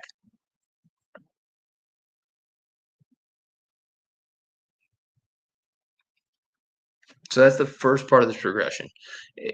I'll go 6 times to the right, 6 times to the left, and then move on. And I'll fix things as I'm seeing them. Okay. I'm not letting things slide. I'm not making the players do anything crazy. It's, hey, I noticed that your foot strike was a little bit too far. Pick it up and put it down. Make sure your foot strike is underneath your hip. Players will begin to feel where their foot strike is, and they will start to correct it themselves. And you'll find that they're going to be more confident and more powerful in their movement. Okay. The second one is knee start with contact. It's the same rules and cues as the first part of the progression. And really the first part of the progression, like all I'm doing is cueing them with drive. And the reason that I cue them with drive is because it tells them that they should be driving in the direction they need to go. That midline needs to shift, even if we're setting our angle. A lot of high school kids come in and when I tell them to set their angle, their midline doesn't shift. Yes, they're turning their hips, but their midline doesn't shift. So they're almost just picking their foot up and putting it down and turning it at the angle that it needs to be, but there's no midline shift with it. So they're not really gaining ground, right? So I cue with drive. That's really the only cue that I give other than like a foot strike underneath the hip, okay? So we added a defender holding hand shield lengthwise across the chest. So if I were to go back to that first video, you'd see Cruz holding it lengthwise across his chest. He's got one hand in the top corner, one hand in the bottom corner. I don't like arm through. To me, A, it's not a good surface area to use, and B, I've seen forearm injuries happen from guys doing that. So I don't do that. I always cue the players with drive. They drive in the direction of the reach off of their opposite foot. Again, if we're reaching right, we're driving off our left. If we're reaching left, we're driving off of our right. I emphasize backside hand to sternum at AU and for the guys that I train. Again, for me, I tell guys all the time, your technique and your footwork is what you guys do at college, at high school, and the pros. I let the athlete be the athlete, okay? I do not put people into a box because nobody has the same biomechanics. So, if I've had coaches and players ask me like, hey, like, here's our technique. Are you going to change this? I tell them no. I said, all I'm doing is looking for the inefficiencies in their movement, and we'll build the efficiency back into the movement, back into the footwork that you have. So if you're a lateral downfield team, cool. They're going to work lateral downfield. I'll teach them what I teach as well, just because they have to be well versed in multiple techniques. But if you're a lateral downfield team, cool. We're going lateral downfield. It's all about the efficiency. And here's the thing. If they're a lateral downfield team, so if you're teaching your guys to go lateral and downfield, that's great. They still need to shift their midline in the direction that they're going. So if I'm reaching to my right, I'm shifting my midline to my right. Okay, so it's a big part of it. We're driving off of that backside foot. We're getting our foot into the ground underneath our hip, and then our backside leg comes through too. Okay, so backside hand to sternum on a reach emphasizes footwork. It emphasizes footwork. They can't be lazy if they need to get their backside hand to sternum first. So I teach all my guys backside hand to sternum on their angle. As they're driving that backside knee through the crotch, bam, hand goes to the sternum. Internally rotate the elbow and squeeze the lat. Okay, so when they finish, they should finish here. Pop. Okay, internally rotated, squeeze the lat. The reason for that is twofold. One, by squeezing the lat and internally rotating the elbow, we engage more musculature in the upper body, and it's going to help support your strike. The other thing is this: if we go punch to lockout, we're extending at the shoulder, we're extending at the elbow, we're extending at the wrist. There's a lot of shoulder injuries that are happening from that. And then the other shoulder injuries that I'm seeing are from striking outside the framework of the body. So if we're going with our play side hand first and we're lazy with our feet, our first strike is going to be outside of our framework. There could be a chance for a shoulder injury. So by eliminating that and making my dudes get off the ball and get into a good position, I emphasize backside hand to sternum. And then play side hand goes to the play side number, play side shoulder, and then we run. Okay, on go, the players drive through their angle, taking the D-line vertically and prying their hip open. Now, this cue, pry the hip, I got that one from Sean Coughlin. He was at Eastern Michigan. Now he's at Southern Miss. I love Sean. He's one of my favorite people in the world because he's an open coach. He'll talk about technique, and he's honest. With that being said, when him and I were talking about reach blocks, I was struggling with it, and that's when I decided to change up my footwork. But he told me this cue, and two of my clients that were at Eastern Michigan at the time also told me this cue. He uses pry the hip. Now, the reason he uses pry the hip is because he's able to run his feet vertically. He's not swinging there. He doesn't have his guys swinging their butt in the hole. They're running vertically, and they're trying to pry that hip and that shoulder open. Twofold. One, it keeps them powerful on the play side. Okay. But two, it also allows the player to press vertically and get vertical movement on like an outside zone type play. So when my right tackle started to do this at AU, and I'm like, dude, push vertical, push vertical, push vertical, our running backs were able to make a cut off of him.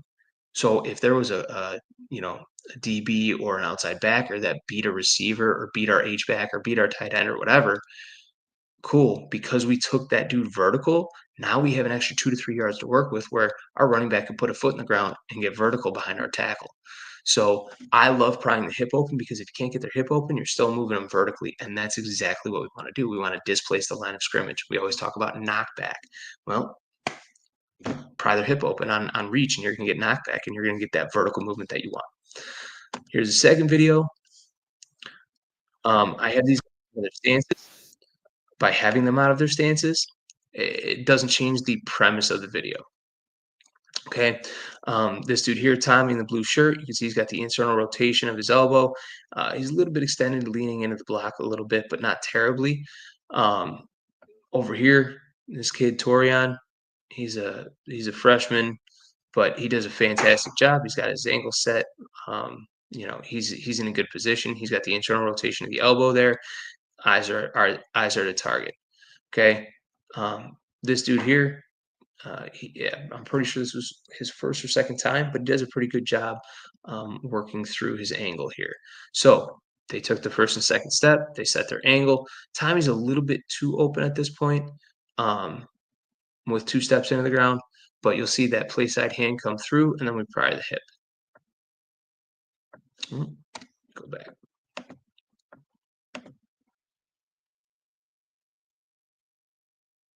So on go, they're driving that backside leg through.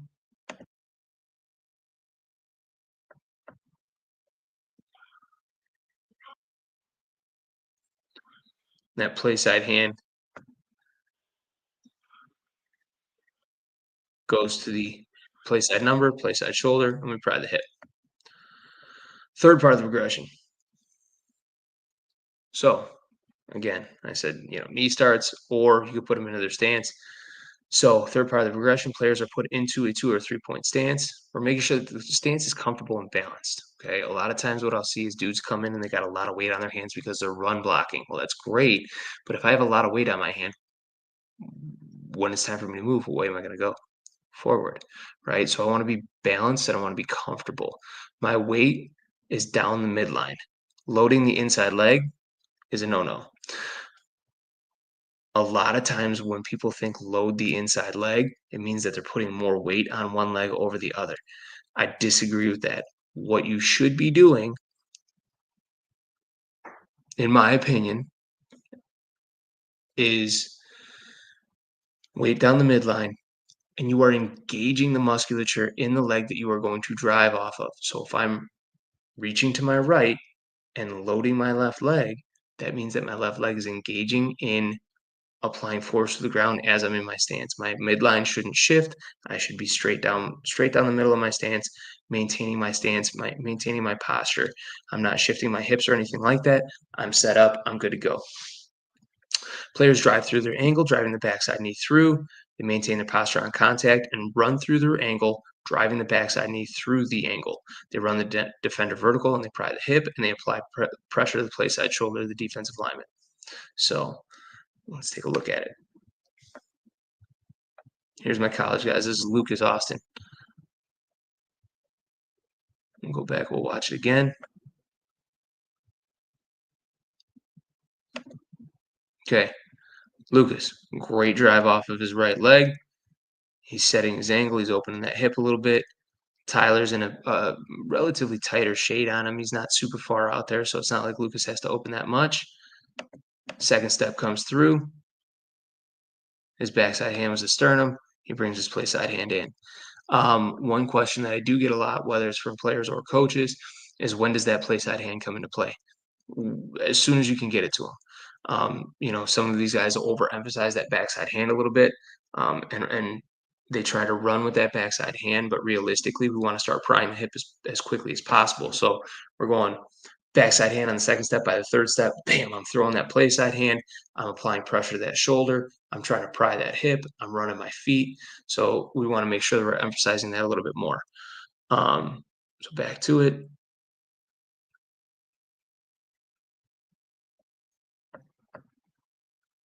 Again, one more time.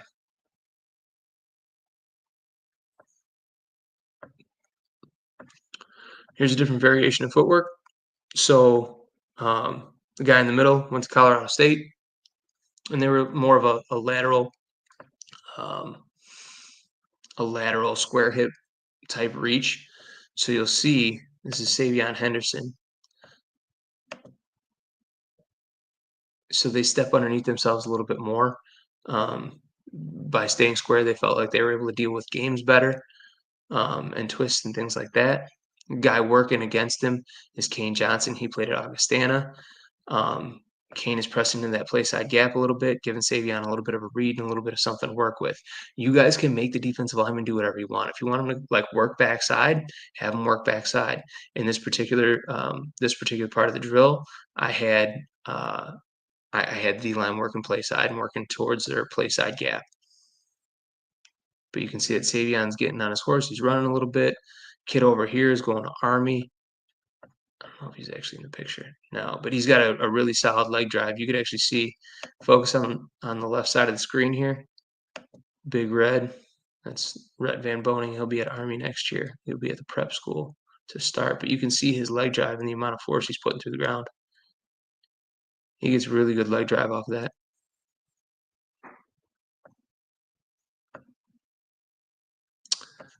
Extra coaching points. Force application may change from knee to stance. Again, knee drive will be at an angle. Out of stance is going to be horizontal. Midline shift, gain ground is a dangerous term. The athlete must move their whole body, not just their foot. The foot strike must be under the hip. And then setting the angle should be done to reestablish outside leverage.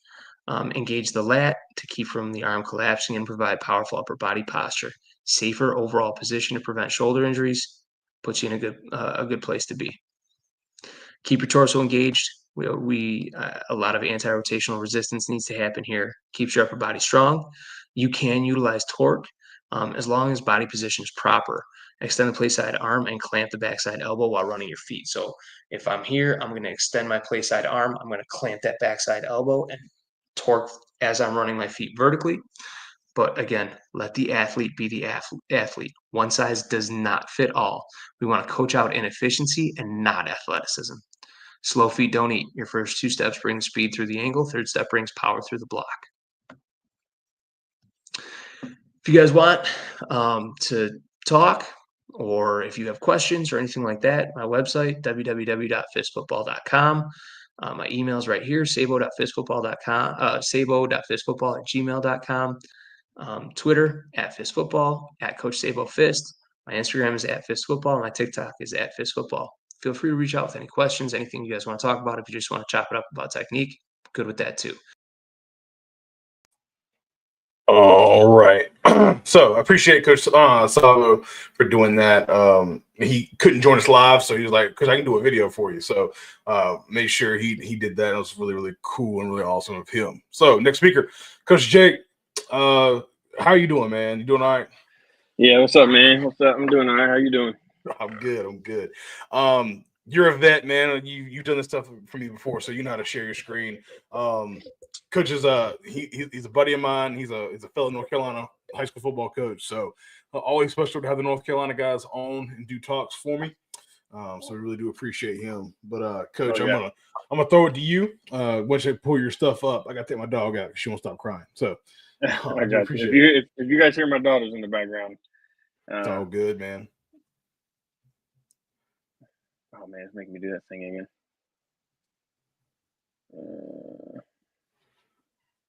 There we go.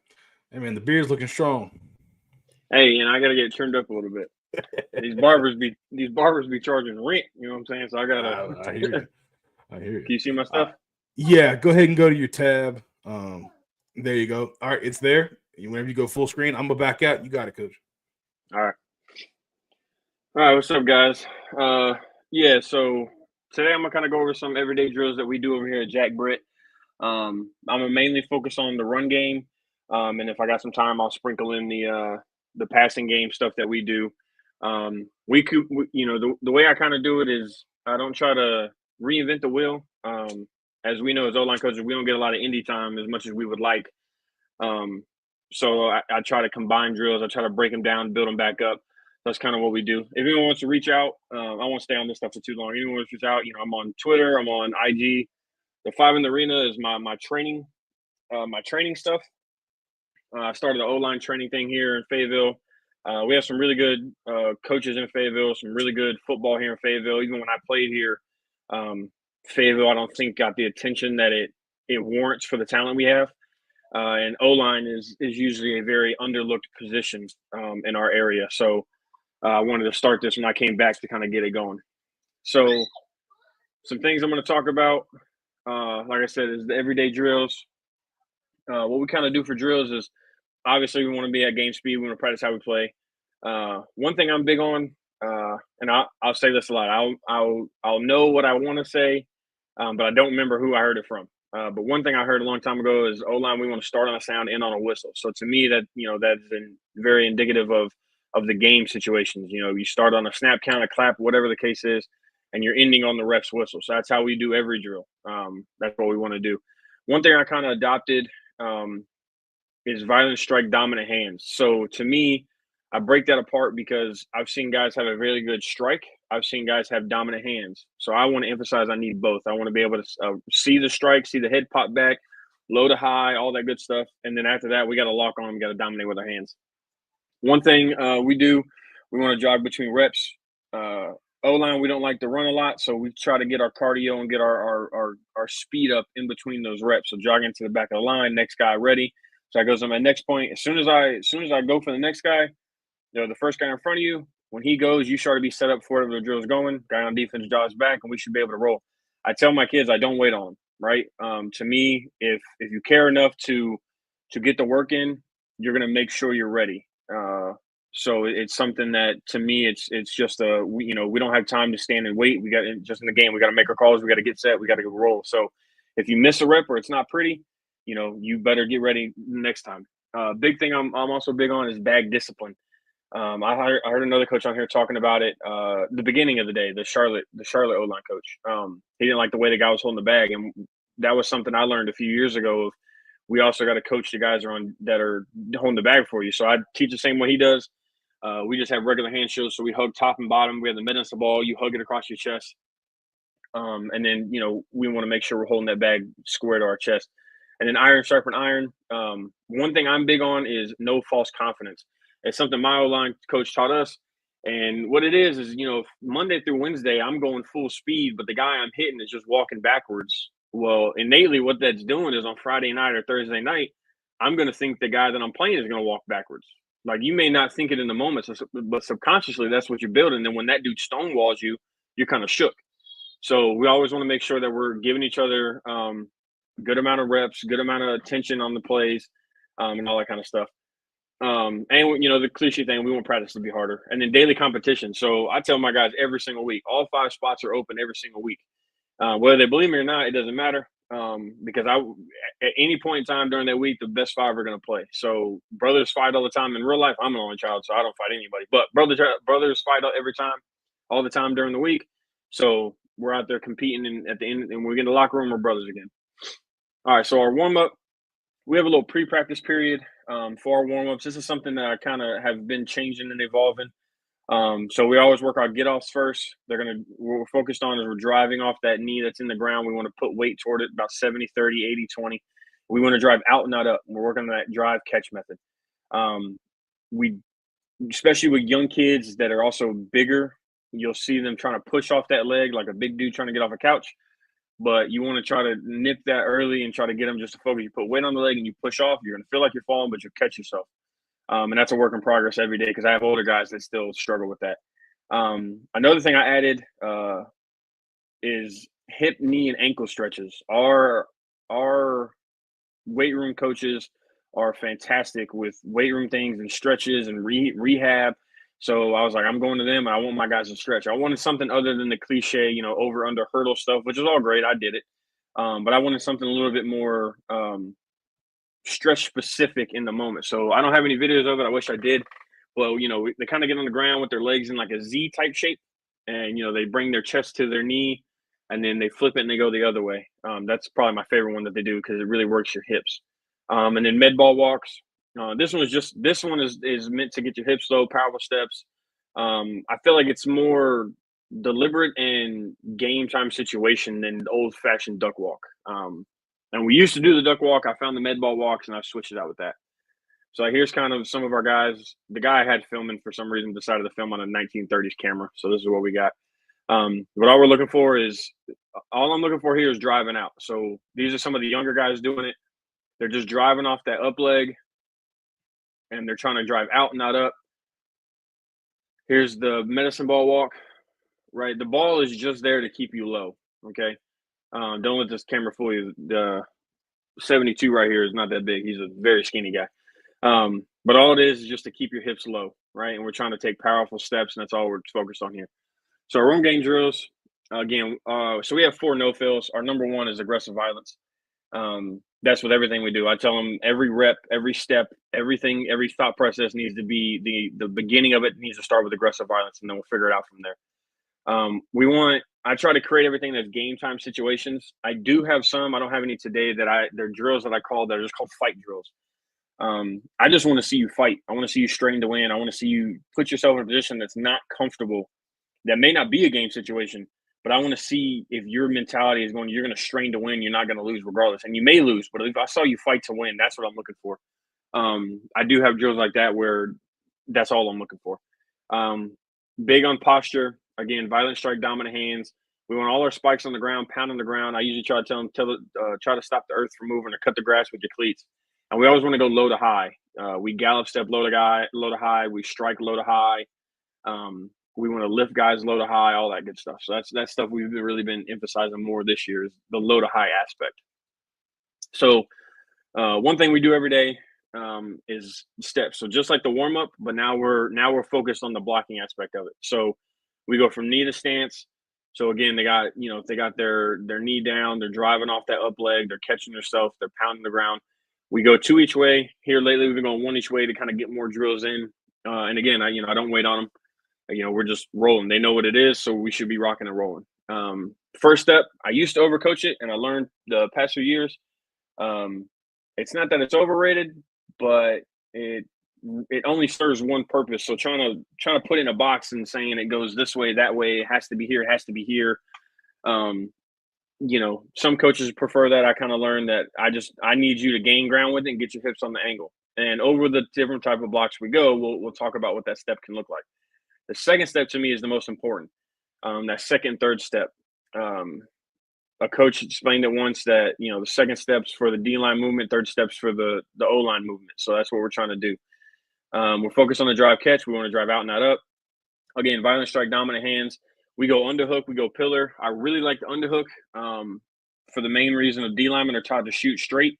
They want to get hands on now. Where we're going to get hands on underneath, we can lock their elbow and their wrist out and kind of control that arm. We want hands on first equals a better shot. We go low to high with our hands. We go low to high with a ton of stuff. For gallop, I'll say hip to rib. We all different types of low to high things. We want to keep them tight until you get running. So one aspect I'm trying to learn is running off the football. It's something I didn't do when I played. So trying to learn it, to teach it the right way is what I'm really looking for. So if any coaches got anything, hit me up. But once we get a guy rolling, you just take off sprint with him, keep him close to your body. And then the reason why we do the knee steps is because I think it takes away quote unquote false movements. So a lot of coaches now believe, false movements aren't a thing, but I still think there are some that can be a waste of time when D linemen are getting faster and stronger. So here they are here. I kind of have the film backwards. So here's them coming out of the stance, but we'll work vertical. So we go right foot vertical, right foot, right zone, left foot, left zone. And we're doing that off a knee. We're doing that out of stance, right? Elbows need to be glued to your hip. So like right here, my tackle, his elbows are tight, but they're too wide. Here, my guy, his elbows are too far out, but they're tight. And my guy over here, so there's always things. The film's never going to be pretty. Sometimes I don't even look for highlights. I look for things so I can also show you what I'm coaching when I'm doing it.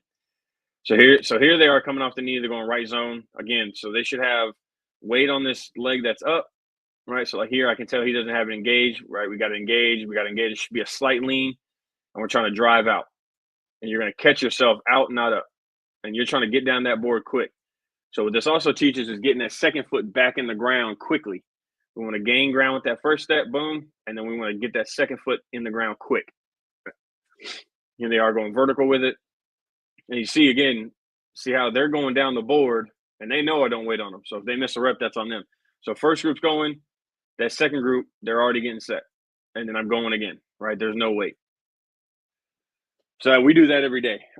We do them right foot, left foot, vertical, and then we'll do them out of the stance. And I told them sometimes with O-line play, with football in general, I think sometimes a lot of drills, they can get redundant. But it's especially in O-line, it has to be things that are refined. This one, I call it the run fit. So we're in a stalemate position. Obviously, you don't ever want to be in a stalemate position, but that's not what this is focused on.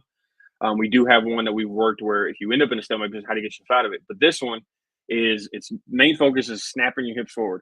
So I'm a firm believer in still keeping your hips hinged. I know there's a lot of guys who they like the arch, they like the hips all the way through. I'm not a believer in that. To each his own. If it works for you, it works for you. I like the hips a little bit further back, but I like snapping them to me to bring the power through. So in this, I tell them, imagine you've already taken your first step. What we're trying to do is we're trying to get that second and third step in the ground, and we're trying to get him rolling. So that's all this is doing. So we drove the steps out. So now we're in a fit position. Now we got to get our feet back in the ground. That's what we're doing here. So we're a little high on these ones right here, but we want to shoot our hands. We're already in a fit position, right? We could be a little bit lower here, right? Feet more on the ground, kind of like how he's positioned, more staggered. But all we're looking for is driving off a foot. And I'll tell them, okay, you're focused on left foot first. So they're going to drive off the right foot to get that left foot in the ground, get the right foot in the ground, and get the left foot back in the ground now. So that's all we're trying to do here. All right, we have some guys younger at the time, they didn't have pads, so give them a ball, give them a pad. But that's what we're looking at. We're looking to run. Once we get them going, we're just looking to run them off. Here it is again. And these ones, right, there's no false steps, right? There's a little hiccup, right? We're kind of on our toes a little too much. But here, this is what we're trying to avoid. If you're watching my guy, Big Steve right here, we don't want that foot to go back. Now, it feels natural because in order to walk, right, you want your foot to go back to go forward. And these are some of our younger kids as well. But we want to try to really focus on driving off. So that's why I tell them we got to have that stagger. It's the same drill you just started off with. Now you're just standing. So we want to drive off. That means we didn't have this right foot engaged. He just has it in the ground, okay? And we want to really snap our hips forward, strike low to high, right? And he's 6'4". He can't play up there. We got to be lower. Here's another one. So here's a good one, right? Hip snap forward. All he had to do here, right? My guy Yas right here, all he had, his hips snap forward and his feet are a little late, but he doesn't shoot his hands with it, right? Everything's got to happen in one motion. My man Teal here's too tall. But this is what I mean just walking backwards, right? This is what we don't want. We want to give each other work. And I tell them all the time, get onto each other. If I know a lot of us did it when we played. If I'm going against someone, they don't make me better and they're not making me work, I'm letting them know. And vice versa. All right, this is another one I kind of implemented. It's kind of an old school drill. I didn't do it for a long time, but I added it back. I call it double hit. So what we're trying to do is we're trying to time our strike with our feet. And on top of another drill we do after this is we want to strike in and around that second step.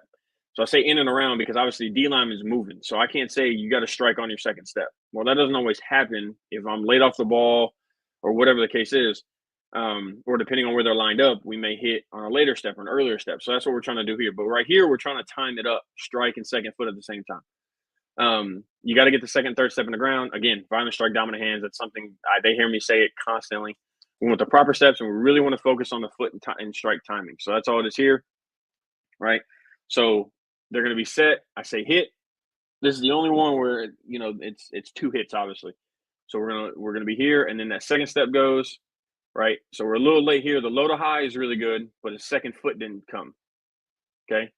But I can live with that because we can coach up. The one thing, if anyone ever does this drill, that you have to watch out for is some guys, if they overstride, right, you can automatically tell because they won't be able to bring that backside foot. And then they'll almost take 2 steps in the first one because they went too far. So they'll overstep and then they'll bring the backside foot, but that's not what you're looking for. You need individual steps going with their hands. So it's a good strike. My guy over here, Big Steve on the other side, he's leaning too much. Right, and his back is rounded out. We want that back a little bit flatter. So this is what it looks like when you don't hold the ball the proper way. Over here, my guy right here. Here's another angle of it. Right, so this is what we're looking for here. Now his aiming point of his strike isn't great. He's shooting toward the shoulders, but also my man here is not holding the pad right. Right, but the first step's good. Second step's a little late, but the pop is really good. So that's what we're looking for there. He doesn't strike low to high. He does the pillar strike, which is fine. Right, but then we're running off the football. We're getting him out of the way. And again, we're jogging back at the end. Here's another rep of it. Right, and again, the 3 that we probably do every day, unless there's just something specific I want to work at as far as pass day, even on pass, quote unquote, pass day days, we do at least the knee drives every day. And we usually get to double hit, just so I'm waking up their strikes and their feet. Here's another rep of it, getting the feet in the ground. We just got to snap our hips forward right here. Right, so we got to make sure here, bringing our hips with us, boom, striking low to high. All right, so here's the levels. This one I heard from, I want to say it was Kyle Flood or somebody on the D1 level. But this is where the point of emphasis is working different feet strike timing. So depending on, you know, where the D lineman's lined up, where the linebacker, if he walks up, if he's kind of at the no man's land in that 3 or 4 yard area, whatever the case is, what we're working here is the different strike timing. So double hit is solely focused on normal football play in and around that second step. Well, levels is we're going to go level 1 and level 2. We do a level 3. We just haven't done it this year yet, so I don't have any film on it. But that's for like linebackers who stay back and work an outside zone, or double teams going to get them, or safeties in the box, whatever the case is. So the same guy goes through. So if I'm up and I'm going, I'm getting full reps in. So this also works our cardio, and you have to think when you're tired. Because a lot of guys, some of them who come in, they're out of shape. They're done by the 3rd step. So the same guy's going through, and we're going quick, right? Because now we're putting everything together and we're just rolling, right? So we broke it down from driving off our knee to getting the second step in the ground to timing up our strikes. Now we're going full speed at different levels. So I'll say right foot level 1. Offensive lineman is going right foot. The level is only for the D lineman. He's going to be up close like where a D lineman would be. Then when we go left foot level 1, right foot level 2, he's going to just back up to where the instep of his feet or his toes are at the end of the board. So with the close, you know, we're going in and around that second step. When he's on level 2, we're going to probably strike on that 3rd or 4th step. And that's what we're doing. And level 3, again, I don't have it, but, you know, we'll back them up. We'll take 3 hard play steps or play side steps. I'll say, okay, we're going to the right. So the defense is going to go opposite. So obviously they're facing us. Excuse me. If I say we're going right, they're going to go left. We want to meet them at a point. My new point of emphasis is we're going to take the air out of the block, slight breakdown, key in the play side, hip or shoulder. And then we're going to surround them with our feet. And we're going to strike low to high, get them off the ground so we can't do all those fancy dips and dives that linebackers do. So here it is here. So let's see if I get the right one. So this one's level 1, right? We want to strike. We're just coming off the ball, boom, firing, low to high, fast pace, elbows tight. Here's the left foot level 1. Boom, striking. You're going to get on that second step. You just got to make sure we're staying low. First step's got to gain ground. Second step's through the crotch. Right, too much leaning right here. Elbows are flared out. That's what we don't want. Right, here's level 2. So they back up a little further. So now we got to get down that board. 1, 2, 3, boom. And now we're striking down. Some guys, in all honesty, they will get it down. So this shows each one. So this one right here by my right tackle, he's kind of working a level 1 block, right? Here's level 2. He's walked up like he's going. So they're working a double team anyway. So their backer walks up. So they're already talking. We have our fishy call, or, you know, whatever they come up with, their blitz pickup. And that's what they're working, right? So when we go, we're going to go, right? We catch them on the one. My right tackle hits them on the second step. My right guard's catching them on that third or fourth step. And that's what it looks like, right? So this is what I mean by it's stuff that we want to see. Now, obviously, it's like, yeah, well, coach, that's what blocking is. Well, yeah, but, I feel like if you, like anything, if you don't work hands, the other hands aren't going to be good. Well, if you don't work different levels and timings of strikes, to me, it's the same thing. Here's a new one I found. Again, I love body posture stuff. Obviously, I love anything we get off the ball. We're firing, we're hitting, pads are popping. A lot of times, though, when you break stuff down, we're heavy inside zone team and buck sweep teams, kind of what we married together. So a lot of times when we're doing run day stuff, I'm really focused on our double teams. And there's some days where I won't have a backer. I'll add a backer. I'll work one guy. I'll work two guys. I'll work half line. I'll work waterfall. All kinds of stuff. Just different ways to get the double teams in so they see different things. So this one is hold the line, right? All we're trying to do is we're trying to apply pressure to the elbow and the hip. So what we're trying to do is if I'm the O-lineman and someone's pressing, so if I'm working my right high knee up, right, and he's pushing on my other hand, still got to stay up. I'm trying to focus to keep that elbow glued to my hip. I'm not trying to push him off me. Sometimes you'll see kids do this and you see him over leaning, trying to push the defender off him. That's not what we're trying to do. You're trying to hold this imaginary line as if there's a defender and you're working the backside of the play sign number, whatever the case is, and you're trying to hold that line strong instead of getting pushed off. So we want to pound the ground. The other thing you're going to see kids do is they're going to pound the backside foot. That's cool, but I want to really drive off the backside foot and pound the high knee. Everything I teach is we want to stay square. We're fighting pressure with pressure. So here's what it looks like, right? So you're not trying to, like, if I'm the guy pushing, I'm trying to push you off your spot, but some guys are stronger than others. So, like, I'm not trying to force you. I just want you to strain to fight to get off it, to stay on that line, I mean. So, like, right here, we're a little too high. Here's good, right? Like, he's driving that front side, that front side knee up, right? He's not worried about pushing the defender off, okay? But he's driving off good by the tight end here. He's just got the wrong foot up, right? And that's all we're working. Here's another. So, like, right here, it's a young kid. He's a rising. You can tell he's trying to push this guy off him instead of just worried about his line. Like, right here, we're not driving enough. We're not worried about pushing him off. We're worried about holding our line and not getting thrown off. So we don't want to veer from left to right. We want to stay in the straight line here as we're going. So here's another one's good. These guys are just holding it. We're a little high here. He's got hips like a 2x4. But that's all we're trying to do. We're just trying to hold the line. Here it is. We're going left. I usually, again, I'm an even number kind of guy. Car radio on even numbers and everything. We're going to go 2 times left, 2 times right. If I'm trying to get to a lot that day, we'll knock it down to 1. But we're not worried about knocking the guy off. We're worried about holding that line and keeping our arms up. So here's a few reps of it. And we're, again, really focused on, so like right here, my young guy right here, you can see his left foot's leading first. It should be the other way around. Like my guy here, he's too high, but his high knee is leading. He's driving off that foot and he's leading with the front side foot. And again, like I said, big inside zone team. So here's kind of our double team progressions. We want to go hip to hip, slide overlap, post guys aiming play side number, take over guys aiming middle to play side number.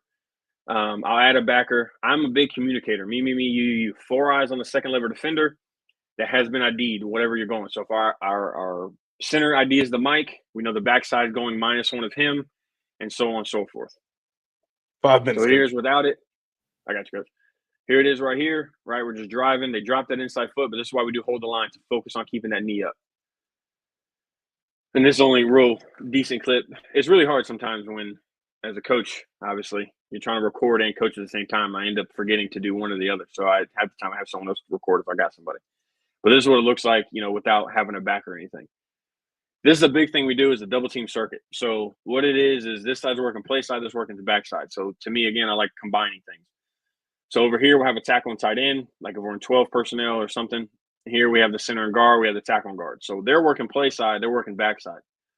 And then they're going to go inside zone, right? So working boom, boom, boom, boom, right? And then the same group's going to come back And so they're going inside zone right, they're going to go outside zone right. And then vice versa. They're going to come back, they're going to go inside zone left, outside zone left. So we may bump it over.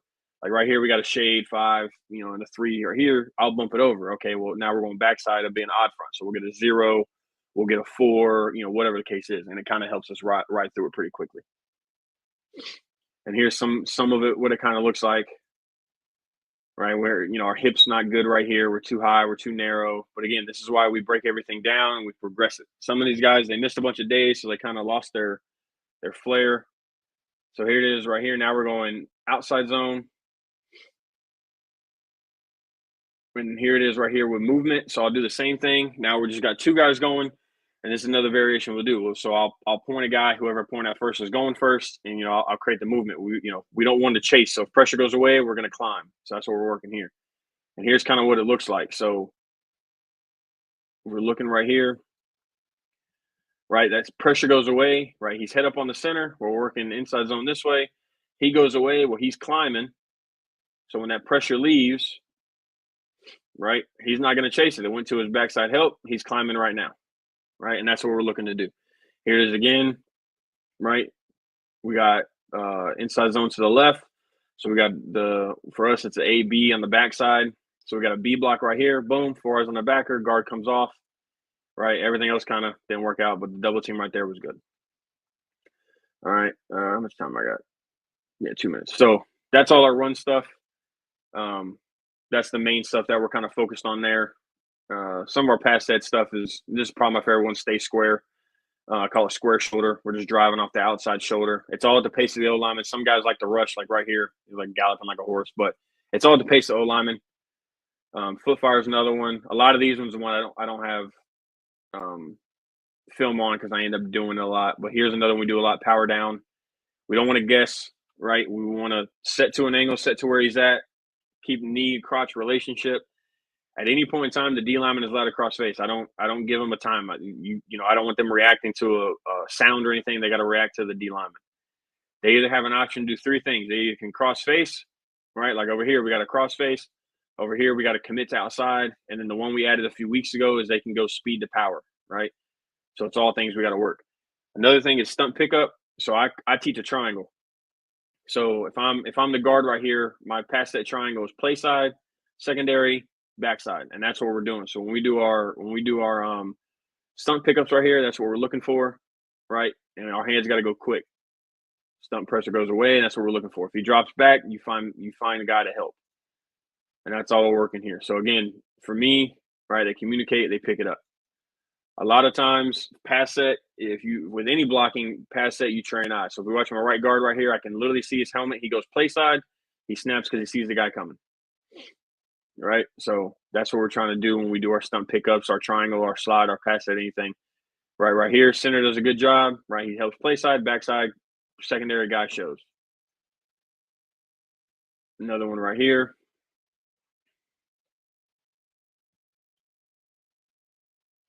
Right guard again.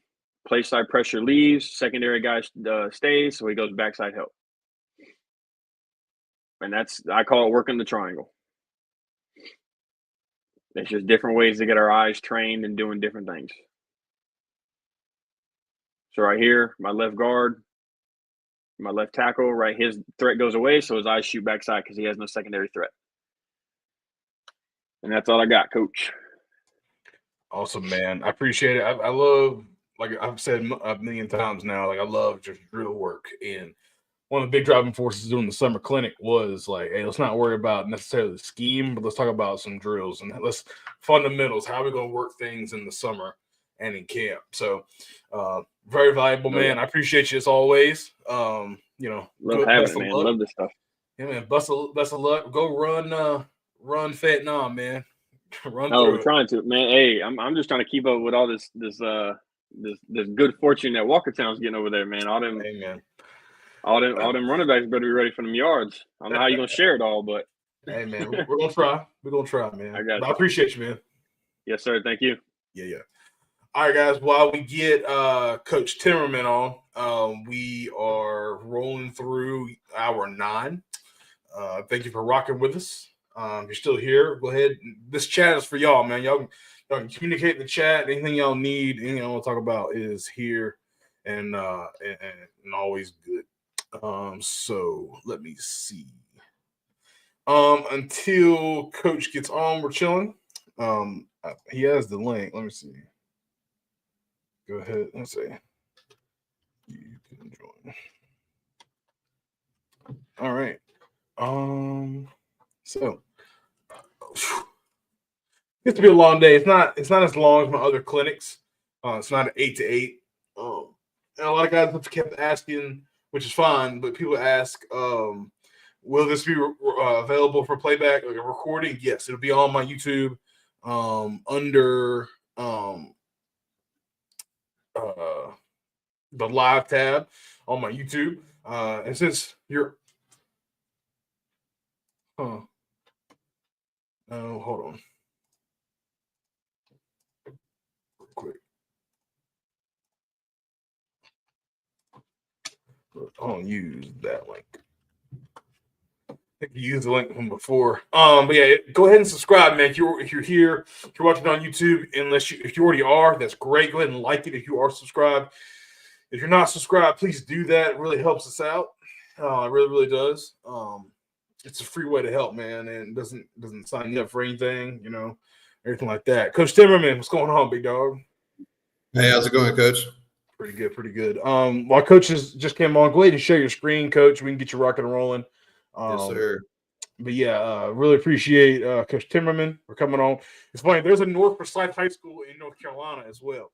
And a couple of my buddies, they were in our conference last year, so they were like, "You got a guy from North Forsyth?" I was like, "Yeah, but that's Georgia." And they're like, "Okay." Yeah.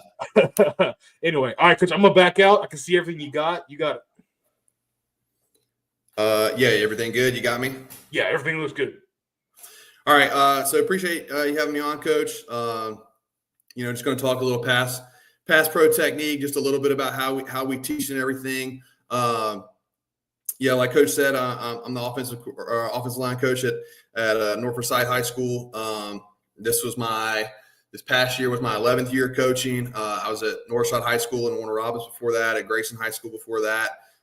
So some of the clips, like the drill clips you may see, will be like some stuff I recorded like when I was at Grayson, but then I've got some game clips on here from our past couple of seasons in North Forsyth, so you kind of get a little bit of both.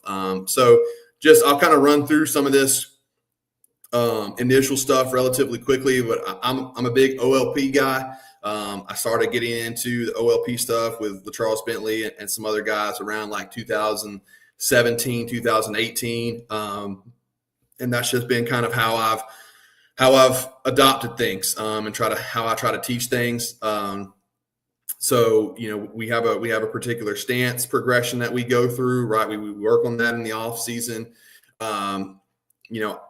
People ask, 2-point stance, 3-point stance. I don't necessarily force them to be in either one. I like the tackles to be in a 3-point or in a 2-point stance, especially if we are going to be, throwing the ball a little bit more. And guards are typically in a 3-point stance, but if there's a particular player that likes doing one over the other and demonstrates that they can still get the job done, then that's fine with me. But we're gonna have our not to spend the whole time talking about the OLP stuff, but we're gonna have our outside foot back, and our outside hand is down if we're in 3-point stance. So if you're on the right side of the line, that right foot is back and your right hand is down. If you're on the left side of the ball, your left foot is back, left hand is down. I just think if we're talking pass protection here specifically today, I just think that's the most effective position you can be in for pass protection. We're typically starting at 2 feet. That's kind of the typical minimum I like to be at is 2 feet. I don't like to necessarily be super close. But that is something that's probably a little more fluid based on what you're comfortable with as a coach, what your scheme dictates, right? If you're maybe like a traditional true like air raid team, you may have a little bit wider splits, right? Our run game, in the last few years, whether I was at Grayson or in the last couple of years when I've been in North, has been based on wide zone. So that's kind of where that 2 foot mark starts for us. but you can play around with a little bit. Depth, right? I tell my guys, if the referee's not telling you to scoot up, then you're not deep enough, right? We try to get enough depth off the ball so that our helmet breaks the hip of the center. This is going to give us better angles in the run game, and it's going to give us more space or time in pass protection, right? We always talk about like in pass protection, get away from the line of scrimmage, right? Get away from the line of scrimmage, get out of your stance. Space equals time, right? They can't put any pass rush move on you if there's 2 yards of separation between you and the defender because you had good depth off the line of scrimmage and you had a good start out of your stance. So those are just a couple of things that I really preach, right? I'm big on us making sure that we've got proper depth off the line of scrimmage, okay? So that these, speed demons that are lining up to pass rush the quarterback aren't on us as soon as the ball is snapped. So just kind of how we teach gaps, right, and defensive alignment. The only reason I have this on there is just because I think it's important that, you talk with your players about this and that you're all on the same page, right? You'd be very surprised how many of your high school players, even some of your like sophomores, juniors, or maybe even seniors, don't know where the B gap is or don't know what a 4 technique is, right? Especially if they don't, if they don't cross over a lot in your program, they might not know what that means when you're talking to them about it. So I just put it on here just because I think it's important that you develop a common language with your players and that they can talk a little football with you, right? Even if it's at the most basic of just understanding where gaps are, when you start talking about protection and like slide protection or picking up twists and stuff like that, right?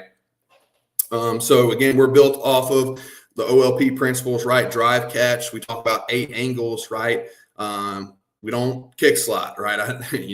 Coaches that have worked with me in the past will joke like that we don't kick slide. We are a drive catch team, meaning like that we're not going to kick back and then slide, right? We are going to drive catch. We're going to put force through the ground. We're going to have our whole cleats in the grass, right? Drive through the midfoot.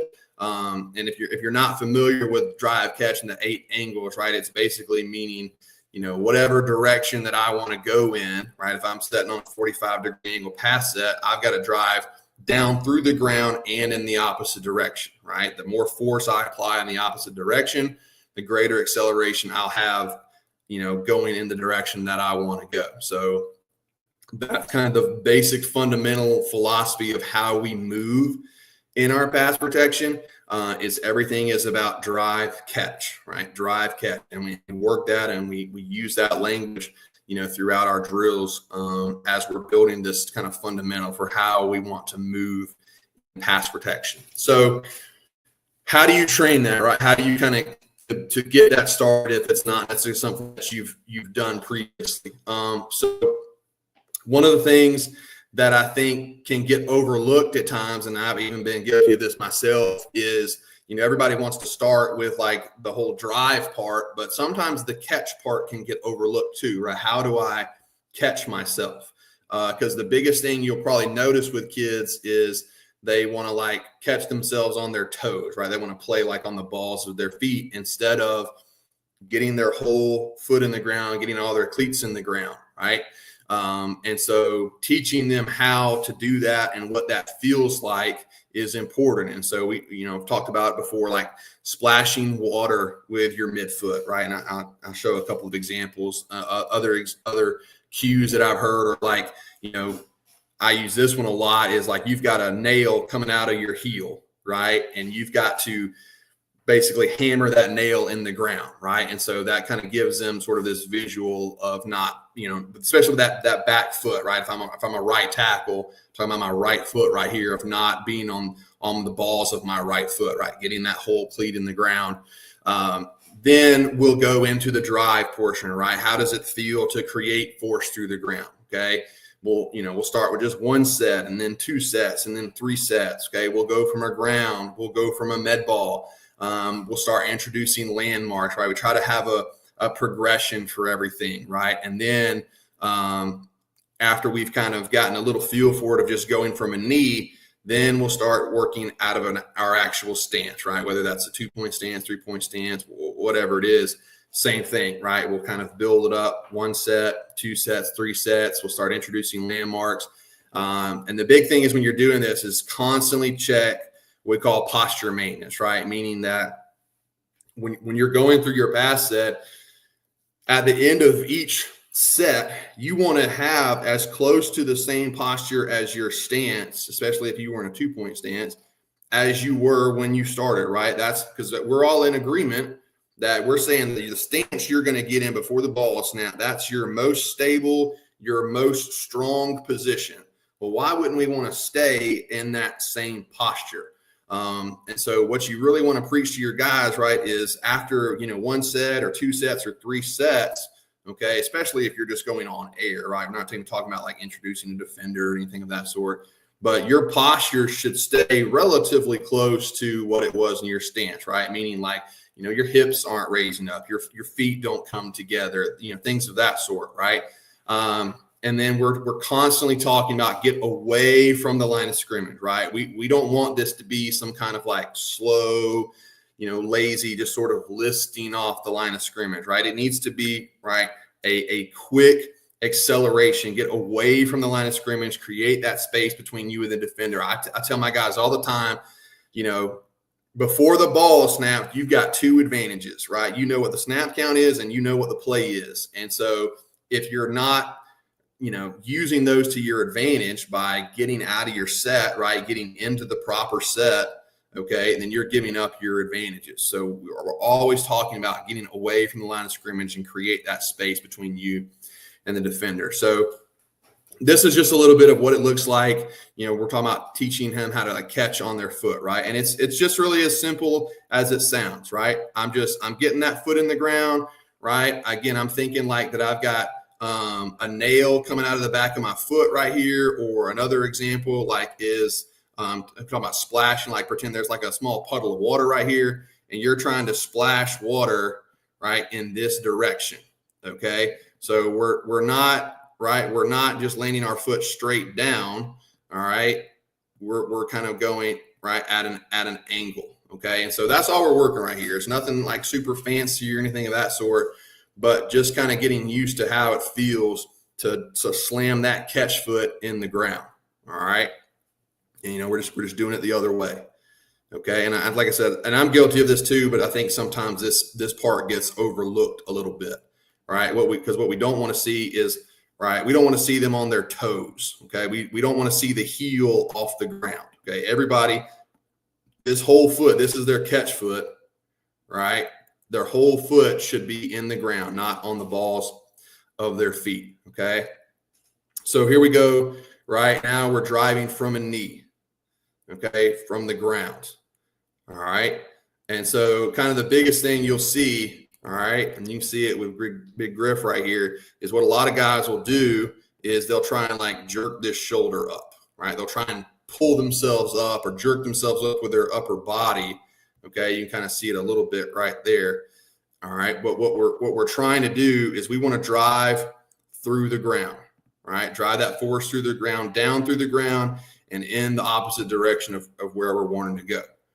Okay, and then just getting into a stance. Okay, so here you can kind of see, right, another example of what I mean, right? Always talking about posture maintenance, right? We don't ever want to see like our shoulders rolled over, right, or a big curve in our spine, right? We want to play with a nice, all right, a nice good hip hinge. Okay, we don't, like I said, don't want to have our shoulders hunched over or curve in our spine.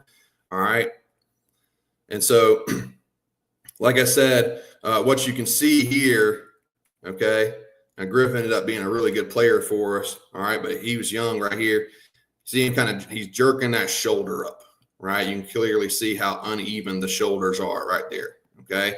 And that's what we want to try to avoid, right? We want all the force coming from us driving through the ground, not necessarily us jerking ourselves up with our body, okay? So and I'm real big, too, in the off season about cross-training guys, right and left.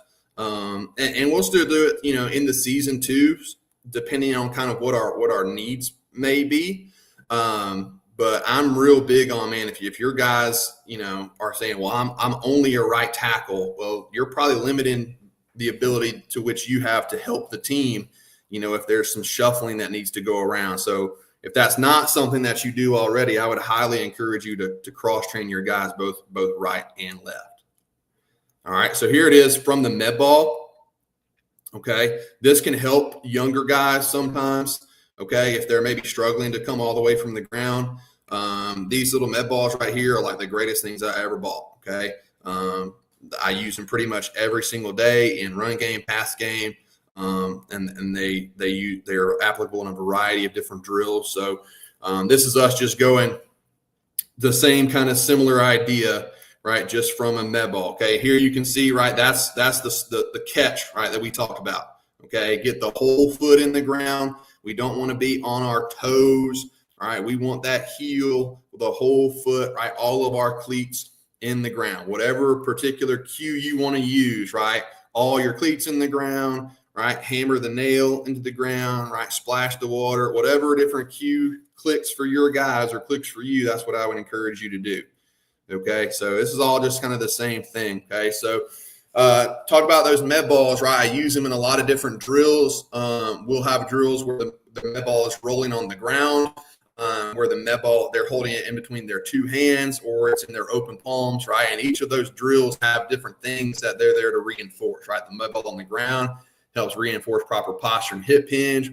In the hands helps reinforce keeping your core tight and your upper body not lagging behind or jumping ahead. And then with the med ball in the open palm, same thing, right? Want to keep the core tight and maintain that proper posture. Okay, so here it is. This is just a simple drill, right? We're all playing on the right side of the ball, so our right foot stagger back, our right hand is, down, quote unquote, and all we're doing is we're just rolling the med ball as we set. Okay, and this is just all we're looking for is making sure that our hips stay down. Okay, everybody talks about, right, get your pads down, right? But we also want to make sure our hips are down too, that we keep proper bend, right, in our hips, knees, and ankles. Okay, and so we'll do a set with it. We'll post. All right, any type of movement that you would do in any type of pass situation, okay, you can do with this particular drill. All right.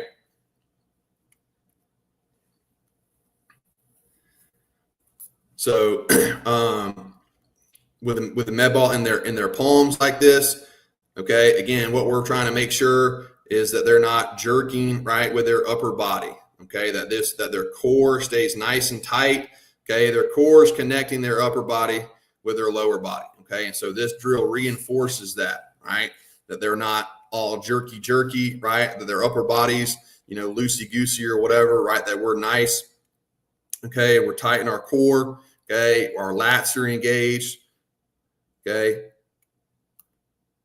And like if you're watching from the front right here, you really want that med ball to stay over their bicep. Okay. And you don't want it to cover up the logo right here, and you don't want it to float outside their frame. Okay. So this gives them their own form of like a visual cue, right? Other than, me as the coach correcting them each time. Now they have a visual cue of their own. So now we've got the med ball in both hands. And so now they're with a partner. Okay. And the purpose here, and they're, they're being a little silly because we're doing this after school or whatever. But the purpose here is after they take a set, 1, 2, or 3, however many we dictate, now their partner, right, is there to basically apply some force on the med ball, give them kind of some different force, right? Either, down, up, side to side, whatever it may be. Okay. So again, we're keeping this core locked in, right? Our lats locked in, right? So we can maintain that proper posture. Okay. And not just, right, be moved all over the place. Okay. So with that, okay, we talk about knee to crotch relationship. Right now, we're actually starting to kind of introduce a defender into the scene right here. Okay. So we talk knee to crotch relationship, all right, inside out relationship, right? We want to maintain that inside out leverage on the defender. Different ways we work it, right? You can incorporate cones as landmarks. Okay. You can incorporate strings or like PVC pipes as landmarks to show their path. You can just incorporate a live defender. Okay. If you start to see guys that are consistently oversetting or undersetting, right, change up the landmarks. Okay. Knee to outside knee, for example, or knee to inside knee. Okay. If they're undersetting or oversetting respectively. Okay. So this is all this is with the cones, right? We're setting to each cone in each one, right? And so this teaches them too, not all their sets are going to be the same. Okay. Not all their sets are going to be the same. You may go one quick set, one long set, right, to get to one landmark. And then the next one, you may go 2 quick, 1 long, right? Everybody's just a little bit different. And so just kind of introducing different landmarks, right, of where they're going and what kind of different angle they're taking on in the rush is important. Okay. So hand placement, try to, like, in their set, right, I'm big on keeping their hands between their nipples and their belly button, want to be on different levels, right, so that a defender swipes one, he doesn't get both. Elbows are screwed into the rib cage, right? We don't want to be flaring our elbows out, okay? Our landmarks for our strike, right, if we're going to strike with 2 hands, we want to strike right down the chest, stop the bull rush. Big on independent hands, especially for tackles, right? Outside pec, all right, with your outside hand, inside bicep with your inside hand if you're getting some kind of inside rush, right? I'm sure we've all heard the phrase aim small, miss small, right? Give them a small target, a specific target that they can aim for. All right, we want to strike elbows through the wrists, okay, and hands through the defender, okay? You should make contact with a defender with a little bit of bend still left in your elbow so that you can strike through the defender, okay? I picked this elbows through wrists point up from a really good coach I know, and I've always liked that, all right? So, knowing when to strike is the biggest one. Okay, right? We want to know where to strike and when to strike. Okay, and it's different for each situation, different for each kid. Know your strike zone, right? I'm sure high school offensive line coach, we've all been through the situation where we've got kids with, the 72-inch wingspan, and we got kids with the 68-inch wingspan, right? So everybody's got to know their own strike zone. The other big thing is you must have a stable base, okay? We want to strike with both feet in the ground, okay? We want to be striking with 1 foot on the ground and 1 foot in the air. That's like shooting a cannon out of a canoe, right? You're going to tip over. You're not going to be balanced, right? And again, like I said, we don't ever want to be completely locked out when we make contact, okay? So, we'll start at first just really slow, okay? And all the only purpose of this is just so each kid kind of gets an idea of what their range is, right? Again, these 2 guys right here do not have the same arm length, okay? One of them's 5'11", 6 foot. The other was 6'5". All right. So obviously their strike zones are going to be a little different. Okay. So all this is just, it's very slow and we're working on the timing. Okay. So then we'll progress to, all right, like I said, I'm big on independent hands. So we'll work outside hand. Okay. Just 1 hand strike. Okay. We'll go back into a 2-handed strike. Like if you're getting some kind of inside move. All right. That's what we're working right here with a 2-hand strike. Okay. He was wrong right here. As you see me coaching him up right there. He's going with 2 hands. Okay. We'll go with just the 1 hand on the inside rush.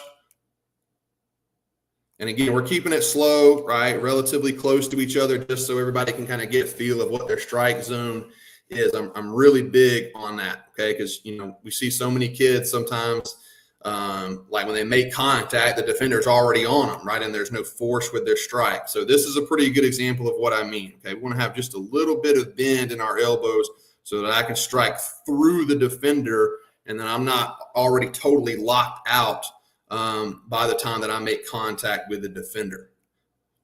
Okay. So like I said, we'll go outside hand, inside hand, 2 hands. Okay. We try to give them a variety of different tools. Right, so you can see right here, this is way too late. All right, this is late. That defender is way too close to him on this strike, okay? You can see the difference in there, right, as opposed to the rep beforehand right there, okay? So this is why we do this, okay? So we can have guys understand of what their strike zone and what their timing looks like as they're working a pass rush, right? And this is, again, like I said, this is slow. These guys just walking towards him, okay? And so learning what our effective strike zone is. So just some common mistakes that you may see, right, is your back foot kicking, okay? Make sure that the whole foot is in the ground in your stance, right? Stance is everything, man. If your stance is bad, it's going to be very hard for you to play good, right? If you start bad, it's hard to finish good. So check their stance, right? Reinforce driving through the midfoot. Go back to the working from a knee, either from a ground or from the med ball. Knees flaring out, right? Especially that if you're like, for example, a right tackle, your right knee flaring out, okay? Again, check to make sure that they're starting from a good position, that their knees are inside their ankles in their stance. Reinforce squeezing their adductors. Okay, there's a lot of adductor work we do in the off season, right? To strengthen those muscles. There's resistance bands that we can use in different drills that I've done before, but that's just a common thing you'll see. Like I mentioned earlier, and I showed you an example, the upper body, either, like lagging behind or like jump, trying to like jerk yourself up or out, with your shoulders or your upper body. So you may have to just reinforce some core work, right? Some isometric core work, the med ball and the open palms, like we looked at as another suggestion to help with that, right? If our hips are too high and or we don't have hip hinge, right? You do not want to see, I know the old adage is, right, when you're pass protecting, right, to sit in the chair, right? Sit in the chair, okay? Well, if you're sitting in a chair and you've got your chest straight up, these defensive ends are going to come and hit you with a freaking speed to power long arm move, okay? And so we're big on hip hinge, okay? We are big on hip hinge. And so I don't use the old sit in the chair, right? That doesn't make any sense to me, right? Hey, give this defender this nice big target of your entire chest, all right, for them to strike at with their hands. These guys are too good for that. And so we really talk a lot about playing with good hip hinge, okay? Good hip hinge. So some different drills that we do, just movement drills, right? This is just our eyes drill, okay? All it is, right? So we've got these three guys are on defense, this guy's on offense, and all it is just trusting your eyes and following with your feet, all right? And as we do this, we change direction, okay? We want to have good posture. We want to make sure our feet don't come together. And again, it's just a simple drill, just to train following our eyes, get hands on, right? I'm not super worried about like an act, where their hands are necessarily for this drill, right? All we're really working is our eyes and our feet right here, okay? And basically, I'm back here in the back, telling these guys where to go, okay? Typically you're going to get something, some kind of combo like that, right? But that's all it is, all right? So there it is. This is a close-up version of that, right?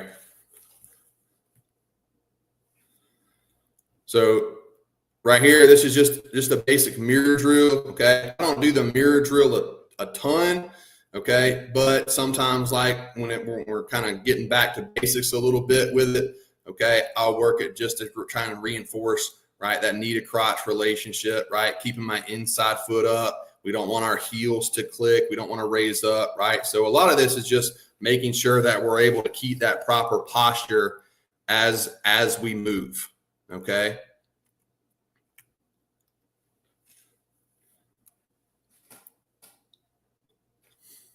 So then we'll go into just like a basic twist pickup drill. Okay, again, it starts off real easy. Okay, I'm real big on, let's start at step 0. Okay, we're not even going to start at step 1. We're going to start at step 0, and then we're going to work our way up. Okay, and so and that takes a lot of work in the off season. And so it takes what it takes. All right. But for me, I try to give my guys the basic understanding of what we're trying to accomplish and then build from there. Okay. So I always talk to my guys, right? When you get some kind of twist, okay, I try to tell them this guy right here, right? Your guy's looping. You have all the information, right? The inside guy, all he knows is that he's getting some kind of rush. And so it's this guy's job to make this pass off happen, to make this pickup happen. And so he's got to come and find and kill this penetrator and make sure that his partner bumps off. Hey, Coach, that's your time right there. I'm going to cut you off. Okay. I appreciate you, Coach. Yeah. I love the OLP stuff as well. And that's why one of the reasons I wanted to get you on, because I know you are, you're really, really good at that stuff and with the drills and everything they do there. So appreciate you coming on. I'm gonna go ahead and get next coach on, but thank you for helping us out today. Yes, sir. Thank you. Y'all have a good day. Yeah, you too. Coach, how you doing?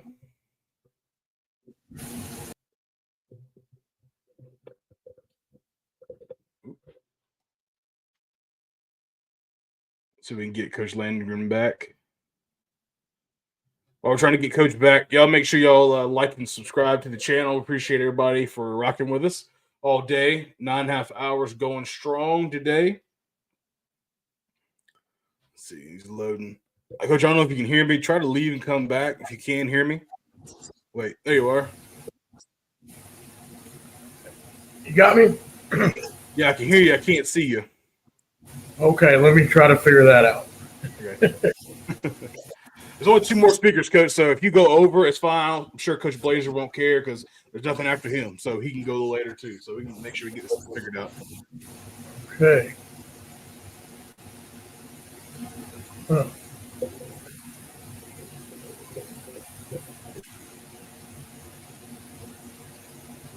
Usually, under settings, expect just to take you straight to camera. I don't know if you have a webcam set up or if it's a computer camera or what. It's a computer camera.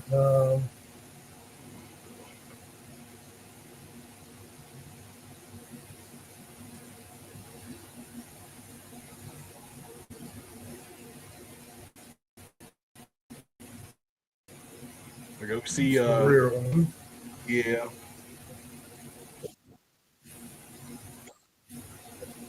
Oh, there it goes. Yeah. Let's see. You're frozen though. I'm not sure. There you are. Cool. All right, Coach. Let's go ahead and rock and roll. Down at the bottom tabs, it says present. You click on that and hit share screen. Where do you have your presentation? Is it on Huddle or Google Slides or something like that? It's on Huddle. Yeah, it's on Huddle. Cool. Yeah. So you hit share screen. You should have your tabs, and you can click on your Huddle tab and hit share.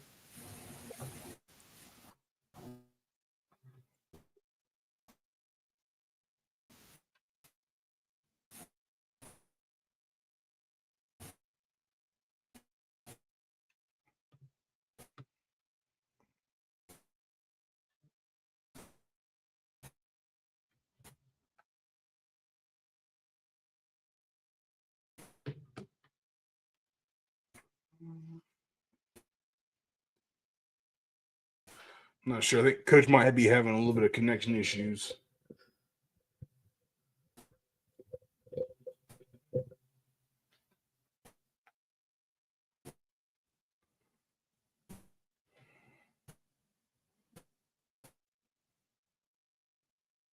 Yeah, some connection issues. It's all good.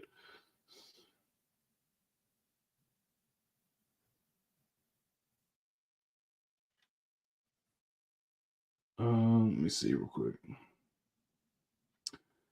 All right, but yeah, guys, thank you for rocking with us. Appreciate that a lot. We're going to do the giveaway for the 4th, and we are going to do a 4th and 5th coaches for the Coach and Share promo. We're going to do that at the end after Coach Blazer. So make sure you hang out with us for that. And hopefully Coach gets back.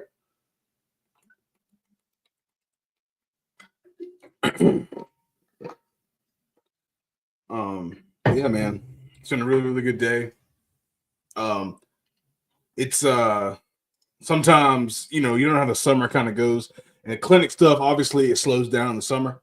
You guys are locked in on their teams and locked in on practice, and so it kind of slows down, but you guys have rocked it, getting some learning for the summer, man. So I really do appreciate all of that. But yeah, let me see. If you are still here, holla at me. I'll be like, Coach, I'm still here. So hanging with you, man. No, that guy's DMing me as well. So I appreciate all the love, man. And again, it's going to be recorded and available for you guys. So let's see.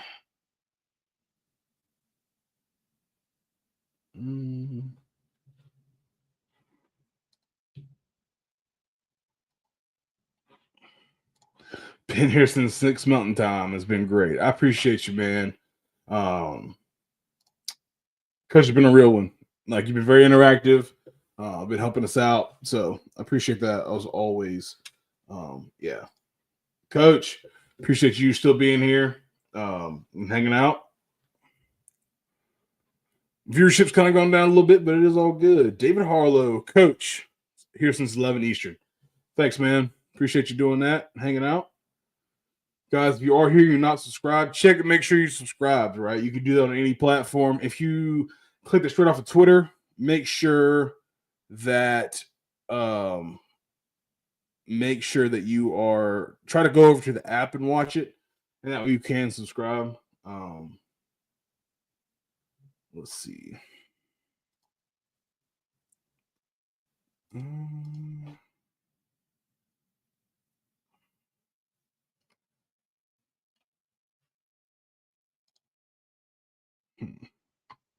Anyway, but while Coach is trying to get back, I'm going to throw the donation thing back up. If you feel led, it's all good. If you don't, if you feel led, we do appreciate donations for the clinic.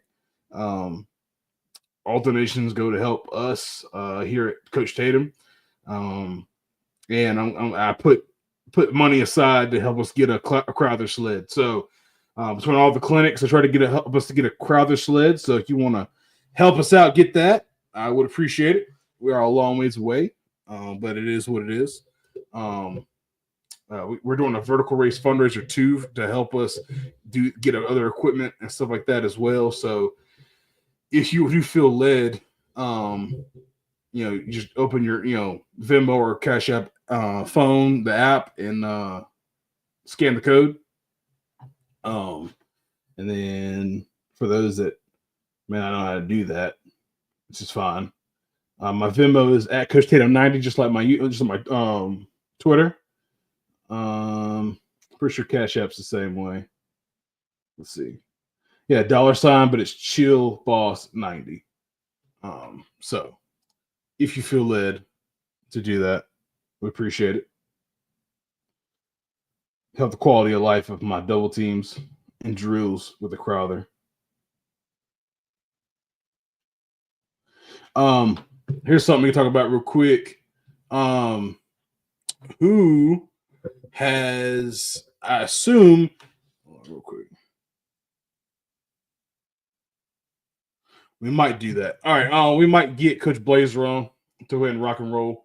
Let me come back.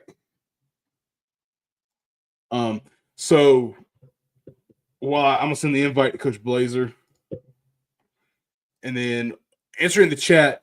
Most people are on dead period right now. We're heading into our dead period for 4th of July week. Where are you going on vacation? If you're staying local, cool beans. But if you are going on vacation, let us know. I'm going to Kentucky. Going to see the sights. Going to hang out in Bourbon Land with my father-in-law. Going to hang out. Probably visit a couple of schools up there. If you coach, I don't think anybody commented they were coaching in Kentucky. I don't think, but if you coach in Kentucky, holler at me. I'd love to come by. Hang out.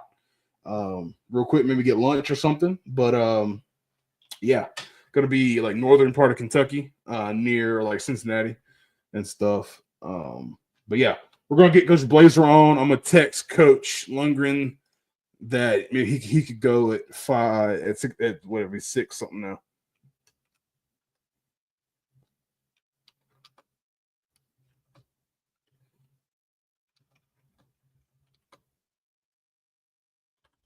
So we get him to go at 6:15.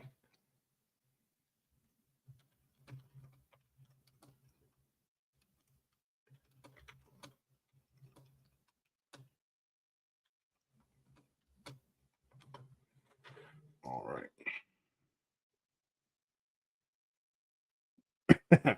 Appreciate that, Coach Ladd. Appreciate it. He said he's stopping through UVA Wise to stop in. We'll see. I'm not sure. I think we're leaving out Monday morning pretty early. And the way where we are, if we be coming through UVA pretty early in the morning. But I appreciate that invite, Coach. Coach Blazer, how you doing, man? What up? What up? What up? Thanks for having me. Yeah, man. For sure. If you want to go ahead and share your screen, we can go ahead and get you rocking and rolling. Yes. See, Coach Ivy has been here since 10:30 Mountain Time. Coach Wellman, he's still going. Coach Swanson headed to San Francisco in mid-July. I hear you, man. I hear you. All right, Coach. OL Miss. Let's rock and roll. I'm gonna back out. You got it. No problem. Let me sure. All right. Hopefully everybody can hear me okay. First time doing one of these, so kind of bear with me. It's not going to be the prettiest looking thing in the world. Some of the stuff you've already heard before. I know with Coach Sabo talking about the foot strike and stuff. I'm going to go over just a couple, three little kind of ways we've kind of got out of the way we've always done things. You see it on the front there, the way we've always done it. One of the most dangerous phrases in coaching, right? We always want to be searching for better ways to do things, more efficient ways to do things. So I'm going to go over just a couple of those.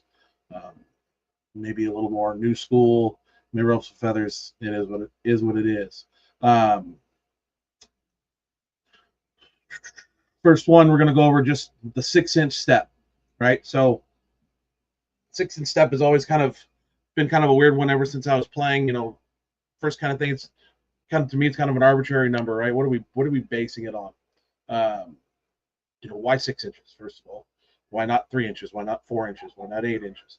The reason why, it's all of our body types are different, right? We all have different leg lengths, right? Limb lengths, I should say, right? Our torsos are different lengths, right? We're all built differently. Even I've even worked with sets of twins that do things differently. So to me, kind of forcing everybody to be kind of in this arbitrary number or structure just doesn't make a whole lot of sense to me. We talk about body positioning, right? If we're going to step out in front of us, right? I know Coach Sabo's mentioned on this a little bit, right? We step out in front of us, right? Backtrack a little bit, sorry. In our what we call the gait cycle, right? So that is as your foot cycles through, your leg cycles through as you're walking, as you're running, as you're sprinting, blah blah blah blah. That's called the gait cycle. So as we get more toward acceleration, right, which is kind of the first 6-7 steps in a sprint, okay, we need to have the foot striking underneath / slightly behind the hip, right? So when we do that, that's putting our energy into the ground, right? You hear the further force to the ground, right? Putting force, energy into the ground. As we do that, right, the energy comes back up into us from the earth, and then that's how we build momentum. That's how we go faster. So that's how we build acceleration, all that good stuff. So we want to have those working with us, right? We want to have our forces working with us. So we get into a little bit of physics now, and you start hearing, Newton's second law, every action has an equal and opposite reaction. So as we put force into the ground, the opposite direction of the way we want to go, right, we get force back up into us, propelling us in the direction we want to go. And that works. That's just movement, right? That's just every single movement we do, right? So you can see, in the little graphic here I put together, we've got at the very top a guy coming out of the blocks in the sprint. Okay, you got a guy stealing a base. This is I took this screenshot of him. They cross over. There's that's a whole other discussion for itself. But this is his first step getting into the ground. This in the top picture, this is the sprinter's first step getting into the ground. Right on the bottom picture, this is an old lineman. He's more pulling here, right? So this is going to be more sprinter-like. Okay, but this is his first step getting into the ground. So we're seeing these shapes, right? That are going to give us clues on what being efficient movers are like. So when we step out in front of us, though, right, and we get this 6-inch step in front of us, we get what we call a vertical shin angle, right, versus a positive shin angle. Right, a positive shin angle means our shin's pointing in the direction we want to go. Right, a vertical shin angle means it's going to be obviously straight up and down or somewhat straight up and down. Right, we're pushing force into the ground, not in the direction we want to go anymore. Right, so we're literally slowing ourselves down. Right, and Sabo mentioned earlier about having the hip having to travel back over the foot. Right, so we have to literally pull ourselves through instead of pushing ourselves in the direction we want to go. Right, so we're fighting against our own body, we're fighting against gravity, we're fighting against all these other forces. So again, and people were going to say, well, I'm moving, I'm not really, this is still technically a 6-inch step, right? Because the guy at the bottom of the screens, right, they're still moving, right? The foot's traveling forward 6 inches. Yes and no, right? What we want to look at is the hips. Are the hips moving onto the angle we want to go to, right? Then yes, we can. Then yes, that foot is going to travel, but it's landing. It's striking the ground underneath our hip. It's not striking the ground in front. So when we teach like an old school drill, we could just call it bird dogs back where I came from, where you do the single 6-inch step, right? And you're still in your stance, 6-inch step, right? And you go back and forth, right? And everything stays up underneath you. Your shin stay vertical, right? So what we're teaching there is we're teaching them to step out in front of us, right? Instead of getting the hips getting into extension, right? And then getting that foot striking down underneath the hip. So just a couple things really quick on that. How do we fix it, right? So when in the case of run blocking, right? Talking about solo run blocking, I'm going to treat our athletes like sprinters, right? 100-meter sprinters, so or these short sprints, right?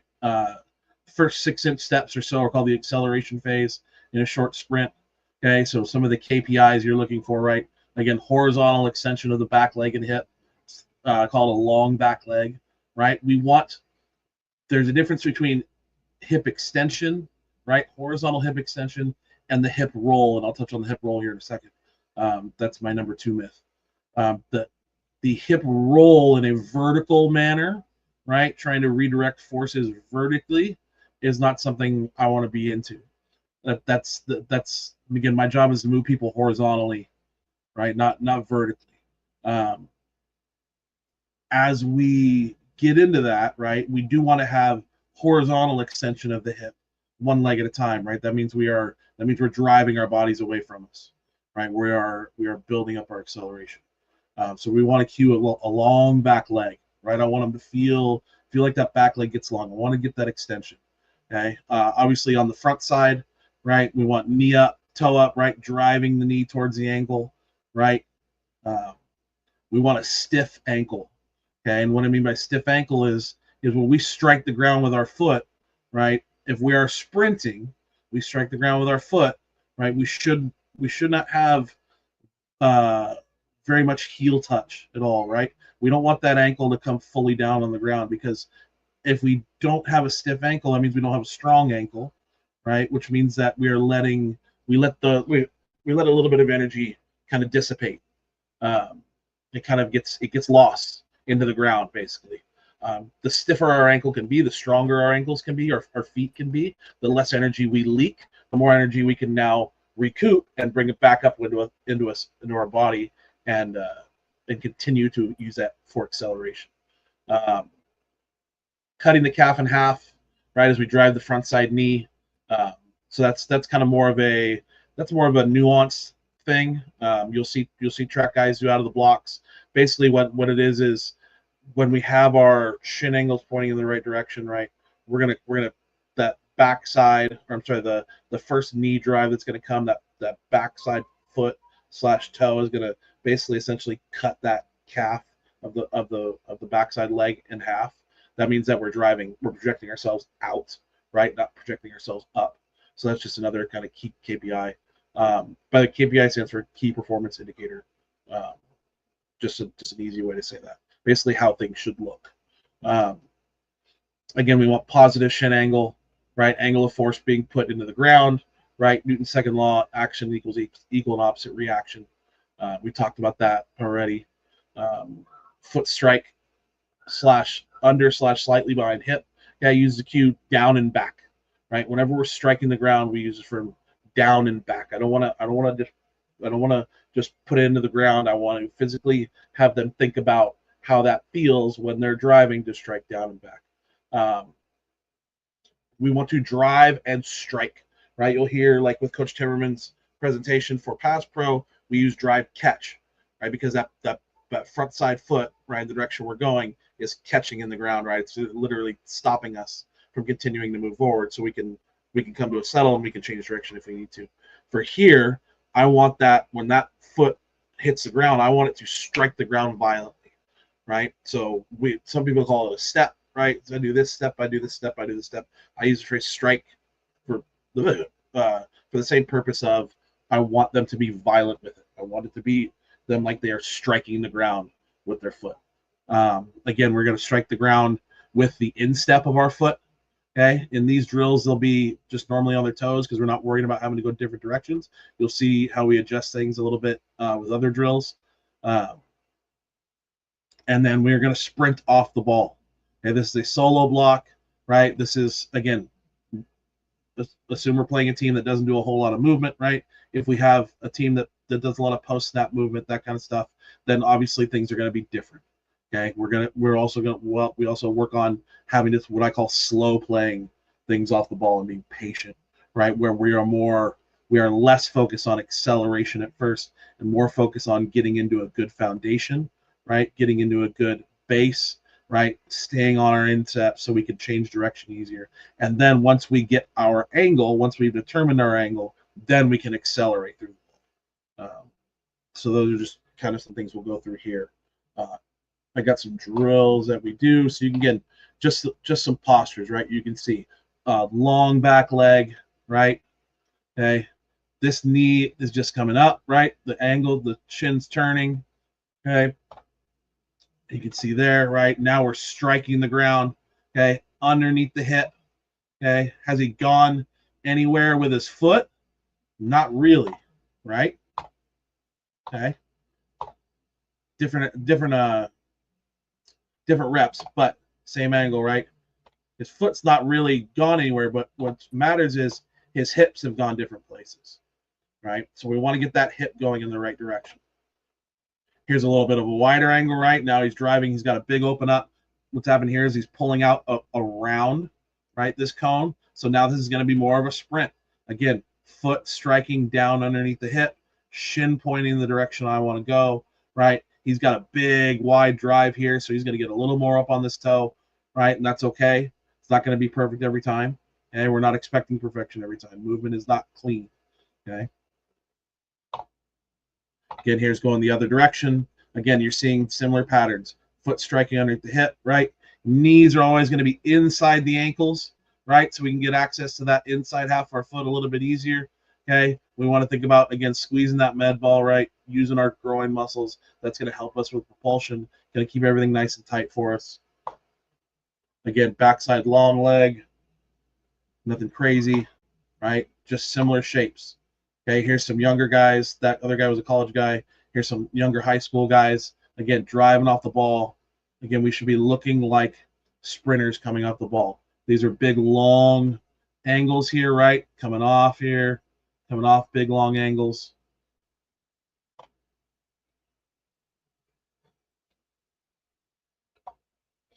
Again, just more shapes. Nothing crazy. You want to see nice, good foot strength, right? Heel off the ground. Get big, long angles, right? When we're rounding a corner, okay, that inside leg is always going to be our propulsion leg, right? So this inside leg, he's turning up. He's turning up this way. Okay, that inside leg is always going to repel us in the direction we want to go. That outside leg is always going to be our change of direction leg. So that's always going to be planting on the inside half, and this inside leg usually plants always on the toe. Just something I've noticed. I haven't really figured out how to train that yet because it's pretty hard to do. You have to have some good ankle strength and some good ankle mobility to be able to accomplish it. But we're working on it. We're working on it here. So how do we train the 6-inch step, right? Or how do we train acceleration? Okay. So again, sit down with your sprints coach, right? Learn from them. Learn from people who are great at what they do, right? So I've taken, been to several clinics with OLP stuff. They talk about sprint stuff. I've taken a couple courses with Altus. If you don't know Altus, they work with Olympians, track Olympians for over like 30 or 40 of them over the last Lord knows how many years. Looking at seeing that guy named Duke Manyweather. If you guys don't know who he is, O-line masterminds. Have been lucky enough to go to a couple of those the last several years. just learning from those guys. And you see things that overlap, right? And you see body shapes that overlap positions when you watch film and stuff. Guys running outside zone, all that stuff. You will start to see the long backside leg, right? You'll start to see them driving off the backside versus opening up from the front side and just not really going anywhere. Common drills that we'll do with most of these, we'll start tall, then move to a hinge position. We call O-line specific. Low, high pogos, right? So we'll start with start on 2 legs, go to 1 leg. You can go multi-directional, ankle flips, and I have most of these on drills coming up here in a second. Inside, outside, feet walk. So this is going to be basically your barefoot. We just want to put our pressure on our arches, and we're just walking forward and backward for the inside of our feet, and then do the same thing for the outside of our feet. Kind of roll those out and just walk around. Another good thing, and it's a real simple thing, just walking backwards, like walking backwards and being barefoot or in socks or whatever for a lot of this stuff is really great for these guys, especially the guys with bigger feet, right? They get kind of cooped up in cleats and shoes all day, and they kind of lose dexterity with their feet, right? We want them to be able to move around and feel pressure with their feet and make adjustments and how they're with their body weight on their feet and all that kind of stuff. Wall isometric holds, you can see one here to the right, okay, staying in a hinge position, right? And we're just trying to push into the either wall or here into the pad as hard as we can for about 10-15 seconds, right, without losing that hinge position. A-march, wall leg switches, falling starts, sprints from a knee, 6-toe angle drill, which you just saw pictures of earlier. So here you'll see this is just your bilateral, right, low pogo. Again, we're trying to get just a nice, good tempo, right? Legs should be somewhat stiff, right? Heels should be off the ground. Tell them floor is lava, right? We want to try to spend as little amount of time on the floor as possible. And should be movement just at the ankles, okay, for the most part. When we go higher and high pogo, that'll be more of a knee bend, just because the forces are going to be a little bit higher, and that's going to be more flat-footed into the ground there. Here's again single leg, and you can see nice does a good job of keeping that heel off the ground. Okay, just moving, nothing crazy. Here's ankle flips. So again, these are going to be a real burner, right? Guy on the bottom doing ankle flips. So we want to keep our heels up off the ground the whole time. Legs should be straight. Okay, and all we're doing is as our foot comes up off the ground, we're going to flip our ankle, try and bring our toe to our shin. These are really good. And then you'll see the guy on the top there is doing walking on the inside part of his foot. Okay, trying to peel that pinky toe off the ground. Okay. Here's just an A-march. Here's a resisted A-march. Okay, so we'll do regular A-marches just to get the tempo down, and then we'll have a little bit of a strap. Having a guy just provide him a little bit of resistance so we can get some body lean, right? Again, getting our shins, positive shin angle, right? Striking the foot down and back underneath our hip.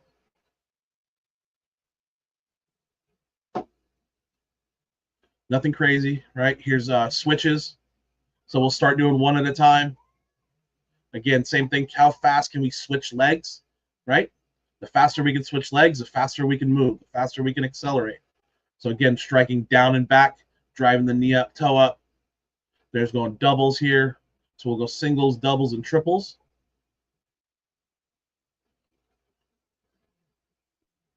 And again, how fast can we switch those legs? And then here we'll go isometric holds.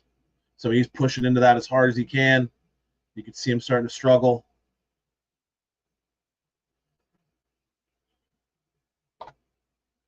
Here's another session here. Again, switching.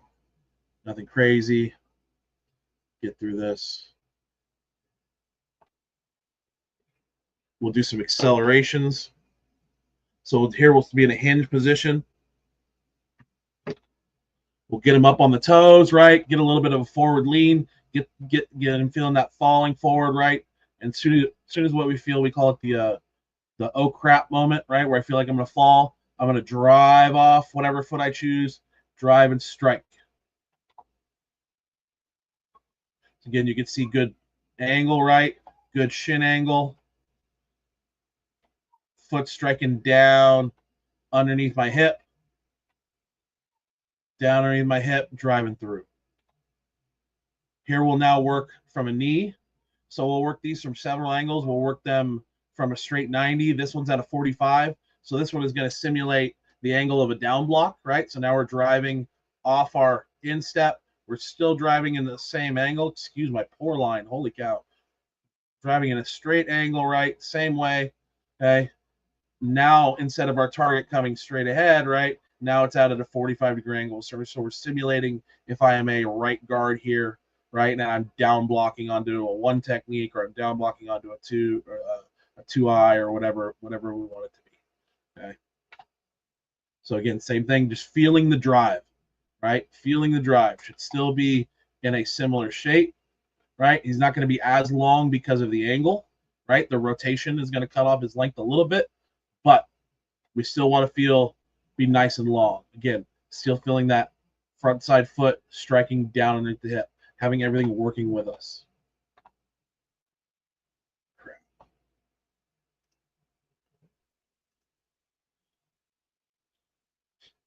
So here now we'll have a resisted in a hinge position, right? Where this is kind of like an A march / A drive, we'll call it, kind of a mixture, whatever.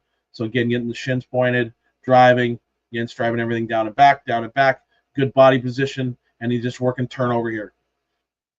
Just kind of work capacity, getting everything going in the same direction. Now we'll do some angles. I use these straps instead of bands because these straps give us an instant feedback, right? The bands take a couple steps to get up to full tension. These straps, if you're not driving, you will know right away because you will get pulled backwards. You'll get pried open onto the front side, right? And that your chest and shoulders will lift up and open up right away. So we'll see how he does with this one.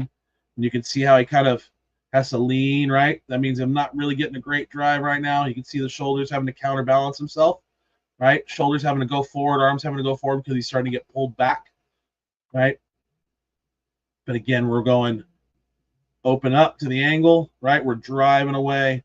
Doesn't get long, which on that backside on that left leg, which tells me again he's not driving right here. But we're going arch, drive. Okay. Hopefully this isn't too choppy for everybody and everybody can see. Again, getting long. Now you can see he gets long a little bit there. Again, foot down and back. Drive. And I know he's super forward and lean here, and I get that, right? You're gonna say, well, he's gonna get, he's gonna get swam, blah, blah, blah. I'm not worried about that right now. The context of this drill is to get them to feel the drive, feel the acceleration, feel fast.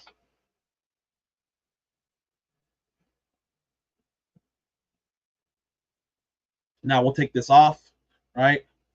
And again, now we'll just go. Now I just say, hey, I want you to sprint off the ball. And you can see how much faster he is, right, coming off the ball.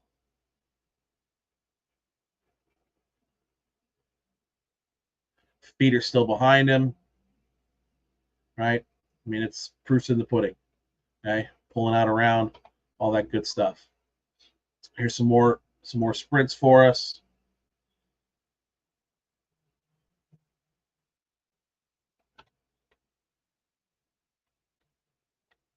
Again, long, drive, strike, replicate, right? Working with us. Here's another 45 going the opposite direction, driving off both feet. Okay, always want to make sure we're training both legs, right? We don't want to get these kids stuck in one side of the ball. Let them train both. It's only going to make them better. Here's one that's more of a tighter angle now. Okay, kind of in between a 45 and going straight ahead. Get that shin going forward.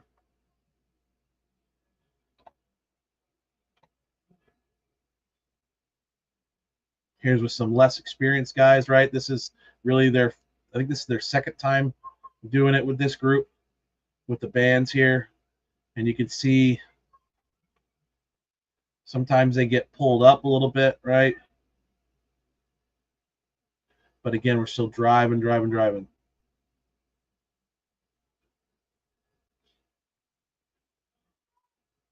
And again, these are some of my guys from Pacifica.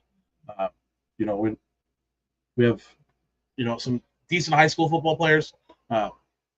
They work their butts off for us. They're great kids. You know, none of them are 6'8", you know, 300 pounds, you know, but they're going to work the tails off, right? So it goes to prove that, again, movement is movement at the end of the day, except for him. He's wonky. So you can see kind of the development rate of people, all that good stuff. Get back to getting there. Okay, myth number 2, the hip roll. All right, I'm a big, you could say hater. I'm not a fan of the hip roll, as you can tell. Okay, you hear a lot of time we want to roll our hips, right? It helps us be explosive, right? Helps us be powerful. Blah blah blah blah. Yes, absolutely. There's power behind a hip roll, right? No doubting that. But my biggest thing is what happens after, right? If we are going to fire off the ball and use a hip roll right away, okay, from what we've just learned, okay, with our hips, okay, we now need to reset our hips in order to begin the process of moving our man. We are now taking all of our horizontal force and redirecting it vertically, okay? And I don't know about you guys, but if I'm standing straight up and down, I'm not able to sprint out the ball very well and move anything with any sort of power. We lose all of that power, right? We call our posterior chain, right? Those are our mover muscles. Okay, your hamstrings, your glutes, your calves, right? Those are the ones back. Those are the ones that help you accelerate. Okay, we lose our foot drive. Again, because our feet come up underneath us, right? They don't stay behind us. Okay, all we're doing is we turn into tap dancers, basically. Okay, our angle of force starts working against us, right? Again, we lose that horizontal movement. Okay, if we want to have guys be position blockers, right? Then great, right? This works for, you know, some NFL guys, right? Where we know, hey, I'm the best I'm going to get is to get a stalemate here, right? Then you know what? Roll your hips all you want, right? And that's what you're going to get out of it. But I mean, you watch guys blow guys off the ball, right? You watch guys that get continuous movement, and you're not going to see anything like this in this picture. Okay, that's just, I mean, the tape doesn't lie, right? As we all like to say. Front for show, back for go is a nice quote I like to use. Okay, those back muscles are our go muscles. Those back muscles also are our braking muscles, right? And we'll get into that here in a second. Okay. Another common sense thing: how do we push a vehicle? Right? If we push a vehicle in this position on the right, is that vehicle going to go very far? Probably not. No. You see a bunch of guys at every O-line competition ever, at every truck push or every sled push, whatever you need to do, where you need to push a load horizontally as fast as possible. Guess where those hips are staying? They're staying back, because that's we need to keep those muscles engaged and tension for us to be able to use them. Okay. We are looking for horizontal hip extension, right? We talked about this earlier. Okay. I want to be long with those legs on the backside. We want to get our hips going forward, and that is different from vertical hip extension. Okay, and I'll tell you why in this next point. Vertical hip extension, right, puts tons of pressure on the lumbar spine. Okay? Tons of pressure on the lumbar spine. And the lumbar spine is not a very stable mechanism. Okay, it needs all those stabilized muscles around it. There's a reason why it's got the glutes there. It's got all those muscles around the hips, all those muscles that attach to it to help with stabilization. Okay, if you are going to use the hip to hip method, right? Let's say sitting on a bull rush, right? And that's you want to use that method. I would recommend using it as a last ditch effort. Okay, and B, you need to squeeze the ever loving hell out of those glutes, because those glutes will help protect your lower back. I would recommend you not doing that until you absolutely have to. Okay. There are better ways to do it, right? Where you shoot your hips back, let those big muscles now become your braking muscles. Okay. Your glutes, your hamstrings, right? Getting your feet back behind you, right? Getting into your power stance, all that good stuff. Okay. Use those first before we absolutely have to. You can still redirect force with your hips back. You can still redirect it off to the side, I promise you. Okay. I've seen it done. Again, that leads us to our last point. Must reset hips back into a hinge position to access posterior chain. Again, in order to keep driving the defender. Let's go back and do our run blocking. Okay. You must. If you want to do it with any kind of consistency, any kind of movement, any kind of power, okay, your hips must reset, and you will see it every single time. Anytime somebody shoots their hips, okay, the first thing that those hips have to do in order for them to keep moving forward is they have to reset. So my thing is why take the chance of it not happening, right? And us being in not a good position to reset when we can just stay in that hinge position. We could stay driving off the football, right? We could stay accelerating, okay? Rolling the hips as a finisher, right? Again, at that point, if you're 10, 12 yards downfield, right, your momentum is overtaking their momentum to a point where you rolling your hips isn't going to do anything, okay? Your momentum has taken over. Okay? You are already standing up tall anyways because that defender is no longer worried about shutting the block. He's worried about not ending up on his back, okay? We can move forward faster than they can move backwards. It's that simple. So we need to get to that point where we can move forward as fast as possible and get to that point where now they have to be worried about ending up on their butt versus can I shed your block? Can I do this? Can I do that? How can we overcome the hip roll, right? Overcoming isometrics are a great drill. So we can get you into a sled or anything you kind of do, right? Force that, make it something that won't move. So again, you have coach here holding onto the sled as we're driving. He's putting force on the ground, driving. You can see the sled start to come up. He's probably got about 450 pounds on that sled right now because I think that's a 175 pound, 150 pound sled.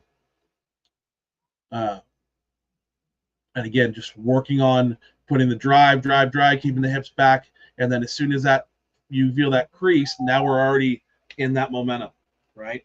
We're not having to reset everything. Last thing, okay, locking out a defender, okay, / arm extension, okay. Some of the things we talk about, okay. We use the phrase strike, not punch, okay.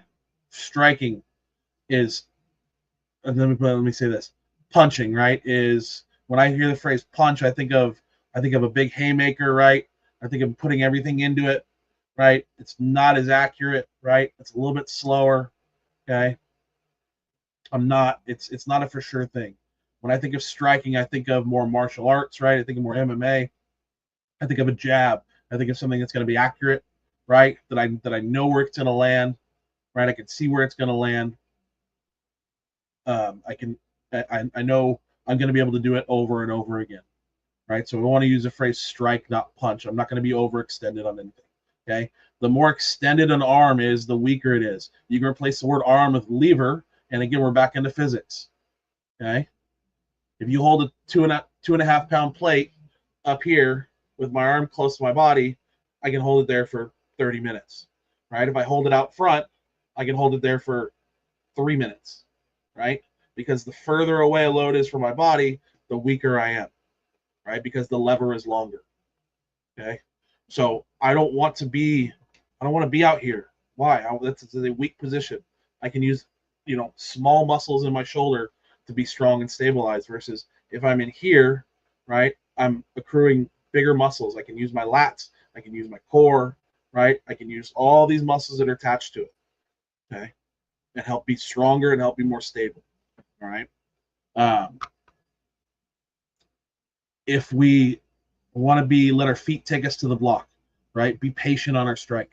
So the further a defender is away from us, right, the longer it's going to be before we strike them. We should not be what we call purse snatching, right? I don't want guys running out there with their arms out looking like Frankenstein, okay, or a zombie, trying to run towards somebody with their arms extended. Be patient. Let your feet take you to the block, okay? Be accurate, right? Find the flesh. If it's not there, don't just strike the strike. Strike when the timing presents itself, when your target presents itself, okay? Strike what's available. Don't just strike because I gotta get there, right? Strike to latch on. We're not trying to strike to go through somebody or to shove somebody off of us. Okay, tell my guys to think like a snake bite. And I want to strike, and you're mine. Once I'm on you, you're not going anywhere. Okay, and then we're gonna strain to maintain. Right. Again, once I have a hold of you, I'm fighting like hell to keep you here. Okay, we call it football in a phone booth. Right. I don't want you out of my phone booth. Stay here. And then I'm going to direct you where to go from here on out. Okay, again, KPIs, right? We want our hands above our elbows. You can see in the bottom picture, right? See top one, arms extended, right? Hands over the elbows. Elbows down, right? We want our elbows pointed towards the ground. Okay, they should disappear from behind. And I have a couple clips we'll show you at the end of that. Hands should strike through the shoulders. Okay, stay within your frame. Okay, I don't want my hands to be handcuffed together. Again, if I handcuff my hands, I'm putting them in a weaker position. Okay, I don't want them to come outside of my frame because that's also in a weaker position. I like them to stay through my shoulders. Okay. Also, if I get my hands outside my frame, then it's easier for refs to see, right? And then it's easier for them to get called hold. Okay. If I feel like I need to strike outside of my body, then again, I need to go back to letting my feet take me there first. Okay. And if you want to disagree with that, then you can disagree with Olin Kreutz because that's who told me what to do with it. So you can talk to him. Strike low to high. Okay. Again, I'm not saying do a forklift, right? I'm not trying to do a double under, right? A forklift. I'm saying my hand should be in a good carriage coming off the ball, right? And I should be striking from that low position, high, going up high to a good position, okay, where my elbow or my hand gets above my elbow. Okay. We're not doing a forklift. Think of being a bully, right? In the old cartoons, right? You have the bully, and he's got the nerdy kid in front of him, right? He's holding him up. He's holding him up like this, right, by the scruff of his neck, saying, "Give me your lunch money," right? That's a great position to be in. Okay. Elbow to rib cage relationship, right? When I say elbow to rib cage, I don't literally mean that the elbow has to be touching the rib cage. This is an elbow to rib cage relationship. Okay. Could he be a little bit tighter? Yes, but again, not feeling a whole lot of pressure right now. This is just for a picture. Okay. The elbows will be moved, but it's a relationship, right? So it's flexible. Okay. Another good way to make sure our elbows down, we cue them to flex their armpits. Right. When we say flex our armpits, or you want to squeeze your armpits together, okay, that'll make sure that we are closing our elbows down. We're not trying to get them in super tight. Okay. We're just closing those elbows down. Again, allows for use of more and bigger muscles, your lats, your core, blah, blah, blah, all that good stuff. So you can see here kind of the difference. Hey, I've got a straight arm. This is the same pressure being applied across the board. Okay, we're not in the business of faking videos just to prove ourselves right. Again, so now we've done hands straight up, right? Now we've torqued our elbow out, but the elbow, the arm's still locked out, right? So we hear you guys say, I want to torque my thumbs out, torque my thumbs out. Yes and no, right? I think where we want to try and get there, but from what I've seen, and I'm leaning more towards, is thumbs up on the strike, right? So I can get a nice, good, big pad to strike with. And then as I strike and latch, as I strain, then I want to, as I flex my armpits, as I flex my armpits, right, I want to be here and try and torque that out just a little bit, okay? If I get too torqued as I strike, again, I'm putting a lot of strain on, my all these tendons and ligaments right on the inside of the elbow. The elbow, you can talk about, you can talk to your baseball buddies about how important those are and how much those suck to hurt. So, again, we don't want to be super torqued as we strike. I think a nice, good, natural carriage is fine, okay? Just as we strike and latch, then let's start to flex those armpits, right? Get those elbows down. You can see him holding the position there, right? Same body position, all that good stuff. And then you'll see here from behind, okay, elbows disappear, okay? Him really putting pressure. That's about it. Thank you guys for having me. You can see my email there if you have any questions. Social medias for myself, 5 is 1, Pacifica Mariners 1, Instagrams, all that good stuff. If you guys ever want to talk ball or hop on Zooms or anything like that, let me know. Always available if you guys want to talk more about this stuff. I could go on for hours about this stuff. This is just a real shortened down version. And yeah. Thanks again for having me. Thanks, Coach Tatum, for having me and having everybody on today. This is awesome. Yeah, man, I appreciate you a lot for coming in and wrapping up the clinic. Guys, we are going to finish up with Coach Blazer right there for the clinic. So, Coach, I really do appreciate you. Yeah, no problem, man. Thank you, guys. Yeah. All right, guys. Again, we are going to wrap it up there. Some things happened with the internet for Coach, and we're just going to go ahead and just wrap it up here. Appreciate everybody for hanging out with me all day. If you are still here, go ahead and drop that you are here. We're going to draw a couple of names so we can get some guys some promos to Coach and Share. We can get y'all some $1 6-month bundles. So it's going to be really good. So go ahead and drop that you're still here before I go ahead and do that. Let's see. Boom. My wife's sitting right here. You can't see her, but Coach has been here all day. Coach Noonley. I think it's Noonley. Nunley? Is it Nunley or Noonley? What you think? Nunley. No, she says Nunley. Is it Nunley? Coach, let us know. Nunley or Noonley? Or it might be neither one of those. So, but yeah, Coach has been here all day. Appreciate you a lot. It's Nunley. You got it right. Well, you said, which one did you say? None. You said Nunley. It is Nunley. So, appreciate it, Coach. For rocking with us. All right, let's go ahead and let's spin for some. Let's see who's it going to be.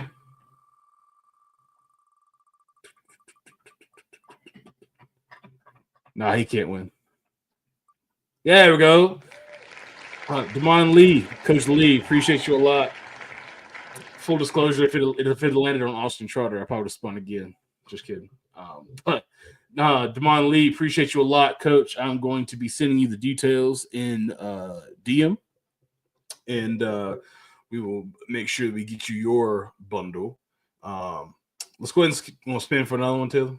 Yeah. Let's spin for another one. She said no, probably wouldn't have. Nah, not doing it. Not doing it.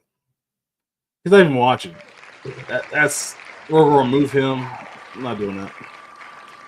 If y'all don't know, Coach Trotter is one of my best friends in coaching. So here we go. Coach McQueen. Shout out to Coach McQueen for winning. The Coach and Share bundle, guys.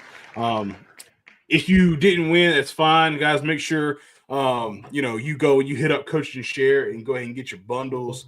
Obviously, they will be $1, but it's still a really good deal. It's still a really, really good deal for you guys to go and check out. They have a ton of resources. I feel like getting. I'm gonna start putting some stuff out there on their website, and yeah, that's kind of how that goes for the clinic, guys. It's been really good. Again, I didn't think we are gonna have a good turnout for a summer clinic, and we did. Y'all actually rocked it, so really, really do appreciate it. Coach Wellman's been here all day too. So, of course, Trotter is watching. So, yeah. So we'll figure that out. I might just throw him one just because he did win, but I don't know. We'll see. I trot out to show Taylor some of your breakfast you had today and the other day because it looked really good. But before we wrap up, before everybody scoots out and leaves, right there's the code, there's the donation links. If y'all want to go ahead and do that, maybe you waited till the end of the clinic, maybe you weren't, but if you did, we do appreciate that. Go ahead and scan that code, the QR code with your phone, and if you don't mind donating, we would appreciate it. But of course, it's not necessary.